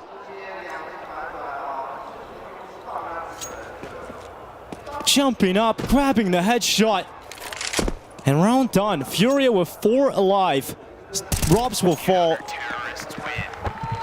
And that's a great round from Cello. And you're right. What is up with the jumping in that spot? All right, 3-1. That's just FaZe, I think, testing the waters mostly. 5 Galils. Trying to throw a little trickery to take advantage of a situation. Trying to, show that B hit. Get some mid control. Get someone boosted up into the window room for a late flank as they go back to the B hit later on. Forcing out the utility for the late push in, but Cello shuts it down. Well, we talked about FaZe and the fact that they played with majority Galils in the last round. That meant they had enough money rather to get a buy coming into the follow-up. So all out for Brokey this time around. Fallen peering over the connector smoke. Knows that Rain is crossed behind the top mid boxes. Smoke's fading away. And Fallen right on it, right on the target. But Brokey's moved away.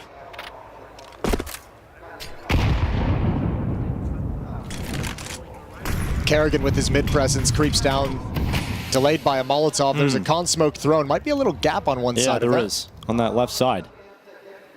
And it starts to expand out a little bit. Won't prove to be the biggest problem here. It does allow Kerrigan to look out towards the bottom of the stairs. And actually, he wants to use this gap. He wants to slip in behind it. He's got himself bottom stairs control. And spotted. Just gets info, drops back into Con. His teammates now following up. And Fallen looking towards connector, but he's smoked out. He's going to blast open that smoke, but the flash comes in and an ill-advised time for Fallen to make the play forward into the open. Rain from the ladder room. It's one on Fallen. Skulls gets cleared, distracted about opponents in other directions, and so just gets cleared out of position. And now with 35 seconds left, Cello gets spammed down through ticket box, and Furia don't even see their opponents.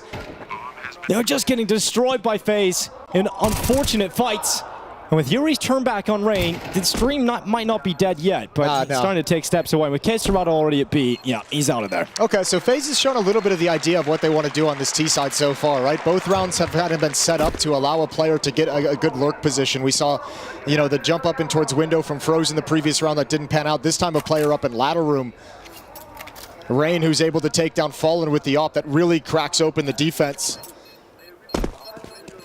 Fallen kind of forced into that position by the smoke and maybe trusting Yuri to have glimpse and hold for that kind of a peek, but it doesn't pan out to save his life.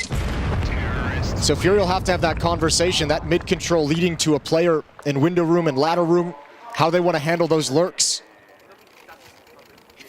FaZe one of the teams that chose to return to Europe for a boot camp between their RMR and the elimination stage when they came back, and mentioned in interviews, spent a lot of time creating some new tricks, and one of the benefits of it was you get to practice against teams who aren't at the major who you may end up playing, so you get to kind of show off and really test some of the new ideas you have and the tricks you want to throw into executes. And that is the luxury of European Counter-Strike as well. A lot of the tier 2 or 3 teams are still very high caliber opponents, so you still get some decent practice. FaZe going to go for an execution towards the A bomb site. It's going to be a direct hit. All the util being tossed out almost immediately into the round here. But Furia have to adjust. They have to deal with this threat. They throw some utility of their own to try and slow this down. Have to dissuade FaZe from moving forward, but they're not stopping. They go into the attack. Fallen swings out. First player off the top of Tetra's gone. Robson Brokey to follow up. And a battering ram of FaZe players breaks through the Furious defenses. My brother in Christ, we got an aggressive, confident FaZe on this third map. Furia is in a lot of trouble, a lot of danger. 5-1. And so convincing and so fearless from FaZe. Qualities we've waited so long at this major to see out of them. Timeout surely from Furia coming before the next gun round. They're going to save this M4 on Cello, MP9 on K-Serrano. Nothing to be happy about. But did we expect anything else, or should we have expected anything else with his FaZe Clan team than showing up at the last possible second? It is very FaZe-like. But this might be one of the few times where I've been worried they wouldn't show up at all after watching them get to this point. After watching capitulations throughout this elimination stage, I was concerned. And timeout from Furia called. Good trade from Kerrigan. Brokey as well with the supportive position. Rops coming out Palace to dispatch Skulls in the cubby. I've just got to know what the conversation was after Inferno. I want to know like how Carrigan approached that situation, heading out of Inferno, what words he said to the team, maybe even what words he said to himself, because so often in these moments we have gone back in the past and Carrigan has given us some great insight into those kind of moments. You'll know he had something prepared. There was a great point as well brought up by Yanko on the desk. He was saying, you know, if this is to be the last time that Carrigan plays a major in the FaZe jersey, you don't want to go out with a whimper and not make it to the playoffs. No, go out with a battle. Go out with a bang. They're looking to do it now.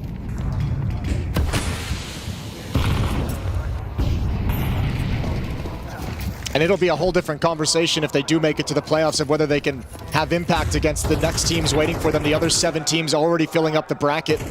And once again, it's Carrigan at the front of the attack here for FaZe. Up short, so much ground already taken. It hasn't been spotted. The short player, this could be a problem though. His back turn, Yuri was just waiting in behind him.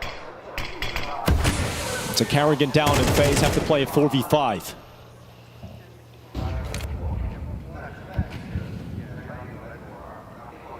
And he didn't have a teammate pushed up towards the chair with him, so... Yeah, Carrigan was trying to do a lot right out of the gate with that position. And kind of forgetting to make sure that there's no catwalk push. Rain didn't have the angle on it from this spot on the map. So Carrigan very susceptible as he peers towards Khan. Another smoke to block off access, but Rain is going to turn into a lurk. 2 players ramp, Rops up in Palace. And Fallen will be the point of contact at Ticket. Oh, Brokey had the angle on to Fallen. Fortunately for Fallen, those bullets go through the wall, so he only loses half of his health. And there's one thing Rain is comfortable with, it's playing mid on Mirage alone. 2 players fighting him in connector. And takes the might of 2 men to fight him as Fury come out on top of the jewel in mid. Brokey trying to get up towards the site, but the utility heating things up and making it impossible for him to plant. And that's buying crucial seconds here for Furia. 15 seconds left. One last tick from Brokey as he commits to the bomb plant. And Furia will have to play retake. This is winnable. Brokey has to be very cognizant of the flank. And he's not looking at it right now, not thinking about it whatsoever. But now he goes back to it, the internal clock, the timing in his head as he goes back to look for the flank of Cello. But the distraction being set up by the push-through Ticket. Brokey's got the pick. Cello knows he's in there, but he's given away his position. He shot a few bullets into the wall, and now Brokey is fully fixated upon his spot. And it's Brokey and Rops looking to close it out again. The numbers favor Furia, but does the post plan. As Rops peeks up off the top of the stairs, the time ticks on, and KS Serrano can do nothing but try to flee the scene, and even that mercy is denied by Brokey. You're getting it all now from FaZe. You're getting everything. Another desperate clutch. 5-on-3 in the favor of Furia in the post plant, but everything goes their way. Rops delivers inside the bomb site. Brokey ignores it, tanking the damage from behind him to handle the flank, and Cello, that mistake, that crucial mistake, that's going to be so mentally tilting on an individual level of your Cello. Fallen's got the AWP out. He's got to be the hero of the team here. Everybody else is on pistols. And can Fallen take matters into his own hands?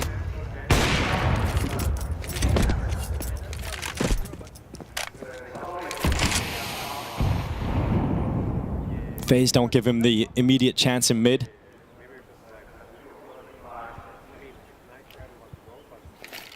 The firepower that we've seen from Fury on Inferno has disappeared.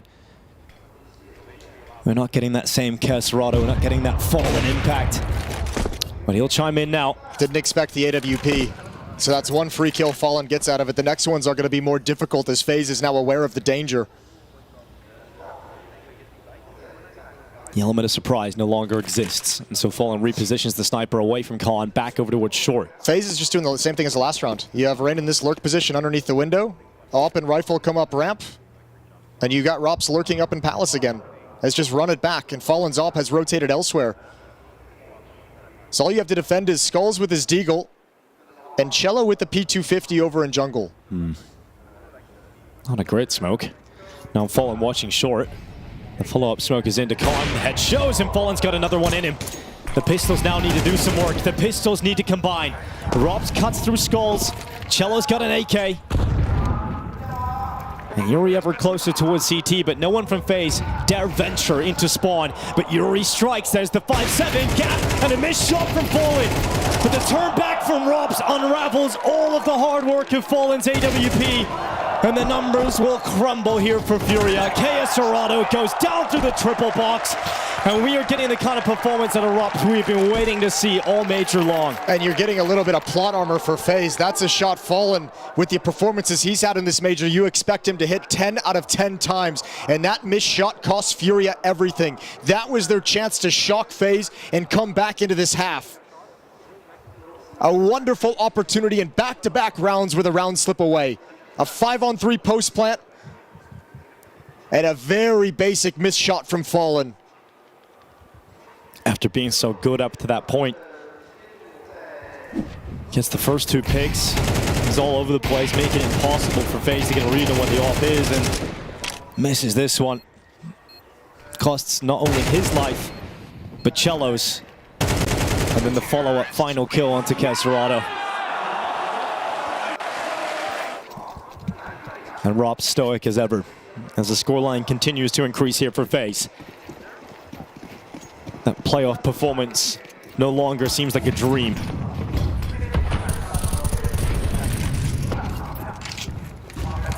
FaZe set up in the apartments. At the start of this series, this felt like a very susceptible FaZe. A FaZe that was within reach of Furia, but they have woken up after Inferno. Carrigan charging towards B, but he was the solo player to do it. He ended up getting caught by Fallen. Skulls also chimes in, so Furia with a 5v3. Their best chance to win a round in a long time. I mean, you can't let this one slip out of your hands. You already had this once. Cello gonna clear out base of mid, where Rain has been lurking, but don't give up any free kills, and Frozen's provided one. Robs, surely you come through that. Oh, it's Rain to come through Palace. Out of the smoke into Yuri. Brokey at least fighting back here for FaZe, but it is keeping FaZe within touching distance of getting back into this round after 2 clean openers for Furia. We said they couldn't let it slip. They couldn't let it go. Damage is still valuable. Caserado waits it short, that rifle. Dropping Brokey, leaving Frozen 1v3. And let's see how much damage you can get out of this AK-47. Yeah, it's still very nice if you can get a couple of kills right here at the end. So a little bit of, that sucks. It was looking cool though. It was looking great, man. Yeah. He had some great moves on him.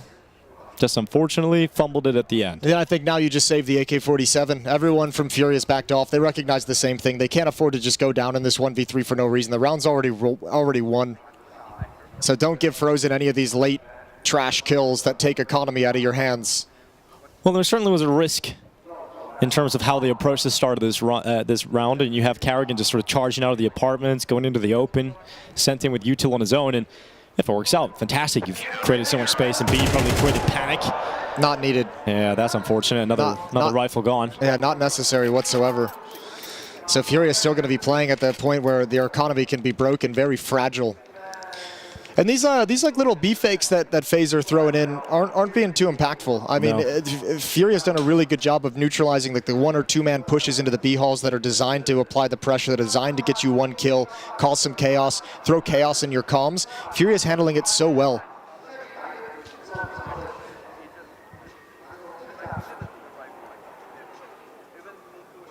Seven to 2, 5-round lead for FaZe.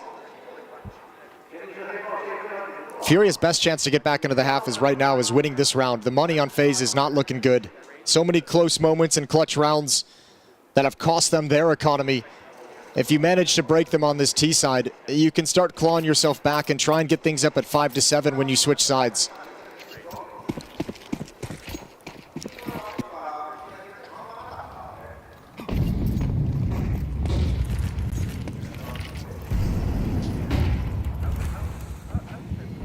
Oh, aggressive ramp play coming towards Robs. He sees the shadow. He's got the headshot. And Robs will ravage them. Fallen just holding, looking to try and deal with it, but there's no stopping Robs in this kind of form. 3rd kill, Fallen down, and Furia left with just 2 players. There is nowhere to go, no fight to be had, and FaZe have won the round immediately. There we go. There's some of that swagger from Robs. 12-4. He's been a focal point almost the face of FaZe's slump of form. Here in this third map, he's the driving force to a dominant T-side yet again. Caserado, that's the bomb. That is the bomb, but there's a problem. There's a player in mid, and so Caserado couldn't make anything happen. So 8-2 up. Mr. Cool with a 4K, another one. And he's having a fantastic final map of this series. This is basically a 1v3 for Rops, and then he just styles. I mean, it's great. You see him step up to the fight against the Alper. You get 2 kills, and sometimes you think like, okay, I gave us a 5-on-3. I don't need to challenge this Alper. But he's like, you know what? I can style Fallen. I can throw a few jiggles in there, bait out a shot. Great sequence from Rops. And it's Furia who are back to the dumps of pistols. Hero M4 on Yuri out of desperation. It's been a rough year for Rops. Last year was fantastic. Started CS2, as we mentioned. He was one of the best players in the game. Certainly seen a drop-off individually. Great to see him fragging in this kind of game. But 1-for-1 at the start. It's Carrigan to go down, but Rain to follow through. And Connector smoked out for the time being for Furia. Looking to hold back the FaZe players for at least the next few seconds.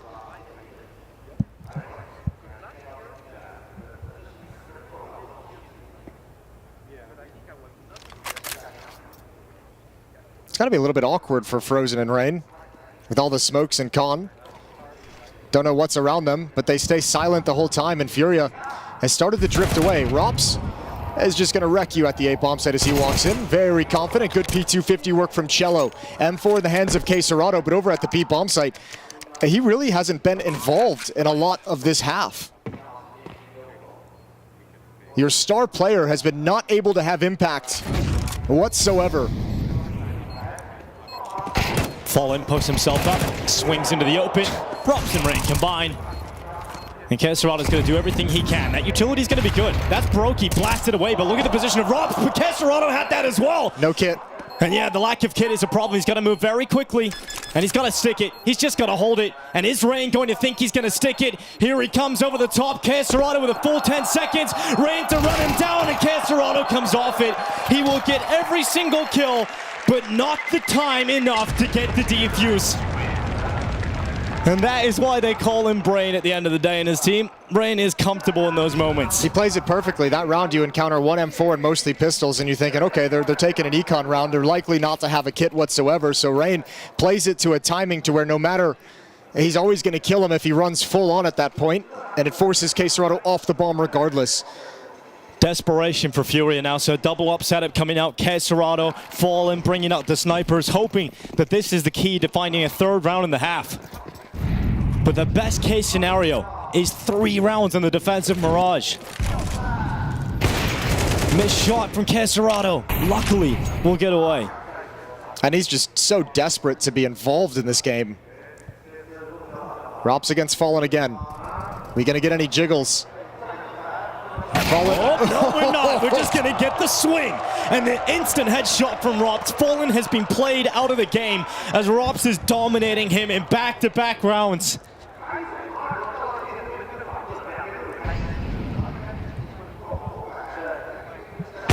Oh, good patience from Brokey as well. Knows another play is going to be coming. Now you spotted a second in con. You've seen one on Catwalk.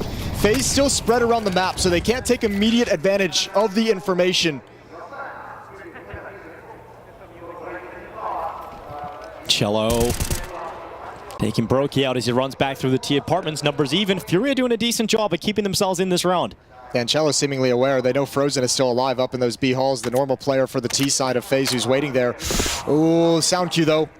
Frozen hiding, and he's fooled him. Oh wow, Frozen, this is incredible. Goes out into the open. Takes Cello down. Caserado chiming in with that op. Rops coming out of Palace is not a comfortable position for this op, but how has he flicked back? How has he managed to get back to jungle in time? Yuri should have taken that kill, and Caserado cannot do enough. 10 rounds in the first half for FaZe, and the Shanghai playoffs are awaiting them. I'm telling you, plot armor. The idea that Rops doesn't get killed there is mental. Furia have just been knocked off their game. From the second half of Dust 2 on, it has just been FaZe dominance. And Furia know it at this point.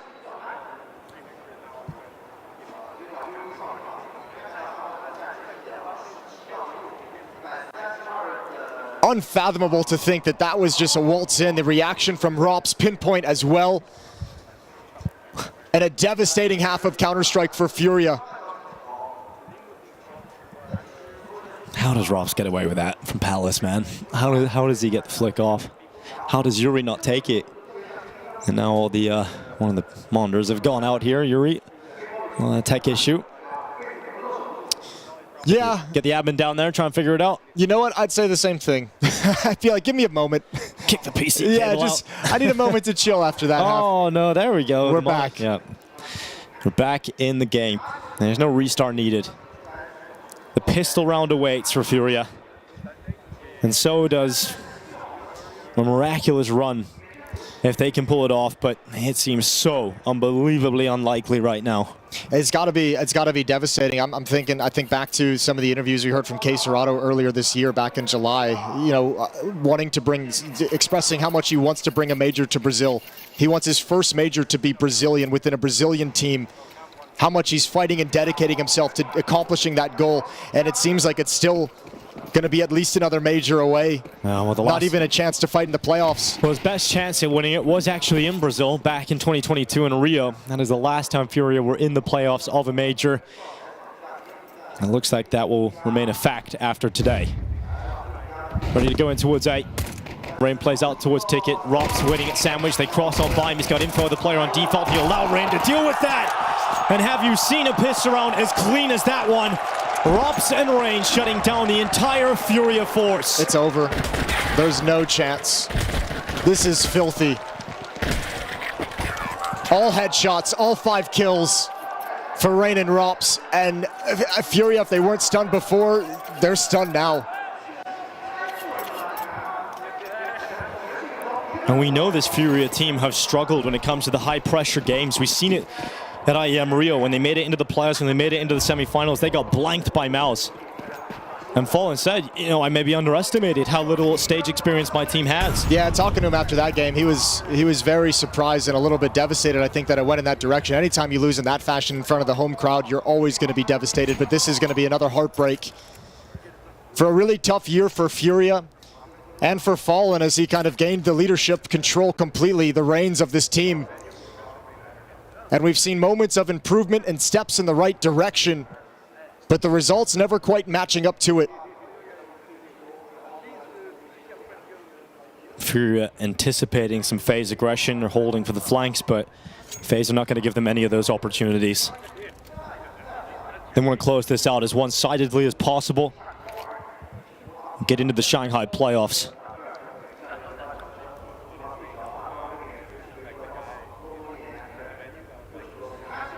Carrigan waits inside of the B-bomb site. The Pistols begin their march towards him. He's going to hear the steps dropping in. Will call for his teammate to come and help from short. And it's frozen at range with the M4 alongside Carrigan close quarters with that MP9 to remove any chance of damage for the side of Furia. Kei Serrato left in the apartments. And no damage to be done at all. Not a single kill from Furia as we now reach map, series point, and progression point for FaZe Clan. You can't say enough about this FaZe team. I mean, just the way they look to step up to this level. 2 Pro League titles, Masters of IEM Sydney and IEM Chengdu, Katowice champions, Cologne champions, Grand Slam winners, Counter-Strike champions at the PGL Antwerp Major. We doubted it coming into this series, but they've shown once again they have another level they can summon. When all seemed lost, FaZe stepped up even further. They sent Kei Serrato forward into the B-bomb site. He is alone. Severed from his pack. And Rops with a double in mid. A few steps in the right direction for FaZe to try and close this, but Kei Serrato has created space in the B-bomb site. And Furia trying to move with it, trying to work with it, and Kei Serrato taking matters into his own hands. He's kept his team in the fight, at least here in round 15.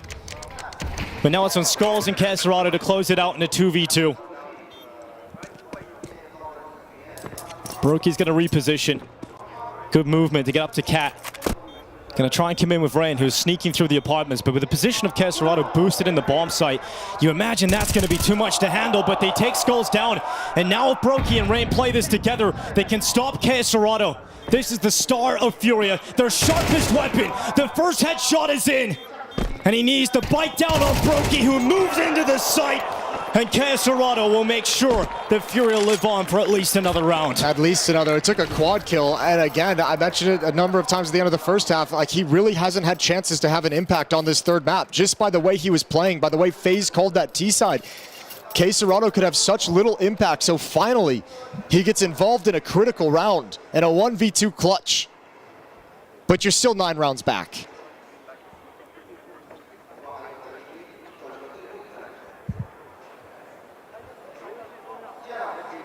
I'll take the timeout.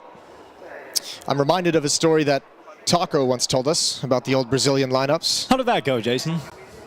Down big, Fallen giving the speech, round by round, and asking if they ended up winning that, he just said, nope, not at all. We got smashed.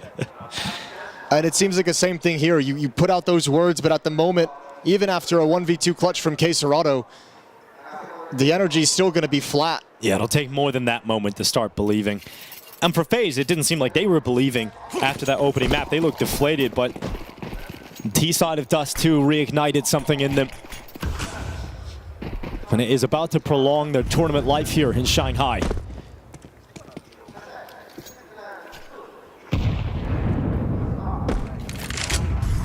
Caserado burst through the B apartments in the last round and got a lot of space to play with for Fury. He's not able to do the same thing here. It's not like it's a consistent way of winning rounds. So he's gone into the underpass instead and will join up with his teammates who already occupy middle.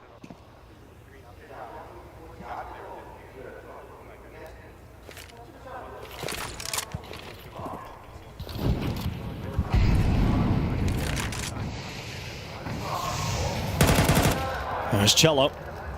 Taking down Robs, who's having a hot game. This is it, death. The worst. Try and put pressure on the B bomb site. Look, we don't necessarily need to get into this conversation at the moment, but the worst thing that can happen for FaZe is trying to end it too soon. On an individual level, trying to make too many plays that are going to close out the map. That's the only... Furia need that. They want that. They want you to make mistakes in an attempt to just get done with this map in series. It's passive from FaZe at the moment for the rest of the players. Brokey. Oh, looked like he was going to guarantee himself a kill there. He's gone back to check CT, and that's going to work out, but he doesn't actually hit the shot. Fallen comes out on top of that duel with a MAC-10. And now the commitment into the sides worked out brilliantly for Furia, and FaZe have to save. They've taken 3 players away, and the money has drained for the FaZe clan. So in terms of actually pulling this comeback off, Fury have taken the correct steps. Yeah, that's what they've needed in the start. Broken the money, and now you can start to try and claw things back. Not too motivated to hunt themselves. They need to build up some cash flow. And it's going to have to be a perfect half, both in terms of the calling from Fallen. This round kind of scared me a little bit as all 5 players were in middle coming up con. And you didn't have a second front of attack. If Brokey lands that first shot towards Connector, if Brokey lands that shot towards CT spawn, you're still in a ton of trouble with the crossfire of Rain. Thankfully giving them a couple misses. So 4th round for Furia, 8 rounds back. All they can fight for at the moment is overtime. Playoffs not even within their sight any longer. You'd imagine that FaZe aren't going to invest in the 3 players that died, so keep around the $1,950 average. Get a better buy in the next round. And see what you can do with the 2 safe rifles. So the FAMAS of Frozen and the M4 in the hands of Carrigan.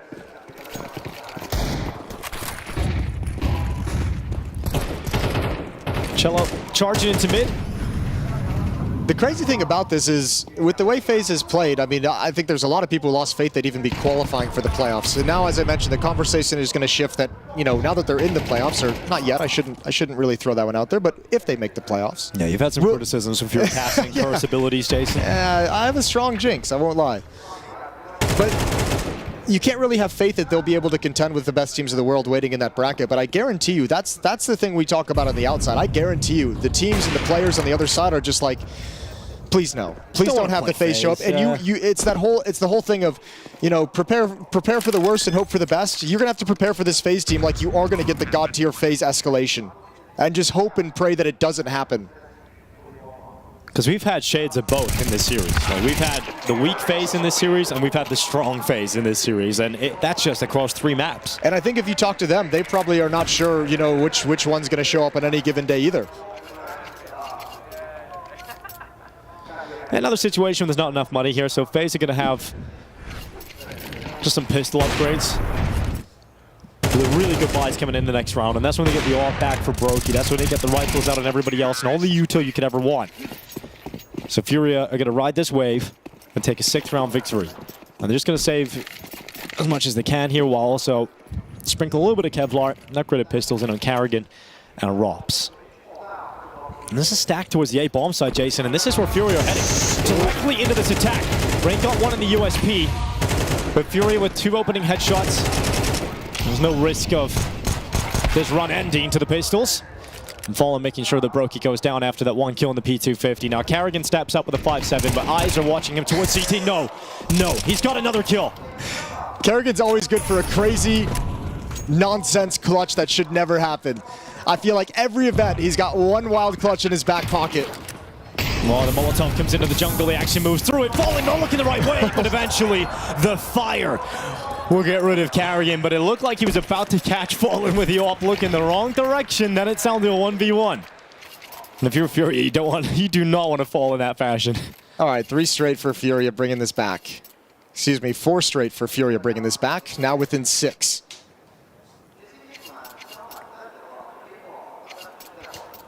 But I mean, considering the disparity this began, I feel like I can't really get invested in the comeback until they get to 10, and then we'll have the conversation.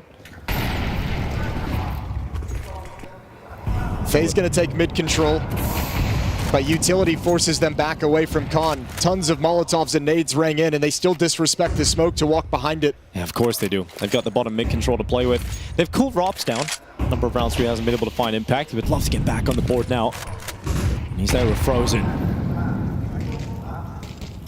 And FaZe aren't being shy about the fact that they have some aggression in middle. Deep nades coming up the ramp, deep flashbangs. Everyone's here.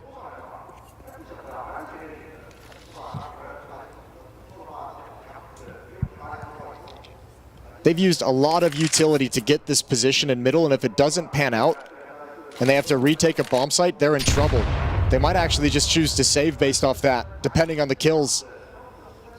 And Furia have their full kit of nades. 2 smokes for stairs and jungle, plenty of Molotovs. I think on some level, FaZe just get locked out of this round. Unless Brokey can break their way out of this. He's going to take a step to the smoke that's coming in. He goes beyond it. Flash was great. And with that flash being so effective and Brokey unable to get the stopping kill, Furia starts to move into the A site. FaZe are starting to wrap around these smokes and apply pressure with utility of their own. Furia populate the site, holding FaZe back, but they stay committed. There's a long flank coming in from Caserato. He's currently going through the B bomb site. He's going to come to short and try and fight and take down some of the connector players. It could be very impactful for Caserato if his teammates can keep them distracted. Carrigan's got that headshot. Here's Caserato around the back, but he's giving it away now. And not any success. Oh no. Caserato and Khan, they're going to go back and try and deal with him, but he's only got 1. 2 players left. Fallen hits the ground. And Skull's the only player left between FaZe and the playoffs in Shanghai. No. And has he got his dark moment? Skulls is unbelievable. Skulls has had his moment. This is where he belongs, back home in Brazil. Unbelievable. How has it happened 2 days in a row? How have we had a similar play in back-to-back days? And the stylish P250 one tap. And he might have needed that. That defuse was so close. Dude, now that's a play that gives you energy. Now that's a play that makes you believe Furia might still be in this.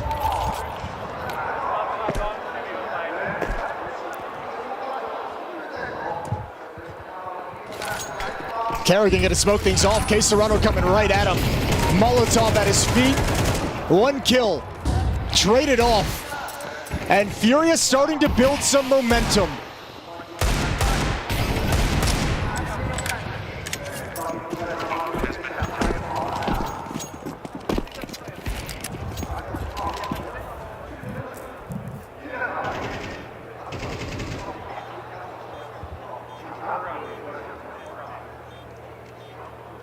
FaZe stunned from the moment by Skulls. And now just 4 rounds, the lead cuts down to. Doubted by Liquid and found by Furia. Saved by clutches. K Serato 1v2, Skulls 1v4. Furia not giving up this map, this series, these playoffs in Shanghai. You're gonna have to rip it out of their hands. Money's back for FaZe. An incredibly strong retake, cut short by Skulls. And round by round, Furia coming back.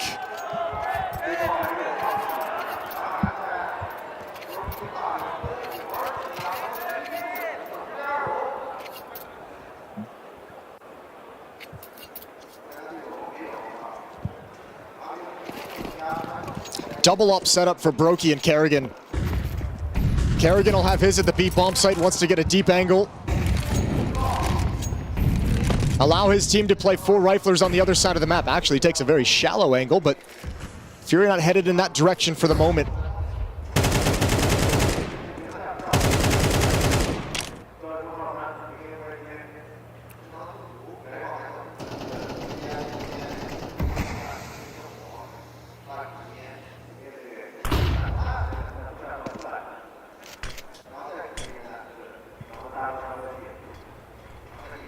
Yesterday, when Donk made a similar play, Spirit went on to lose the follow-up round. Fury can't afford to let that happen.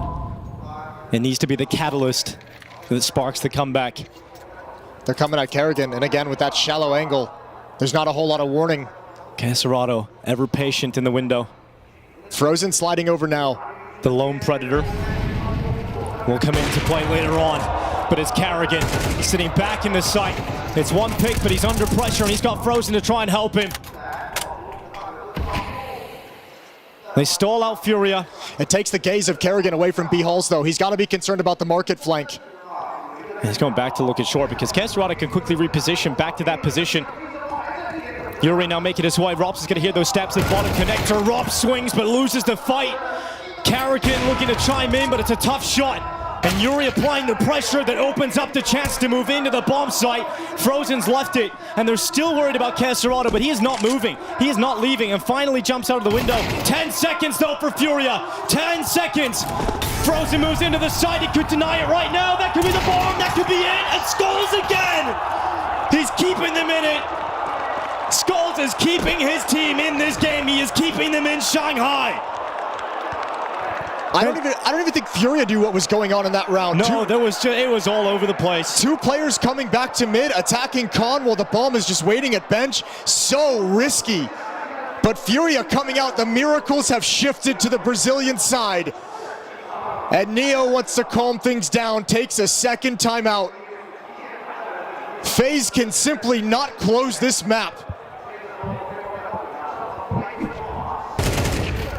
And where have they gone? Where have FaZe disappeared to? The first half dominating in the firepower department, but now have fizzled out completely, have cooled down. And it began with a Serato clutch on his own inside of the B bomb site. Skulls to save the day twice. And the Brazilians are starting to believe. For FaZe, they are down again on the weaker weapons. Scout, MP9s, pistols. Are they about to get a taste of their own medicine?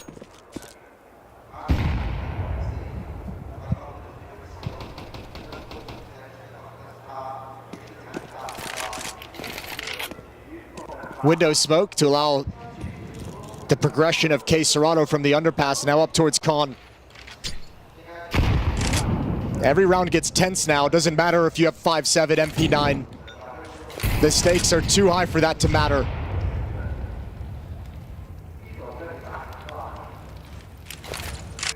Mid control is there for Furia. They've got room to work with. Kerrigan to defend connector. Frozen, his counterpart over on catwalk. Kerrigan awaits the arrival of Furia players, and the connector is the 5-7. Nope, it's not going to do anything. Caserado clears Kerrigan. You have Rain Rops waits inside his sandwich. M4 and Palace. Yep, that could be the key. He's got to try and save it now, I think. Well, his teammates are all gone, so Rops moves into the open. Again, another chance, but only one. And not the superstar today. Not in this moment, at least.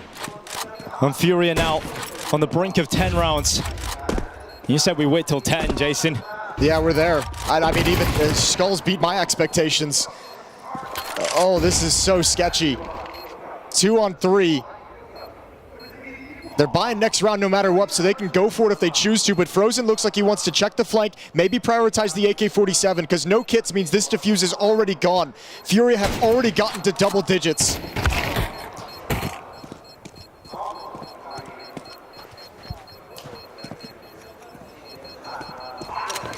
It was 12-2, and Furia have embarked on an 8-round journey.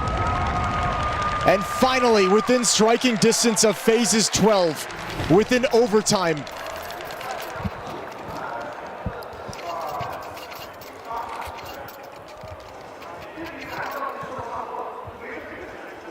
All the struggles that Fury have had throughout the year have built to this moment.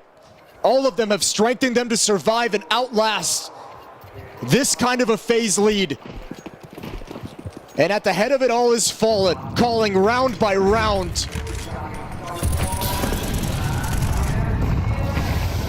Brokey looking out top mid, Fallen's already behind the boxes.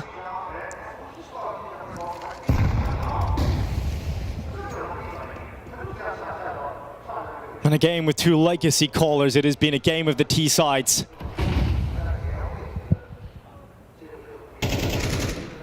Kerrigan and Fallen going blow for blow in that regard. And Fury might just run it back all the way. No one from FaZe willing to fight. No one even showing any presence in middle.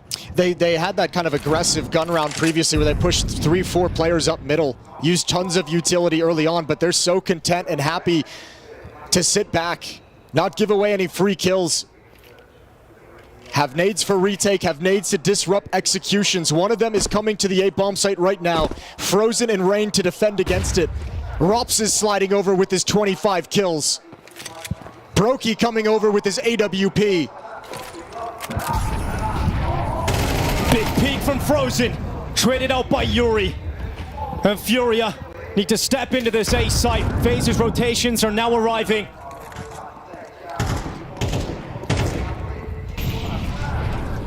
A fantastic comeback that can't end now, that surely cannot end now. 20 seconds left. Ball moves into the site. They have not planted yet, but now they commit to it. But Yuri's being spammed down. It's Kerrigan. 10 seconds left. They come right through, and Rops will close it out. Caserado, as mighty as he is, as mighty as the Brazilians are, they have fallen. Where the storm breaks the will of mighty men, it is FaZe that have endured. Form is temporary, but class is permanent.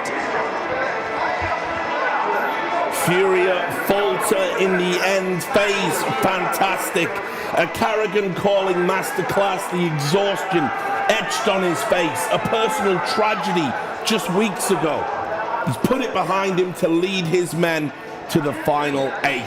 And the finalists of Copenhagen can take another run at glory. How can you not be entertained having witnessed that epic game of Counter-Strike right there?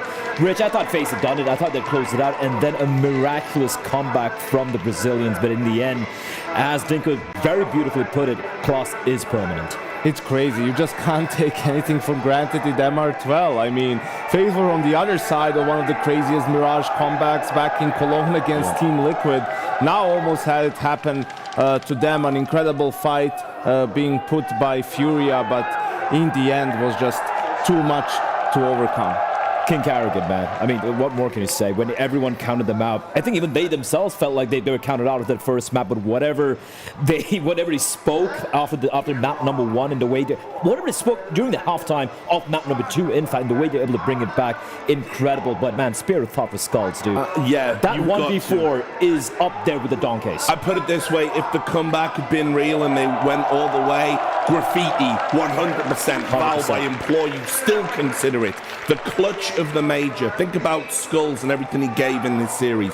Ridiculed and castigated when he was at Team Liquid. His price tag too high, and now he's shown he belongs on that stage. But to the victors, the spoils, and FaZe with an activated Rops get it done. I love the little smile in the face of Frozen right there, because he knew how touch and go this entire series was. And finally, Richard, finally everyone woke up. Rops with an unplayable first half, and even poetically closing it out, just looking like he had something to prove. He heard us all talking shit, and he came to kick some ass here. And about time.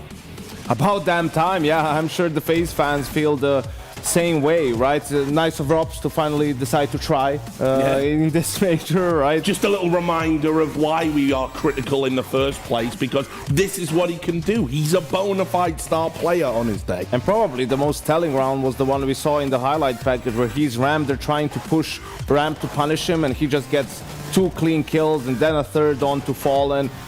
Mostly known for his closing abilities, and we saw them in this game at full force. And yeah, just after Dust 2, FaZe completely turned the page, came out swinging, great calling from Carrigan, playing with a lot of resolve as well, and just Furia had no answers for them in that first half. I was starting to believe in that second half, Rich. Like, you saw the case Serrano 1v2, you're like, nah, surely not. Moses even being like, yeah, this one's done. FaZe are going to make it to the playoffs. And then incredible resilience, which I won't lie, I really thought they didn't have it in them. We saw in Dust 2, we saw Case Serrano, we saw Yuri, how shaky they were looking, how completely lost look in the first half. So respect to Furia for making this comeback almost happen. But in the end, man, FaZe, incredible mental resilience from them. These are the gears you can go through if you have bona fides as a champion team, and that's what FaZe have. They were able in those critical moments to take a step up. Furia tried to match them in that second half, but just too little, too late, and unfortunately, this is the contrast. This man right here, by the way, nearly dropping 30 in regulation. Easily his best performance. I think maybe you could compare it to what he did against Cloud9, but given the stakes, this is Rops. This is Rops' performance in Shanghai. Yeah, absolutely. I mean, 9 multi-kill rounds, even one at the very end to close out the game. Absolutely incredible performance from him. And we're going live to Shanghai for an interview with Carrigan. Carrigan of FaZe. Carrigan, congratulations. You and the team are through to the playoffs of the Perfect World Shanghai Major. How's that sound? How's that feel? Yeah, but at what cost did we make it to playoff?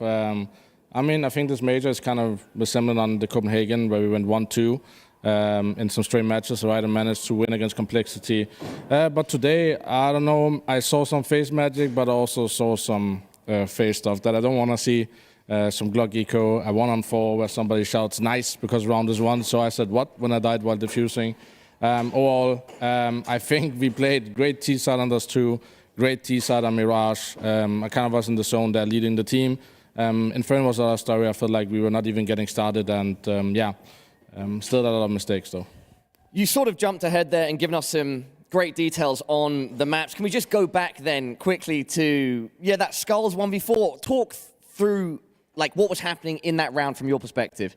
I mean, I knew right where we taken out was the only one with Kit, so I knew I had to get into the side. We got some kills left and right, suddenly it was 1-on-4. I start defusing, I get asked to defuse, so I just go straight on the bomb, expecting cover. I hear 2 dings, and then I hear nice from my teammate, like we won. And then 1 second later, I'm dead right before I don't make the bomb. And I think I said, what? Because I didn't understand what happened, because I heard nice, so I was just chilling. I dropped my gun as well in that moment or something. So yeah, I mean, it must have been a great play from Skulls, but we should never lose a round like that. There's so much time still on the bomb. So in the end, a great play by him, but really bad play by us. Going back to Inferno now, Carrigan, that was your pick, but it just went terribly for you guys. What went wrong? I don't know. We don't really have a pick right now. I think no matter what map we play, no matter what map we pick, if we show up like we do on Inferno, we will always lose against any enemies here at the major. But how we play the T-side does too. T-side Mirage is very strong. Small clutch moments as well. A good initiative, easy reading of the game. Then every map is good for us. So the problem we have right now, we don't have a main pick. And I guess we have to think about the Vitro constantly because we don't really have a comfort map where even when we play our B game, we're going to win. And that's been our main issue the last few months. Final thoughts on the maps. Going into Dust 2 then, is that where you as a team woke up and felt warmed up? I mean, we woke up the first 2 rounds and then somebody put us back to bed lot. Basically lost the Glock round versus the Scout as well. And man, we're down like 5-2. I'm just thinking, how could this seed have been different if we actually capitalized on the moment? But I came in with strong mentality, tried to lead really in front on Dust 2 T side to make sure we get into scenarios and finish the round. And obviously it's 2-on-5 from Brokey and Robin. That's like, they didn't even talk to each other. And that's like the face magic I missed from 2022, where people don't talk when 20 seconds left, they just start killing. Because time is running out. So in the end, I think great team play and great way of responding to a bad CT side. Carrigan, this was the last chance for you and the team to get it done. Is there other chances? I have only tried the last chances for majors. Carrigan, how much of a relief is it to have gotten it out of the way and done it in the last chance? I mean, it feels good, right? So, I mean, I feel like every major, it's 2-2, or the qualifier is 2-2. I know the Armor was easier, but at this major, I mean, we played great against Mouse. We didn't even join server against G2. Now we join server, second and third map. Overall, proud of the resilience, because there was many rounds today that could have just crashed us and throw us out. Even the comeback in the end, we managed to close it out, so it didn't come back. So, yeah, proud of the team. We're not where we want to be, but, I mean, 3 matches away from winning the major. I think we can do it. Talking about where you want to be very quickly, Carrigan, what's going to be most important for you and the team heading into playoffs so you can play to the top of your skill ceiling? Release the pressure now. I think with the way we played, we are not favored to win the trophy. I mean, whoever we face, I'm going to enjoy the game. In some other sense, we maybe wouldn't have been here in the playoff, but now we're here, 3 games away to close out the year. I'll do everything I can to prepare the guys, and a few days off now to work our ass off to fix key mistakes, but also just show confidence. That's if you go up there and show confidence in front of 15,000 people in the arena, I think FaZe game is always going to be a banger. Even today was a really good banger. It was indeed. Carrigan, thank you so much for your time. Is there anything else that you'd like to say to the fans at home, and of course the fans that we had in the arena? Thank you very much for all the FaZe fans that probably aged 30 years doing this game. I have done myself. I'm now turning 48 after today. So yeah, keep in, hang in. I'll do my best to unage and be young again for the next few games. But yeah, a few gray hairs here and there. That's just how it is to be in FaZe. Carrigan, congratulations once again, you and FaZe, heading to the playoffs of the Perfect World Shanghai Major. Yeah, you may be old, but you are gold, Carrigan. And you heard there a very critical assessment of FaZe's performance up until now, echoing our sentiments on the desk. But here's the difference. Carrigan, he knows about these deep playoff runs. He's been there. Think of the disappointment in Copenhagen, sat in his home country, having a diabolically bad performance in a final to be robbed of a potentially legacy-defining major. The thing that FaZe do better than any other team when they get into these situations, preparation. When they have the time to prepare for an opponent, they can beat anybody. I still believe that, even with the year that they've had, which has been mostly disappointing.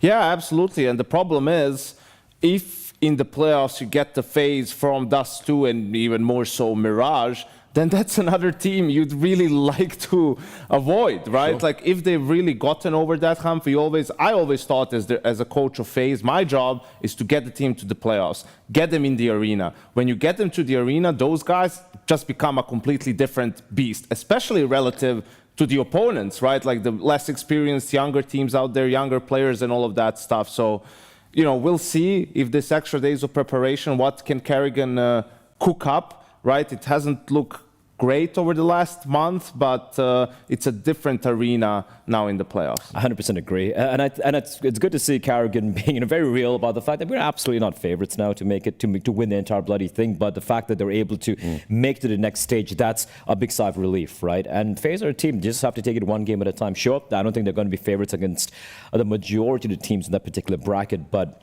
we all say like FaZe CS, FaZe BS. We saw it today. Went on in the playoffs as well. Yeah, well, let's just spare a thought for Furia. Fallen once again, trying to lead a band of brothers into the promised land where he's been so many times in the past. And unfortunately, it's more of the same for Furia. You know, the semi-finals of Rio probably feels like a really, really long time ago right now. And they keep knocking on the door, but it's like one of the reasons why I was critical of them in the first S segment and said I don't necessarily believe in this team, and I think FaZe made it easy on them, is this is who they've been for most of the year.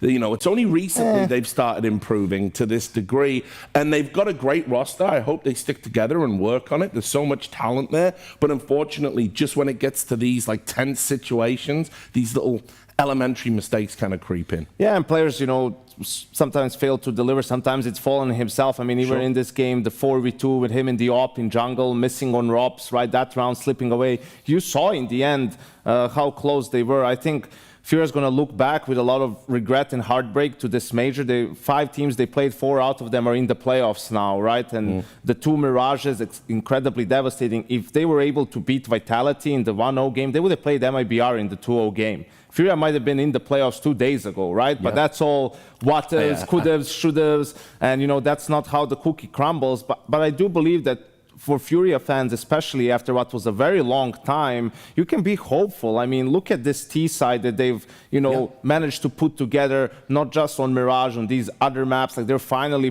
playing normal Counter-Strike and good Counter-Strike, right? And when you go up against some of the best teams in the world, it's the details that matter in the end. In clutch situations, they couldn't get it done. In the end, couldn't deliver, and that's something they'll have to look back, reevaluate. Possibly a roster change. I think one roster change, you know, one player being switched out could go a long way into making them a stronger team into next year, but we'll have to wait and see. I mean, this team, as we pointed out, like, it was built to peak for this particular major, right? Like, they got skulls in, we saw them stumble and fall, but always get up and look better every time they played it. Even when some of the placings weren't that great, the losses were against some very, very good teams or some close affairs. Rio was a great run, for example, even though they fell in the semifinals.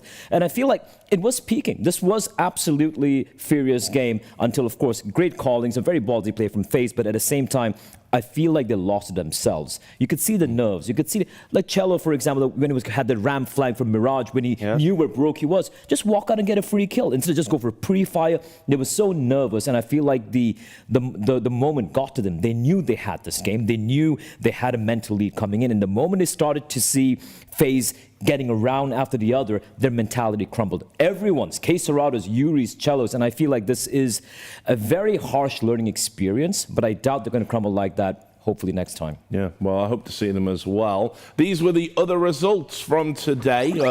It turns out one of those crazy days of Counter-Strike. Not so shocking, the Mouse MIBR results at the start of the day, but Heroic did it. They toppled the reigning champions. They did it on Ancient, 2-1. Crazy stuff. Yeah, crazy, Richard. Seems like Dust offering to give Navi mouth-to-mouth or whatever didn't motivate them a lot, right? Defending champions and the #1 team in the world out in the groups. Yeah, I saw him practicing on Blair, actually, back then. Oh, well, it's probably Paolo, by the way.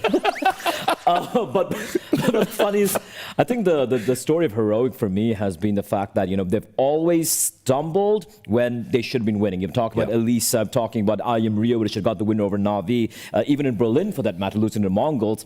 And for me, I think it's a great sign that at this game, we're going up against, you lost to the Mongols, you lose yesterday against Spirit in a very close fashion, you head against Na'Vi, and you're like, it's just unlucky, rough times. But the fact that they're able to go beyond that, break that ceiling, Rich, I think this is a turning point for this team. It needs to be, because they've been, you know, within touching distance of, let's say, you know, smaller trophies than a major, right? And they've faltered and fumbled and stumbled and bumbled. And now, you know, they have a real chance to do something that nobody thought they could do, as you look at how they were able to battle through the Swiss bracket. Yeah, absolutely. I think for them, they're peaking at the right time. It was a very similar game between Heroic and Na'Vi, like the Rio one. And when Na'Vi starts to come back, then there's a clutch from him, and you're thinking, oh my God, like they're going to do it again. But not today, said Heroic. And yeah, I also feel a little bit for MBR 2-0, get absolutely destroyed in their three best of threes. You know, very unfortunate, but hey, just the level of opposition. Well, let's take a look at what this does for our playoff picture. Blair, steel yourself. You can see the Mongols have got Mouse. I know you were always a bit nervous about that matchup. Spirit will be taking on Team Liquid. G2 will face the Heroic we were just talking about. And Vitality FaZe, a dance as old as time. I just want to say this is the most exciting playoffs bracket I've seen in a very, very long time. People were worried about it being like Paris. Look at this. The only difference, that the sore lack here is the #1 team in the world not making it. But if you look at every top 10 team, apart from a couple of exceptions, have made it through, Rich. I'm so looking forward to this. Yeah, I mean, look, I think, first of all, thing that immediately leaps off the page, if I'm Mongols, I am feeling very, very good about my side of the bracket. I'll explain why. We haven't seen Spirit look particularly good outside of a Don Koshiro masterclass. Team Liquid, perennial chokers and underachievers. You're going to get one of them if you beat Mouse. And we all know what Mouse like to do when they get into a big stadium with a roaring crowd. They already lost to Mouse. I'm sorry, they already lost to the Mongols in the best of one. Absolutely. So, yeah. Meanwhile, down there, I'm sure Apex and Karrigan are relishing the prospect to go at it again. And I've already made my pick, and I've got to stick to it. G2's date with Destiny. Nico to get the major on the way out the door and say, see you at Fall. I'm just looking forward to the Mongols G2 Grand Finals. Yeah, me too. I think we can shake hands on that one. But yeah, Mongols, G2, and Vitality, the teams that have been looking the strongest so far in the tournament. G2 and Vitality might already meet in the semifinal, but let's not make the same mistakes from Copenhagen. Let's not get too ahead of ourselves. We got a lot of really great games. I mean, every quarterfinal, I feel like has an awesome storyline, a lot of potential to be a banger. So yeah, let's take a couple of days, Richard, right? Let's take a couple of days, rest, recuperate, meet you back here in a couple of days, and let's do it all over again. Well, let's take a look at the schedule when we do come back. This is how it's going to break down. You can see we're going to be, the first quarterfinal will be that Mongols versus Mouse, and then Spirit versus Liquid. I'm sure that's going to be a day of just kind of crazy narratives, because we set it up. We talked about Mongols and the huge strides Asian CS has made. Can they keep striding forward? Mouse, though, we also talked about how this is a crucible. This is a period where they need to step up and start showing their championship bona fides. Meanwhile, for Spirit, roster changes almost certainly in their history, and Team Liquid kind of theoretically flying the flag for North America as one of the last men standing there. So, you know, lots of storylines coming into that day. Oh, for sure. So Spirit, obviously, they have championship aspirations. For Liquid as well, you know, again, they've only lost the teams who are in this playoffs bracket, so they should be vying for it. For Mongols to pull off something truly miraculous, you know, me, I like a good, underdog story as well. And final thoughts from you, Janko? How will the fairy tale end for the Mongols? That's what I want to see. How far can they actually go? They are yet to drop a game at the major. Yeah, incredible stuff. Well, guys, great working with you over the course of this crazy, crazy day of Counter-Strike. And just a reminder that, yes, we are going to take some time off. I imagine you are as well. And we'll be back on Thursday, 2 p.m. Shanghai time. This is it. Top 8, elimination stage, legacy. It's all there when you come back on Thursday. We'll see you then.